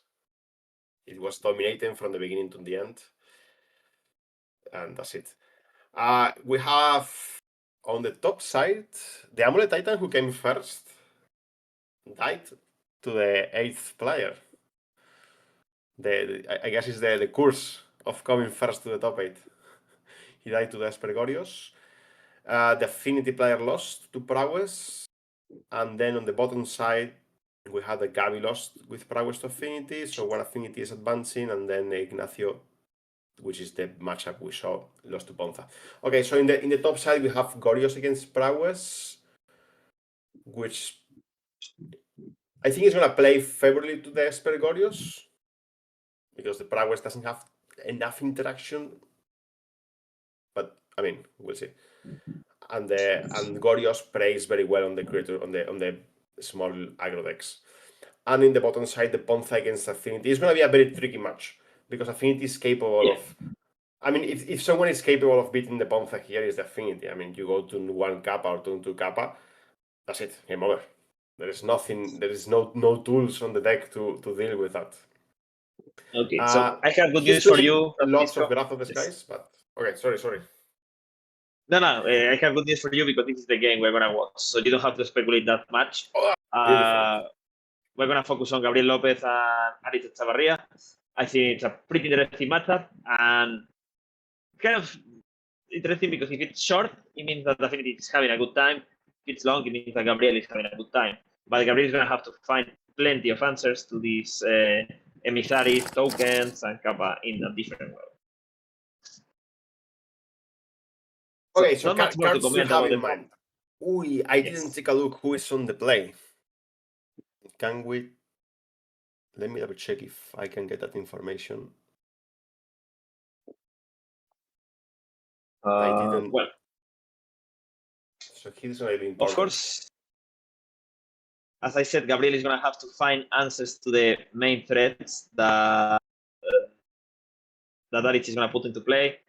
Ursa Saga, we kind of have that under control, but Weapon Manufacture, it's really, really problematic if it resolves. And I would say that Kappa Canonier is also pretty problematic. So we have different ways of facing this. The Emissary is going to put some tokens. With Wrath of the Skies, we can control that. But it's not going to be simple. Yeah, Gabriel is going to be on the play. So there are a couple of key cards in this matchup that I want to focus on. One is going to be the Wrath of the Skies. So he has to find the proper moment to play to win. I don't think you can afford to play the Wrath of the Skies just to slow down. Is not going to be good enough, probably. And the other card is High Noon. So if Gabriel is on the play, the Affinity player has to play his, like, usually Affinity nowadays likes to wait for a turn 2 explosion, where you go like turn 2 munitions into deploy all my 0 drops. But if you know your opponent is playing for Hynons and you're on the draw, maybe you can't really afford to wait for turn 2. Mind you try to do that and they go like turn 2 Hynon and that's it. You're gone. You're not playing. You're playing just one spell per turn. You're doomed. Yes. So I'm expecting the Affinity player to look for a very explosive hand where he can go like turn 1, maybe like make some Thopters and trying to sneak to play the Kappa as soon as possible. But then you are, I don't know. It's gonna be difficult. And also, the other thing about Gabriel's deck is that he plays a lot of cards that are bad in the early game, and maybe he has to look for to do like a good mulligan, if you know what I mean. You can't afford to keep a very slow hand against Affinity. You need to have action, and you need it now. Okay. So let's focus, because maybe people, we have been talking about it in the stream. Maybe people don't know how this deck works and maps. There are like 4 really big threats. One is Urza Saga. In this matchup, it's not going to be great. Kappa Cannoneer, but it needs some setup. And later, both Weapons Manufacturer or Pinnacle Emissary, they both want you to cast this card before you cast the rest of the stuff. So, and also it deals very well with Wrath of the Skies, because all the tokens that you're creating with manufacturing are going to deal 2 damage. So it's going to be like an extra cost to play. Right? Yeah. Something else? No, that's it. So ideally, you're going to go Pinnacle, bunch of 0 drops, and on them 1 Mox, and boom, Kappa Cannoneer. That would be like the if I have to set my cards, that would be it. All right. So let's see how they both focus here. And Gabriel, by the way, was second in the standings, so he's gonna start all the tournament because at the moment he's the head. Yep. It's a very good advantage in Modern, eh? I have to say so. So no explosion. So now we are. Oh, here's the Mana Tithe. They went off. So now Gabriel has the opportunity to go turn to High Noon and almost close the game on the spot. Yes, I really like. I don't know if he has the Mana Tithe, but if he doesn't, I really like tapping the planes anyway. Ooh, break your island. He had 2 islands and 1 mountain. But yeah, this makes half of the job.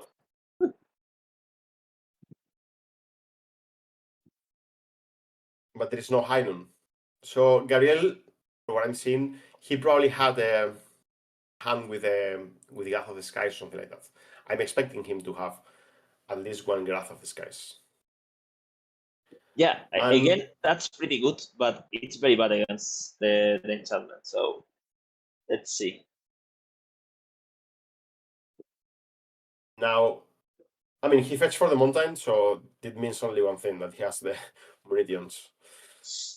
Oof, he played the land very fast, and he just drew it. Maybe he was short on lands? I don't know. I don't think he just drew it, but for sure it's the style that he was looking for. Okay. 1 token, 2 tokens. Another token. The question is that does he have the Mox, which allows him to play the Kappa this turn? Oh, he doesn't. So let's see if we have Breath of the Skies, but also he better have it now. But he would leave the weapons on the board anyway. Okay, but you are avoiding your opponent from casting the Kappa right away. He has a High Noon. I don't know if he drew it this turn, or if he had it the last turn. This is close deck list, so for Gabriel, this is an issue because one of the things he would like to check every time is, okay, how many basic lands is my opponent running? Yes. So he maybe got surprised by this mountain. All right. It's tapping stuff. 3, 4, 5 plus the Steam and 6. Kappa Cannoneer with 2 counters, 1 nugget. Equip it and swing for 9. No, 4, 6, 7. For 7. Oof. Well, this is basically game over, right? I think he Well, has God. Solitude in hand. I think he's gonna go like Solitude, the Kappa Cannoneer. Okay. And I think you have to do it now. Otherwise, you risk. I mean, you expose yourself to a metallic rebuke. Yeah, I think I would do it now. This is kind of crazy. Like you would never expect. This is the first time I see a Kappa Cannoneer die. Like being targeted. To be honest. Yeah. So Alex now is looking to play maybe a couple of 0 mana spells. Oh, another Kappa. No. I think it's coming another of the same one. Okay, and this is basically lethal because Gabriel doesn't have any way of answering engineer with so many tokens. Yeah, if he plays Clear of the Skies, is dead. No. Only one spell per turn. If he plays and if he doesn't, he just pop the explosives and all the. Okay, so munitions basically go to Alex face. had a great hand. He was able to sequence in a great way as well. Yeah. My main concern here is on turn 3, Gabriel had the Heinor in hand. But I don't, you mean? Yes. if he chose to not play it on turn 2, or if he didn't have it, he just drew it. I think he might have drew it on that turn. Well, let's see game 2. We have Gabriel again on the play. Very fast. Yes.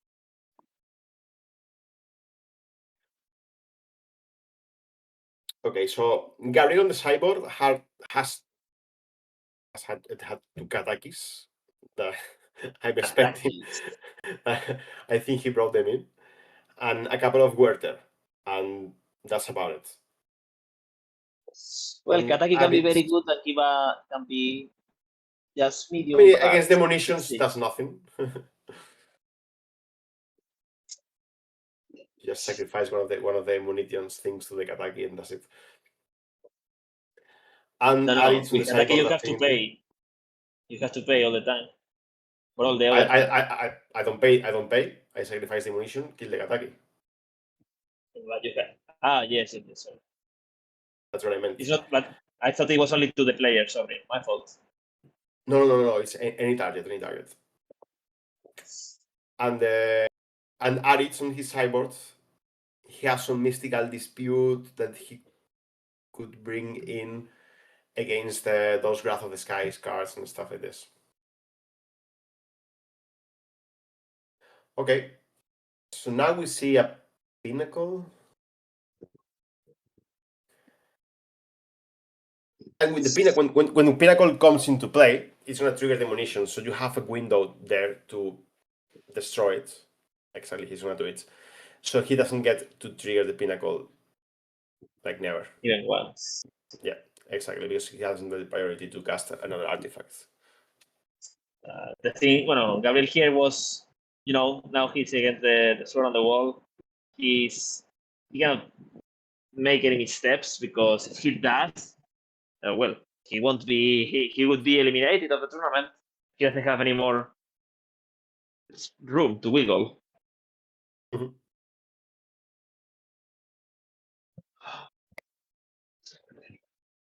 Explosives. That's very bad news for Gabriel.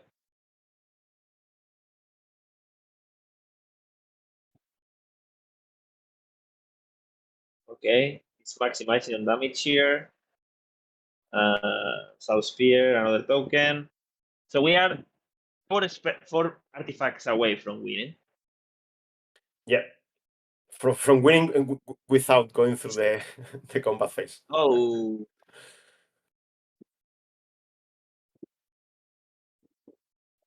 Okay, this Field of Ruin. There is one basic left, right? Yep. He had 3. And small detail, we saw a different artwork on the first game, so Gabriel knows that there is at least another island. This is why you should always play the same art. Nah. Anyway, he saw it because Arit acted like he was gonna get this one when they broke the first one. Oh, maybe he was doing the theater. You never know.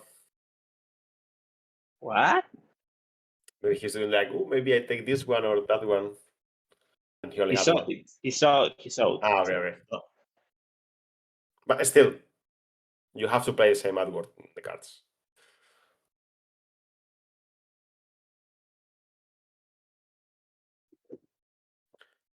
Okay. Second island there. So, if you are Arit, in addition to a Kappa Canonier, what would you be drawing? What would you like to be drawing?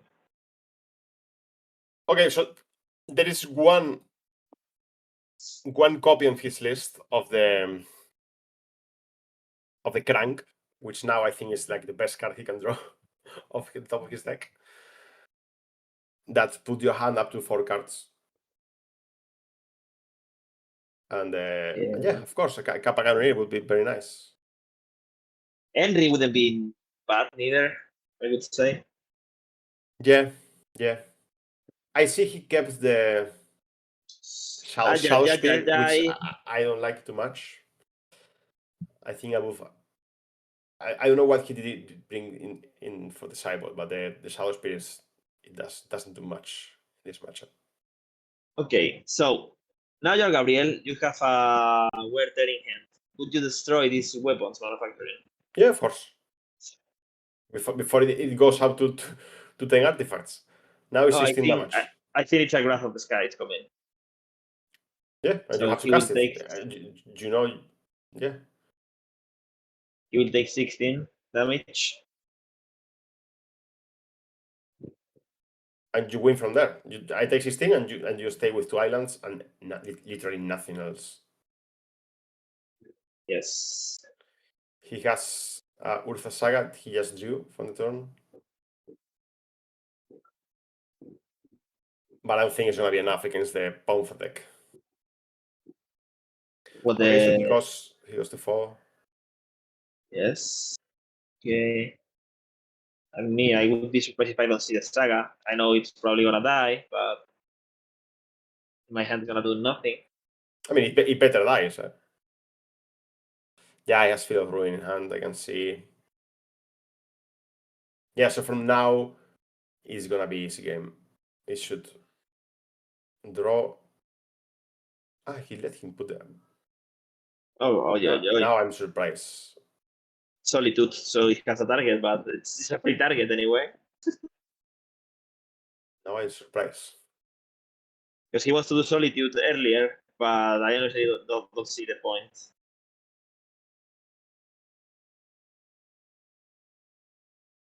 Okay.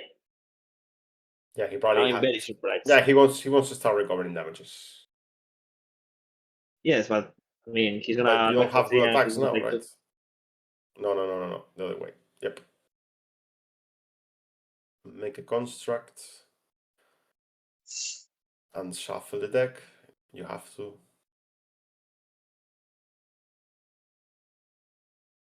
Okay, so how is Arit getting out of this pickle?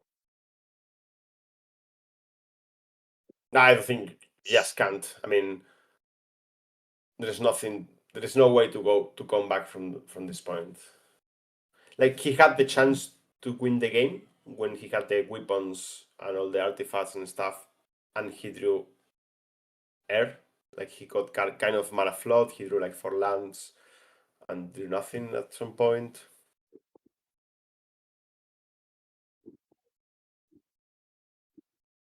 But now it's too late. Now there is no way he's coming back from here. After 2 solitudes. Nope. No. Well, So we should be so- we should see a scoop like anytime soon. should be getting a game 3 in which Arik is going to be on the play, and of course his hand is going to be pretty important. Hydron Emery. It's too late for And him. Gabriel is holding at least one Werther in hand. I wasn't able to see the other card.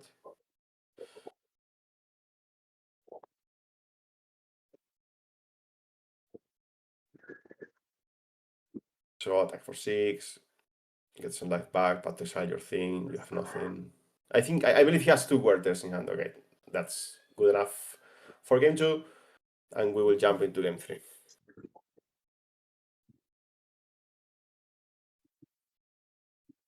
So let's see what's the start here from Arik. I think that's going to decide most of the game. Gabriel cannot be ultra mega picky, but if he finds a solitude to answer the Pineapple Emissary in case that's the play from Arik, would be good for him. But I believe they have access to their opponent's deck list. maybe not to pay it. It makes sense. People is being on camera. So imagine you being on camera at some point of the tournament. So maybe it's like your friend can, like you can go. You know you're playing against him. You can go to check the stream and check his list. Next. By the way, we are gonna celebrate that we are almost finishing the tournament, and we are gonna give another giveaway of 120 play points from Eco Baronen, and the code that we're gonna be using is semifinals, all in capitals. You can try if it works, but semifinals. No, I was already typing. Thanks to Andreas. He was yesterday commentating the legacy portion of the impact with a couple of Messi's t-shirts in the background. Did you see it? Yes, I saw it, and a great summer shirt. Okay. Look at the starts. So we have 3 Thopters, then basic mountain, which you don't really want to see it this soon. It can be kind of awkward if his last card is, imagine he has a Kappa and he doesn't have blue mana. You're gonna start regretting putting this mountain in your deck. Okay, so for what I see here, well, Gabriel wants to find at some point. He wants to be finding Breath of the Skies at some point. Breath of the Skies at the moment will be basically game over, but it has a mountain. And I said that Arik's mountain was bad, but Gabriel's mountain is even worse. He's not able to play Breath of the Skies now. Oof, Kataki. Okay, so someone is seeing his sideboard. I'm back to 14 years old. Last time I played Kataki, I was 14. Well, I mean, I didn't cast it because it was too expensive when I was 14. But I remember I wanted one for my way Winnie. It was very nice. This is gonna be over, eh? He had a rebuke in hand, Patxi. A rebuke and a Kappa. He was able to cast the Kappa as well. And a Kappa. The Kappa has it. Oh god, that's dramatic. Yeah. I think Aritz is gonna go home and he's gonna unsleeve the mountain and he's going to replace it for another Steam Bands when the tournament is over. He probably will get in the car, cut it in half or rip it into pieces, throw it, get a fine by the police. It's a cool looking mountain. Wouldn't.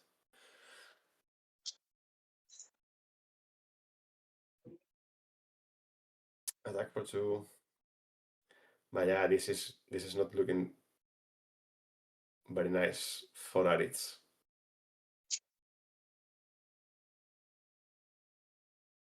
Do you remember the good times where you just don't pay the basic value and you're like, la. Sorry. No, but that was before now. Now I think Like if you forget to pay for the Vexing Bubble, I think you can. There's nothing happens. Yeah, of course you can. Of course you can. In our times, the Vexing Bubble, when the guy In is our looking, times, they will chop you the hand off. You know, like boom, gone. they could be like, oh, where is my Vexing Bubble? And you're like, it's in your graveyard. How did he get there? I put it there. Yeah, for me, the most insane one is the duty they give to the pacts. You forget to pay for the Summoner's Pact, the game should be over. Boom. Because in the card is written, if you don't pay, you lose. But now, yeah, but it's even worse because now they're forcing the opponent to act like he didn't realize, like he's kind of stupid, and wait, and so you have to wait for your opponent to tap out for a Titan, and says, "Oh, wait a minute.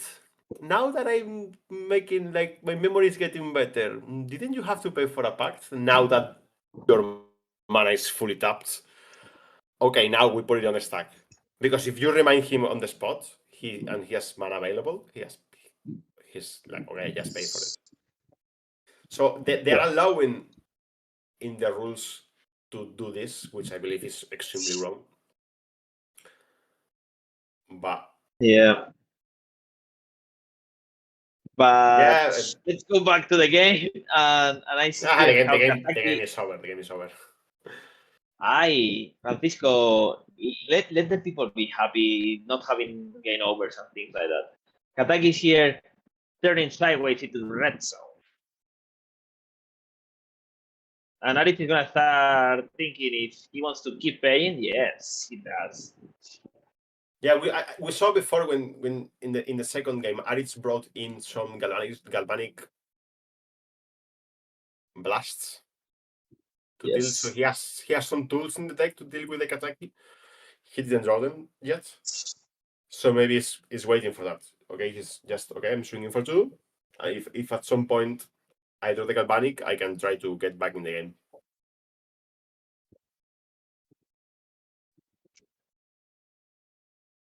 The thing with Gabriel's deck is that it looks like it doesn't do anything, and suddenly you are dead. You just cannot do anything about it. Yeah, I mean, it looks like it does nothing, and then you are locked. Then you don't have lands, and you don't you can't do anything. You can only play 1 spell per turn, and yeah, it's very annoying. It's very annoying. Okay, there we go. Feet of Ring on the double. I look for a land, but you don't.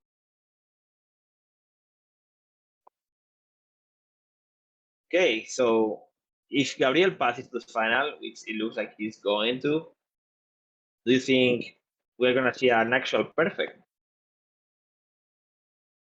I mean, he could. Yeah, he could or he could not. No, but I mean, he could in the sense of it would be the. I mean, he's been winning the whole day. Why wouldn't he keep winning? I don't know what the with this deck. As I said previously, the matchups are very polarized.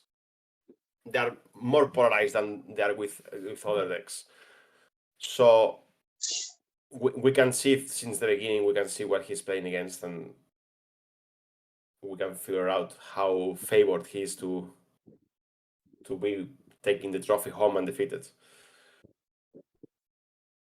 Okay, there's a Fire Islet and a bit of hope for Aritz.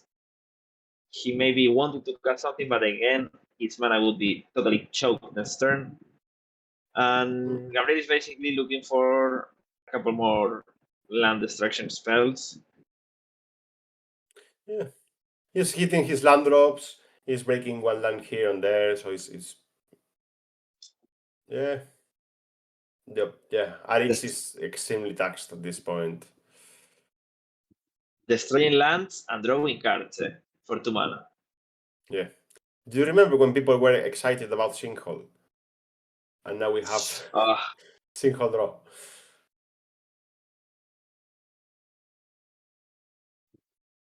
I will sacrifice it.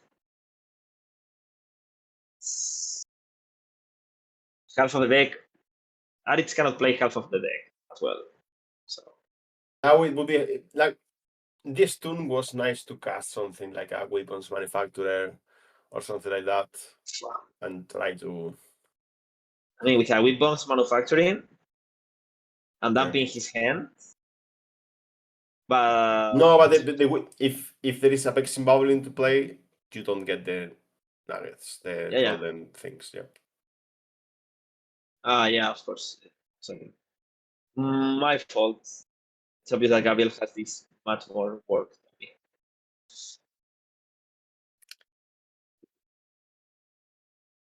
Well, Aritz is gonna go back home with his hungry friends in a bit of time, looks like.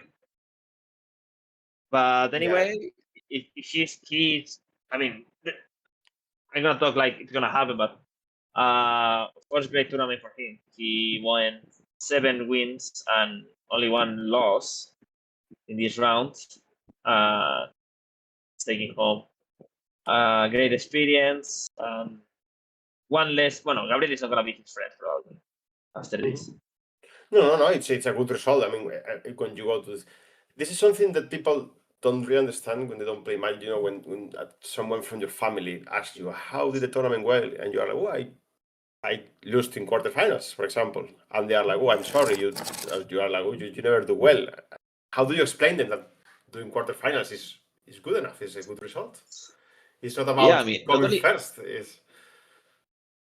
But not only quarterfinals. I mean, in a tournament of 7 rounds, which is the normal thing, 5-2, it's already a good result. I mean, it's not fantastic, but it's pretty good.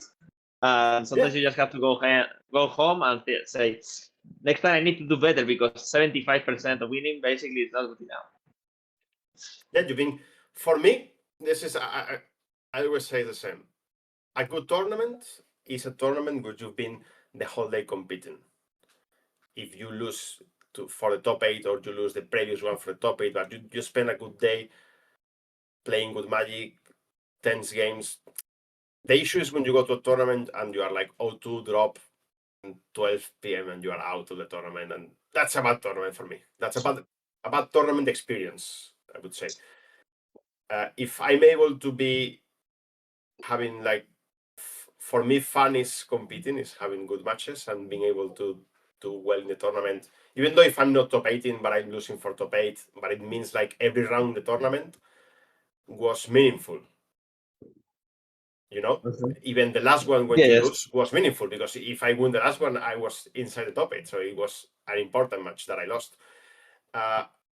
The issue is that one when you are like 1-3 or 0-2 or something like that, and you're like, okay, now what do I do? I have to wait for the people in my car. Now it's boring.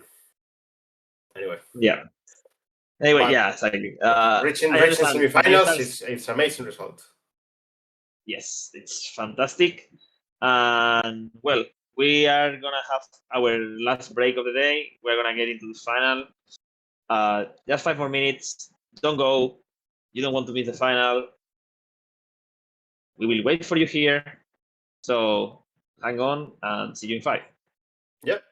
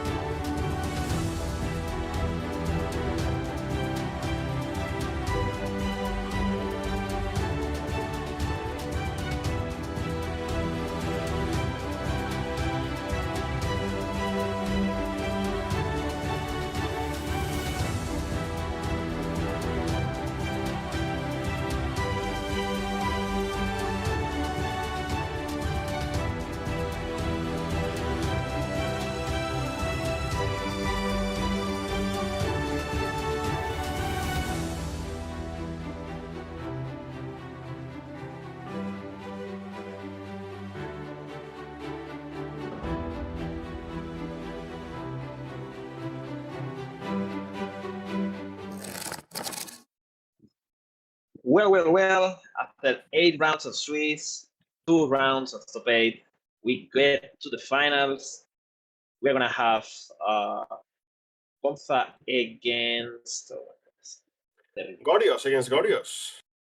Gorios. Two Thank winners. God you are here, Patxi. Thank God you are here. I was gonna miss it. Just a quick announcement before the finals. We want to give a huge shout out to a new collaboration that Impact is gonna have. It's gonna be the 27th and 28th of March 2027 in the Bilbao Exhibition Center in the BEC, a huge venue where, of course, there are gonna be plenty of tournaments, side events, great prizes. So if you are in the area or you are thinking about competing, it's a tournament that you should try to keep in mind to attend. Yeah. Let's see if we can see the picture here. Well, we are gonna have a pretty interesting final. We have seen Gabriel winning every time he has been on camera, and honestly, not only every time he has been on camera, but also every time he has not been on camera. He just didn't lose a single round today. He's 8-0 with a couple intentional draws, and now he's gonna face Jędrek Gorios, and he's gonna be on the plane. Yeah, So, and also he's playing Beñat on Gorios that we also had the chance to see a few rounds ago. And he's been crashing as well. It's been, and remember, it was the round that we mentioned. He played very tight. He played like very confidence. So I'm expecting a very good match to be the finals. yeah, we have seen this Ponza against Esper Blink, but this is not exactly Esper Blink.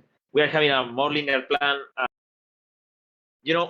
A good plan, but maybe not as good against Zero and Patxi Sánchez, isn't it? Yeah, so he will have more explosiveness that you don't find on the blink death. So he's able to steal some games out of nowhere with the Gorios, but it also comes with a vulnerability, and that vulnerability is that now those rest in peace. Remember that we said that we're kind of clunky in a lot of matchups. Now they're gonna shine. They're gonna be like extremely good. So yeah, Gabriel is gonna sit down.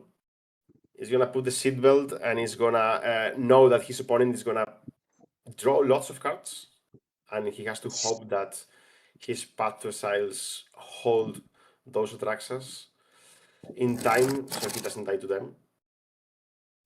And we see this start from Ponza with 2 colorless hands. I'm surprised. Okay, maybe I guess if we are seeing 2, it means that there is a third one, right?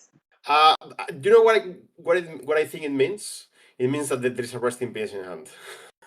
I don't see many reasons to keep these kind of hands, apart from, well, I have this rest in peace that is gonna lock the game.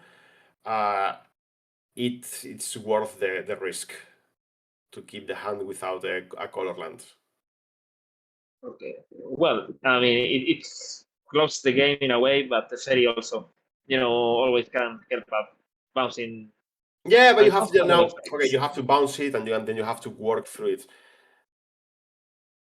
Yeah, of course. I'm not saying it's easy. I say that it's possible to do it's a very strong card. Okay, so there we go. Beñat teaching an ephemerate, and now looking at a turn to play. Probably he's also surprised about these 2 destroy lands. Let's call them that way. And we are not seeing a frog here, which is something that Beñat wouldn't have, to be honest. This swamp is terrible. It isn't. The thing is, it's not only that he hasn't had the frog, is that this swamp is not allowing him to cast the Medley. the main, exactly, the Faithful Maiden end of turn. So now Gabriel. Now it's an issue for Gabriel actually, because Yes. Beñat can't cast the Mending, and if you Field of Ruin the archive, he's gonna be able to, because he can float mana and fetch for the other land. Okay. There are Casting. more bad news for Beñat here. He drew the basic island. And Or I he believe can be he helped. also has the planes in hand. This is very, very bad news for him. And also, it's very bad news that we are going to be seeing here Destroy Land into a road if he ephemerates. Yep. But maybe he may have another ephemerate, but he already reached one. So Yeah, things to point out of the game. I'm checking the Beñat's deck list, and he's playing only 3 basic lands, and I believe the plains is already in hand. So now he's going to miss this fetch. He's also giving away information that there's a plains on his hand, which is pretty unfortunate. everything is unfortunate with this game. To be honest. Yeah. So when your Erode or Path to Exiles are good swords to plowshares, you know you're winning the game. It's even better than Sword to Closers. Mama. Yeah, exactly. Swords without downside. And now this field of ruins are bad because they're not fetching. Oh, he drew the mountain and cleansing wildfire, one of your colors, knowing that there are no more basic lands to find. So now Gabriel knows he's happy. He knows this first game it's close to being over. There is no tracks around the graveyard. The opponent is already run out of basics. You are. What did I miss? What did I miss? That playing 3 colorless lands that are not Tron lands. Yeah. Give you games in Modern. Like gives you games in Modern, yeah. Okay. I don't like your swamp. See you later.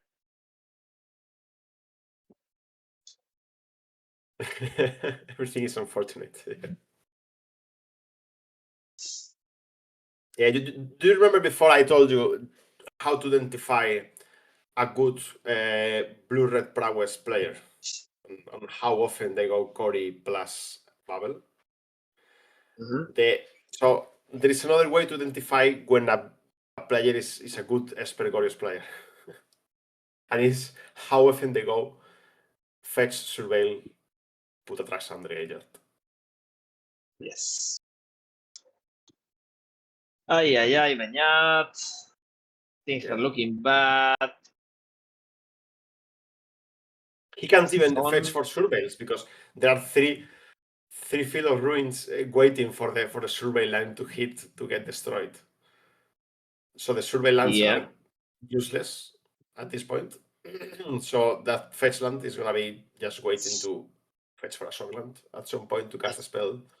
I think he also has. Well, he has a couple of Thoughtseize in hand. You say he has the planes. He has the planes, so maybe he's waiting for to have like full hand size and discard a track side in a natural way, and then somehow reanimate it. Okay, it doesn't look like that. Yeah, I don't know. I don't know how to approach the game from here. I don't know what do you expect? What is your plan? There are no good approaches, I think. Yeah. I mean, the opponent is drawing an extra card per turn. You are doing literally nothing. Let me tell you something. The only thing... We've seen this scenario over and over from the red-white Ponza. Yes.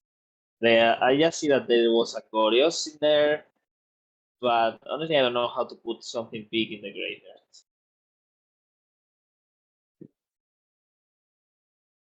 To be honest, I even think that Gabriel is in a point where he could start demolitioning the fetchlands. Yeah, I mean, now that he drew that, for example, this price of this cleansing wildfire effects, right? It's kind of free to play it. Otherwise, it's gonna get lost in the exile. Exactly. So maybe you can just send him to let's break one of those fetchlands. Even if it misses, that you don't get to draw the card, But I'm forcing you to crack the move. fetch. To move, yeah, exactly. Now with the crystal on the graveyard, maybe it's a different story. But yeah, I think I would. She's thinking what to do with it. We have 2 white sources. I don't think Beñat is gonna be able to fight through that in a profitable way. And Gabriel, honestly, I mean, I'm gonna be honest. He has been playing great Magic all the time we have seen, but it just feels like he's too even too comfy. He's just sitting there, like, well, I mean, I'm just throwing cards on the table, throwing some lands. At some point, the game is over. But all the decisions he have been taking have been pretty good. Yeah, I have the feeling that everyone is kind of stumbling against him. Like you see this game, it wasn't a regular Esper Gorios game. Like he went like land, swamp, nothing. He was forced to do a Quantum Reeler into a very clear path to exile, and like everything is aligning very well for him. I'm not saying it's not deserving to be in this position, of course, but you have to keep in mind, like every time you win, you need to be like playing well, have a good deck choice, and also you need the flips to come in your way.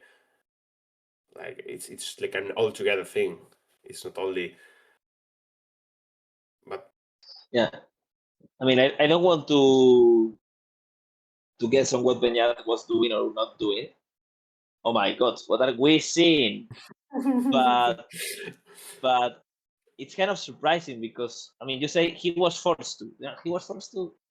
It was turn 3. So maybe he didn't do anything with his hand. That was not the hand. He had nothing. He had but nothing I honestly going don't on. know. He had nothing going on. He knows like every turn that goes by, he's losing. Okay. This like, one? Now, look at this scenario. Gabriel was thinking about not even casting the lesson, no? The cleansing wildfire, right? And like he said, okay, let's cast it. It's free. It's here. It's in exile. I'm gonna lose it. Let's force him to fetch. Okay, I cast it. And then he found out his opponent forcing it. And he's like, what's going on? Okay. Maybe there is another phone and he may regret what's happening here. I honestly don't know. This is also activating Ephemerate in a way. It's no more basics. Now, your land is gone. If you're going to reanimate Grisserand, has to be now on my second main phase, which is going to die instead. You can draw. Okay, you can draw 14 cards if you want. It doesn't matter. They do nothing. You have no lands. You are stuck in one land. Yeah. Gabriel doesn't even have to path to exile the Grisserand. Which he could. Yeah, he could, but he's gonna die at the end of the step. Yeah, I know. You don't even need to waste resources on that. That force of negation really left Gabriel thinking what's going on. He fetched for a basic, and he now realized that he wanted a mountain of the plains. Nothing has happened, and he's asking the opponent, and yeah, he's letting him go back to change the basic land. Okay. What do you think is in Beñat's mind right now? Because he could have been, I don't know. I mean, it seems like this is coming back, no? Yeah, I believe at this point it's like, okay, I know I lost. There is nothing I can do to go back to this game. Let's enjoy my deck. Let's enjoy the finals of the tournament. I'm on camera, people watching. Maybe his friends. I don't know where he's from. Maybe some friends watching from home. Yeah, why shouldn't you use your time and when you're there, you deserve it. All right. So it looks like we're finding, I mean, Orgorios or Mendy. mean, I guess ending. No, I'm expecting he flowed 1 black mana, I believe. Yeah, Gorgeous to the Greaser and Also, the Vision in the main phase. yeah, otherwise he loses the Yeah. black mana. It's on the main phase of Gabriel's main phase. But Yeah, you okay. said he has a plains in hand, Yes, he does. so he didn't really need to do that end step either. But okay. Yes, because he was using the black mana. Yes, but he also fetched on a Hallowed Fountain afterwards, you know? Yeah. I know what you mean. Oof. Okay, that's 7 more cards to draw. No, in fact, no. No, Sad. no, but I don't understand this Solitude. Maybe we are missing something crucial. I don't think we're missing anything, but Maybe we are all the time in the end step, and that makes actual sense. no, because he was destroying the lands with the sorceries. Yeah, I don't know.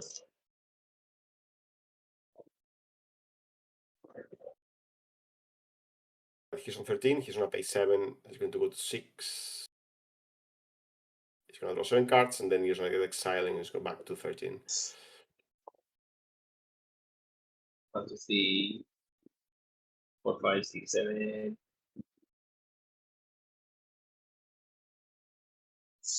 Okay. We're seeing the main phase. Okay.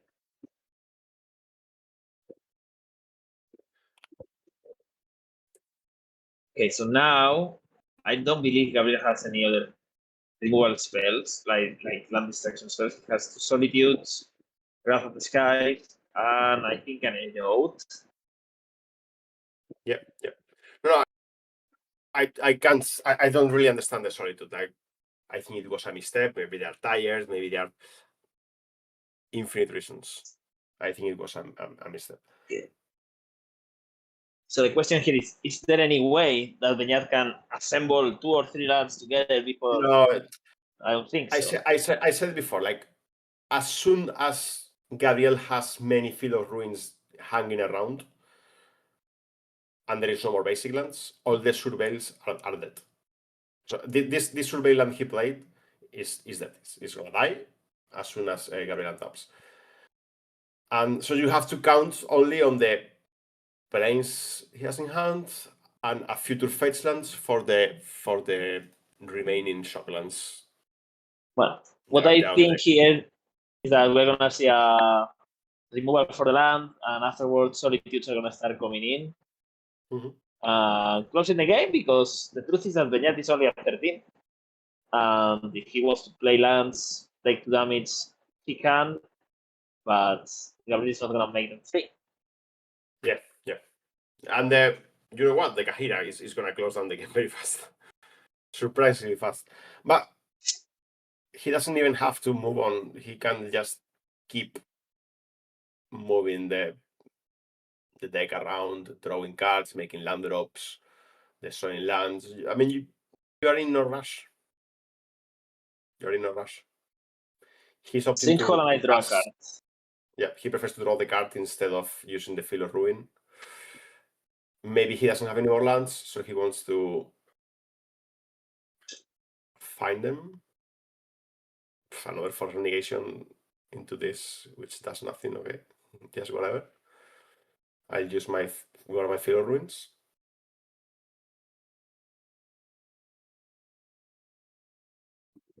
Well, to be honest, nothing of Gabriel's hands that do. I mean, none of his cards do anything more than destroying lands, to be honest.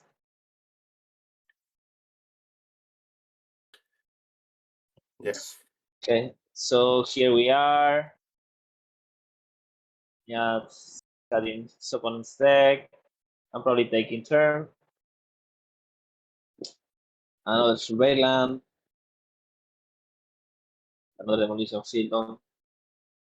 Yes. What's going on?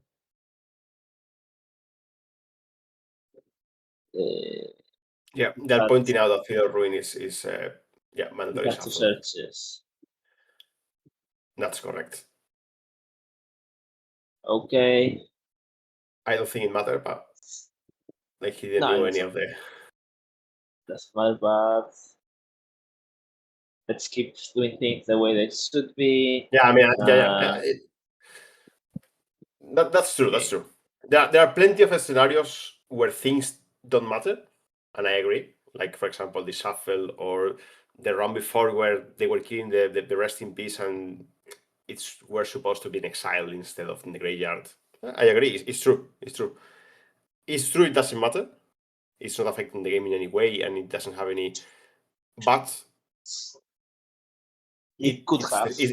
Yeah, but I mean, we know the decks, we know the deck list, we know how it works, and we know it doesn't. In other times, it could have mattered. Exactly, but my point is, it's the same to do the things in the correct way than in the wrong way. So better do it in the correct way. So it doesn't matter to put the rest in peace in the graveyard or in the side. Okay, put it in the side where it has to be. Educating is important. Mm-hmm. Okay.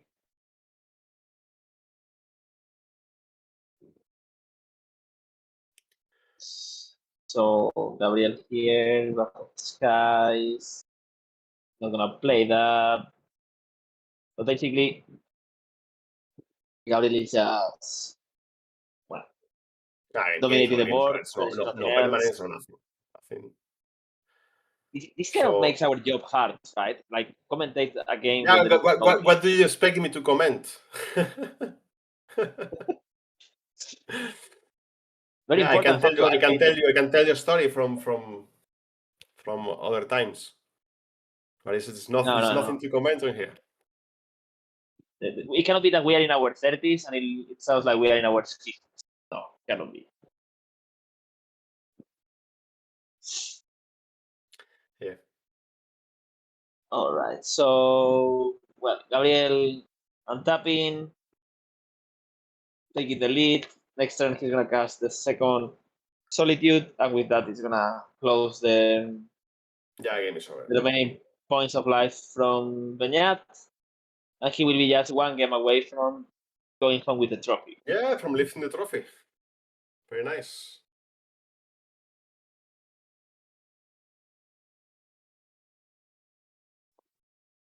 See. Yeah, cast the Roku, exile 4. I mean, it's open deck list. Like, you're not getting any extra information from letting your opponent play out the game. It's not like, okay, let me see if I have some extra technology. I don't know. No. You're also, well, maybe you are giving them extra confidence, which may be good or may be bad. The psychology of games it's complex. Okay.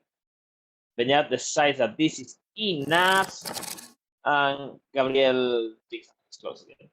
Picks his hands. So, Beñat guy, we are seeing this Esfregorios. What don't we need from here? I guess the prismatic ending. Not great. Yeah, but most of the removal spells, yeah, and the solitudes aren't good, especially good. And I'm gonna bring Force of Negations, Mystical Dispute, the Teferi, all the interaction I have. Even I can even think about Surgical.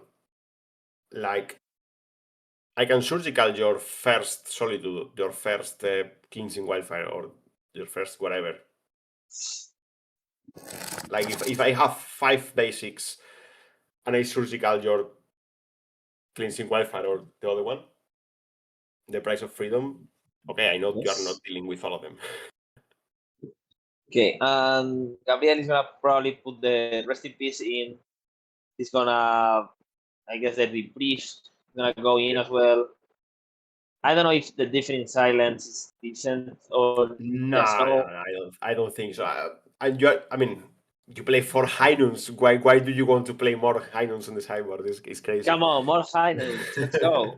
And Relic of Progenitus is coming in. Some rule of laws as well, so you can curve out. Exactly. Yeah, I'm expecting the Celestial Purge to bring in the Celestial Purge. I'm expecting maybe the Emergency Eject, the 3rd Rest in Peace. And he's gonna probably take out all the Graph of the Skies. Beñat is a very good player.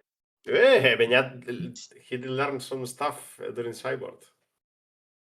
What a great play to surveil that Atraxa into the graveyard. And now let's see if we're able to follow it up. Yeah, I don't think this is a turn for Gorios.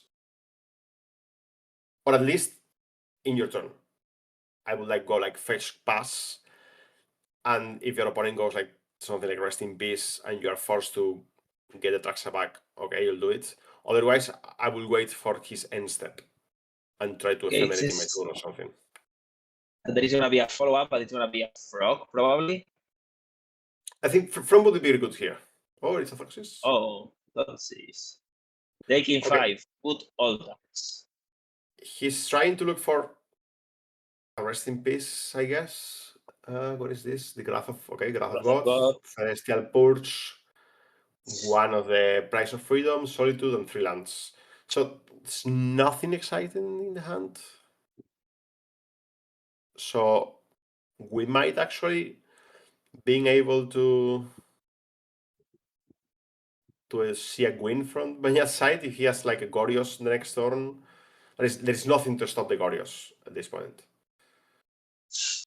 Yeah, I mean, also not a win directly because there is the Solitude. But yeah, he would. Yeah, I mean, okay. If I'm bringing Banda Atraxa that is giving me 5 cards and you are 2 for 1 in yourself to deal with the Atraxa. Yes. Okay, I'm happy. I'm happy. But These are the games I win. After I have seen these games and I see Gabriel's opponents do nothing all day long, I am also thinking about it. Oh God. Alright, We this may interesting. see. I'm interested to see which color is he going for first. If the black or the white. Okay, and this land comes into play tapped or untapped? It comes to play tapped. He can't Gorios and step. It would be brutal. Yeah, the thing is, since you can play those effects on your own lands, if you were able to bring the land untapped, they were like kind of cheap to do it yourself.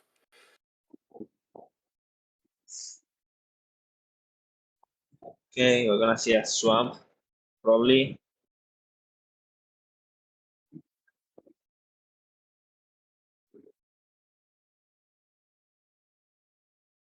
Yeah, we're having some winners of the giveaways here in the chat.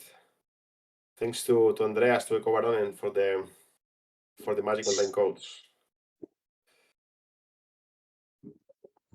And now remember that they're bringing these tokens for $25. You get like a couple of weeks of gold account on Magic Online. You can play everything you want. Okay. Do we have something here? We're just gonna pass. I'm gonna be a bit disappointed. Okay, Hey. Gorios. Okay, now we're playing. And now he has to think about it. Yeah. He was to kill it now or wait for ephemerate. Yeah. I don't think you can't afford to solid now. The thing is, if you go for it now, and your opponent already has the ephemerate in hand, you are out. And now, with solid in hand, your opponent can't really ephemerate because you can just solid in response. So this way, you know the Atraxa is gonna die and step. And that's it. But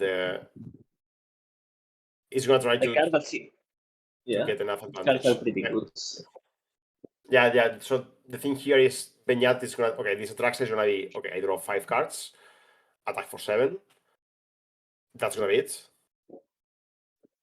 And I hope it's good enough to keep winning the game.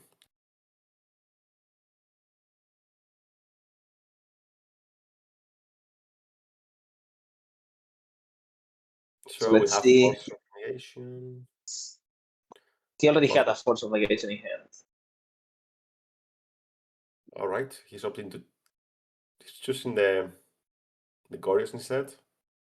I kind of like this. We know that Gabriel doesn't have much in hand, and if we are just not keeping, an aggressive position, we are not going to go much farther.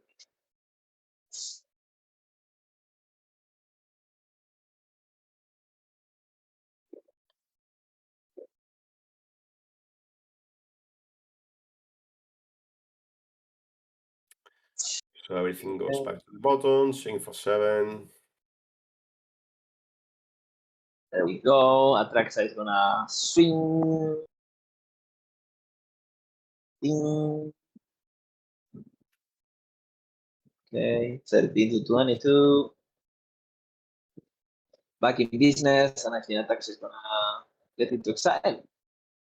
I mean, if I have an ephemerate, I will cast it just to, as a, a Minrod. 1 mana, your opponent discards 2. Gains 7 lives is good enough for me. But I don't think he has. Well, maybe he does. Maybe he does. Nah, that's No. not true. I don't know why. Weird move. Very weird move here. Maybe he wants to get the information because he has to discard. But I think Okay. Yeah, but I don't think it's that important. I feel it's more important to know if your opponent is breaking any lands or. yeah, I don't know. I'm just trying to find a reason. Maybe he wanted to bait something. Who knows? Mhm. Okay. Gabriel, like with headphones, he's like, I don't care anything about what you do. No, I he's ain't gonna do playing my his own thing. game. He's playing his own game. That's it. He has a ball and he's not gonna share it. Okay.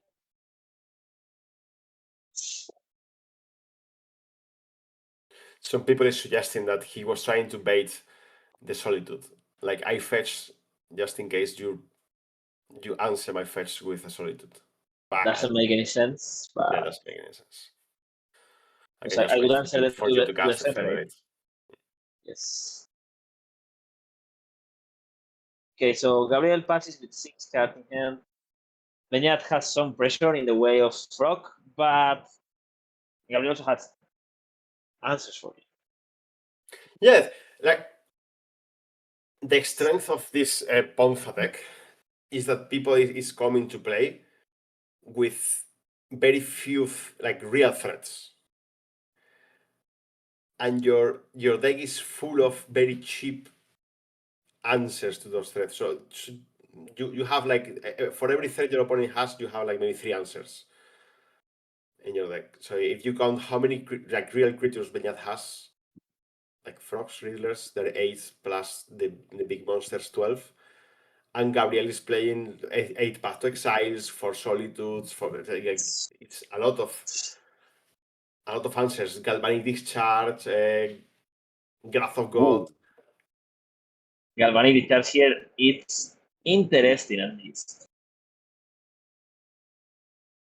Yeah, it's gonna force him to discard 2 cards. And then you can save the energy for later.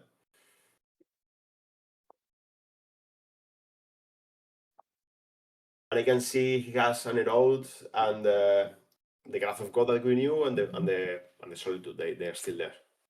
We knew them from the Thoxes before. Okay. Well, we have a couple cards to spare here. Yes, that's 1. Yeah, as expected. The Traxa was easy to discard. We need 1 more if we want it to survive. Maybe we just don't. I don't know. And okay, prismatic ending. Okay, now Gabriel has to see if he's gonna do something else. So no surprises right now.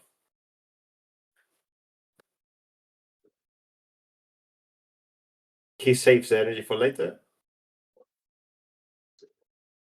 And it's going to have, well, Erode.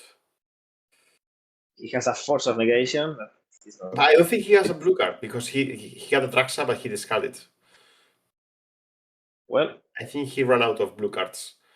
then Gabriel completed his masterpiece. Basic Plains. What? Yeah, from the road. No, he's fetching from the road. Now he can fetch. I thought he had fetch with the. Sorry, in my mind. Yeah, what is surprisingly annoying is that he's playing the Unhinged Land and then this 7th foil edition planes. It doesn't make any sense.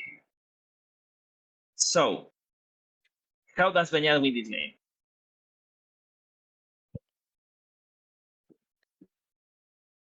What do you think? I don't know. I mean, it's gonna be difficult to, as you say, put a threat in the game, and Gabriel just saying, "All right, no worries." Oh, Atraxa is back.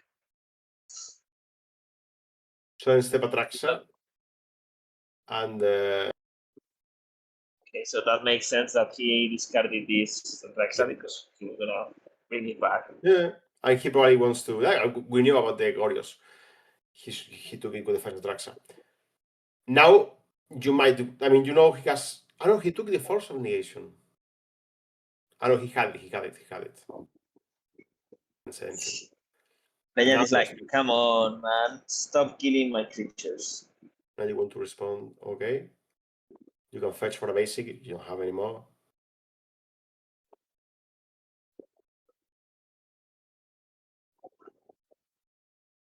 Okay, we're seeing cards. All right. Sotzis, Ephemerate, Atraxa, Riddler, Team, Fetchland. This only one sorcery, Foxes. Okay. Now one land. Ephemerate. There's only one critter, which is the Quantum Riddler. I know there is an Atraxa. Yeah, but you already have one in the graveyard. Ephemerate and land, no? And I think that's all. The Atraxa is supposed to be exiled. I don't think so. I think this second Atraxa that came into play, it doesn't come with a finality counter or anything like that. So if the opponent casts an Erode, which Erode destroys, Aztecs and Exiles, exactly. Erode destroys, the Atraxa is getting like regular destroyed. It doesn't go to exile. Yeah. If you let the trigger from Gorios resolve fully and the turn and complete the turn, yeah, the Gorios is going to exile the Atraxa. But in this case, the Atraxa is dying. That's what happened with the first case. Yeah. Someone is pointing out that Gorios is 20 years younger than. Sorry, the Gorios is 20 years older than the finality counters. This is how old we are, Carlos. Mm-hmm. Do you remember when Kamigawa was released, right? Because I do. I started playing in Arara, but basically, No, I remember. And the Jite, it was coming in one of the pre-constructed decks. So people were going crazy to buy them because just that card was expensive than the pre-constructed deck, and they weren't scalpers back then. They weren't scalpers, and there was no internet as well. Exactly, it was. Someone is pointing out it was the rats pre-constructed from Kamigawa from Traitors of Kamigawa. So they weren't scalpers, but the friend of the owner of the shop was knowing that they were coming rat decks, so he was buying it first than anyone.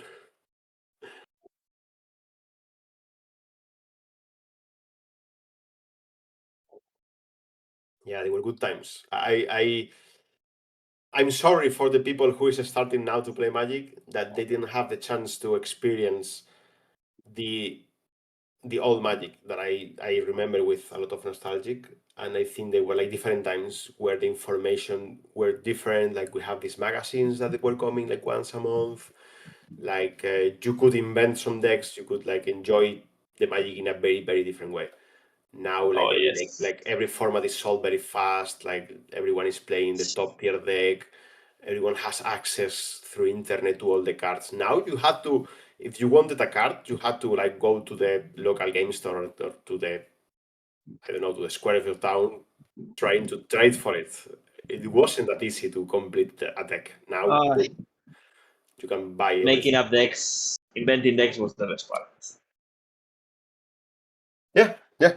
it was for me. It's a completely different game, and I've played in all kind of stages of the game, in the maximum level of competition, in the store, playing as a kid with one Savannah Lion in my deck because it was very expensive to have more than one.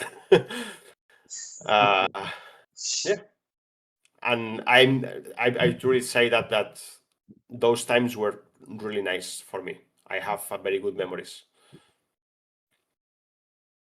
I agree. But we are in 2026 in the finals.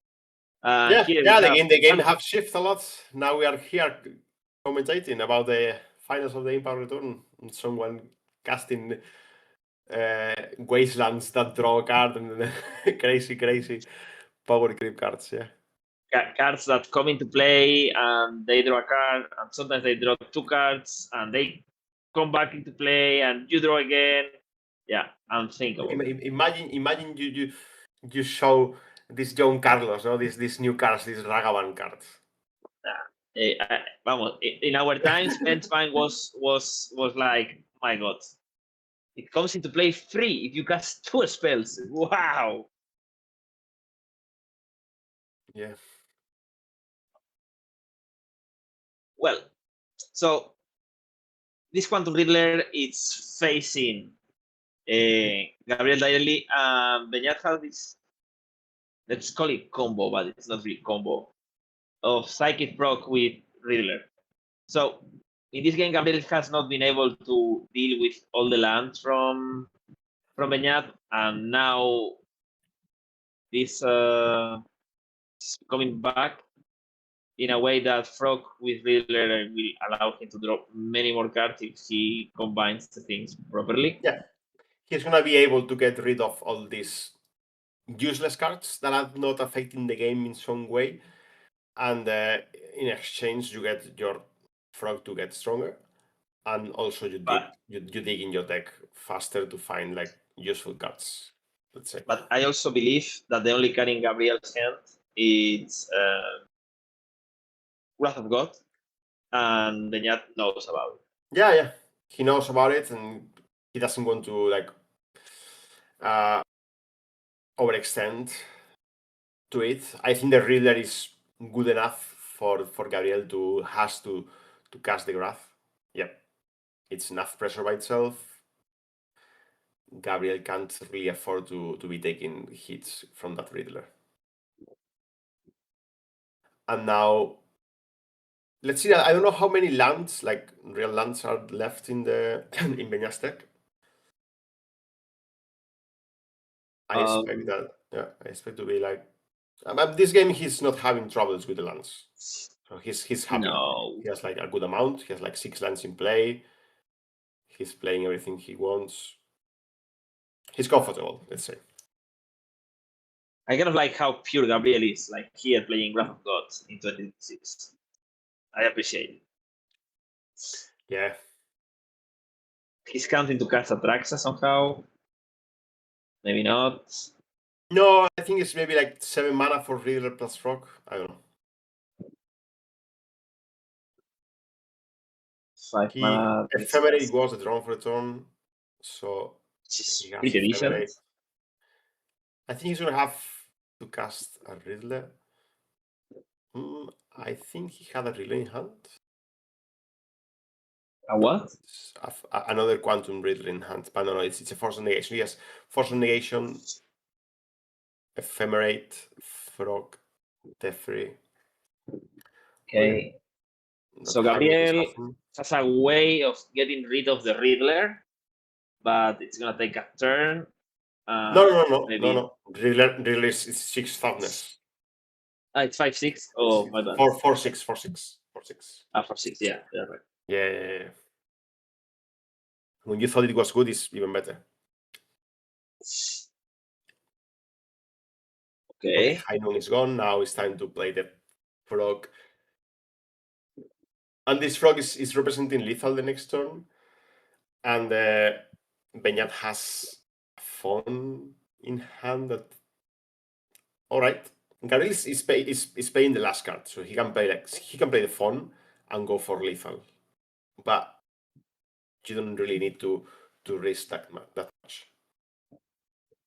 Let's hope we don't find a solitude here, because then it may be dramatic. Okay.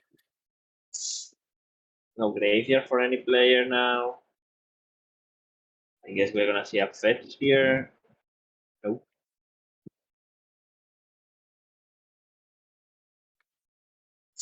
The ferry is pretty nice. It's another way of attacking.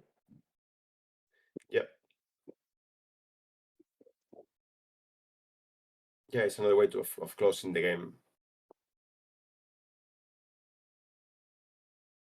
But that's your only white mana. I don't know if it's extremely hard to keep track of how many shock lands are gone or are still in the deck. Since Gabriel is destroying them through turns. Okay, the ferry out.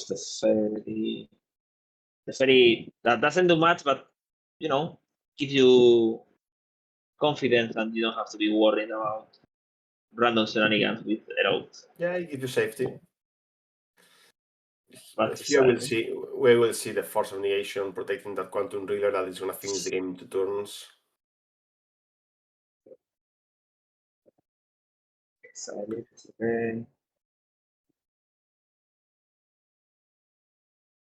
Okay, and this Reeler, it's gonna leave Gabriel on 1 life. And the frog was the draw for a turn, which is really nice because it's gonna ensure like you have one extra threat in case Gabriel is drawing like another Path to Exile or some kind of like spot removal effect. At least I have something. I activate the castle into nothing and draw for a turn. And this price of freedom. This is not gonna be enough, and we'll see. And we'll be going into the third game. Yeah, he finds a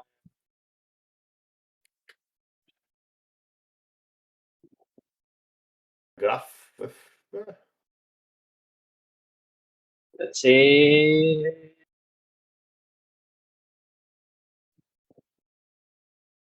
And what is it? Activate the land. That's enough. 1-1. We're gonna get into the final game of the weekend, the tournament, the summer, July, and the impact returns of this year. All right. So there it goes. Turn 2. Gabriel starts with a rest in peace. Really annoying for Beñat, who doesn't even fetch. No prismatic ending. So pretty good start for Gabriel. Very interesting start for Beñat as well. You see how not fetching is protecting you from your opponent using his spells.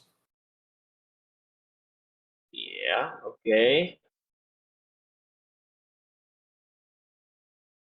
So you can sit down behind those Festlands, and Gabriel can't cash his Price of Freedoms or Cleansing Wildfires that may be stacked in hand, and he can't advance the game on his way. But I mean, he doesn't. It seems to be very worried with that rest in peace on the board. Let's see. Let's see how long we're gonna be here waiting for someone to move on. Both of them are. Gabriel didn't shake all day. Now I see his leg. Yeah, he was really calm the whole day, and now he's getting a bit chippy. Okay. Beñat is moving.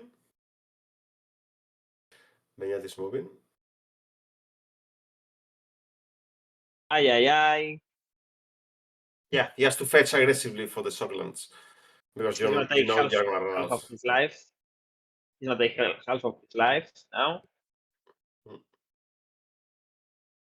To play, it's like a frog, maybe.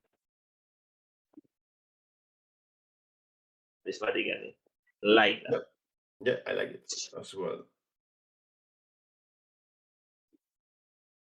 Now it's gonna pass its turn, and we will see some surveils coming out end step, trying to look for the big jackpot.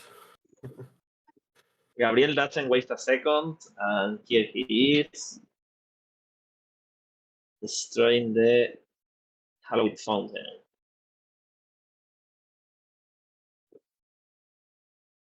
This is gonna be a nail biter. Everybody's moving the leg. I'm here biting my nails. Francisco is probably scratching aggressively his arm. Yeah.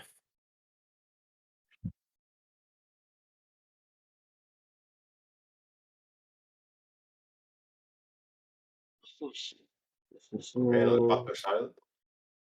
Like it's like this deck is like, okay, I'm not winning, but I'm not losing neither. I have Patxi Sánchez for days here. How are you gonna kill me? No, but I draw a lot of cards. Yeah, you can draw everything you want.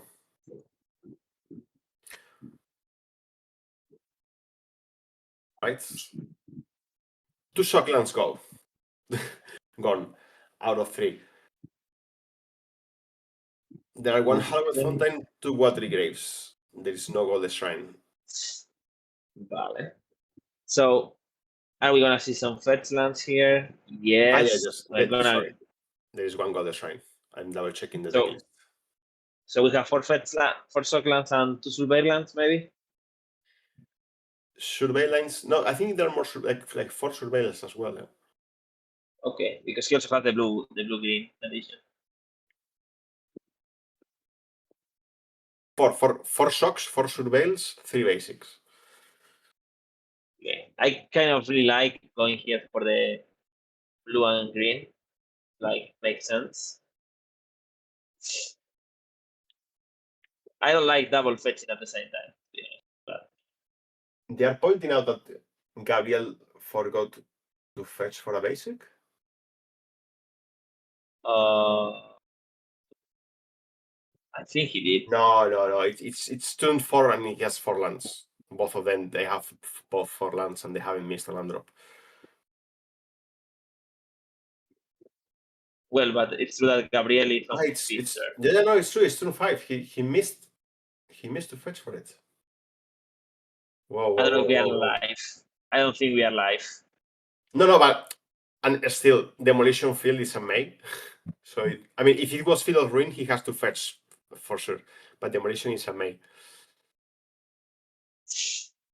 Yeah, one thing with this kind of decks is at the end that you're playing cards that are basically the same but not the same. Pretty possible. I mean, if you're playing, for example, Preorder and Ponder, you're gonna be doing weird things. Yeah. At the end of the day, especially a long day. Yeah. So the main difference for people watching is if you forget to fetch with the Field of Ruin, your opponent must remind you because he has to keep the state of the game. But with Demolition, since it's a May, your opponent doesn't have to say anything.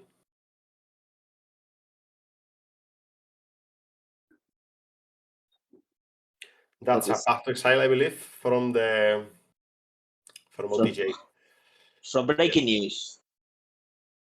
Yep. So 3 Path to Exiles and 1 Avengers Dissemble and a 1 Solitude. So I mean, you see this hand and you're like, okay, my opponent is not beating me. It's not doing nothing. But okay. So I'm not winning either. It's like how do I go through this? Here? What Beñat is supposed to be doing here is find Atraxa, getting some card advantage, basically start crawling from the like that. The best card in this scenario would be Teferi, because it's going to allow you to reanimate Atraxa end step at some point without worrying about getting it Path to Exile or Solitude or whatever. Mending here. This time we are not losing a card in the process. Yeah. There is a Gorios, I believe, that he just drew a Gorios. Yeah, sorry. But now Beñat is trying to sculpt his hand. Wow. He drew Gorios Ephemerate. And he also has Force of Negation, so he can... And Gabriel has only 2 planes, so he can maybe try to... But he also has Solitude. But he can try to catch him the next turn. Well, I mean, if he's able to get 5 for 1 or something like that, not really bad neither. He discarded the force of negation and another mending. Okay. Another ephemerate, but only 2 white sources. Exactly the same ones as Gabriel has, so this is gonna end up well. I don't like this. I think he's rushing. Oh, he's gonna move. Gabriel is going to move. That is gonna be very good for Beñat. I don't dislike this play of donating his answer. Ephemerate it. I'm gonna path it again. I'm gonna ephemerate again, and now you have to get rid of your whole hand. So now Gabriel is hellbent. It's no cards when he has 5 lands. That's it. And Beñat has 1 card plus the attractions trigger, right? So we're expecting to have like 4 extra cards, 4 or 5 against nothing. Ooh. Ooh, and he hit the Teferi, so it's only 1 extra that you don't usually get. And he's gonna be able to play a frog right now. No, but he already played land. He played the planes for the turn. Oh, that's okay. But drawing 5 cards is extremely good. Yeah. Thanks for the information. Yeah. Just in case, there are some people that are learning. Since I'm a very good player right now, I can give you some extra advice. Drawing 5 cards, it's a good thing you can do in Magic.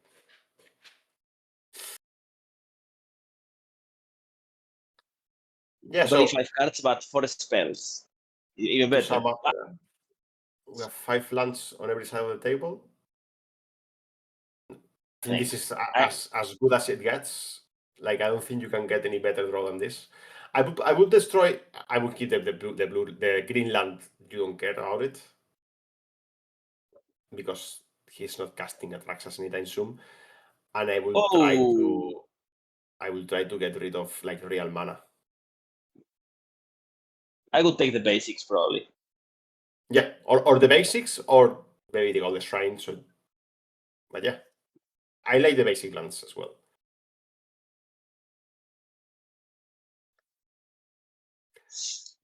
Okay, so we know that Beñat has this frog, but the frog passed from being very good to just being medium average with high null on the board.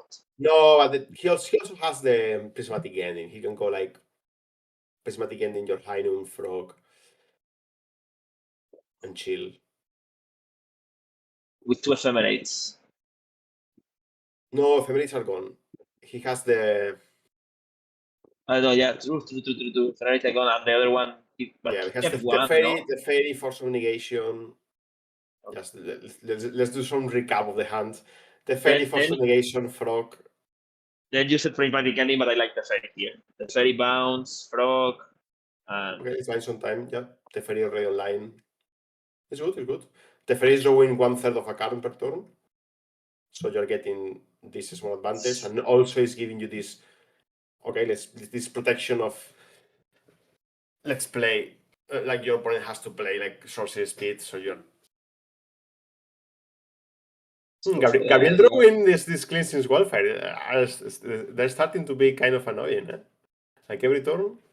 I mean, if he does cleansing wildfire now into demolition field or something like that, well. And once again, but once again, he wastes the cleansing wildfires on the non-basic lands. I don't know. I mean, for me, this seems like a level 1 play of the deck. I don't know what's the reasoning behind. I mean, I haven't played much as him, and he's crashing the tournament, so I'm sure he has some strong reasoning behind that. I can't find it for myself.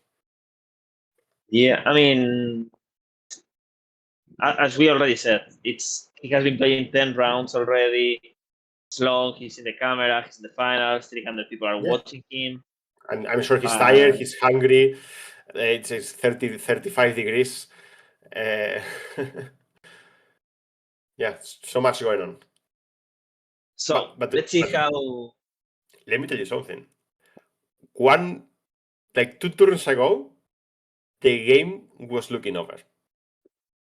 Yes, and he clipped a couple top decks that I don't know. And now I don't know. I mean, Beñat still has plenty of cards. He has the frog going on, but let me tell you, Now he has to draw cards. He's getting mana screw. Now is the time to count. I mean, he has too many cards. I'm sure that most of them that they're not that good. Like Okay.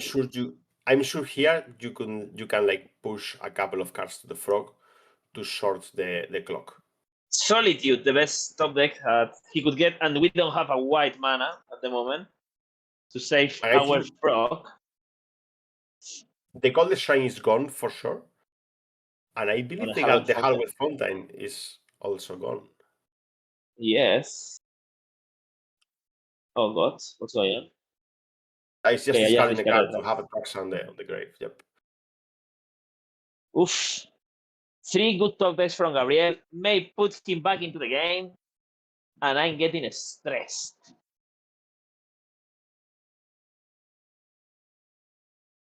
If he's able to come back from here, I think he's immortal. Like, I would say things that children shouldn't do at home, but he couldn't get a scratch.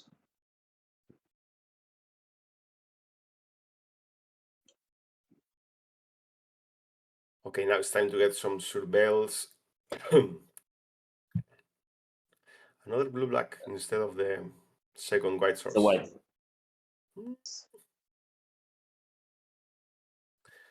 Let's check how is the Shocklands count going. Okay, he checked. He's gonna to the bottom pin it.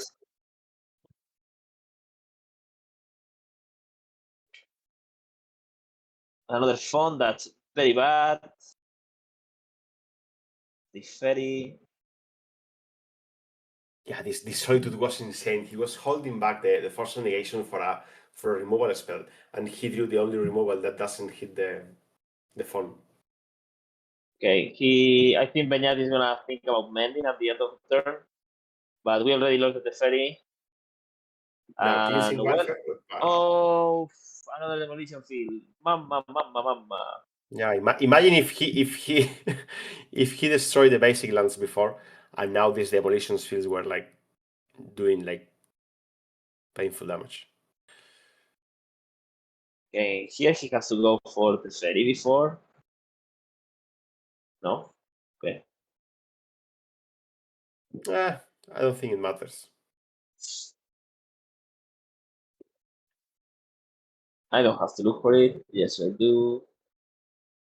Yeah, you have to shuffle at least. Pretend you look for the basic land, even if you don't find any.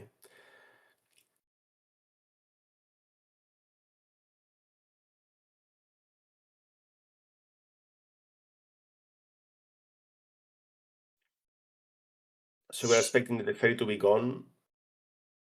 And look, all the cards he had, they've been like running out.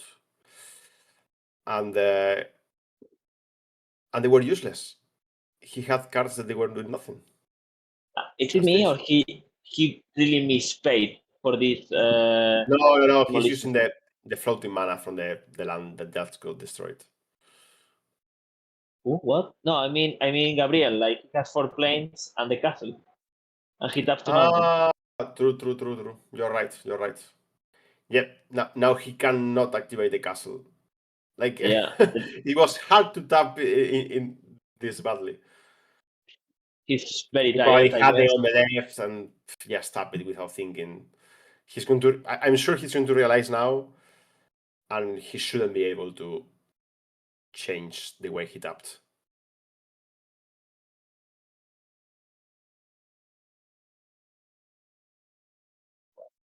Let's see. It's, I guess the ferry's alive. What's going on? Hmm. I don't know. Well, I don't I know. guess it didn't matter that much because now Atraxa I mean, is of course, coming with it Emirates. matters. It's the Ferian play. Yeah, I mean it matters, but I guess Atraxa the solitude is not much. Of course, it matters. I know it matters. Okay, so basically what we're gonna see here is Atraxa hitting and later coming back into play. Well, I don't want to venture too much already, but it's possible that if we would watch the game again, targeting the other lands or yeah, probably more than anything the lands, right? Like it's possible that Yeah, like he was able, at some point he was able to deny a color. Like he wasted land destructions into the blue-green, which was essentially a non-basic island, because the green side does nothing. And he was able to attack, for example, one of the main colors of the deck, like white or black. Well, so taking a lesson from here, this is one of the games where I guess if you watch it again and take it slowly and you're not tired, you're hydrated, all these kind of things that everybody will tell you, you would probably find better lines regarding, especially the targeting of the lands. Yeah, and I'm sure he's gonna be the first person who realize all these like small missteps, small things you are letting down on the way, and you're gonna watch it and you're gonna say, how did I miss that? How did I, like, I know better than this. Like, I mean, it has happened to me in the past. It's like, how did I do that? Like, I know I have to break the basic lands. Why didn't I do it? I know I have to, it's the things of the life. Well, I don't know if Benyel has any kind of black land that comes into play and tap to hedge, but with the ferry, he doesn't want any of the cards. I just want to keep cards on the deck because I don't have enough. Mm-hmm. So now, if Gabriel draws any kind of removal, we are looking at a total different game.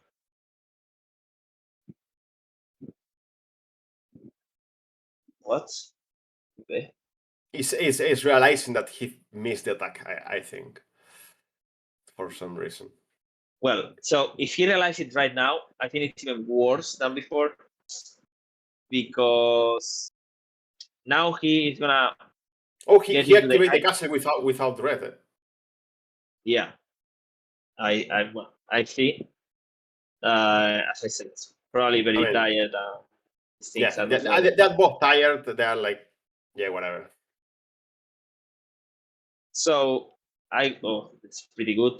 I would say Gabriel, he will have to take decisions because at the moment he's not taking decisions. He's just playing the only card that he has. He would start taking worse decisions because he's with I didn't do this, I didn't do that. Oh, epa. He stopped taking now. But there is no fun waiting for that road. Double fun. Okay. Yeah. I mean, he blinked at Raxa like 3-4 times, and what are you expecting? And but yeah.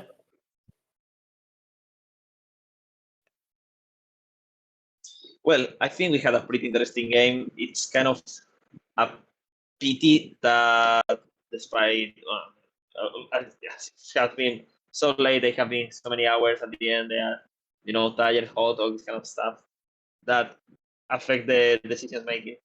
Yeah. And I would say that some people is commentating here, it's cheating or whatever. Nah. We have to no. There is no, it's not even close.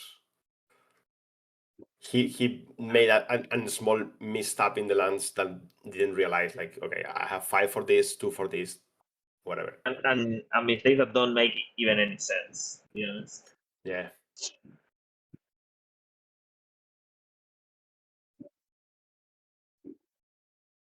Plus the ferry attack for 7, you go to 5. And I have a Topsis, I think. So. Oh, well, he has top black. No, he has top black, but well, I have seen Gabriel do very interesting things with his deck. like He's able to get out of this pickle. He has drawn every turn. Something that draws Wildfire spell. Cleansing Wildfire spell. Wrath of God. Boom. I was going to activate the castle, trying to get a exile. It's a Solitude. Oh. Solitude is not good enough. Field Ruin, no.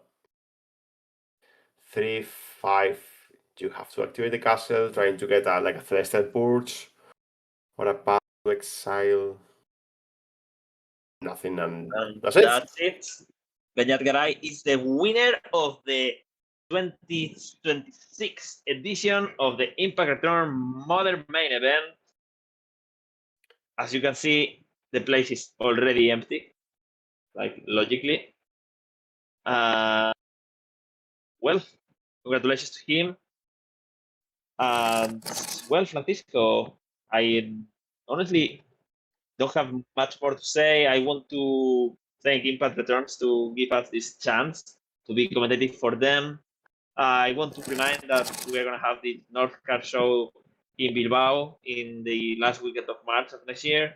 And also, I want to remind everybody who is watching that if you like any of the decks that have been on camera or not on camera, and any of your friends have played in a tournament or something like that, you will find all the deck lists as soon as this game are done. It means right now in topdeck.gg. Yep. Great platform. Go and check it. And also thanks to all the sponsors. Ultimate Guard, the best brand of slips that there is. I mean, I play Katanas in every tournament. Like not long ago, someone was asking me, what do you use for the tournaments? I play Katanas. There's no, it's not even close to the other brands. Okay. And I hope you like us here. If we get good feedback, maybe they will call us again. Or maybe we get bad feedback and I don't know. They will call us again because they don't have no one else to do it. Okay. I have been here with Francisco Sánchez. You can follow him in Twitter as /Patxi Sánchez, and I will be at Carlos Olivetti with double T. And well, Francisco, it's been an honor. I didn't expect that. I mean, it kind of sounds bad when you give yourself an opinion about it, but to be in not our native language or not the language that we communicate often together, I think has been pretty good. We even landed some jokes, not that many, but some. I mean, so yeah, we were missing a couple of drinks to be more fluent in the language. You know, but yeah, I think we got some feedback. My English is a bit rusty. I've been more fluent in other times of my life. But yeah, I hope we express ourselves in the best way as possible, and we were able to transmit our thoughts. And that's it. And next stop for me is going to be the Pro Tour. I hope to see lots of people there, and that I'm on the coverage as well, but in the other side, playing and not on the booth. And that's it. And that's it. The last people I want to thank is, of course, Impact Returns. Without the sponsors, nothing of this would be possible. But without them, the initiative, the time, the effort, the calls to explain how they are. I mean, you see Patxi and I here on the camera, but there is someone that is putting the live, putting the brackets, making the standings, the deck list, following everything we do. And of course, we thank them for the opportunity and for all the great effort that they are doing in order to. Yeah. Trust me, it's way harder than it looks like. to make everything works in a correct way. And now in between matches, we show the deck list, and now we see this card, and now we put this another match. There is no time in between games. So everything was like extremely smooth. We are used to watch the bad coverages, and for me, this was the opposite. It was like everything was like very smooth, very clean, everything. You could see like all the cards, they were like, I'm tired of watching coverage where you can't see the cards because of the shining of the sleeves. And it wasn't the case here. Like everything, I believe, was really good, really well done. And we'll keep improving like in every aspect. And don't forget that all the giveaways work even when you try them. So yeah. Okay, so that's it. That's all Don't from forget here. to give a follow, and that's it. That's it. Thank you very much. So see you next time. We are closing Patxi Sánchez, Oliveros. Impact returns. See you next year in Impact returns and in other great events. So bye bye. Bye.